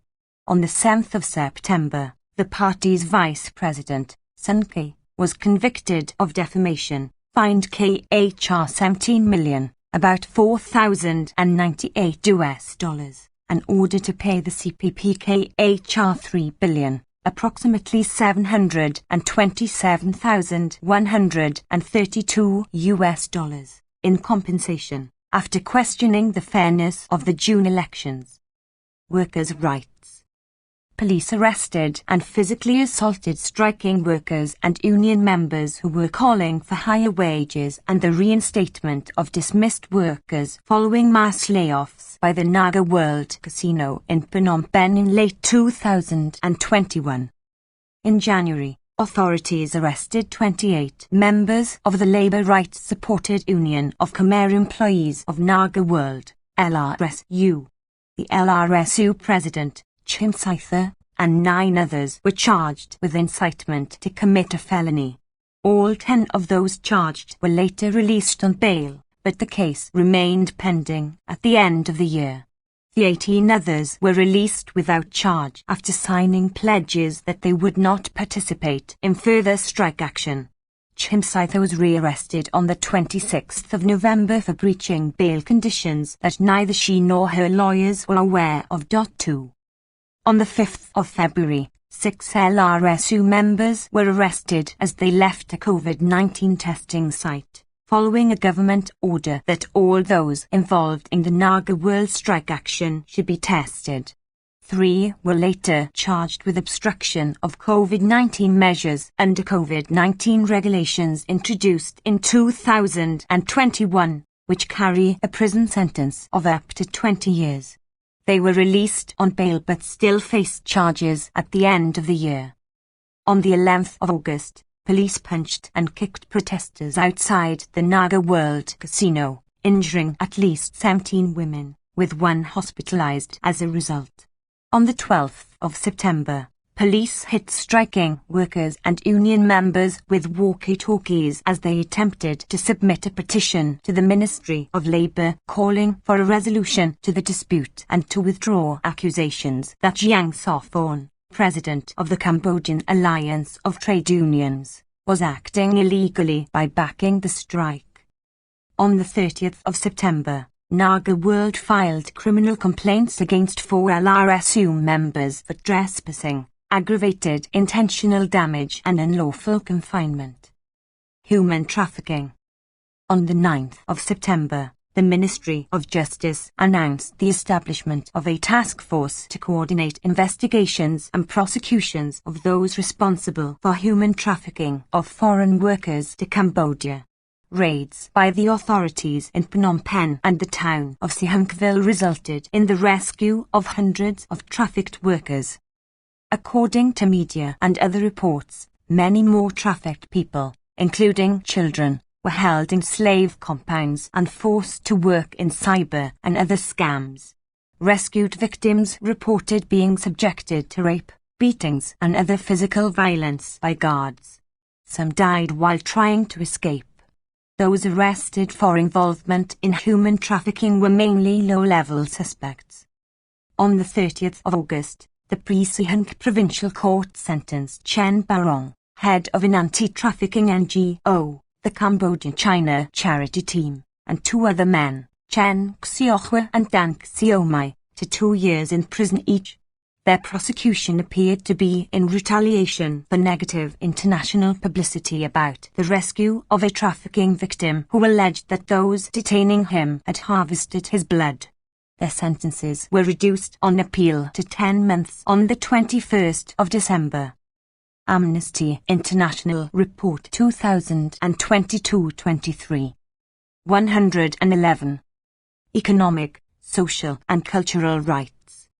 In April, the Compliance Advisor Ombudsman of the International Finance Corporation, IFC, an international body that addresses complaints by people affected by IFC-supported projects, agreed to review a complaint filed by local NGOs on behalf of 19 individuals, including indigenous people, alleging human rights abuses, including coerced land sales, forced migration and child labour, arising from a lack of due diligence and inadequate supervision of loans by 6 Cambodian microfinance corporations and banks. Right to housing. Lack of land titles meant that thousands of people remained at risk of eviction without access to compensation under national law.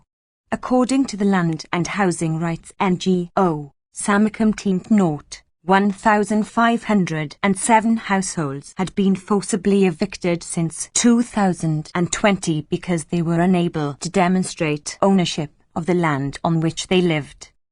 1. Cambodia. Our traditions are being destroyed, illegal logging, repression, and indigenous peoples' rights violations in Cambodia's protected forests. The 28th of January. 2. Cambodia. Empress Union leader must be released. Chim Saitha, the 14th of December. Cameroon. Republic of Cameroon. Head of State, Paul Biya. Head of Government, Joseph Dion Ngute. Freedoms of expression, association and assembly were still restricted. Dozens of opposition party supporters and Anglophone leaders remained arbitrarily detained. In the northwest and southwest regions, separatist groups committed serious crimes and the army committed human rights violations. In the far north region, armed groups continued to carry out deadly raids on villages. Humanitarian access was hampered. Background. Armed violence between the army and armed separatist groups continued in the northwest and southwest Anglophone regions. The armed conflict in the far north region continued to rage with the active presence of the armed groups Boko Haram and Islamic State in West Africa province. In May, inhabitants of Toru in Maotsunaga department held a demonstration at the subprefecture of Mokolo to denounce the insecurity and demand more protection from the authorities.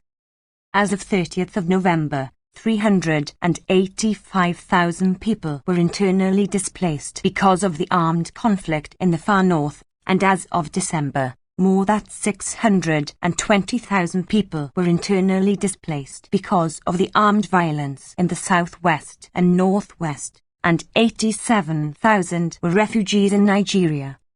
Freedom of expression, association and assembly.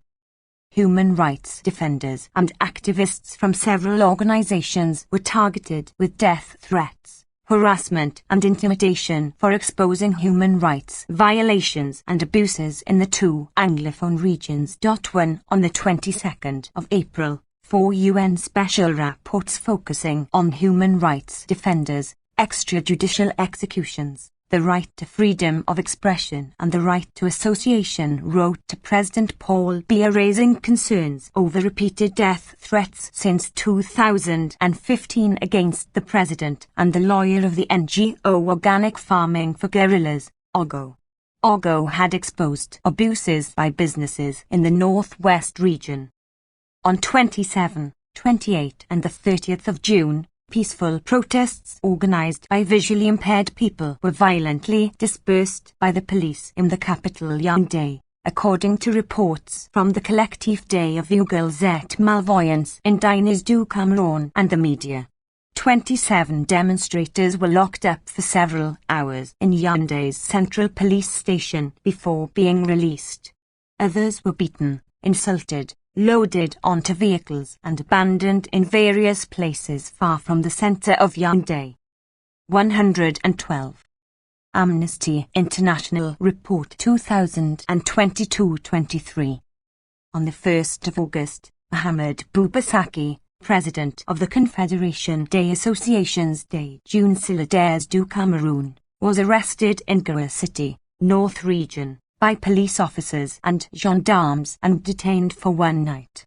He had tried to organize a peaceful march to demand the release of several detainees. Arbitrary detention. Mancho Bibixitsi and Tse Conrad, protest leaders from the northwest and southwest Anglophone regions and arrested for taking part in peaceful protests in 2016 and 2017, were still arbitrarily detained after being sentenced by a military court in Yaoundé to 15 years in prison, following their conviction for acts of terrorism, secession, spreading false information, and contempt for public bodies and officials. In 2019 and 2021, the UN Working Group on Arbitrary Detention called for the release of the two men. As of December, at least 62 Cameroon Renaissance Movement (MRC) members and supporters remained in arbitrary detention in Yaoundé and Douala after they were sentenced by military courts for attempted revolution, rebellion, aggravated assembly or participation in the organization of an undeclared public meeting in relation to their activism or their participation in banned protests in September 2020. Among them were Olivier Bibounissac, the spokesperson for MRC leader Maurice Kamto, and Alain Fogdedem, national treasurer of the MRC, both sentenced to 7 years in prison, and Douglas Ness, sentenced to 5 years for having participated in the protest. Former director of the public broadcaster Cameroon Radio and the television, CRTV, Ahmed Veimoulk, whose pre-trial detention for 6 years had been considered arbitrary by the UN Working Group on Arbitrary Detention, was sentenced on the 20th of December to 12 years in prison, after more than 130 adjournments. Detainees' rights. While a report by the Ministry of Public Health recorded almost 15,000 notified cases of cholera and 298 deaths in several regions, the New Bell prison in Douala was affected by 2 cholera epidemics. In the first outbreak starting in February, at least 6 inmates at the prison died of cholera. One of them, Rodrigue Agokufate, who died on the 7th of April, had been arbitrarily detained since September 2020 for having participated in a peaceful protest. According to non-governmental media, the second outbreak from August onwards caused the deaths of at least 10 prisoners. The prison administration carried out disinfection and reinforced existing hygiene measures. The regional health delegation for the littoral region provided vaccines and supported the care of patients evacuated to public hospitals. Unlawful killings. The Ministry of Defense acknowledged on the 7th of June that the Cameroonian army killed 9 people on the evening of the 1st of June in the town of Misung, Menkom Department, Northwest Region, in an inappropriate reaction, inadequate to the circumstances and clearly disproportionate to the refusal of the hostile villagers to cooperate. Right to life.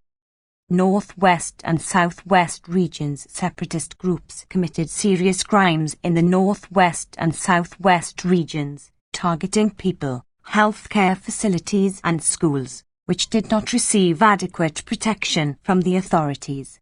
On 8 and the 11th of February, these groups burned down Moliko Primary School in Buea and Queen of Rosary Catholic College in Mamf, both in Southwest Region. On the 26th of February, a nurse from a medical NGO was killed and 2 other medical staff injured when their car was shot at by a separatist group at a checkpoint on the outskirts of Bamenda, Northwest Region. On the 13th of April, the government reported the killing of the Northwest Regional Prison. Amnesty International Report 2022-23. 113. delegate and 3 of his staff in an attack on their vehicle on the 12th of April. According to reports by ACA, 13 students and 3 teachers were abducted in 4 separate incidents and released after payment of a ransom. On 4 and the 6th of April, 2 schools in Buea suffered arson attacks by unknown armed men. Abuses by armed groups. Far North region armed groups continued to carry out deadly raids on villages, killing and abducting dozens of civilians. The Mada Hospital in Logonet Cherry Department was forced to close for several months, preventing thousands of people from accessing health services after an attack on the 2nd of July that killed 2 civilians. Denial of humanitarian access. On the 5th of April, Doctors Without Borders, DWB, announced the suspension of all medical activities in the southwest region after 4 of their colleagues were arrested and detained after being investigated for complicity with secessionism simply for carrying out their medical duties, according to DWB. Humanitarian operations were suspended from 15 to 21 May in the northwest and southwest regions after armed separatist groups called for lockdowns. 1. Cameroon. End threats against activists who exposed violations and abuses in Anglophone regions, the 7th of July. 2. Cameroon. More than 100 detainees from Anglophone regions and opposition party languishing in jail for speaking out, the 24th of January. Canada. Canada Head of State, Charles III, replaced Elizabeth II in September, represented by Governor-General Mary May Simon, Head of Government, Justin Trudeau. Marginalized groups faced intersecting inequities, systemic discrimination and barriers to the realization of their human rights. The right to assembly was often under threat, particularly for Indigenous land defenders. Authorities failed to mitigate the climate crisis. Freedom of assembly. In February, authorities invoked the Emergencies Act to end the Freedom Convoy blockade protest against COVID-19 vaccine mandates and restrictions in the capital, Ottawa. The convoy was characterized by incidents of racism, violence, harassment, intimidation and hate speech. On the 25th of April, the government established a Public Order Emergency Commission to examine the use of the Act. On the 3rd of November, the Ontario government passed Bill 28, making it illegal for members of the Canadian Union of Public Employees, CUP, including educational assistants, school custodians, early childhood educators, secretaries and other professionals to exercise their constitutional right to proceed with a planned strike. This was repealed on the 14th of November. 2. Indigenous peoples' rights. The Innu people of Pessamit condemned climate change, forestry practices, hydroelectric projects and colonial policies threatening their traditional ways of life and identity, including their cultural rights, which should be included in any climate changes plans. 3. In April, Prime Minister Trudeau officially acknowledged the role of the Catholic Church and the government in creating, maintaining and operating the residential school system, which the House of Commons unanimously recognised as genocide on the 27th of October. On 1st of June, 19 land defenders opposing construction of pipelines on their lands were charged with criminal contempt. 4 On the 22nd of June, Wet'suwet'en land defenders filed a civil claim over surveillance, harassment and intimidation against the Minister of Justice for the province of British Columbia, 3 Royal Canadian Mounted Police, RCMP, officers, Forsyth Security and Coastal Gas Link. 114. Amnesty International Report 2022-23. Pipeline Limited. The case was ongoing at the end of the year. In September, a private company, Coastal GasLink, began drilling on Wet'suwet'en territory, despite opposition by hereditary chiefs. 5. On all issues, Indigenous nations called for nation-to-nation dialogue with provincial and federal governments. However, authorities failed to obtain the free, prior and informed consent of Indigenous communities in relation to resource extraction projects. Right to water. 33 long-term drinking water advisories, issued when water is not known to be safe, remained in effect at the end of the year, affecting 29 First Nations communities. In August, the Territory of Nunavut declared a state of emergency for the city of Iqaluit over the shortage of water.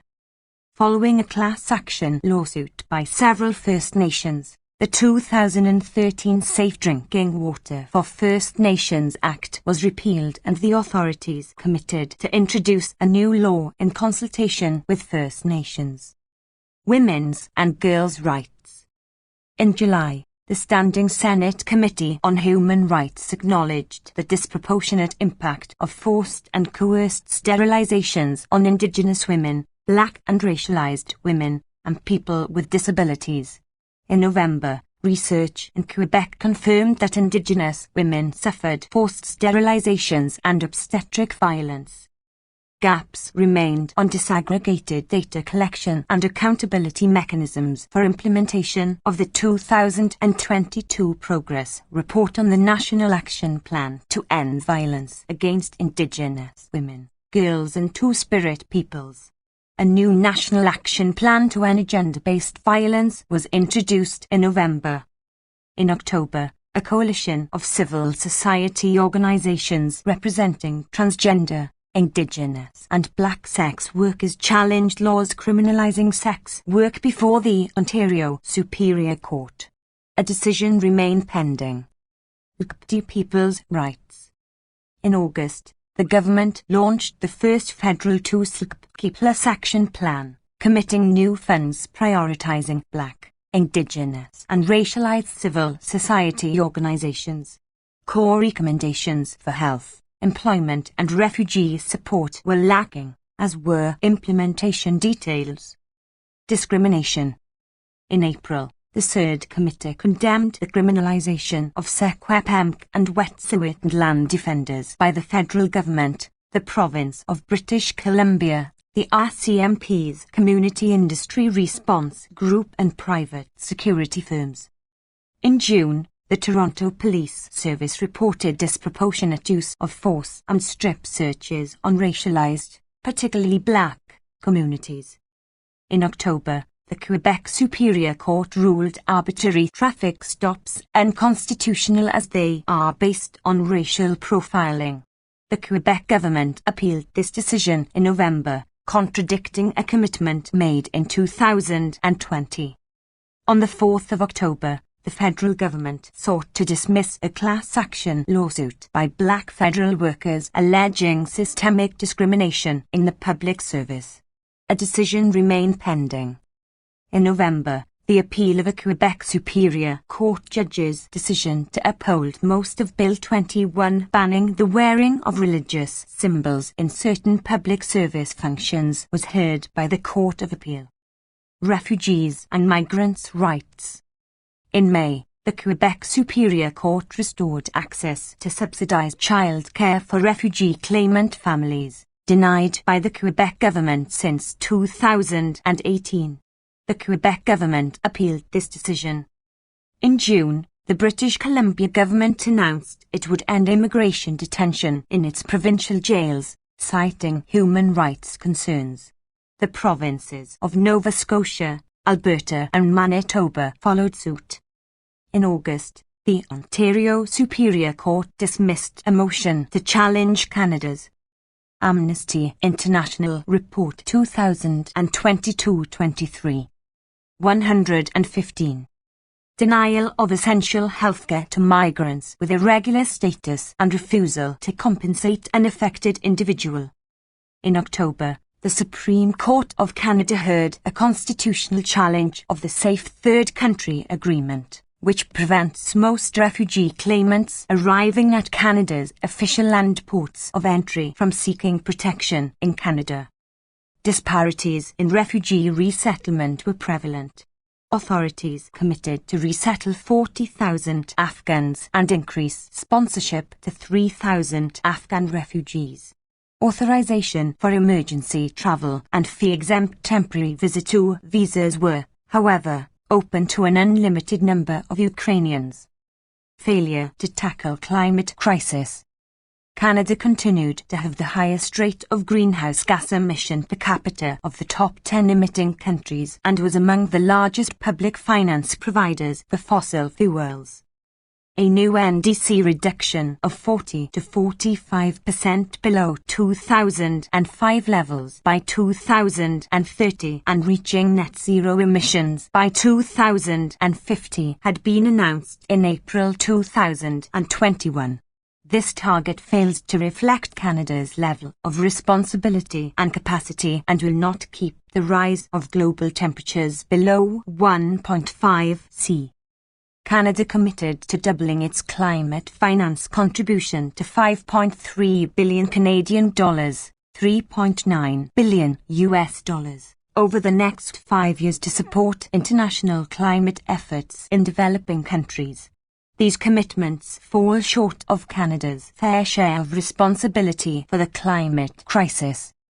By the 1st of July, Export Development Canada had financed $3.4 billion Canadian dollars, $2.5 billion US dollars, to the oil and gas sector in Canada and abroad. 1. Amnesty International Canada's statement on Freedom Convoy blockade, the 11th of February. 2. Amnesty International Canada welcomes repeal of chilling Ontario anti-strike bill, the 7th of November. 3. Any tidal wave could drown us. Stories from the climate crisis, the 3rd of November. 4. Canada, Indigenous land defenders at risk, the 22nd of June. 5. Canada, construction of pipeline on Indigenous territory endangers land defenders, the 3rd of October. Central African Republic. Central African Republic Head of State, Faustin Archange Touadera Head of Government, Felix Mola, replaced Henry Marie Dondra in February. Human rights violations and abuses continued in the context of the armed conflict. Dozens of civilians were killed during attacks by all parties. Women and girls were subjected to conflict-related sexual violence. The Special Criminal Court held its first trial and convicted 3 people for crimes against humanity. At least 50% of the population faced food insecurity. In some areas it reached 75%. Several journalists faced intimidation, harassment and threats. The death penalty was abolished. Background. The security situation remained dire because of the armed conflict between the armed forces with their allies and various armed groups. In March, the Republican Dialogue for Reconciliation, organized by the authorities, was boycotted by the main opposition parties. A constitutional reform project supported by the government was viewed by some political parties as a means to allow the president to run for a 3rd term. In September, the Constitutional Court annulled the decree establishing a government-appointed committee to redraft the Constitution. In the same month, lawyers and magistrates held a 7-day strike in support of independence for the judiciary. In October, the Constitutional Court's president was removed from office. Unlawful attacks and killings.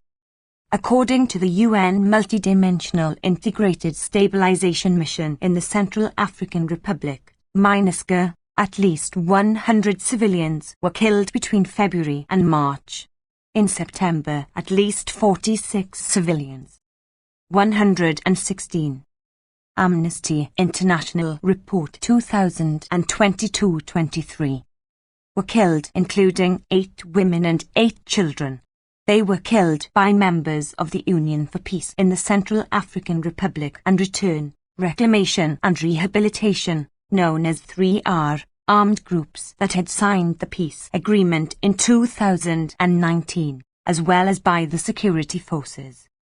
On the 3rd of October, 3 MINUSCA peacekeepers were killed, and one was seriously injured by an improvised explosive device, IED, in the Kui area.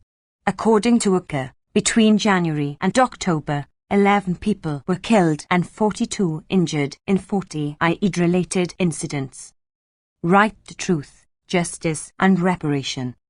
On the 14th of March, Maxime Geoffroy Eli Mokomkawaka, a leader of the Antabalaka armed group, was surrendered by the Chadian authorities to the ICC. The opening of his hearing to confirm the charges was provisionally scheduled for the 31st of January 2023.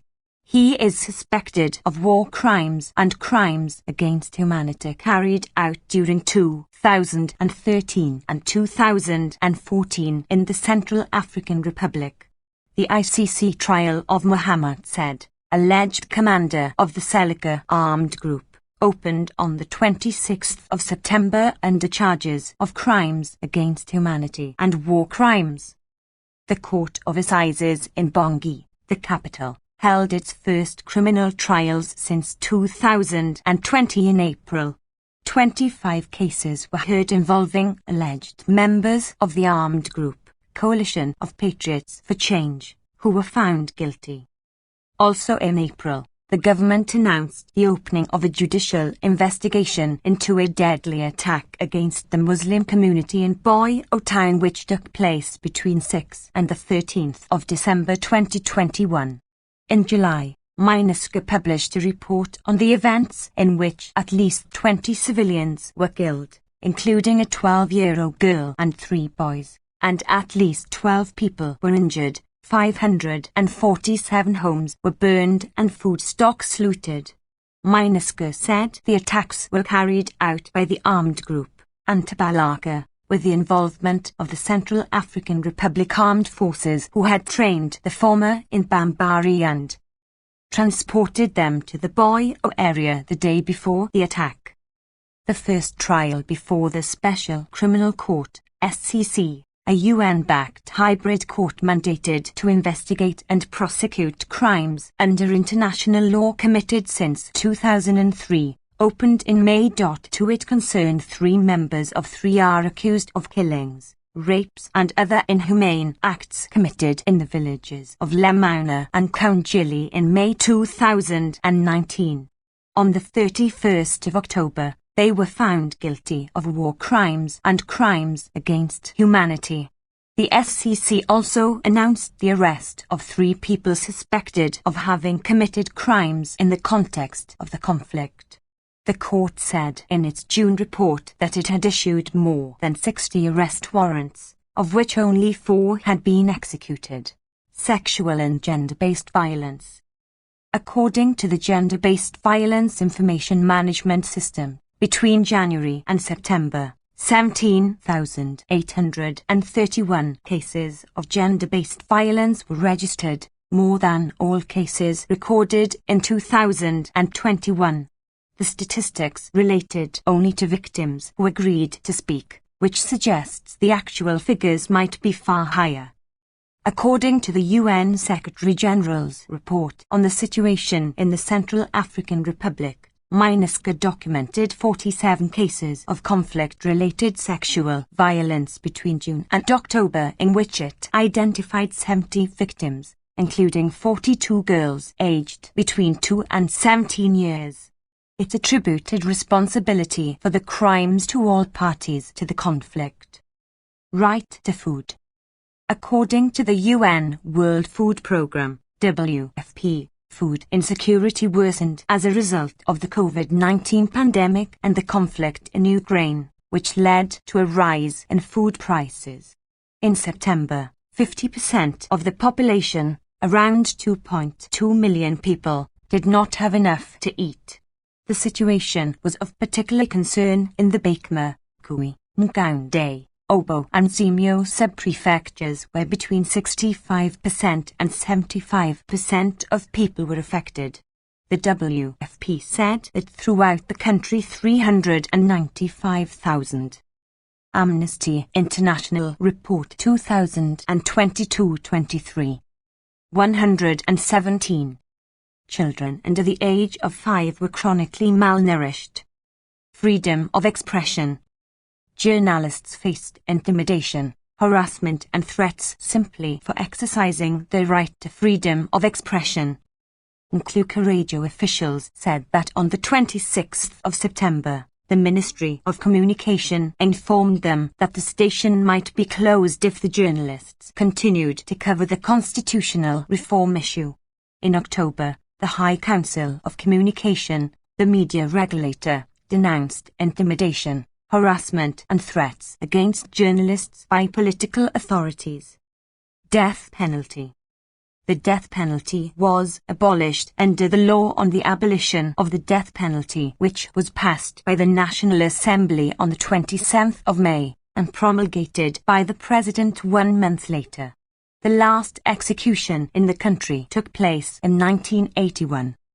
1. Chad, Central African Republic. Maxime Geoffroy Eli Mokum Dewaka must face justice at the ICC, the 15th of March. 2. Central African Republic. First ever SCC trial ensures alleged war criminals face justice, the 19th of April. Chad. Republic of Chad. Head of State, Mahamat Idris Deby. Head of Government, Salah Gebzabo, replaced Albert Pahimi Padak in October. The authorities used excessive force to disperse peaceful protesters and violated the right to freedom of assembly. Government critics continued to be arbitrarily detained. Dozens of people were killed in attacks by armed groups or in intercommunal violence. The Observatory for the Promotion of Gender Equality and Equity was created amid continued violations of women's and girls' rights. More than 2 million people faced food insecurity. Background. On the 13th of March, a year after the death of former President Idris Deby and the establishment of the Transitional Military Council led by his son, Mahamat Idris Deby, a pre-dialogue opened in Doha, Qatar, between the government of Chad and several armed groups with the aim of ensuring the participation of the latter in a national dialogue. In August, the national dialogue was held in the Chadian capital, N'Djamena, with participation from the government, civil society and some of the armed groups.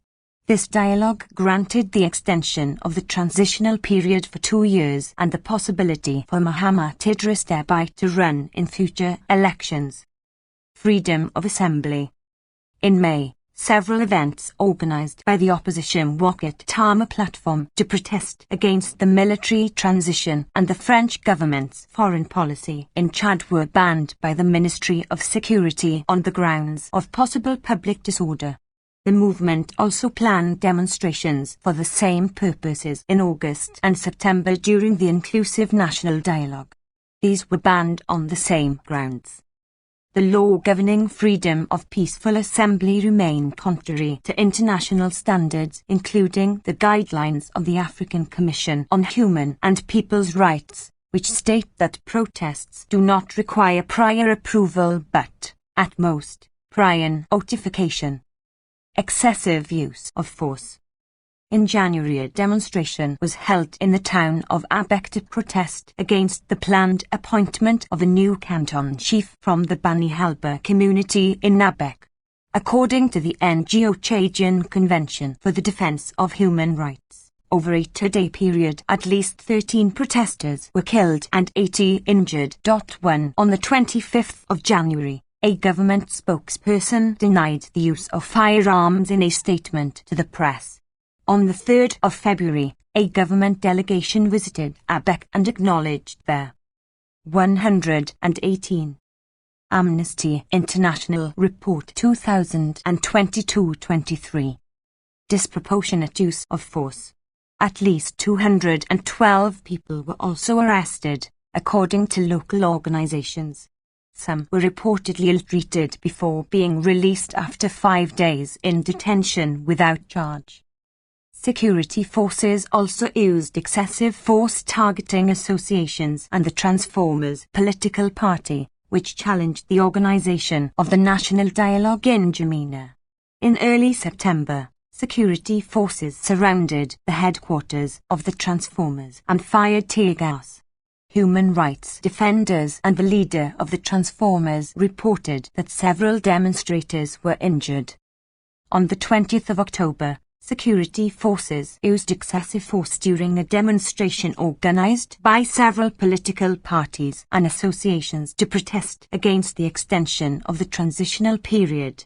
The government announced that at least 50 people died and 300 were injured. A national commission of inquiry was set up and a commission led by the Economic Community of Central African States began a separate investigation in December. Arbitrary arrests and detentions. In May, following dispersal of a demonstration by the Wakatama platform, 6 of its leaders were transferred to Musara prison, 300 kilometers from N'2 according to their lawyers. Their case should have fallen within the jurisdiction of the Court of N'Djamena. The public prosecutor announced that they were being prosecuted for gathering with a view to disturbing public order, attacking property and physical aggression. Following a trial in Musara, they were sentenced to a 12-month suspended prison term each. On the 30th of August, a demonstration by the unemployed graduates movement to demand jobs in the civil service was also dispersed by the police. According to the movement's leaders, several members were injured during the dispersal. Several people were arrested and released a few hours later. In September, at least 140 people who were gathered in front of the office of the Transformers Party were arrested and released the same day. They were protesting against the national dialogue and the security forces surrounding of the building. Right to a fair trial. Following the October demonstrations, hundreds of people, including children, were arrested and illegally transferred to Koratra, 500 kilometers from N'Djamena.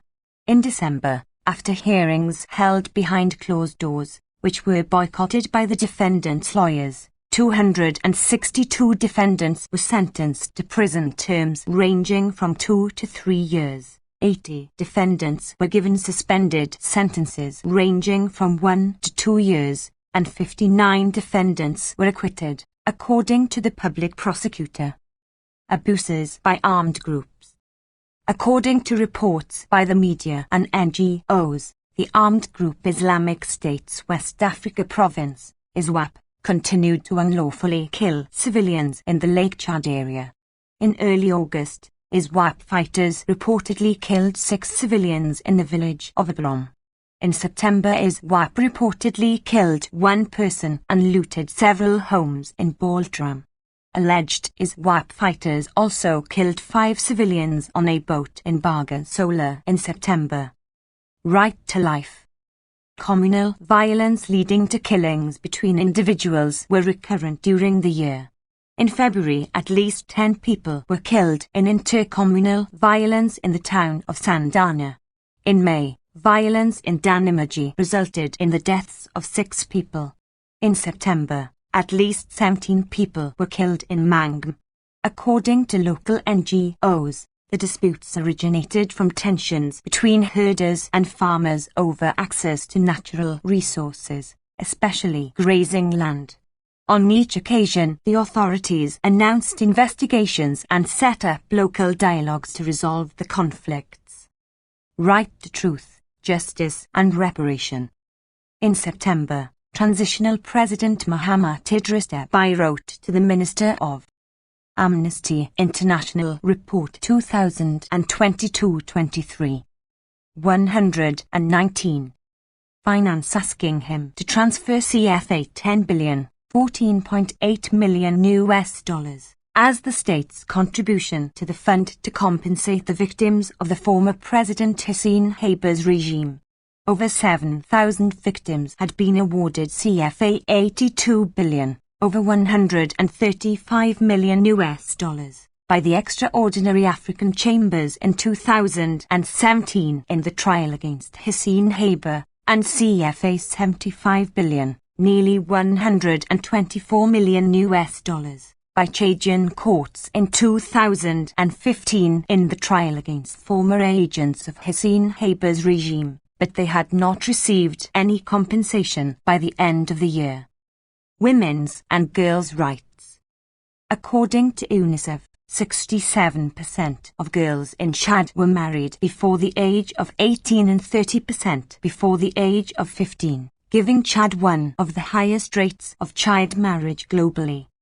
On the 19th of July, Chad created the Observatory for the Promotion of Gender Equality and Equity, with a mission to promote the inclusion of measures for gender equality in public policies. In August, the Higher Council for Islamic Affairs in Mangum, Gira region, introduced a fine for people who refuse marriage proposals. The Chadian League for Women's Rights denounced this measure as promoting the forced marriage of girls. Right to food. According to the famine early warning system, raising prices and fuel shortages increased food insecurity. Conflicts between farmers and herders also disrupted agricultural production and seasonal herding.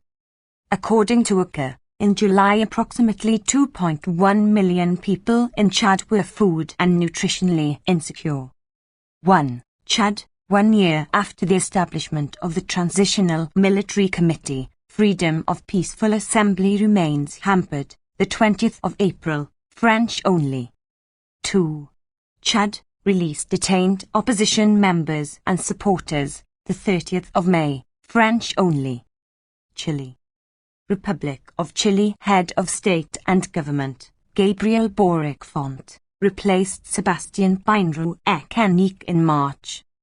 Impunity persisted for human rights violations committed during the mass protests of 2019. Authorities created some mechanisms to advance reparations for victims. Human rights defenders continued to be threatened and attacked. Proposed reforms regarding rights to health and sexual and reproductive rights remained pending legislative proceedings at the end of the year. Refugees and migrants continued to face significant obstacles to remaining in the country. Background. In September, citizens rejected by a large majority a proposal for a new constitution that would have strengthened protections for economic, social, cultural and environmental rights.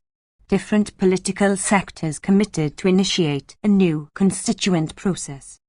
Northern and southern territories of the country were under a prolonged state of emergency for much of the year due to the migration crisis and conflict between the state and Mapuche people. Chile ratified the Escazú Agreement in May. Excessive use of force, and right to truth, justice and reparation.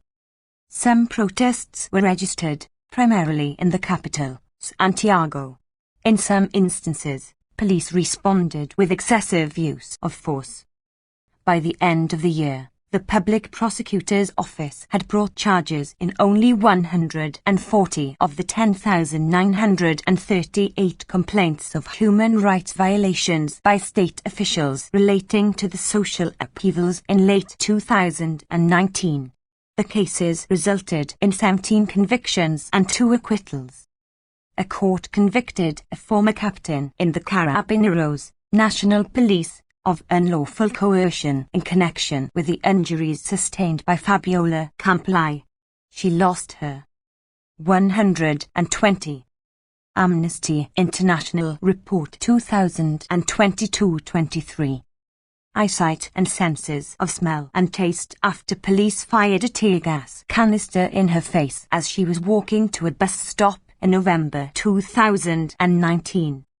A former police commander was charged in connection with the case of the Gustavo Gatica, who was injured during the November 2019 protests and lost his eyesight. An investigation in the case was ongoing. A civilian court sentenced an army officer convicted of the killing of Kevin Gomez in the city of Coquimbo in October 2019 to 5 years imprisonment. The North Central Prosecutor's Office continued investigating high-ranking members of the administration of former President Sebastian Pinheiro for crimes against humanity and torture and other ill-treatment, unlawful coercion in the Chilean Criminal Code. Among those under investigation were members of the Carabineros High Command accused of responsibility for widespread human rights violations and crimes under international law during the 2019 social crisis. The government announced a police reform commission and a consultative unit and a comprehensive agenda for truth, justice and reparation for victims of the social crisis, and established a roundtable for comprehensive reparation to advance the drafting of reparation policy and law. The government announced a new program to provide reparation to the more than 400 people who sustained eye trauma during the protests, replacing the much-criticized existing program. A court sentenced a Carabineros officer to 4 years intensive probation for inflicting eye trauma on a protester at a student march in 2013. Courts convicted 10 former military officers in the Quemados case, in which Rodrigo Rojas de Negri and Carmen Gloria Quintana were beaten and burned with fuel during a protest in 1986. Rodrigo Rojas died of his injuries. The government launched a national search plan for disappeared detainees to determine the fate of more than 1,000 people who were forcibly disappeared under the regime of Augusto Pinochet, 1973 to 1990. Arbitrary arrests and detentions. People accused of alleged offences during the 2019 mass protests remained in detention. Many were acquitted due to lack of evidence after long periods in preventive detention. In some cases, evidence was found to have been fabricated. Protests demanding their release continued during the year. An amnesty law for those accused in relation to the social protests in 2019 remained under discussion in Congress. At the end of the year, the government granted 13 pardons, nearly all to people detained during the crisis. Indigenous peoples' rights. A court convicted 3 Carabineros of unlawful coercion and harassment for forcing Mapuk children in Ursula to strip during an identity check in 2018. A new trial was held into the death of Alex Liman, a Mapuk adolescent who was shot by police in November 2002 in the commune of Angle. The new trial followed an Inter-American Commission on Human Rights decision in the case that Chile was responsible for various human rights violations. In November, a court sentenced a colonel in the Carabineros to 7 years in prison in connection with the death. Sexual and reproductive rights. The Ministry of Education announced a comprehensive sexuality education bill but failed to submit it to Congress. Right to health. Chile had one of the highest mortality rates associated with COVID-19 in the Americas in 2022, 3,215 deaths per million inhabitants. One of the new government's electoral promises was reform towards a universal healthcare system. People's rights. Congress abolished the higher age of consent for same-sex relationships. However, congressional review of changes to the Amnesty International Report 2022-23. 121. Discrimination law to address LGBT rights made little progress. China. Human rights defenders and journalists. Veronica Vilches, a defender of the right to water in Pitoka province, received new death threats, and the house of Loina Donaire, also a water defender from the same province, was burned down in June. Investigations into the incidents were continuing at the end of the year. During an International Workers' Day march, a female reporter from a community television channel was shot by a civilian and later died of her injuries. Environmental degradation. Higher levels of pollution affected the cities of Quintero and Pacancave, Valparaiso region, resulting in critical public health risks several times during the year. The authorities announced the progressive closure of the Ventanas smelter, the installation responsible for some of the largest sulfur dioxide emissions in the region. refugees and migrants' rights. Authorities continued to use unlawful pre-admissibility practices to deny people access to refugee status determination procedures. Procedures were lengthy, lasting between 2 and 4 years, and very few individuals were recognized as refugees. Authorities restarted the immediate expulsion of foreign nationals without assessing whether they were in need of international protection or the risks they would face if expelled.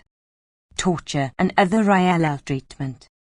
The National Committee for the Prevention of Torture confirmed that human rights violations had been committed at a psychiatric hospital in the Valparaiso region. However, the Valparaiso prosecutor's office requested the definitive dismissal of the investigation. People's Republic of China Head of State, Xi Jinping Head of Government, Li Keqiang. Severe COVID-19 restrictions in some cases undermined the right to health and adequate food. The government continued to stifle criticism of its policies and actions and discussion of topics considered sensitive through increasingly pervasive online censorship. Government critics, human rights defenders, pro-democracy activists and religious leaders and practitioners were among those subjected to arbitrary arrest and detention. Systematic repression of ethnic minorities in Xinjiang and Tibet continued. Authorities attempted to prevent the publication of an report documenting potential crimes against humanity and other international crimes in Xinjiang.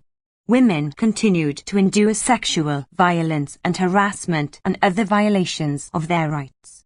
The Hong Kong government continued its crackdown against the pro-democracy movement. Journalists, broadcasters and book publishers were among those prosecuted and imprisoned under the national security law and other repressive legislation, while civil society organizations both in Hong Kong and abroad faced criminal charges or harassment for legitimate activities. Despite some positive policy commitments, including to increased use of renewables, China's CO2 reduction targets were rated as highly insufficient and coal production increased. Background. The government maintained its zero-COVID policy for most of the year, involving widespread lockdowns and mandatory quarantine. Localized protests against the harsh restrictions intensified from mid-November. Demonstrations spread to at least 20 cities following an apartment block fire in Urumqi, the capital of Xinjiang Uyghur. 122. Amnesty International Report 2022-23.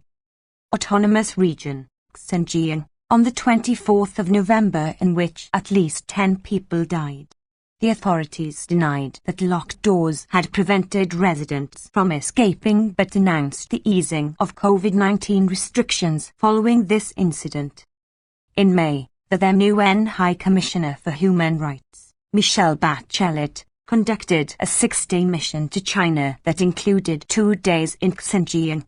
In June, 42 UN independent human rights experts called on the Chinese government to grant unhindered access to UN special procedures and mechanisms to assess allegations of serious human rights violations in the country, especially in Xinjiang, Tibet and Hong Kong.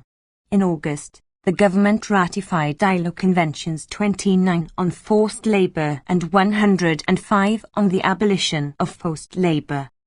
In October, President Xi Jinping's third term as General Secretary of the Chinese Communist Party, CCP, was announced at the party's 20th National Congress, raising fears that the human rights situation would continue to deteriorate following a decade of escalating repression under his leadership.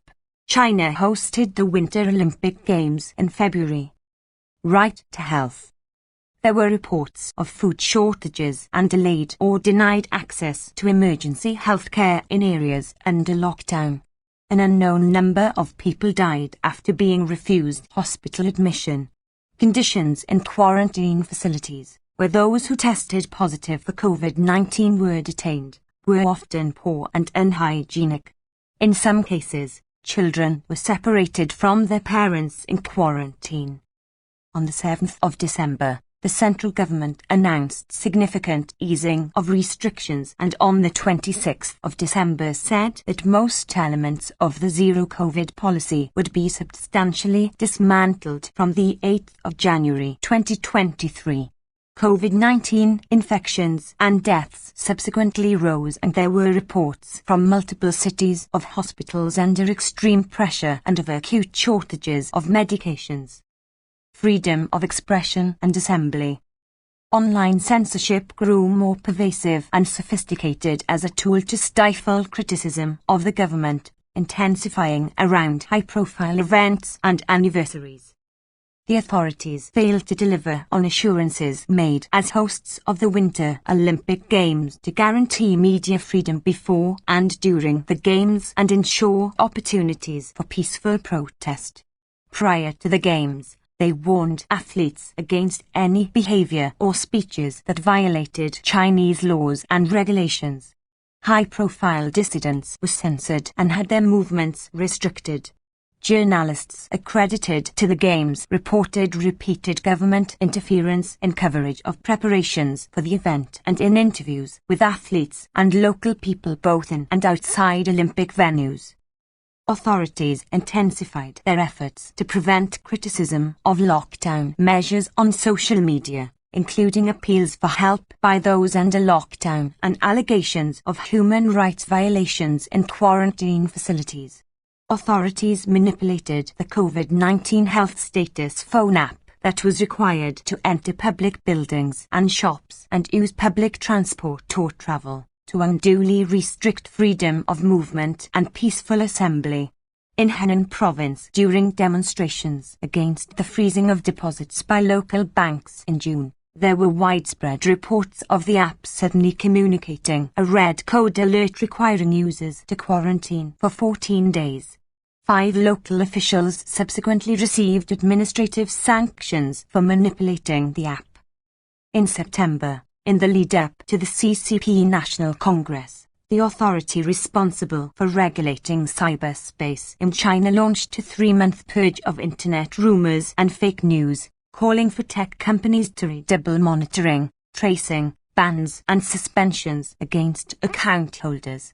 New attempts to block censorship circumvention tools such as virtual private networks, VPN, were also reported. Amnesty International Report 2022-23. 123. On the 13th of October, police arrested Pen Lifa after he unfurled banners on the bridge in the capital, Beijing, during the CCP National Congress criticizing the government's zero-COVID policy and calling President Xi a dictator.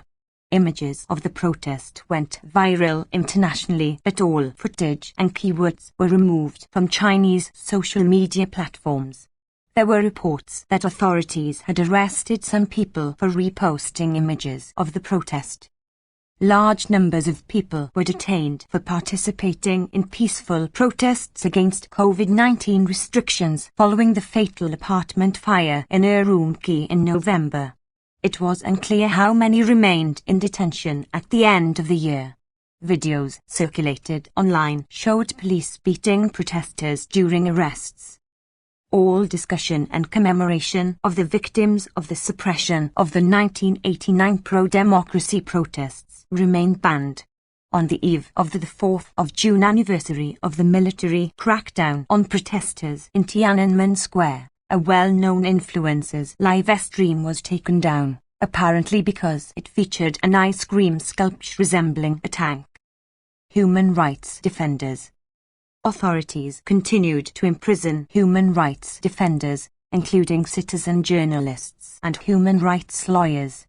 Those detained were held in harsh conditions and subjected to torture and other ill treatment. On the 1st of March, human rights lawyer Yuanqing was released after completing a 4-year prison sentence for subverting state power, apparently for criticizing the president. Yuanqing said he was pepper sprayed, forced to sit on a metal chair until he partially lost consciousness and denied adequate food during his pre-trial detention. 1. In January, citizen journalist Zhang An, who was sentenced to 4 years imprisonment in 2020 for picking quarrels and provoking trouble after reporting on the COVID-19 outbreak, ended her hunger strike to stop the authorities from further force feeding. It was unclear if Zhang An, whose health had deteriorated during her hunger strike, was permitted access to appropriate medical care. 2. In April, there were reports of serious deterioration in the health of Huang Qi, the imprisoned founder and director of the Sichuan-based human rights website 64 Tanwang. Huang Qi, who was serving a 12-year prison sentence for his human rights reporting, reportedly did not have access to adequate medical care and was denied access to a bank account where friends and family had deposited money for him to purchase medical and other supplies. He had been refused all contact with his family since 2020. Many lawyers remained in prison or under strict surveillance. They included legal scholar Xu Zheng and human rights lawyer Deng Jiaxi, who were tried in secret in June after being indicted for subversion of state power in October 2021. The two men were prominent members of the New Citizens Movement, a network of activists set up to promote government transparency and expose corruption. Neither had access to lawyers in the months prior to their trials. 4. In April, the UN Working Group on Arbitrary Detention called on the Chinese authorities to immediately release labor activist Wang Jianbing. He was detained in Guangzhou in September 2021, along with Me Too activist Sophia Huangskin, and charged with inciting subversion of state power in connection with their participation in private gatherings in Wang Jianbing's house to discuss shrinking civil society space. 5. Both were held in incommunicado detention and subjected to ill treatment following their arrest. Freedom of religion and belief. Harassment and imprisonment of individuals for practicing their religion or beliefs continued. Religious leaders and practitioners, including those belonging to house churches, Uyghur imams, Tibetan Buddhist monks and Falun Gong members, were among those subjected to arbitrary arrest and detention during 2022. 124. Amnesty International Report 2022-23. Ethnic Autonomous Regions. Systematic repression of ethnic minorities in Xinjiang and Tibet continued under the guise of anti-separatism, anti-extremism and counterterrorism. Access to both regions was highly restricted, making human rights documentation and reporting virtually impossible. Pervasive surveillance prevented those living there from sharing information about human rights violations. Xinjiang, the government continued to implement far-reaching policies that severely restricted the freedoms of Uyghurs, Kazakhs, and those from other predominantly Muslim ethnic minority groups in Xinjiang, which threatened to erase their religious and cultural identities. During their visit to the region in May, the UN High Commissioner for Human Rights and her team were not permitted to visit detainees or their families and were accompanied by state officials at all times. Having failed to acknowledge the serious human rights violations in the country during the mission, in August it released a long-awaited report reinforcing previous findings by Amnesty International and others that the extent of arbitrary and discriminatory detention of Uyghurs and others in Xinjiang may constitute international crimes, in particular crimes against humanity. It also documented allegations of torture or other ill treatment, incidents of sexual and gender-based violence, forced labor and enforced disappearances, among other grave human rights violations. The Chinese government sought to suppress the report, including by mobilizing other governments to lobby against its publication. Despite the findings, and calls by dozens of UN independent experts for the UN Human Rights Council to convene a special session on China. On the 6th of October, the Council voted to reject a resolution to hold a debate on Xinjiang at its next session. 6. In November, the Third Committee called on the Chinese government to immediately investigate all allegations of human rights violations and release all individuals arbitrarily deprived of their liberty in Xinjiang. Despite government claims that internment camps they called training or education centers had been closed, many thousands of men and women were still believed to be arbitrarily detained in internment camps, prisons or other facilities where political indoctrination, physical and psychological torture and other forms of ill treatment were widely reported.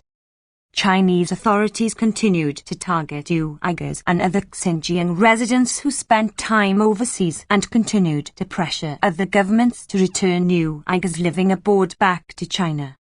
In June, authorities informed the family of 25-year-old Uyghur student Zhu Liaoyuan that he would be sentenced to up to 5 years imprisonment for separatism. Zhu Liaoyuan, who had spent 2 years in Turkey studying finance at Istanbul University, was detained in December 2021 and was scheduled to go on trial on the 28th of June. Although this was postponed on 2 occasions due to COVID-19 lockdowns and eventually rescheduled for early 2023. 4 Uyghurs faced deportation from Saudi Arabia to China, where they were at risk of serious human rights violations. Saudi authorities detained Bliki Muabala and her 13-year-old daughter on the 31st of March. Bliki Muabala's former husband Nume Imati Rose and religious scholar Ahmadullah Wali had been detained without charge since November 2020. Ahmadullah Wali was previously imprisoned in China from 2013 to 2016 and told Amnesty International he was repeatedly tortured while in detention. 8. Idris Hassan, a Uyghur computer designer who was arrested in Morocco in July 2021, remained in detention and at risk of forcible return to China. This was despite Interpol's cancellation of the Red Notice, which formed the basis for his arrest, and appeals to the Moroccan authorities by the UN Committee Against Torture and Other Special Procedures not to extradite him. 9 ethnic Tibetans continued to face discrimination and restrictions on their rights to freedom of religion and belief, expression. Amnesty International Report 2022-23. 125. Association and Peaceful Assembly. Protests against Chinese government repression nevertheless continued.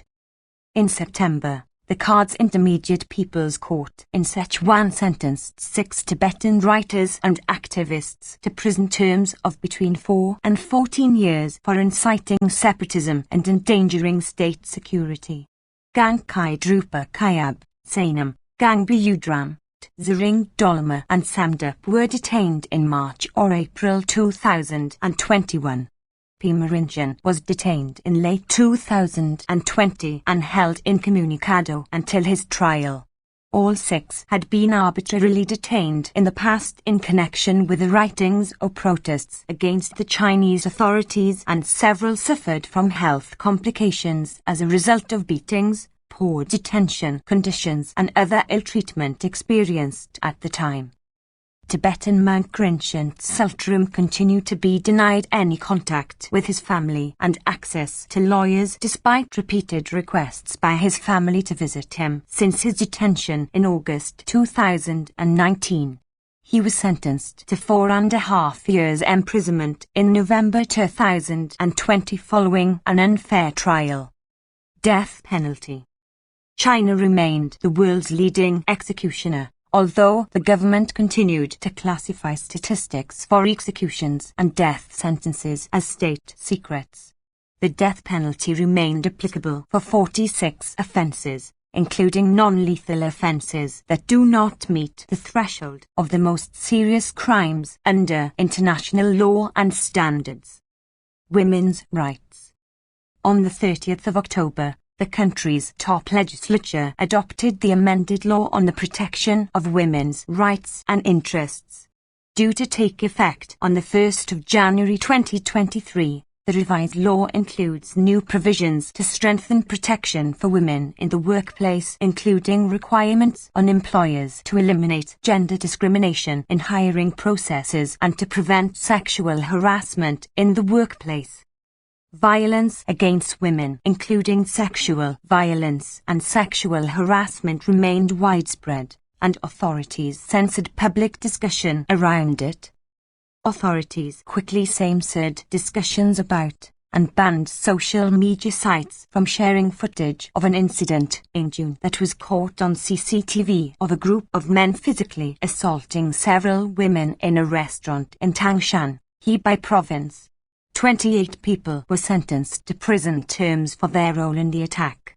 Mao Hubin, a journalist who posted the footage and an article about the incident, was arrested in July and faced up to 5 years in prison for picking quarrels and provoking trouble.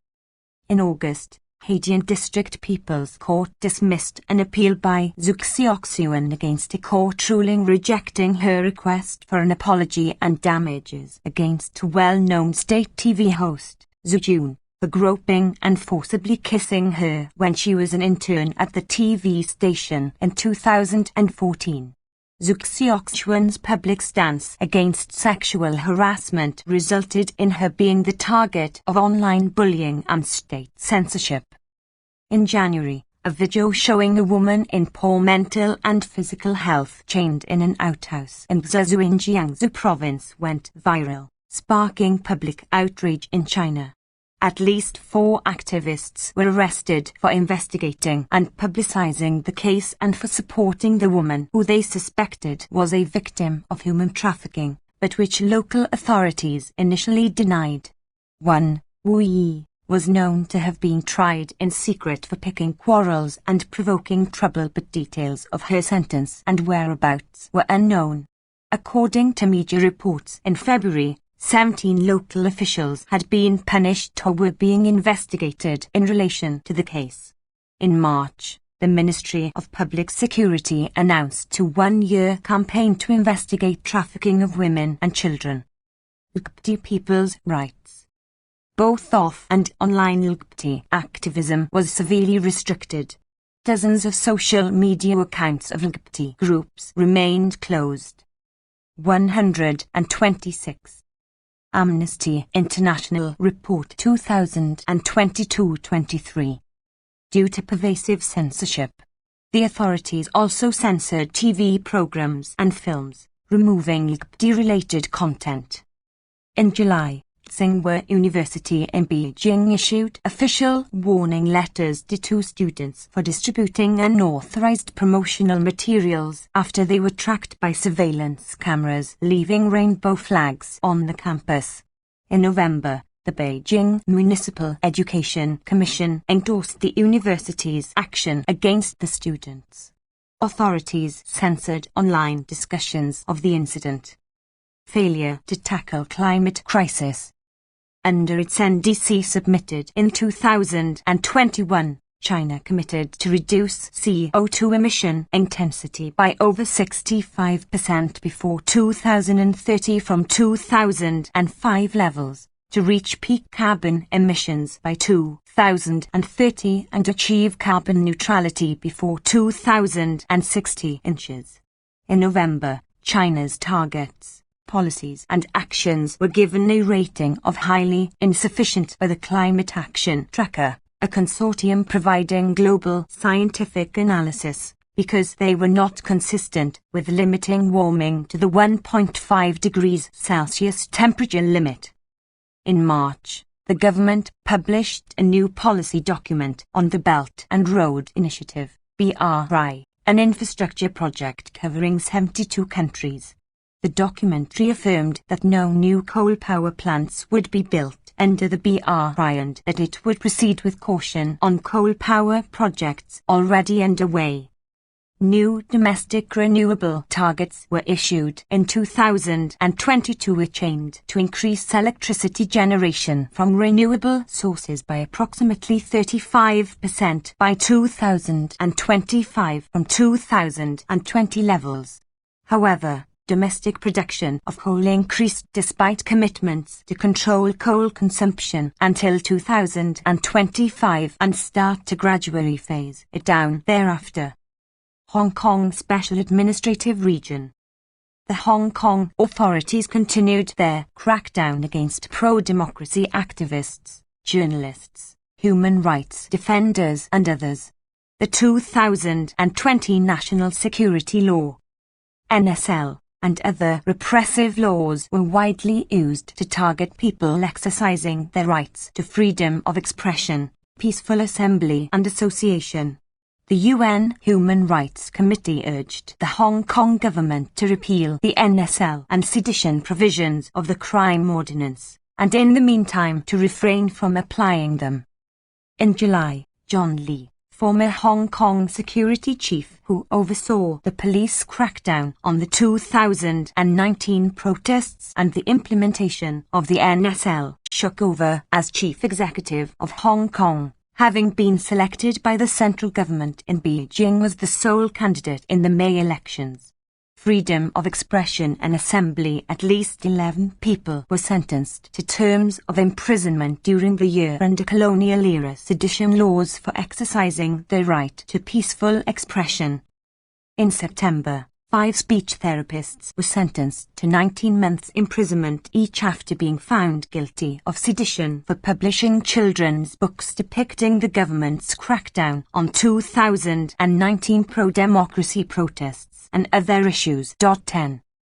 In October, radio show host and public affairs commentator Edmund Wan, known as Giggs, was sentenced to 32 months in prison for sedition and money laundering for criticizing the government and raising funds for school fees for young Hong Kong activists who had fled to Taiwan after the 2019 protests.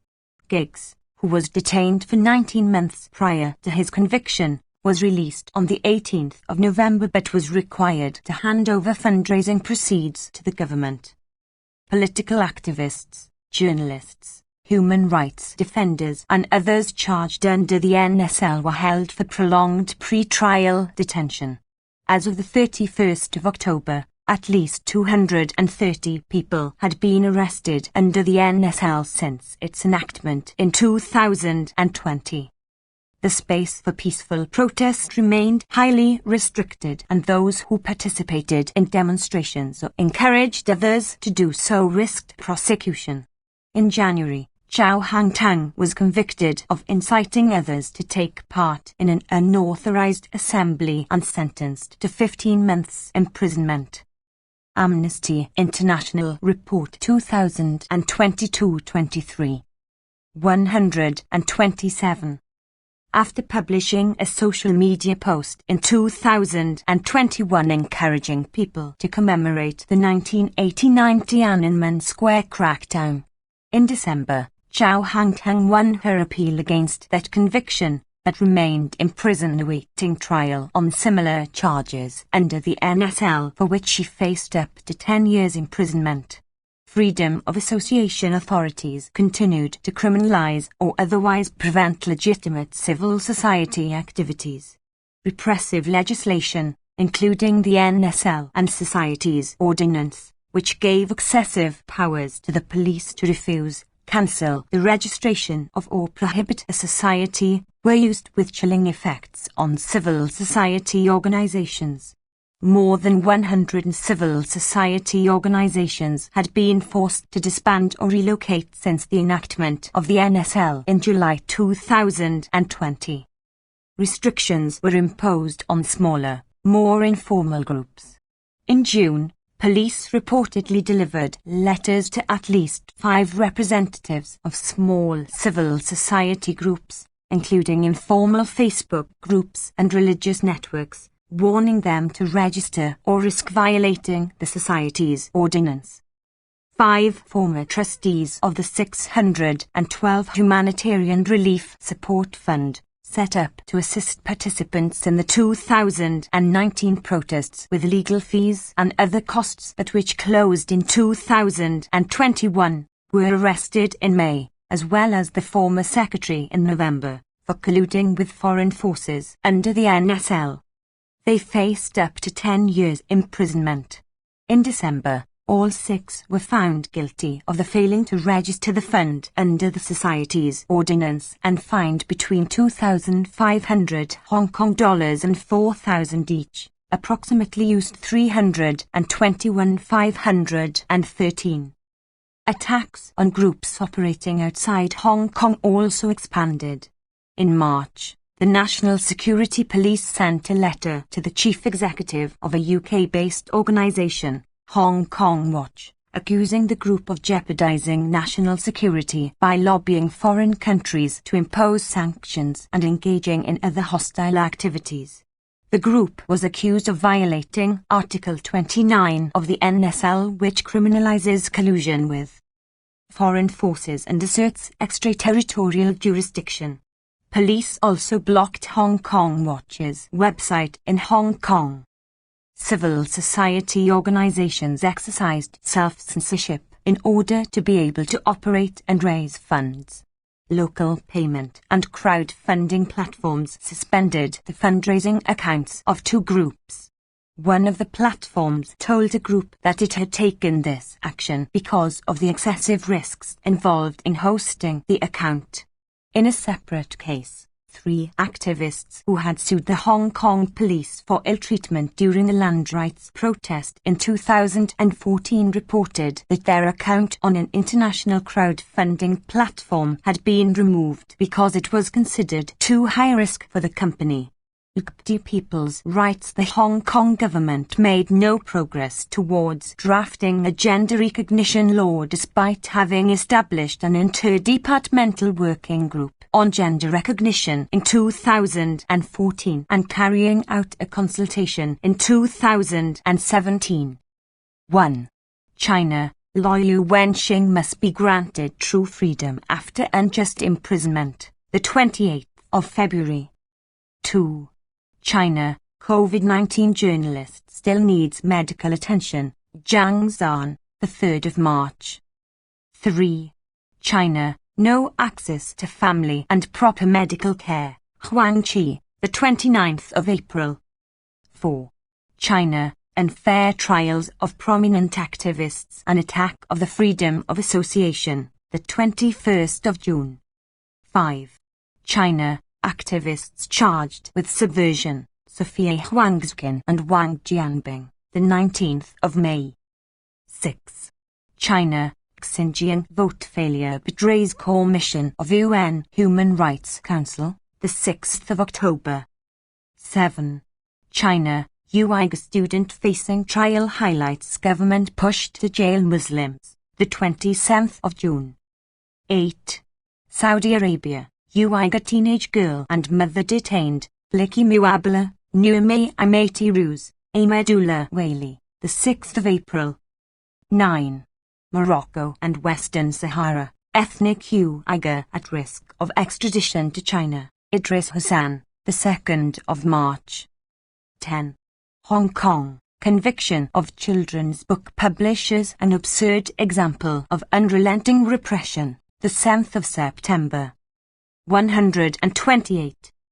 Amnesty International Report 2022-23. Colombia. Republic of Colombia Head of State and Government, Gustavo Petro, replaced Ivan Duque Marquez in August. Human rights defenders continued to face attacks, threats and harassment because of their work. Defenders of the land, territory and environment were particularly at risk. Killings and threats targeting former Revolutionary Armed Forces of Colombia, Army of the People, FARC-EP, combatants persisted. Attacks on media workers and outlets continued, threatening freedom of expression. Excessive and unnecessary use of force by state officials was reported. indigenous leaders and defenders were attacked and killed, and, in areas where armed opposition groups continued to operate, indigenous and Afro-descendant communities were forcibly displaced, and some faced humanitarian crises. A final report by the Truth and Reconciliation Commission acknowledged that violations of reproductive rights had been committed during the decades-long armed conflict, 1964 to 2016. Several former army members, civilians and former FARC-EP commanders were charged with crimes against humanity and war crimes committed during the conflict before the Special Jurisdiction for Peace, JEP. Abortion was decriminalized. Attacks on LGBT people continued. Gender-based violence persisted, and survivors faced ongoing barriers to accessing justice, truth and reparation. Venezuelan refugee women faced violence and discrimination on grounds of nationality and gender. Background: parliamentary elections were held on the 13th of March. Some seats in Parliament were reserved for former FARC-EP combatants and for victims of the armed conflict, as stipulated in the 2016 peace agreement. In June, the Colombian Truth Commission released its final report, highlighting the need to address historic inequalities, discrimination, racism, gender-based violence, violence against indigenous peoples and Afro-descendants, and to guarantee the rights to truth, justice and reparation of victims of the armed conflict. Gustavo Petro, former mayor of Bogotá and former M-19 guerrilla fighter, won the presidential election and began his 4-year term in August. He was accompanied by Francia Marquez, environmental defender and the country's first black woman vice president. In August, authorities recognized the competence of the UN Committee on Enforced Disappearances to receive and examine individual complaints regarding victims of enforced disappearance. In September, Colombia also ratified the Inter-American Convention on the Protection of Human Rights of Older Persons. In October, Congress approved the Escazú Agreement. President Petro restored diplomatic relations with Venezuela, and in September some border operations between the two countries were re-established. In October, President Petro reinstalled and reinitiated meetings of the National Commission for Security Guarantees, established by the peace agreement to create a public policy for dismantling armed groups. In October, the Colombian government and the National Liberation Army, ELN, recommenced peace talks and proposed a multilateral ceasefire. The government also explored negotiations with other armed actors in the context of a total peace policy. Colombia is one of the South American countries with the highest recurrence of extreme weather events. Approximately 84% of its population is exposed to multiple environmental hazards. According to the Institute of Hydrology, Meteorology and Environmental Studies of Colombia, IDEM, coastal and insular areas are most sensitive to climate change, as well as high mountain ecosystems. Amnesty International Report 2022-23. 129. Rights to Truth, Justice and Reparation. In January, the Constitutional Court declared an unconstitutional state of affairs due to the constant and massive violations of fundamental rights to life, physical integrity and security of former FARC-EP combatants. The Institute of Studies for Development and Peace, INDEPAZ, a civil society organization, reported 42 killings of former combatants during the year. The UN Security Council stressed its concern regarding the persistent threats, attacks and killings targeting former FARC-EP combatants who had signed the peace agreement. According to the Kroc Institute, compliance with the 2016 peace agreement between FARC-EP and the Colombian state remain low, particularly regarding the implementation of ethnic and gender-based approaches. The Institute reported that 37% of the agreement's provisions had been minimally implemented and 15% uninitiated. From January to December, the Unit for the Search for Persons Deemed as Missing, UBPD, recovered 185 bodies of people reported missing in the context of the armed conflict in regions such as Antioquia, Santander and Sucre. In June, the UBPD also reported it had handed the remains of 167 victims back to their families and loved ones since its creation in 2017. Freedom of expression. In May, the Foundation for Press Freedom, FLIP, expressed alarm at the arbitrary detention of journalists Luis Angel and Luna Mendoza, who were covering the high-profile murder of Paraguayan prosecutor Maslow Hesai near the city of Cartagena. In May, media outlets in Antioquia and Córdoba departments received death threats in the context of an armed strike declared by the paramilitary group the Gaetanista Self-Defense Forces of Colombia, AGC, also known as the Gulf Clan. In July, the Colombian Council of State declared the state responsible for psychological torture, threats, persecution, exile and illegal interception in the case of journalist Claudia Julieta Duque and her family between 2001 and 2010. In August, journalists Lina Montero and Ilia Contreras were killed in Magdalena department. According to FLIP, the killings were related to their journalistic work. In September, FLIP reported threats against Telemundo journalists covering the Darien Gap migration route. As of September, FLIP had reported 595 violations of freedom of expression against journalists, including 2 cases of sexual violence.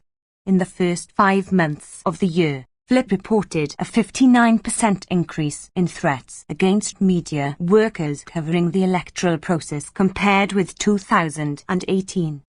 Excessive and unnecessary use of force.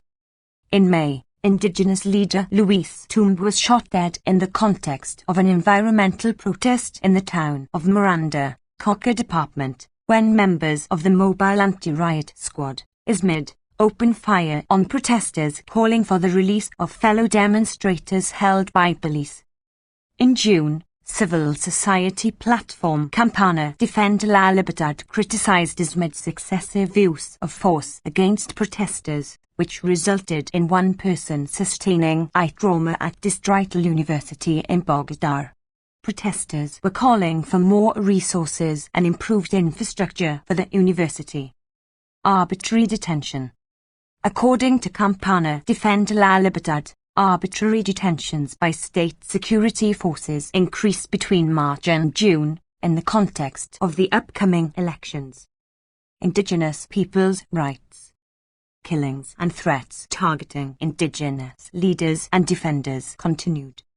In January, the Totoras indigenous people reported the killing of Albiro Cameo, a member of the Indigenous Guard, by FARCEP dissidents in Cauca Department. In February, the National Indigenous Organization of Colombia, ANIC, reported the killing of Julio Cesar Bravo, a human rights. 130. Amnesty International Report 2022-23. Defender and leader of the Pastos people in Nariño Department, ELN combatants in Choco Department killed Luis Chamapuro, a member of the Wunan people, in February. Also in February, Dilson Abiboa, an indigenous leader, human rights defender and member of the Indigenous Guard, was killed in the city of Turbo, Antioquia Department. They condemned the killing of Milicra in March, in the context of constant threats against his community and its leaders. Milicra was a human rights defender and member of the Nasa people in Cauca Department. In September, 2 Wayuu indigenous infants died of malnutrition in the northern region of La Guajira, taking the death toll among young children there to 39 since January.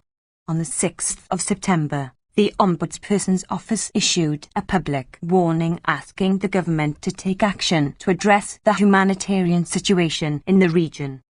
In June, at least 100 indigenous people from Malto and Ageda Reserve in Choco were forcibly displaced following clashes between state security forces and illegal armed groups. Indigenous organizations in Choco highlighted the risk of displacement faced by Imbira indigenous families due to the presence of illegal armed groups in Choco in the Jerubidakori Alto Border Reserve. In September, Awa peoples highlighted the continuing humanitarian crisis and violence affecting them because of the presence of illegal armed actors on indigenous reserves in Nerino and Putumayo departments. Gender-based violence. In July, the Special Jurisdiction for Peace, JEP, announced the opening of Case 11, relating to sexual violence, grave violations of reproductive rights and violence motivated by the sexual orientation and/or gender identity of the victims in the context of the armed conflict. The Feminicides Observatory reported that there were 557 feminicides in 2022. Victims of gender-based violence, including sexual violence, by state officials in the context of the 2021 national strike faced continuing obstacles in accessing justice and reparation. 1. Sexual and reproductive rights. A ruling by the Constitutional Court in February decriminalized abortion up to the 24th week of pregnancy. The historic decision came in response to a lawsuit filed by the Causa Justa movement.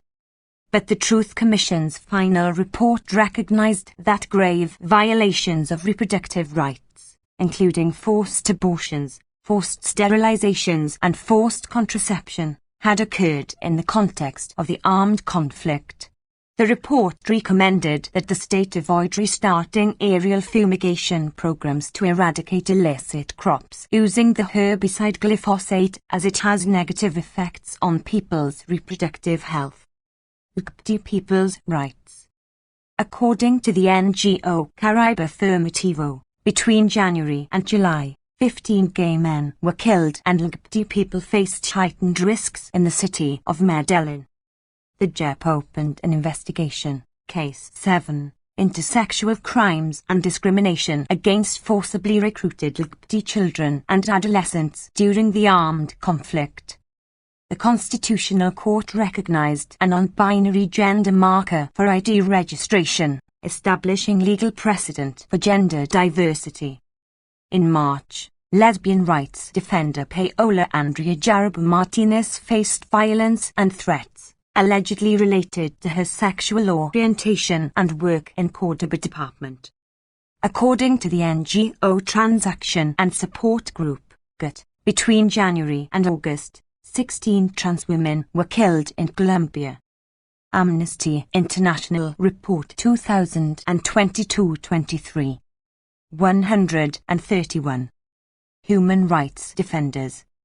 Human rights defenders continued to face attacks, threats and harassment because of their work.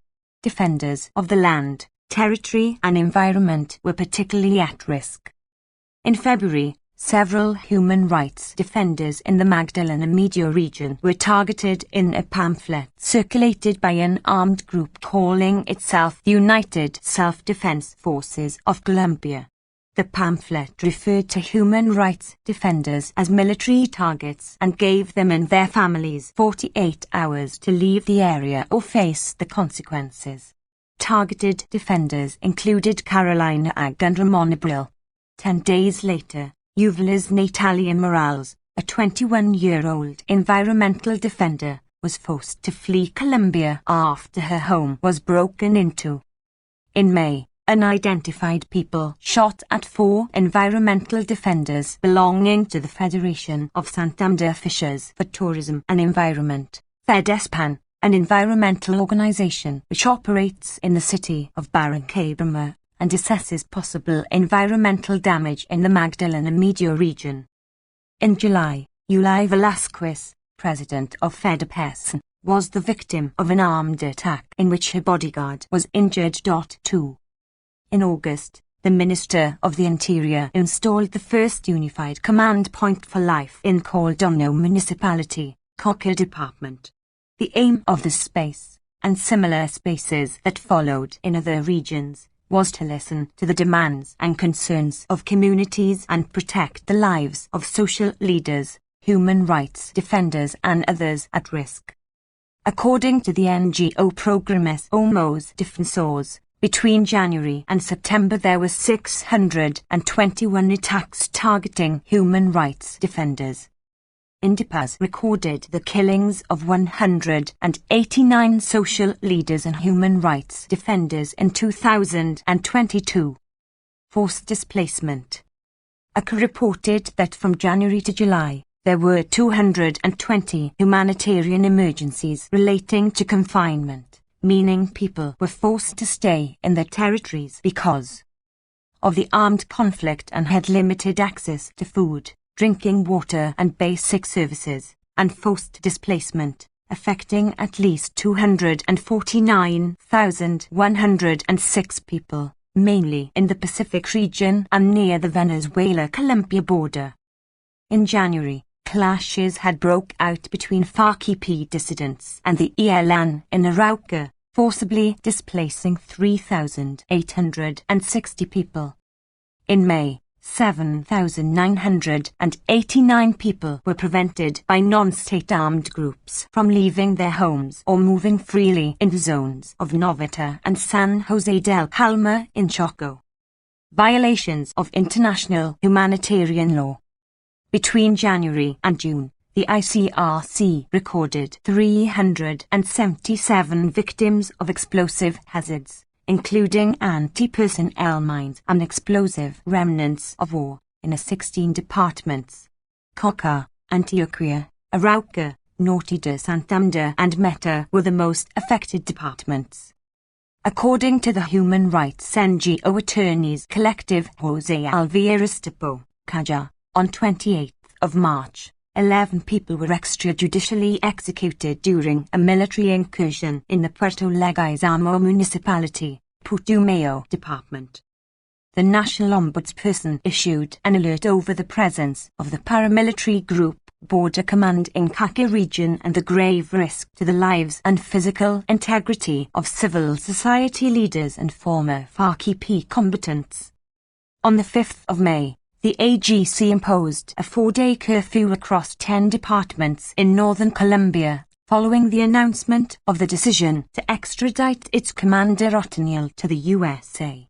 During this so-called Alm strike, at least 127 acts of violence were reported in 73 municipalities, including 4 killings, 5 death threats, 36 cases of restriction of movement and 1 case of torture and another of kidnapping.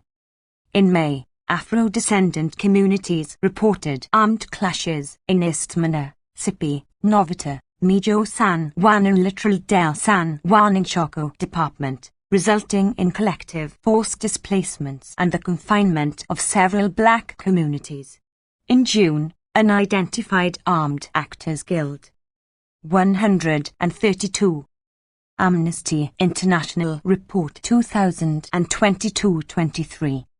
G. Susita Moreno and Romulo Angelo Lopez, members of Malaguita Afro-Descendant Collective Territory, Impejo San Juan, Choco Department.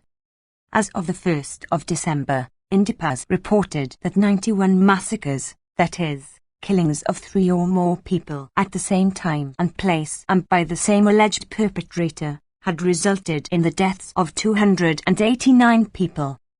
Impunity. On the 18th of February, the JEP announced the opening of new cases on the responsibility of FARC-EP combatants for sexual violence, forced displacement and enforced disappearances and other crimes committed by state security forces and officials in coordination with paramilitary groups, and crimes against ethnic communities and territories. By the end of the year, the JEP had charged 79 former army members, including officials, 4 civilians and 1 former intelligence agent with crimes against humanity and war crimes in relation to extrajudicial killings and enforced disappearances in Norte de Santander, the Caribbean coast, Quezon and Antioquia departments. The JEP also charged 8 former high-ranking FARC-EP commanders with crimes against humanity and war crimes in the context of a policy of kidnapping and hostage-taking, among other crimes. In September, former FARC-EP combatants accepted responsibility for homicides, forced displacement, forced recruitment and other crimes against civilians in northern Cauca. Refugees and migrants' rights. In June, UNICEF declared that the number of children crossing the Darien Gap between Colombia and Panama had reached more than 5,000 since the beginning of 2022, twice the number recorded for the same period in 2021. Authorities stated that 2,477,000 Venezuelans were living in Colombia in July, 96% of whom had applied for temporary protection status. Gender-based violence against Venezuelan refugee women persisted and Colombian authorities failed to guarantee Venezuelan women's rights to a life free from violence and discrimination. 3. 1. Colombia, the police does not care for me. Sexual violence and other gender-based violence in the 2021 national strike, the 1st of December. 2. Colombia, protect environmental defender at risk, the 15th of July. 3. Americas, unprotected, gender-based violence against Venezuelan refugee women in Colombia and Peru, the 12th of July. Congo. Republic of the Congo Head of State, Denis Sassou Nguesso Head of Government, Anatole Colinet Makosso. Freedom of assembly was restricted, and security forces beat up people in detention. The country passed a law on gender-based violence. However, discrimination against women was still widespread. Obstacles remained to the availability and accessibility of healthcare, and there were reports of environmental degradation. Background.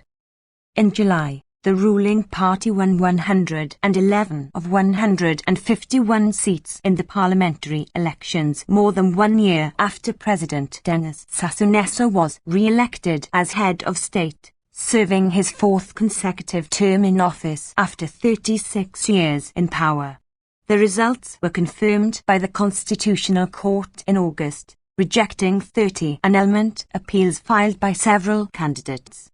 On the 21st of January, the International Monetary Fund granted an extended credit facility of $455 million to the Congolese state, accompanied by the requirement that the country carries out reforms to improve the governance of public funds. Several members of the family of the president were still under investigation before the French justice system over allegations of corruption. Amnesty International Report 2022-23. 133. Freedom of expression and assembly. Congolese activists try to organize a demonstration in the capital, Brazzaville, on the 8th of April to protest against the poor quality of services provided by the National Electricity Company. The announcement was made online and an authorization was requested from the prefecture beforehand. On the 6th of April, the prefect of the department banned the demonstration on grounds of public order. In defiance of this ban, on the 8th of April the organizer went to the demonstration site, where he was arrested by police and held for several hours before being released. He reported that he had been beaten while in detention. Arbitrary detention, torture and other ILL treatment. Jean-Marie Michel Moukoko, a candidate in the 2016 presidential election, was still in detention, despite the UN Working Group on Arbitrary Detention considering his detention as arbitrary. He was sentenced in 2018 to 20 years imprisonment for undermining the internal security of the state and illegal possession of weapons and munitions of war. According to the Centre of Development Actions, CAD, and the Congolese Human Rights Observatory, the Congolese police beat up 3 people in Brazzaville in early January, causing the death of one of them. After the publication of the video of the incident on social networks, 4 police officers were sentenced to 10 years in prison on the 9th of February for deliberate assault and battery causing death, and the state was ordered to pay damages. Women's rights. In March, Congo passed the Mubara law combating violence against women, including domestic violence. It included provisions on prevention, protection of victims, medical, psychological, social and legal support to victims, and penalties for perpetrators of up to 20 years in prison. The law notably included specific provisions to protect widows' rights in inheritance. The report Women, Business and the Law 2022 produced by the World Bank, which assesses laws that can have an impact on economic opportunities for women, indicated that the legal framework in Congo is detrimental to women's economic rights. The report highlighted many areas in need of improvement, including gender inequality in property and inheritance. Right to health. In early 2022, a measles epidemic took hold in Congo. According to a statement by the Minister of Health in April, the department of Pointe-Noire was the epicenter of the epidemic, with 5,488 notified cases, including 112 deaths. A national vaccination plan against measles and yellow fever was launched on the 15th of August. According to a statement by the Minister of Health in March, maternal, neonatal and infant death rates increased due to the coronavirus pandemic and delays in measles vaccination. In 2021, maternal mortality deaths rose to 445 per 100,000 births, up from 378 per 100,000 births in 2020. According to the local NGO CAD, the health situation in Congo remained fragile. The organization highlighted the lack of beds in several health centers and accessibility problems in certain areas due to the remoteness of some communities, lack of transport and/or poor road conditions. Environmental degradation. According to a statement by the Departmental Directorate of the Environment in June, the Lubai Lagoon in Pointe-Noire Department had been cleaned up in accordance with Congolese standards.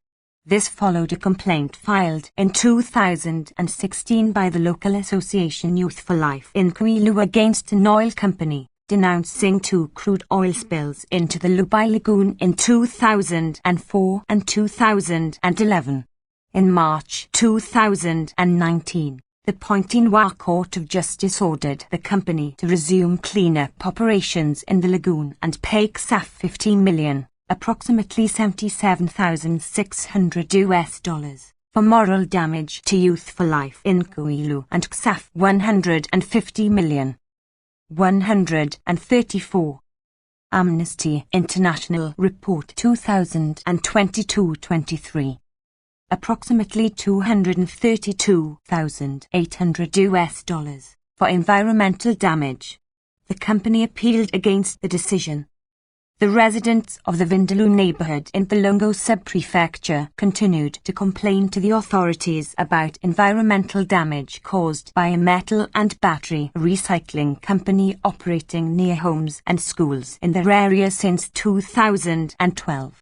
They claimed that the factory caused major air pollution and discharged massive quantities of oil into the streets. The prefect of Kwilu had ordered the closure of the factory in August 2024, a period of 3 months for non-compliance with environmental legislation.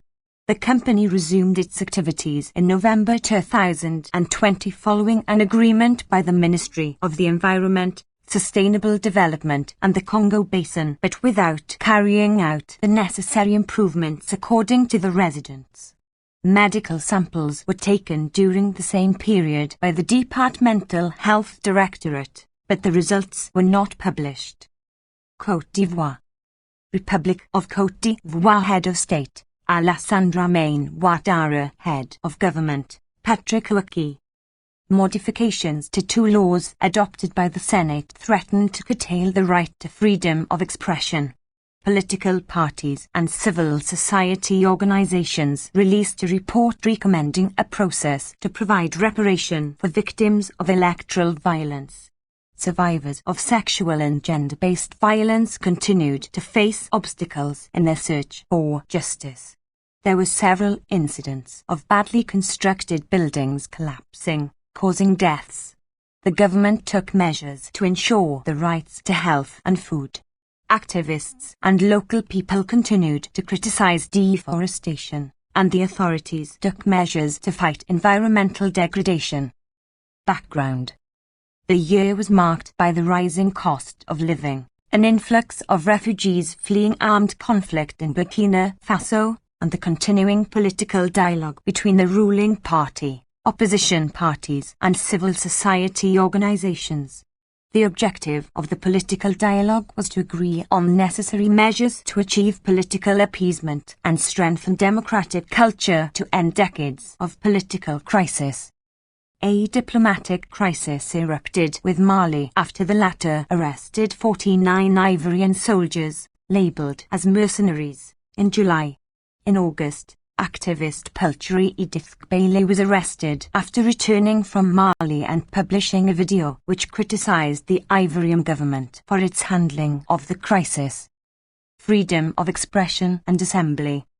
In December, the Senate adopted 2 bills modifying the laws on the press and on audiovisual communication in order to combat the publication of false information and ensure that individuals active online, specifically bloggers, activists and influencers, are subject to regulations by the relevant authorities. During the year, activists had warned that, if enacted, the laws could be used to repress the right to freedom of expression online and target critics of the authorities.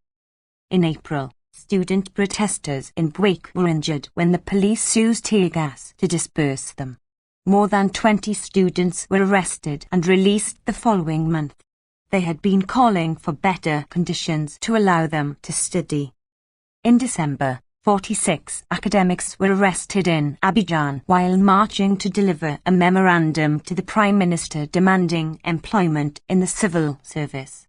After being detained for a week, 1 was acquitted while 45 were each given a 4-month suspended sentence for disturbing the peace. Amnesty International Report 2022-23. 135. Right to truth, justice and reparation.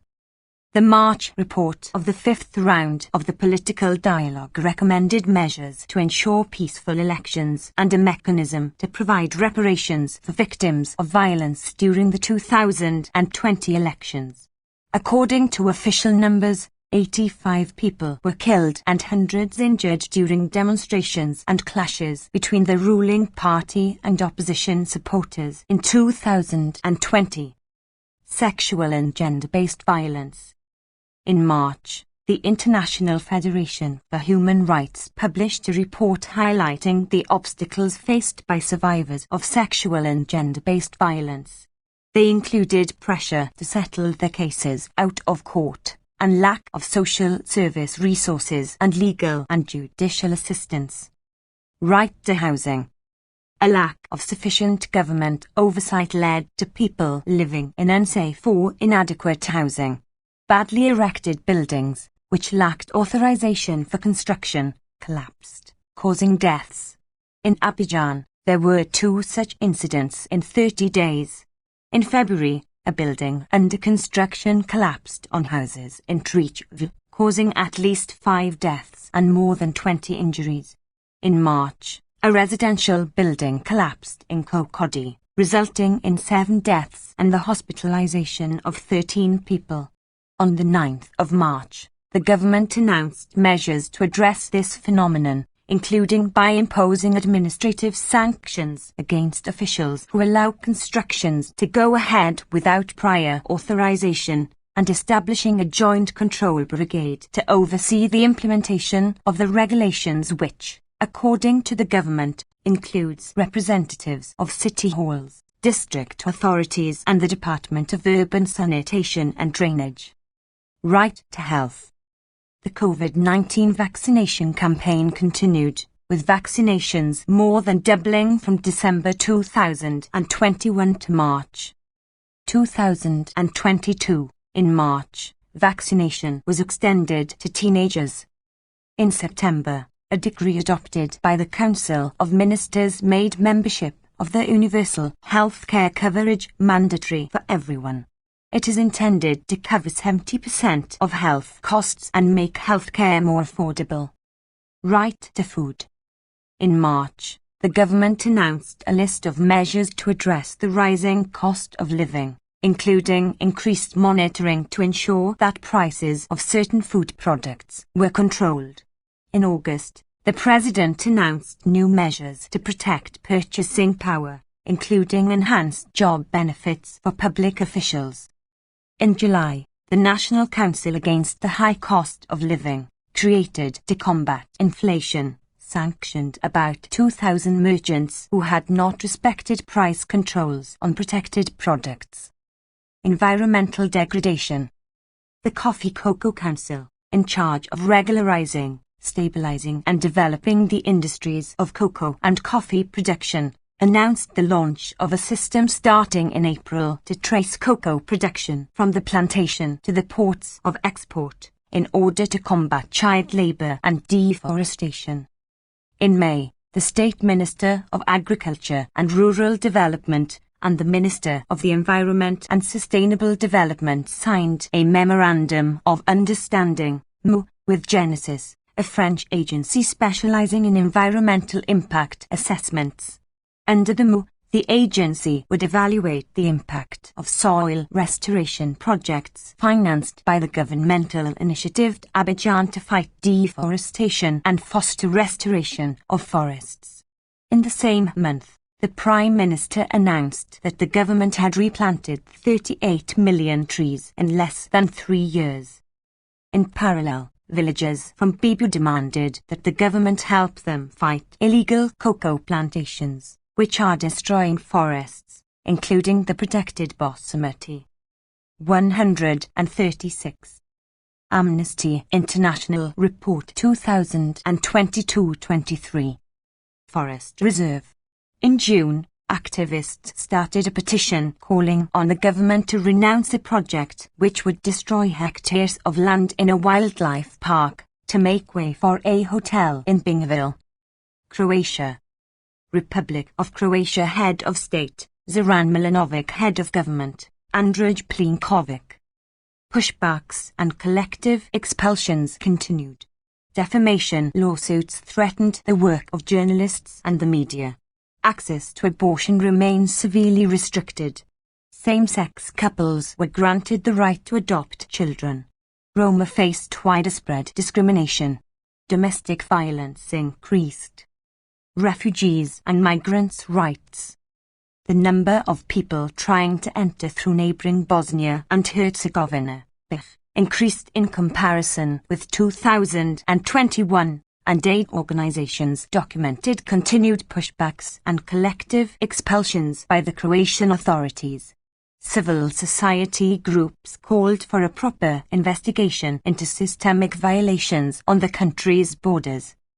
In February, the European Ombudsman found that the European Commission failed to ensure that fundamental human rights were respected in EU-funded border operations by Croatian authorities. 1.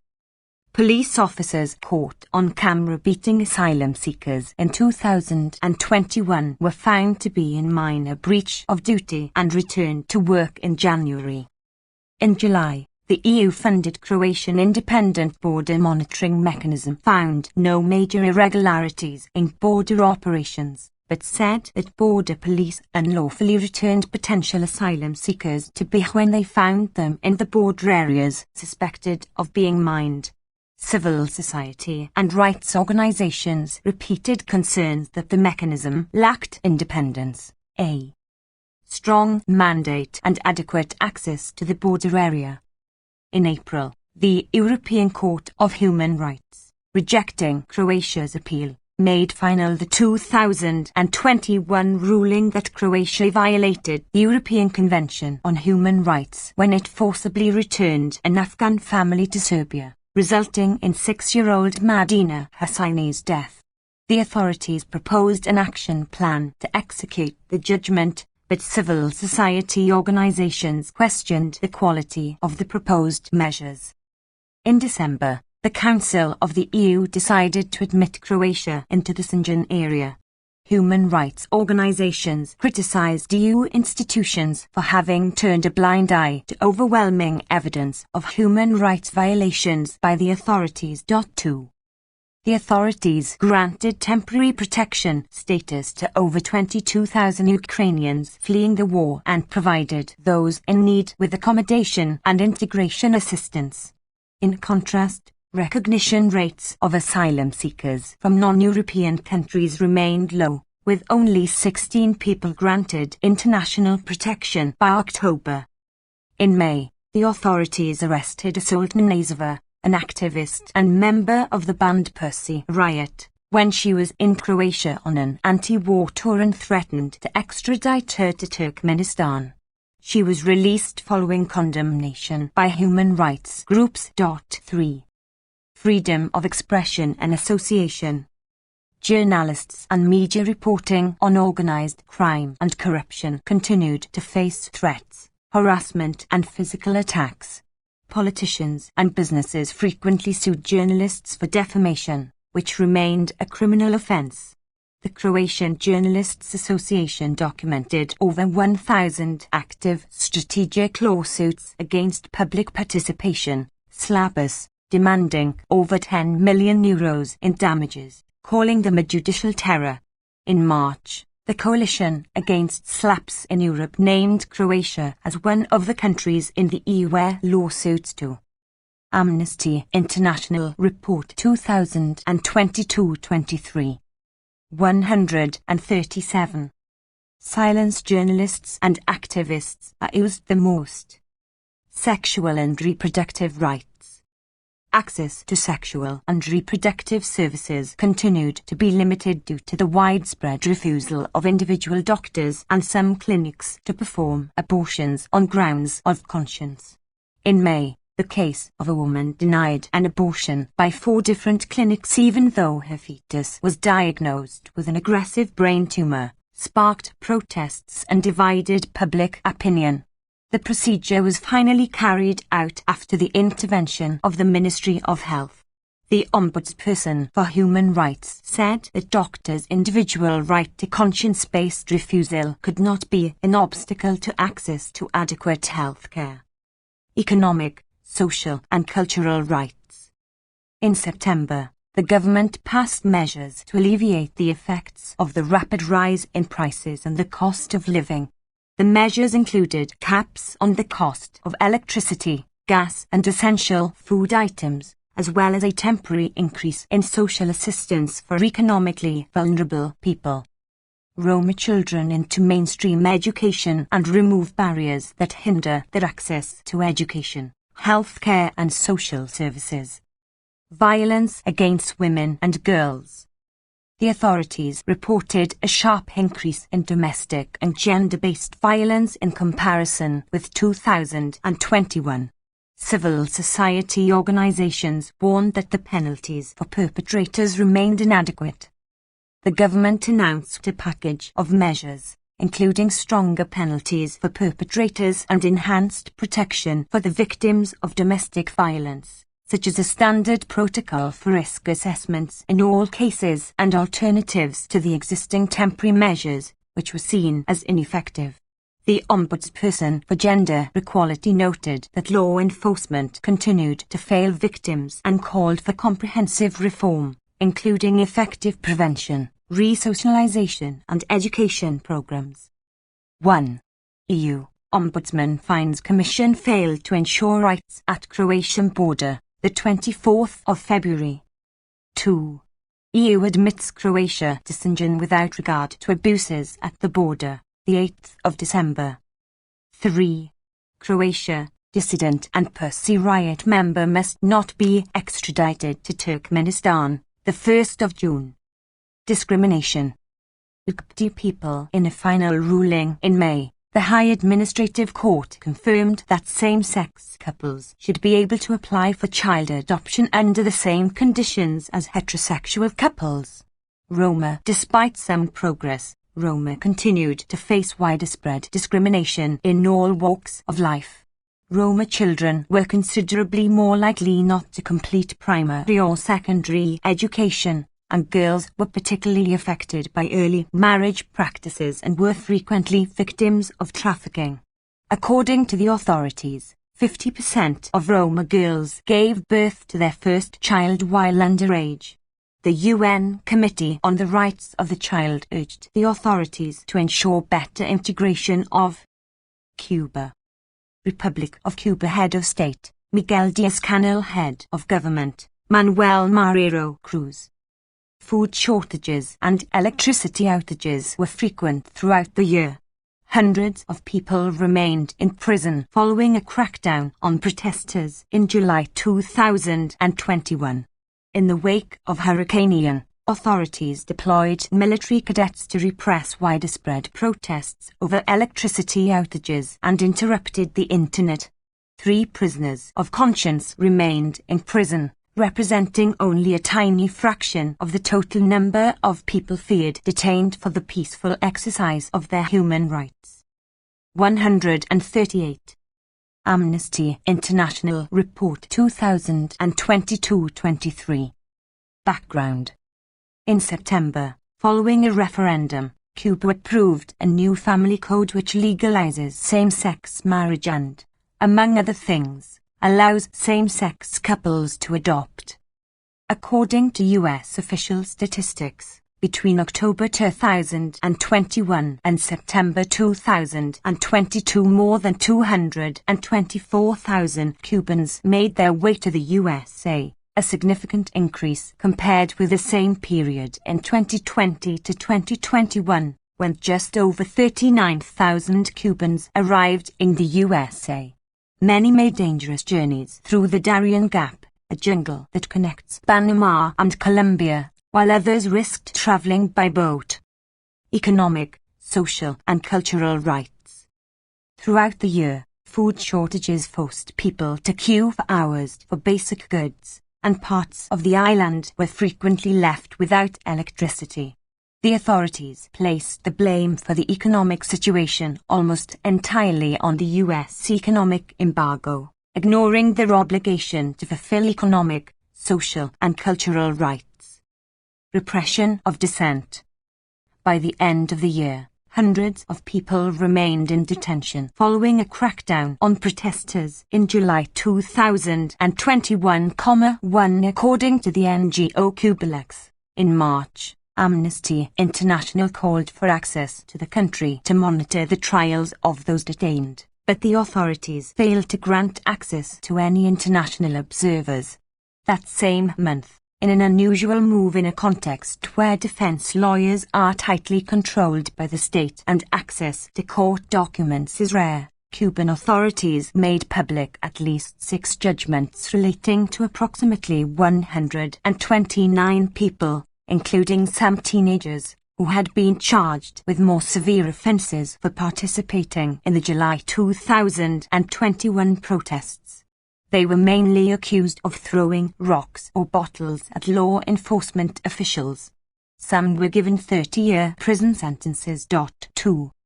In September and October, in the wake of Hurricane Ian, people protested across their island following widespread power outages. According to reports received, the authorities responded by deploying military cadets to repress the protests, and there were reports of arbitrary detentions. The authorities also appeared to have intentionally shut down internet access, an increasingly common tactic to limit communication in Cuba in moments of political sensitivity. The internet interruptions lasted at least 2 consecutive nights, which made it hard for families to communicate following the storm. Journalists at 14 Years Media, an independent online newspaper, also had no internet, impacting their ability to report. 3. On the 2nd of October, President Diaz-Canel downplayed the widespread nature of the protests and suggested that a minority of counter-revolutionaries with connections outside Cuba had carried out acts of vandalism such as blocking roads or throwing rocks. He said they would be dealt with using the force of the law. In December, a new penal code came into force, which risked entrenching long-standing limitations on freedom of expression and assembly and is a chilling prospect for independent journalists, activists and anyone critical of the authorities. 4. Women's and girls' rights. Women human rights activists were central to resisting repression of dissent. Mothers of people, including young people, detained in the context of the July 2021 protests were vocal in advocating for their release. Lawmakers failed to include femicide as a crime in the new penal code, despite proposals from women advocates. Human rights defenders. At the end of the year, prisoners of conscience Luis Manuel Otero Alcantara, Michael Castillo Perez and Jose Daniel Ferrer Garcia, all of whom were detained in the context of the crackdown on dissent in July 2021, remained in prison. In June, the Popular Municipal Court of Central Havana sentenced artist Luis Manuel Otero Alcantara and musician Michael Castillo. Amnesty International Report 2022-23.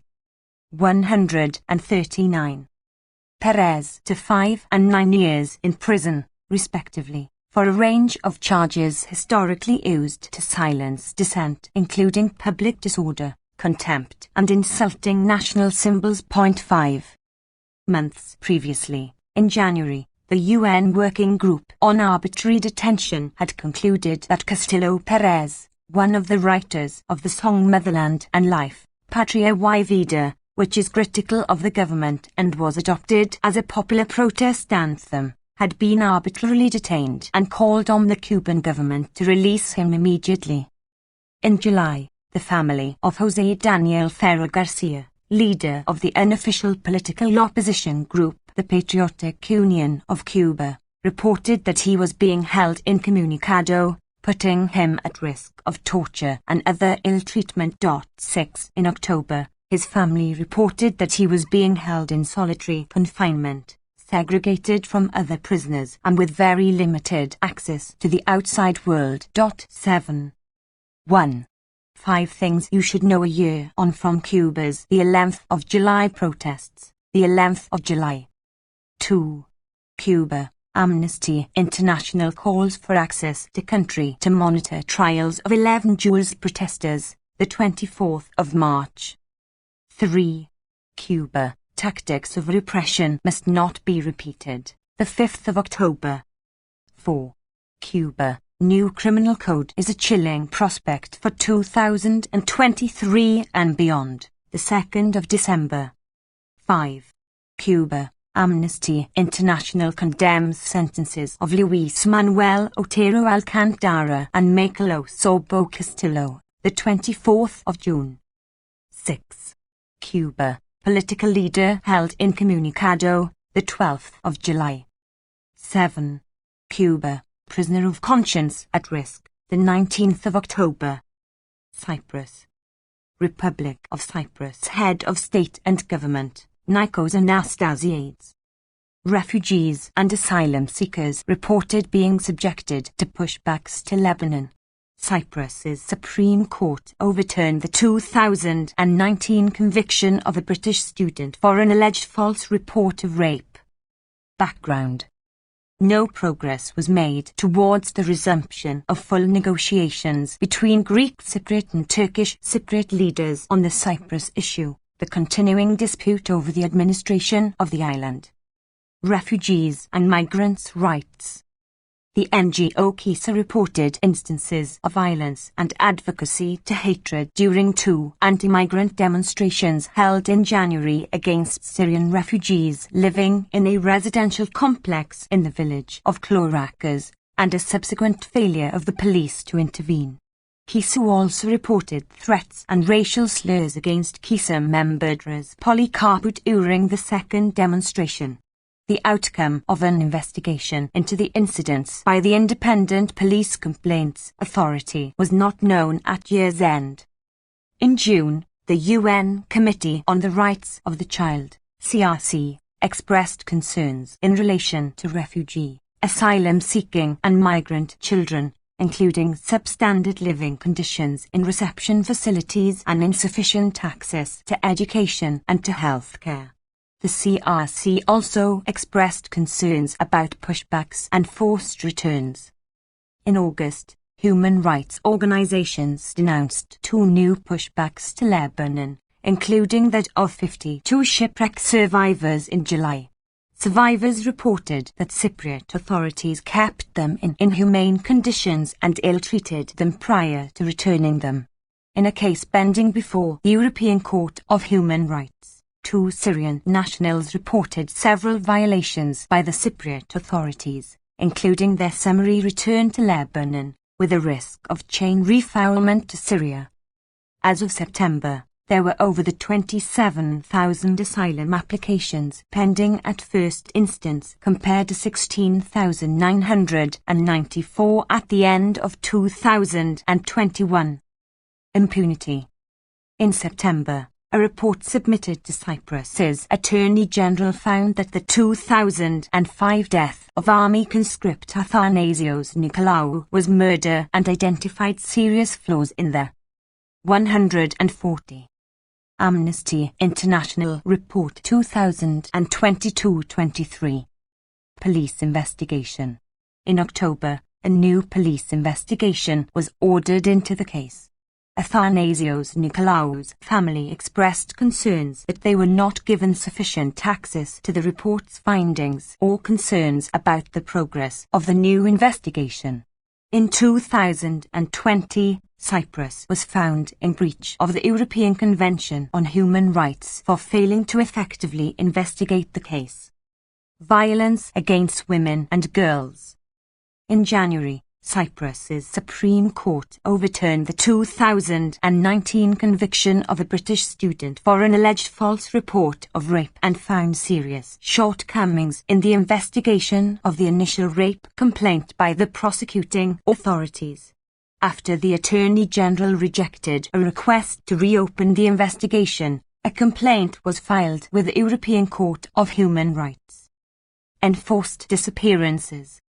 Between 2006 and December 2022, the remains of 1,028 missing individuals, 736 Greek Cypriots and 292 Turkish Cypriots, were identified by the Committee on Missing Persons in Cyprus in its mission to establish the fate and whereabouts of people who were subjected to enforced disappearance during the intercommunal fighting of 1963 to 1964 and the events of 1974.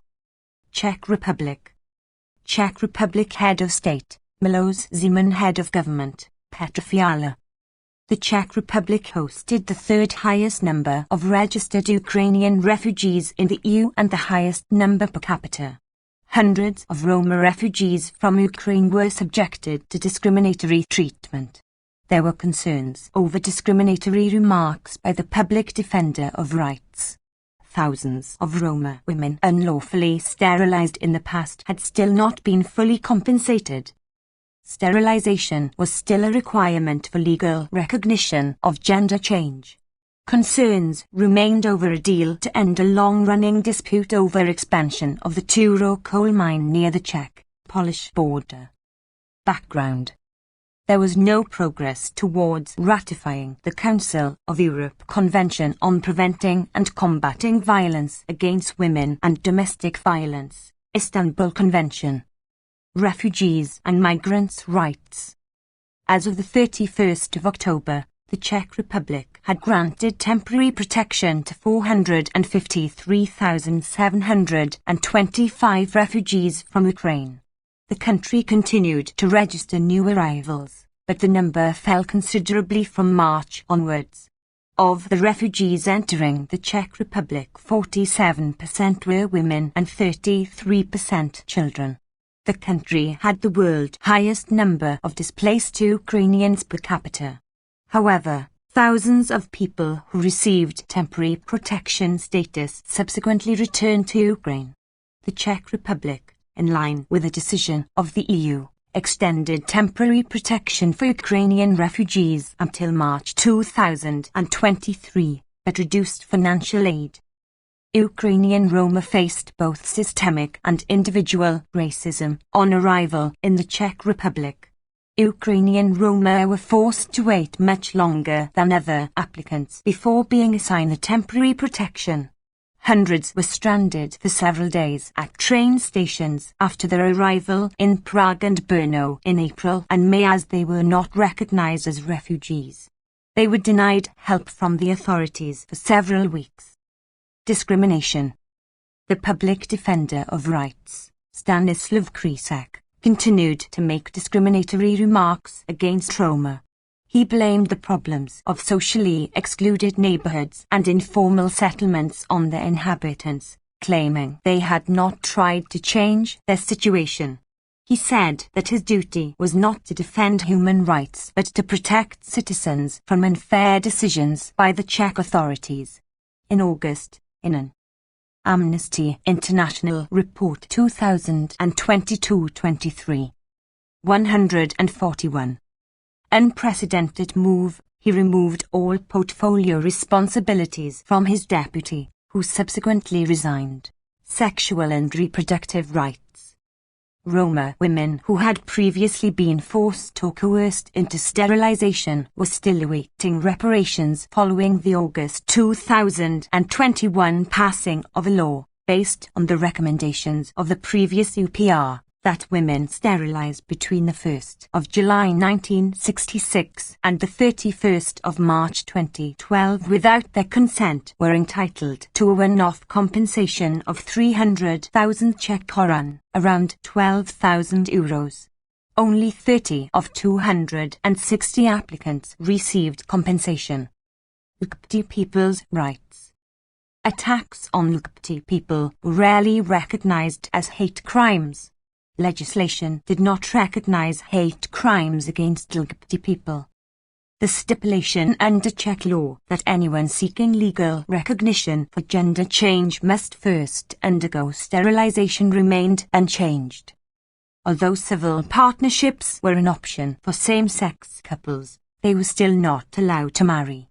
A bill to recognize equal marriage, which failed a vote in Parliament in 2018, was reintroduced in the new Parliament in 2022 but had not yet been debated by the end of the year.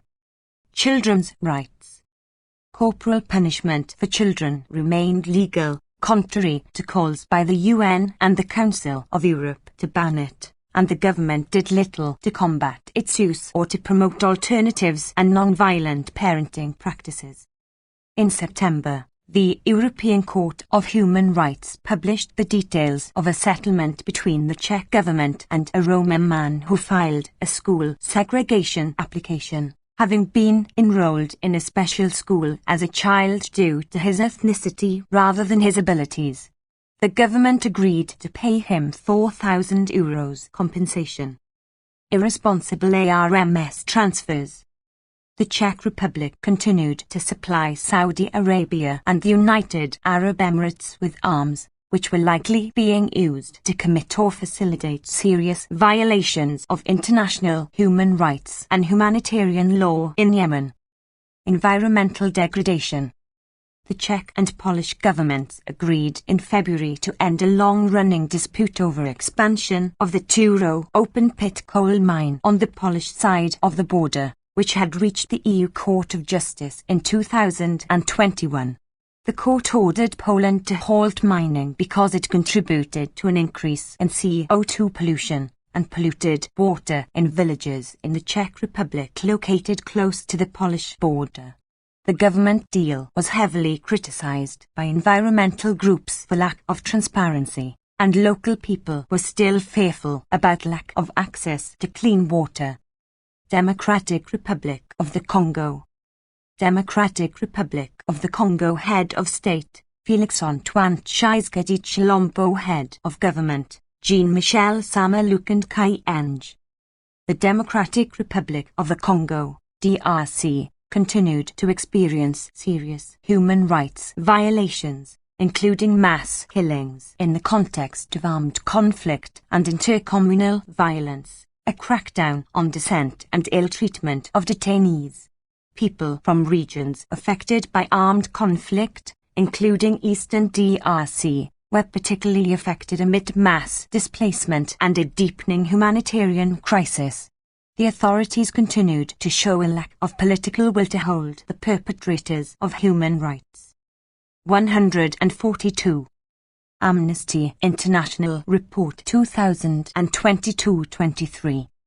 Violations to account. The right to education was violated. Background.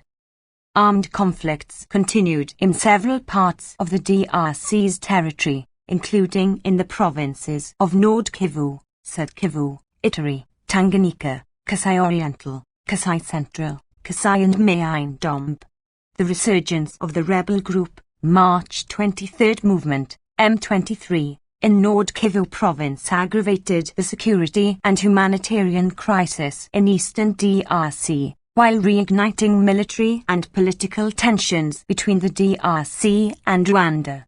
Tensions between the two countries sparked a new wave of anti-Rwanda and anti-UN protests. There were new spikes of intercommunal violence in the central and western regions. Intercommunal violence between the Tik and Yaka tribal groups erupted in August in Kwamath territory in the western province of Mayin-Dombe, amid unresolved land and customary power disputes. As of September, the violence had resulted in at least 150 deaths, hundreds of people injured, and more than 11,000 forcibly displaced. Hundreds of homes were burned down and property was looted, while violence spread to the neighbouring provinces of Kwilu and Congo. Uncertainty about the government's ability or willingness to implement constitutional provisions for the 2023 general elections continued to fuel political tensions, while the government's crackdown on dissenting voices intensified. Corruption and squandering of public resources persisted and remained largely unpunished, hindering the realization of President Tshisekedi's pledges to improve people's economic and social conditions, including his commitment to ensure universal access to basic education and health care. Abuses by armed groups. Attacks on civilians in eastern DRC intensified. Military interventions by UN forces and East African community armies such as Uganda and Burundi did not lead to a decrease in attacks against civilians by armed groups. Armed groups unlawfully killed more than 1,800 civilians and injured thousands in the eastern provinces of Ituri, Nord Kivu and Sud Kivu, according to the UN. In Ituri, the Cooperative for the Development of the Congo, CODECO, an armed group composed mainly of members of the Lendu ethnic group, intensified indiscriminate attacks on the Uruntima ethnic groups. In one of their deadliest attacks, on the 8th of May, they killed at least 52 unarmed people, including children and older people in the gold mining village of Kabalanjit, according to the Kivu security tracker. They also raped at least 6 women. A preliminary UN investigation into attacks on 29-30 November found that M23 rebels killed at least 131 civilians and raped at least 22 women in the Kishish and Bambo villages, Nord Kivu province, in retaliation for clashes between M23 and rival armed groups. Internally displaced people's rights. An additional 600,000 people were forced to flee their homes in 2022 according to UNHCR, the UN Refugee Agency, bringing the number of internally displaced people nationwide to nearly 6 million, more than in any other African country, and up from 5.5 million in 2021. Armed groups continued their targeted attacks against internally displaced people in eastern DRC, killing hundreds of people and injuring many others, while further displacing tens of thousands. In Nord Kivu alone, fighting between the Congolese army and the M23 rebels forced more than 200,000 people to flee their homes. Data collected by the UN showed that at least 250 internally displaced people were killed during the year as a result of deliberate attacks against their camps in the east, with 180 killed in Ituri alone. On the 1st of February, Codeco fighters attacked the plains of Okamp in Ituri, killing at least 62 civilians and injuring dozens of others, according to the UN. The camp was home to more than 24,000 people who fled violence in Djubu. Amnesty International Report 2022-23. 143. Territory in 2019. In June, armed men attacked the Rujagati camp in Nord Kivu, killing 7 civilians. In Sud Kivu province, at least 10 members of the Banyamulenge community were killed between May and October during attacks against their internally displaced people camps around the towns of Minembwe and Fizi. On several occasions, the Congolese security forces and the UN Organization Stabilization Mission in the DRC, whose primary mandate is the protection of civilians, failed to prevent or stop these attacks, including when they had been warned through existing community alert mechanisms. Unlawful killings. In Western DRC, in response to the intercommunal violence, members of the Congolese army and police, deployed as reinforcements from the capital, Kinshasa, were accused by local human rights groups of committing serious human rights violations, including summary executions, rape, arbitrary arrests and looting of property. In December, the Bandundu Military Garrison Tribunal sentenced 3 Congolese army officers to death and prison terms of between 1 and 9 years for several crimes, including killing 3 civilians in the towns of Fadiaka and Bagata in November.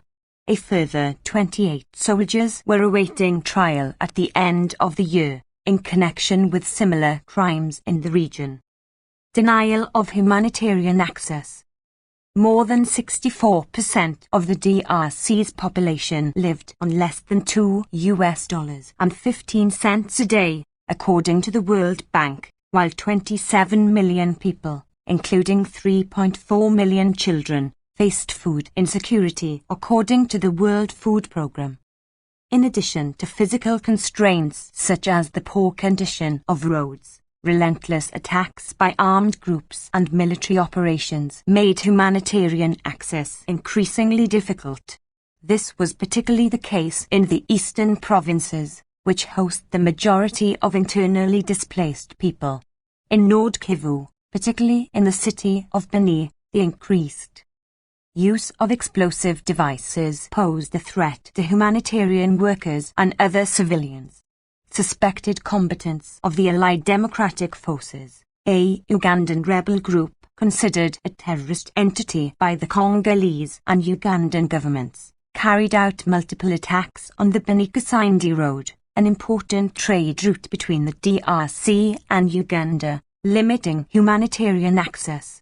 In Rutshuru territory, areas controlled by the M23 rebel group were almost completely cut off from humanitarian access, including essential healthcare services, from May onwards. Widespread checkpoints manned by armed groups, and other deliberate movement restrictions imposed by both government forces and armed groups in Ituri, Sud Kivu and Nord Kivu, prevented communities from accessing vital assistance such as food, water and health care. Attacks against aid workers, attacks against local and international art workers continued, especially in the eastern provinces, resulting in at least 4 people being killed, several wounded, and 10 abducted during the first half of the year alone. On the 7th of January, the NGO, Concern Worldwide, said 3 of its employees were abducted by armed men wearing masks, who attacked the convoy in the town of Coimba in Masisi territory. They were released a week later. In May, another 2 humanitarian workers were abducted in the same area and freed after 8 days, according to ACA. In some areas, recurrent attacks forced several humanitarian organizations to suspend their activities or even leave entire districts permanently. In March, for example, 7 humanitarian organizations suspended their activities in the Kamango Health Zone, leaving more than 300,000 people without humanitarian assistance in northern Nord Kivu, according to ACA. Right to truth, justice and reparations. No substantial progress was made towards systematically and appropriately addressing. 144. Amnesty International Report 2022-23. Widespread impunity for crimes under international law and other serious human rights violations committed in the DRC since the 1990s. Nevertheless, additional steps towards a transitional justice agenda were made, although the government continued to emphasize reconciliation and reparations as opposed to accountability. In March, it launched public consultations on transitional justice across the country, with the stated aim of collecting people's opinions on appropriate justice mechanisms. In October, with the UN Joint Human Rights Office's support, the government set up a commission composed of Congolese experts, with the mission of developing the National Transitional Justice Strategy. In December, a bill setting out basic principles for protection and reparation for victims of conflict-related sexual violence and victims of crimes against the peace and security of mankind was enacted. The bill was prepared by a commission established under the First Lady's leadership. In February, the International Court of Justice delivered its long-awaited judgment, determining reparations due to the DRC from Uganda as a result of the latter's breach of international humanitarian law during its armed activities on DRC territory between 1998 and 2003. The court ordered Uganda to pay the DRC $325 million in 5 annual installments of $65 million, starting on the 1st of September 2022. The amount awarded included $225 million for damage to people, $40 million for damage to property, and $60 million for damage relating to natural resources. In September, the government confirmed receipt of the first installment in line with the court's order. It did not make public how the reparations to people would be allocated. Freedom of expression, association and assembly. Authorities intensified their crackdown on the rights to freedom of expression, association and peaceful assembly.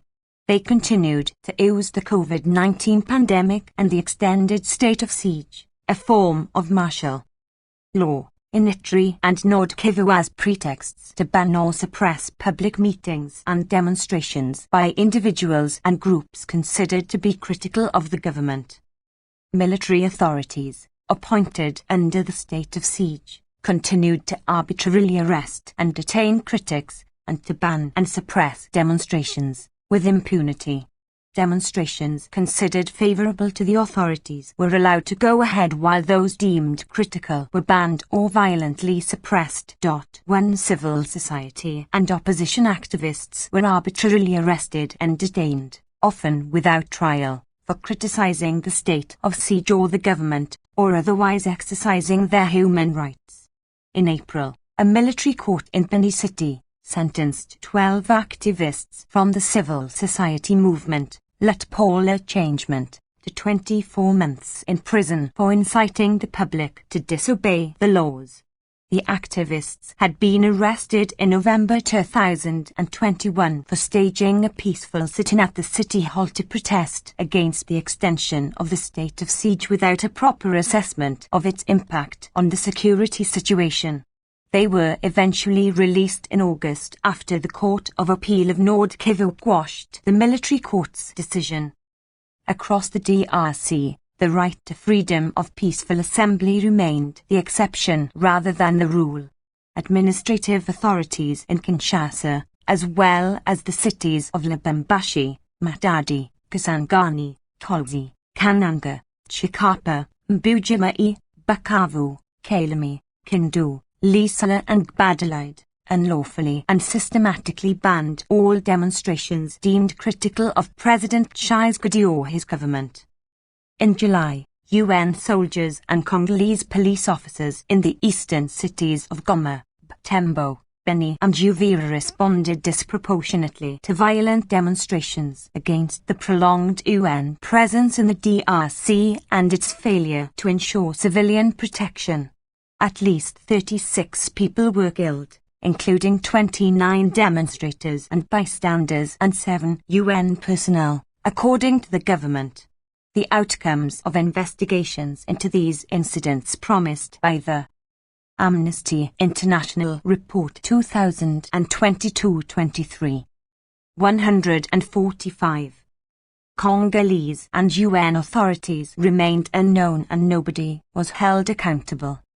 On the 21st of September, a peaceful demonstration organized by the National Union of Doctors in Kinshasa was unlawfully banned by the city's governor and subsequently suppressed by the police with brutality, resulting in several demonstrators being arrested and others injured. Although the Minister for Human Rights denounced this particular incident, no concrete steps were taken to rescind the governor's arbitrary ban, to hold both the governor and the Kinshasa police commander to account, or to provide the victims with access to justice and effective remedies. Inhumane detention conditions. As a result of severely limited holding capacity and dilapidation of prisons, as well as the widespread use of arbitrary arrests and prolonged pre-trial detention, the state of prisons nationwide continued to deteriorate at an alarming rate. Thousands of detainees were held in inhumane conditions. Most prisons remained overcrowded, with some, like Goma Prison, holding up to 1,000% above their intended capacity. The abusive use of pre-trial detention. Around 75% of inmates were pre-trial detainees, and the challenges faced by prosecutors and courts in dealing with a backlog of cases made the situation worse. Overcrowding, security and safety deficiencies, and lack of access to basic goods and services such as clean water, electricity and medicine resulted in thousands of inmates experiencing starvation and physical and mental ill health, among other consequences. According to the UN, at least 120 inmates nationwide died of starvation or from ill-treatment. Mass prison escapes were frequent, with 4 such cases recorded in 2022. In August, more than 800 inmates escaped from Butembo prison in Nord Kivu, following an attack on the prison by suspected combatants of the Allied Democratic Forces. Right to education. The government's free education scheme continued for the 3rd year. The government said the scheme allowed thousands of children from low-income families to access primary education. Nevertheless, an increasing number of parents, teachers' unions and students denounced serious shortcomings in the scheme's implementation. They highlighted the inequality of resources which favored urban over rural schools, inadequate school infrastructure and furniture, overcrowded classrooms, and insufficient and irregular salary payments to teachers, among other challenges. According to UNESCO, more than 2 million school-aged children remained out of school, despite some progress recorded in recent years, and the quality of education remained poor.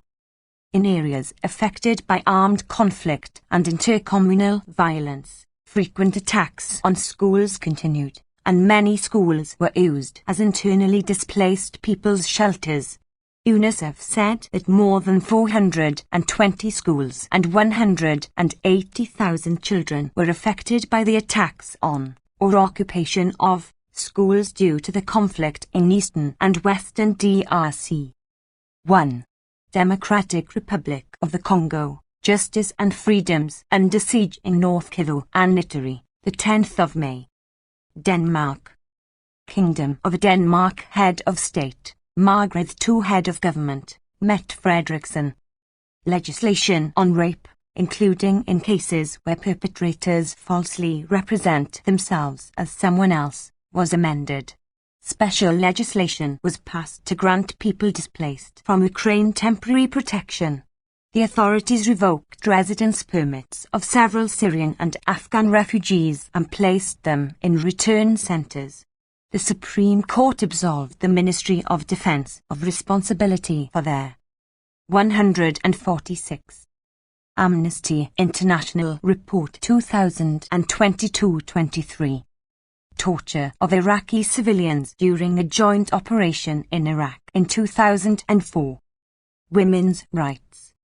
There was broad political agreement on revision of Article 221 of the Penal Code, scheduled to enter into force on the 1st of January 2023, so that non-consensual sex by perpetrators falsely representing themselves as someone else will no longer be penalized more leniently than rape. Discrimination. In January 2020, a housing company evicted 96 families from the Nojsand area in Elsinore under the much-criticized Law L38, which uses non-Western background as one criteria to designate areas as ghettos. In September 2022, 7 of the families evicted were granted the right to appeal to the Supreme Court. In November, 12 people similarly evicted had their case against the Ministry of the Interior and Housing referred to the EU Court of Justice to determine whether the categories of non-Western and their descendants fall under the EU law's definition of ethnicity. Refugees and migrants' rights. In February, the Refugee Appeals Board started reassessing cases of rejected Afghan asylum seekers. Cases had been on hold since December 2021 in view of the Taliban's seizure of power in Afghanistan. By the 30th of November, the return agency listed 8 Afghan refugees as having had their residence permits revoked. Also, by the same date, 16 Syrian refugees were listed as having had their residency permits revoked, with reference to changes in the situation in their country of origin. Both groups were ordered to move to return centres. In December, the Refugee Appeals Board announced a more lenient assessment of evidence in asylum cases involving Afghan girls and women. Special legislation was passed in March, offering 2-year residence permits and basic rights for people displaced from Ukraine. The legislation did not offer the same benefits to non-Ukrainian nationals fleeing Ukraine. The 2-year residence permit was granted to 33,048 people out of the 37,162 who applied. Right to privacy.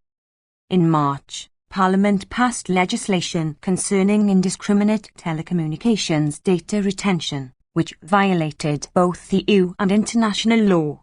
In April, the EU Court of Justice clarified that EU law prohibits the indiscriminate retention of data for the purposes of combating crime.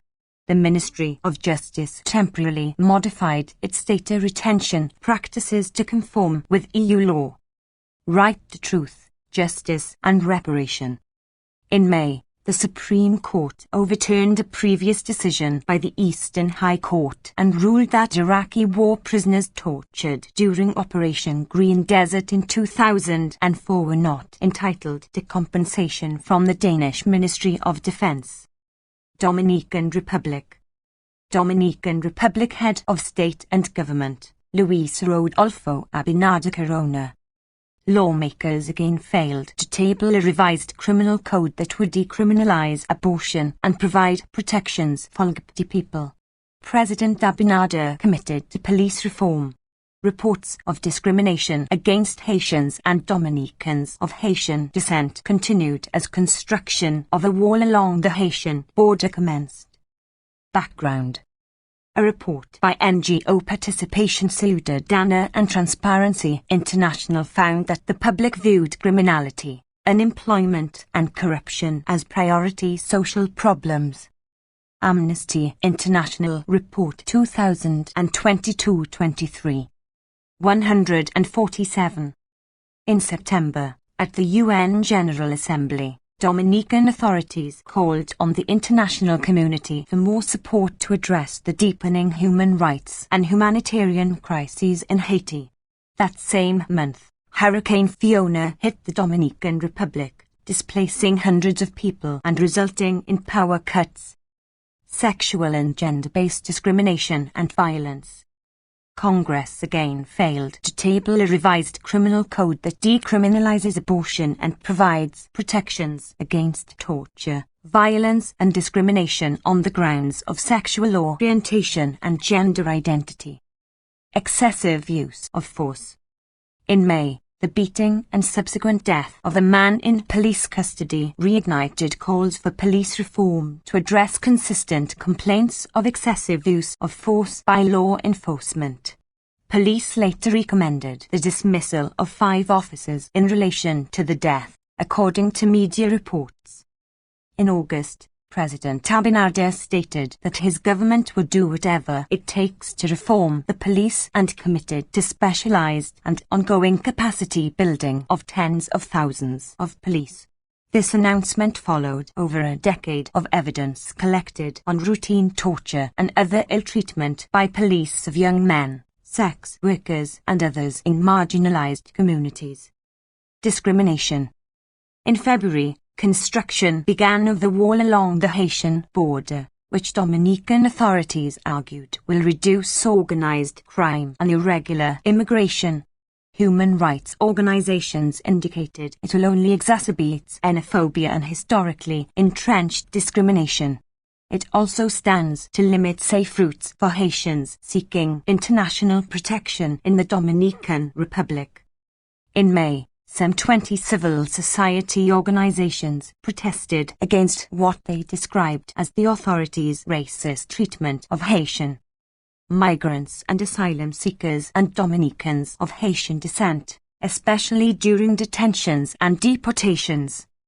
In December, a number of civil society organizations condemned the collective expulsions of people, including children, adolescents and pregnant women, to Haiti by the Dominican Republic, amid ongoing complaints of racial profiling and discrimination against Dominicans of Haitian origin and Dominicans who are presumed to be Haitian because of their skin color.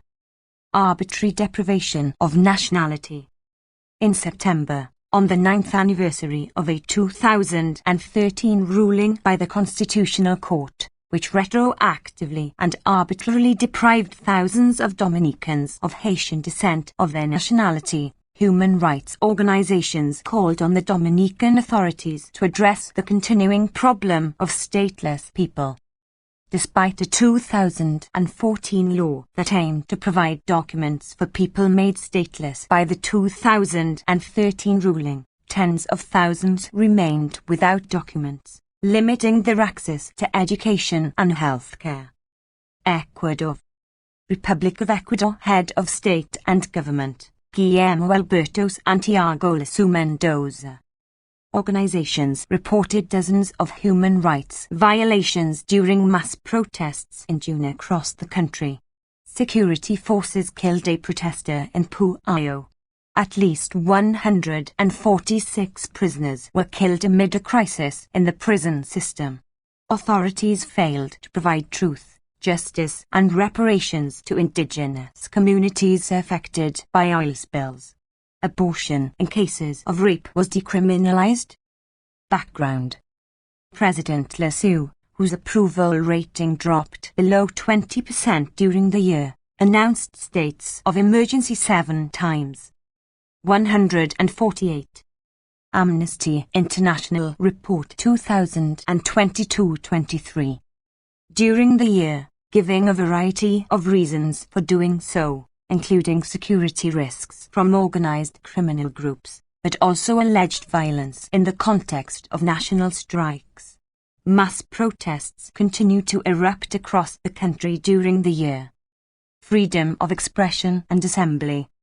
Ecuadorian organizations reported that the response of the authorities to protests by indigenous peoples over socio-environmental issues that began in June resulted in a wide range of human rights violations. These included arbitrary detentions, excessive use of force, criminalization and attacks on journalists and human rights defenders. At least 6 people died in the context of the protests. Indigenous peoples' rights.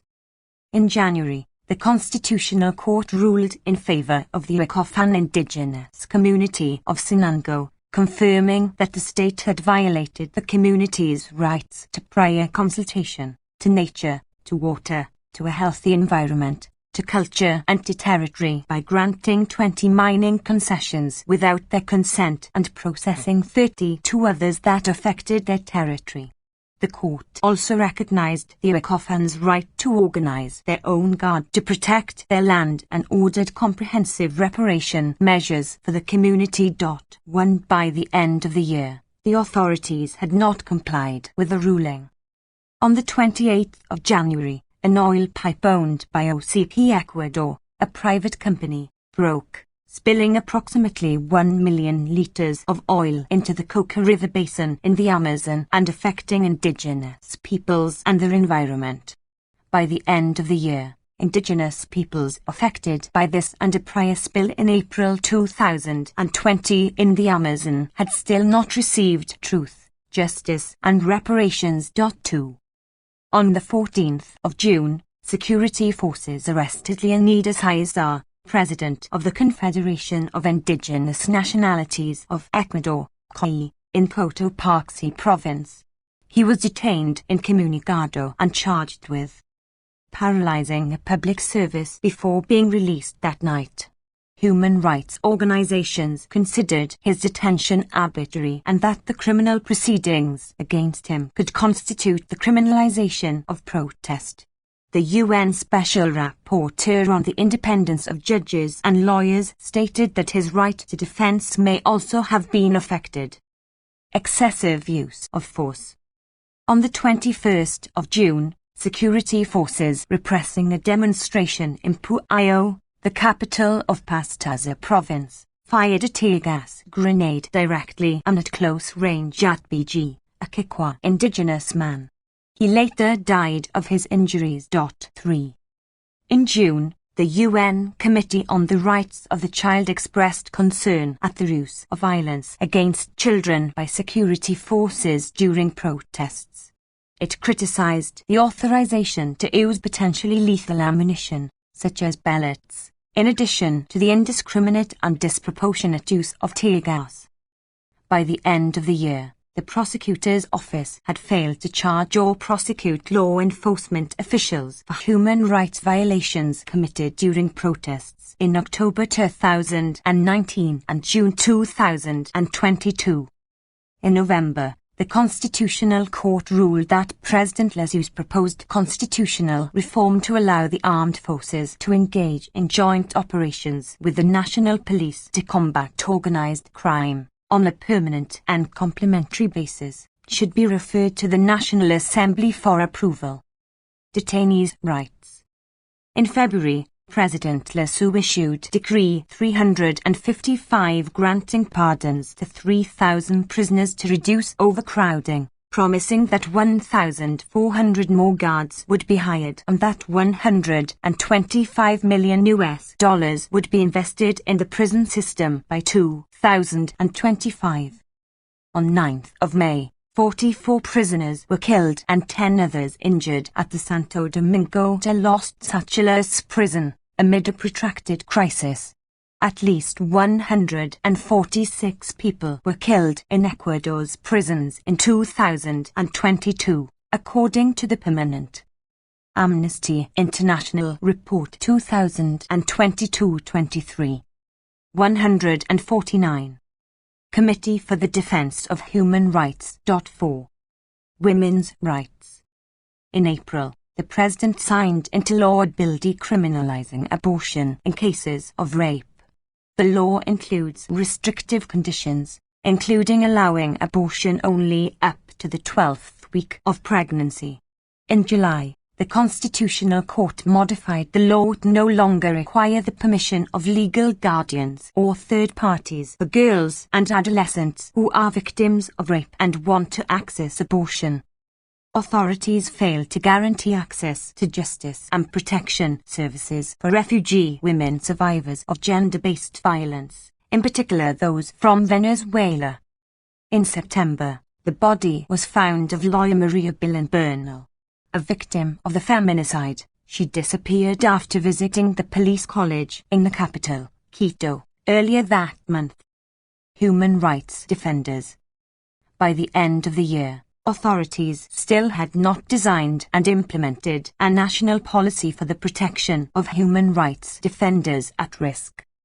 Failure to tackle climate crisis. The government had not announced a new NDC since 2019. 1. Ecuador Constitutional Court ruling to protect indigenous peoples from mining projects affecting their human rights. The 10th of February. 2. Ecuador Amazon at risk. Submission to the 41st session of the UPR Working Group, the 5th of April. 3. Ecuador. Evidence confirms that security forces killed indigenous protester in Puayo, the 24th of June, Spanish only. 4. Ecuador. In light of new prison massacre, authorities must address structural causes, the 10th of May. Egypt. Arab Republic of Egypt Head of State, Abdel Fattah al-Sisi Head of Government, Mustafa Madbouli. Authorities severely repressed the rights to freedom of expression, association and peaceful assembly.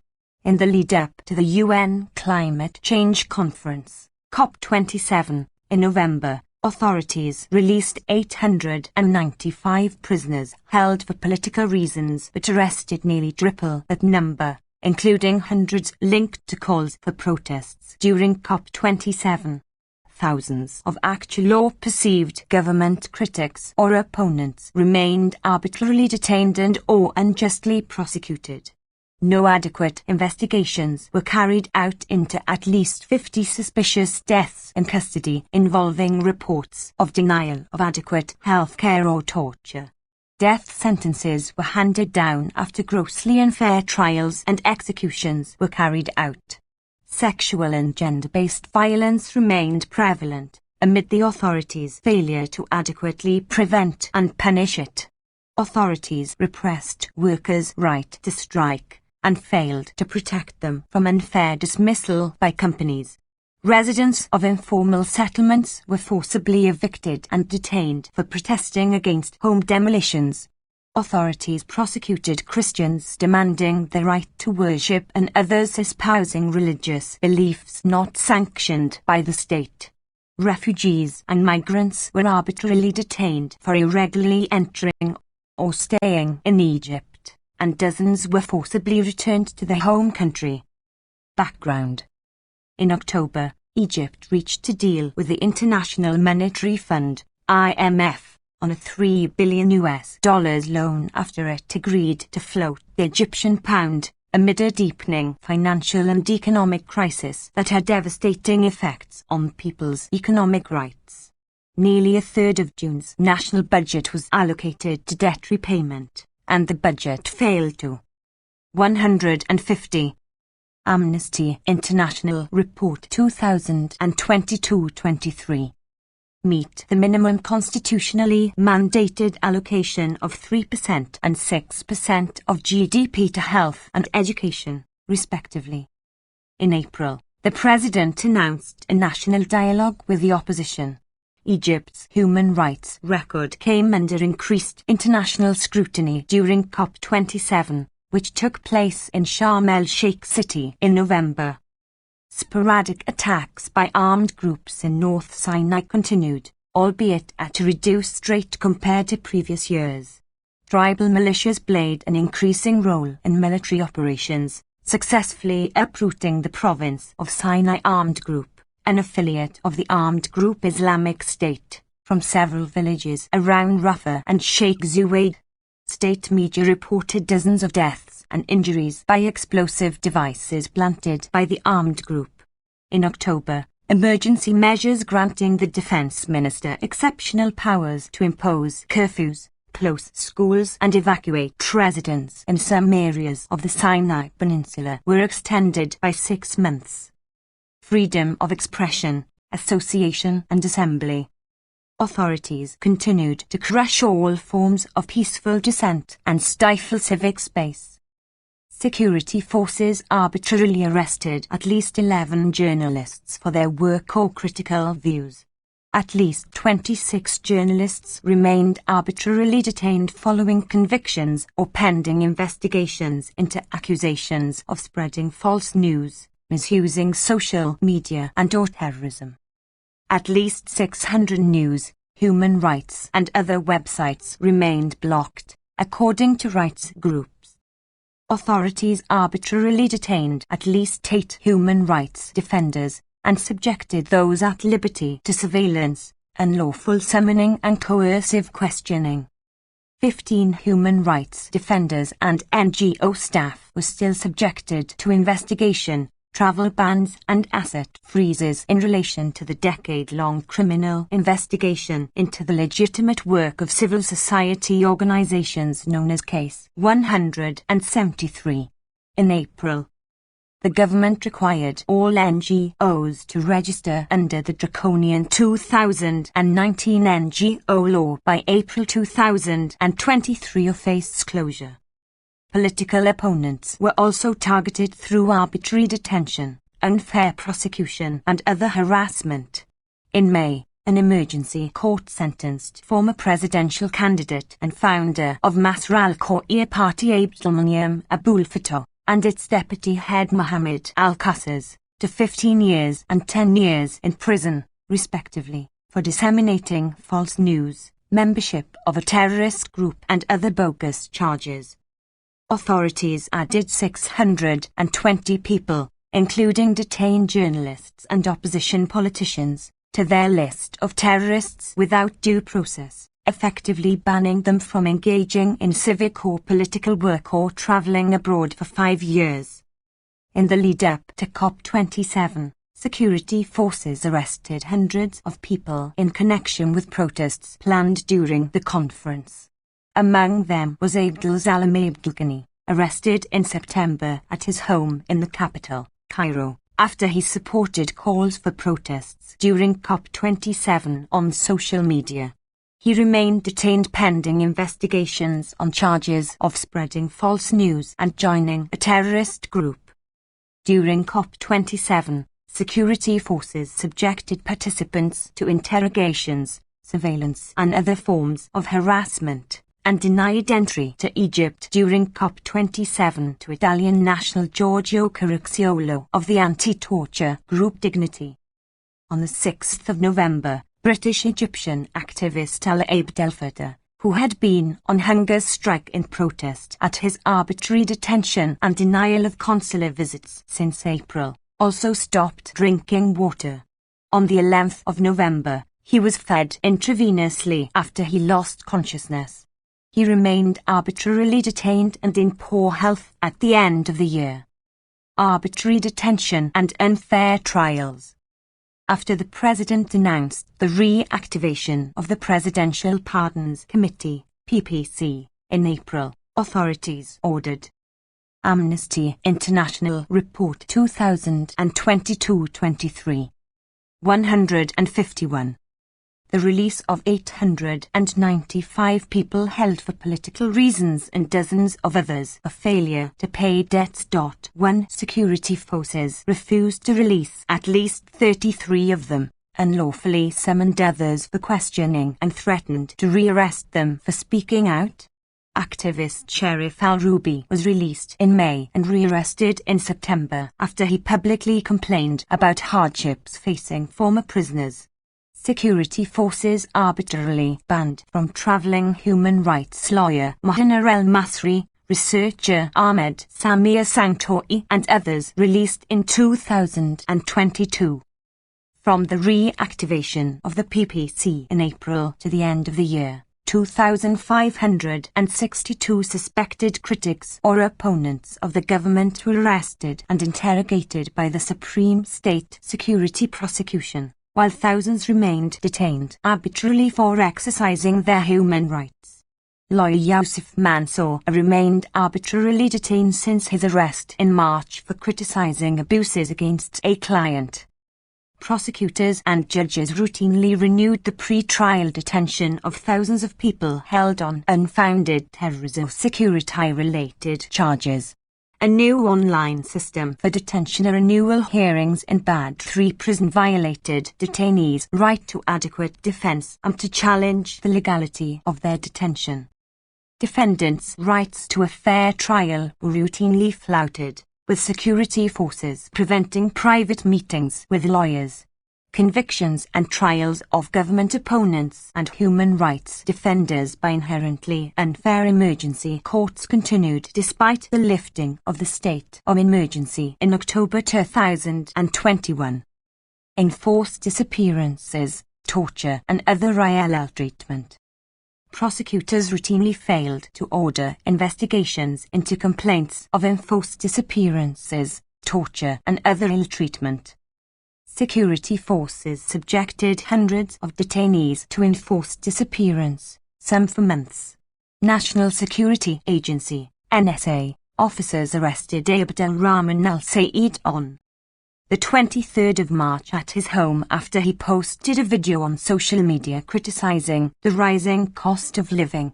He remained forcibly disappeared until 19 April. Torture remained rampant in prisons, police stations and NSA-run facilities. After videos depicting police abuse at Al Salam First Police Station in Cairo were leaked in January, authorities convicted and sentenced 21 men, a woman and a boy to between 5 years and life in prison and added them to the list of terrorists.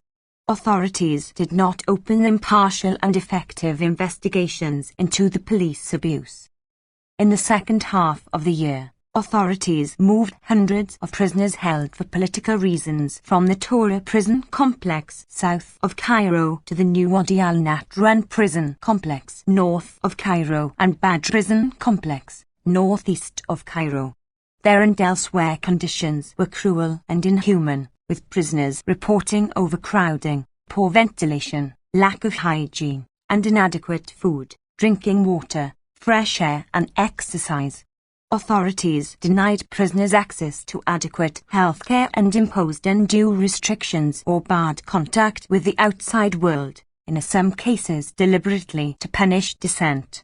Authorities imposed on all detainees in Badr prison a blanket ban on family and lawyer visits and written correspondence. Death penalty. The courts, including terrorism circuits of criminal courts and emergency courts, handed down death sentences after unfair mass trials. In June, a terrorism circuit of the Cairo Criminal Court sentenced 10 men to death for terrorism and murder after a grossly unfair trial. Many had been forcibly disappeared and tortured, denied access to their lawyers, and held in cruel and inhuman conditions amounting to torture. 2. While the rate of executions dropped from previous years, the execution of individuals convicted after grossly unfair trials continued. 152. Amnesty International Report 2022-23. Extrajudicial executions and unlawful killings. 4 videos, which appeared online between July and August, depicted the apparent extrajudicial execution of 3 unarmed men in custody by the military and affiliated tribal militias in North Sinai. In one video, a visibly injured young man, possibly under the age of 18, can be seen being questioned before being shot dead by an individual in military fatigues and boots. Prosecutors failed to carry out independent and effective investigations into the causes and circumstances of at least 50 deaths in custody following reports about denial of adequate health care or about torture. The public prosecution closed investigations into the suspicious death in custody of the economist Damon Hadhoud on the 18th of April, ignoring evidence that the authorities forcibly disappeared him on the 5th of February and then subjected him to torture and other ill treatment, and denied him access to timely and adequate health care. 3.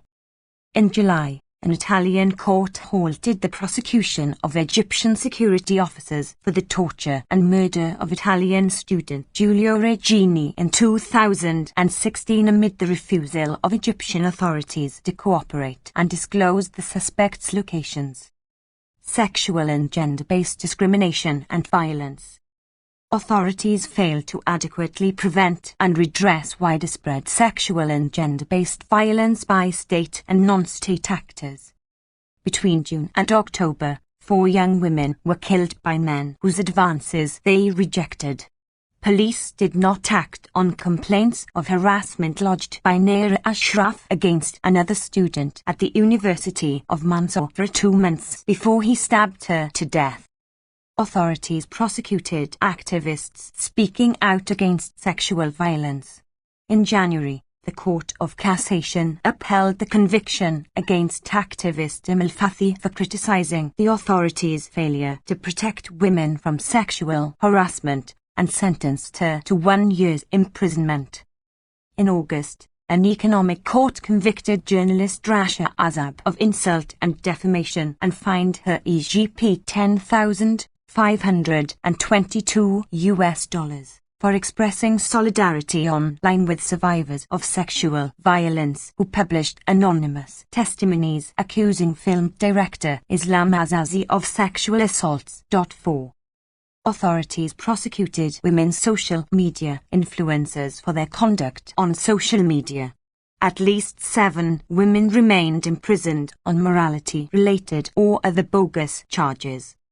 Authorities continued to target individuals based on their real or perceived sexual orientation or gender identity.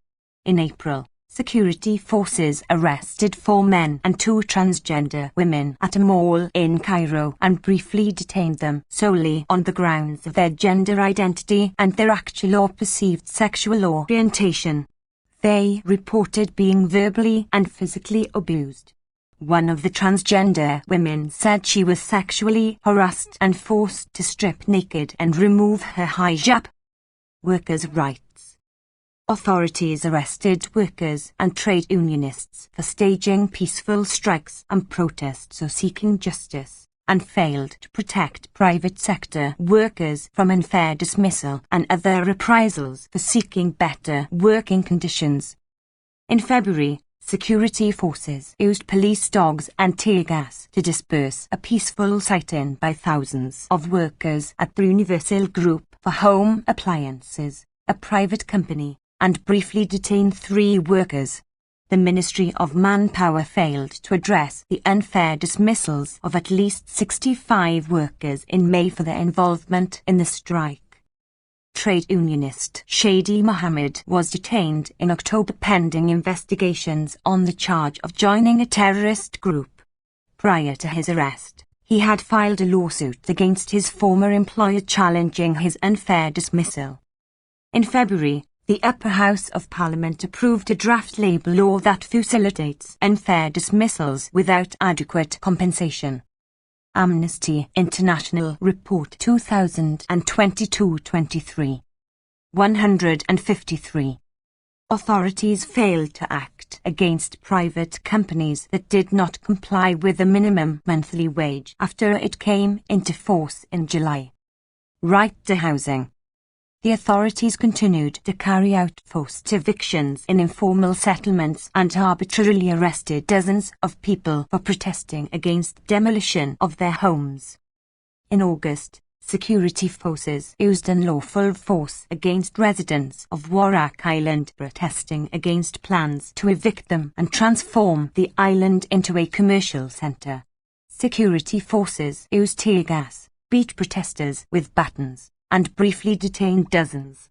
Subsequently, security forces harassed residents at checkpoints and suspended hospital and other services, in what residents saw as attempts to drive them out. Failure to tackle climate crisis and environmental degradation. In June, Egypt issued an updated NDC, with targets to cut emissions by 33%, 65% and 7% in the electricity, oil and gas, and transport sectors, respectively, from business-as-usual projections by 2030. Experts pointed to concerns over the lack of transparency in the NDC, failure to include an overall emissions target and clear baselines, and the conditioning of modest targets on international financial support. Experts deemed the pledges to be highly insufficient to keep the rise of global temperatures below 1.5 degrees Celsius. Also in June, Egypt authorized Rosatom, the Russian state-owned nuclear energy corporation, to build a nuclear plant in Dabba town, Metro Governorate. Egypt's national climate change strategy cited nuclear energy as an alternative source to fossil fuels despite its harmful environmental impact and its high financial cost relative to natural gas plants, wind farms or photovoltaic solar plants of the same capacity, according to analysis by the Egyptian Initiative for Personal Rights, IPR, a human rights NGO. Freedom of religion and belief. Authorities continued to discriminate against Christians in law and practice, and prosecuted Christians demanding their right to worship. The right to build or repair churches remained restricted by a 2016 law requiring approval from security agencies and other state bodies. According to the IPR, only 45% of applicants had been granted preliminary approval to build or repair churches since the enactment of the law. In January, security forces arbitrarily arrested 9 residents of Esbetfa Hagala village in El Minia Governorate and detained them for 3 months pending investigation over accusations of participating in a gathering and committing a terrorist act for peacefully protesting against the authorities' refusal to rebuild the only church in their village. 5 The 9 were released without trial. Members of religious minorities, atheists and others not espousing state-sanctioned religious beliefs were prosecuted and imprisoned on defamation of religion and other bogus charges. On the 10th of February, the Court of Cassation upheld the 3-year prison sentence against blogger Anas Hassan, who was arrested in 2019 for running the Egyptian Atheists Facebook page. Refugees and migrants' rights. Authorities continued to arbitrarily arrest and detain refugees and migrants for irregular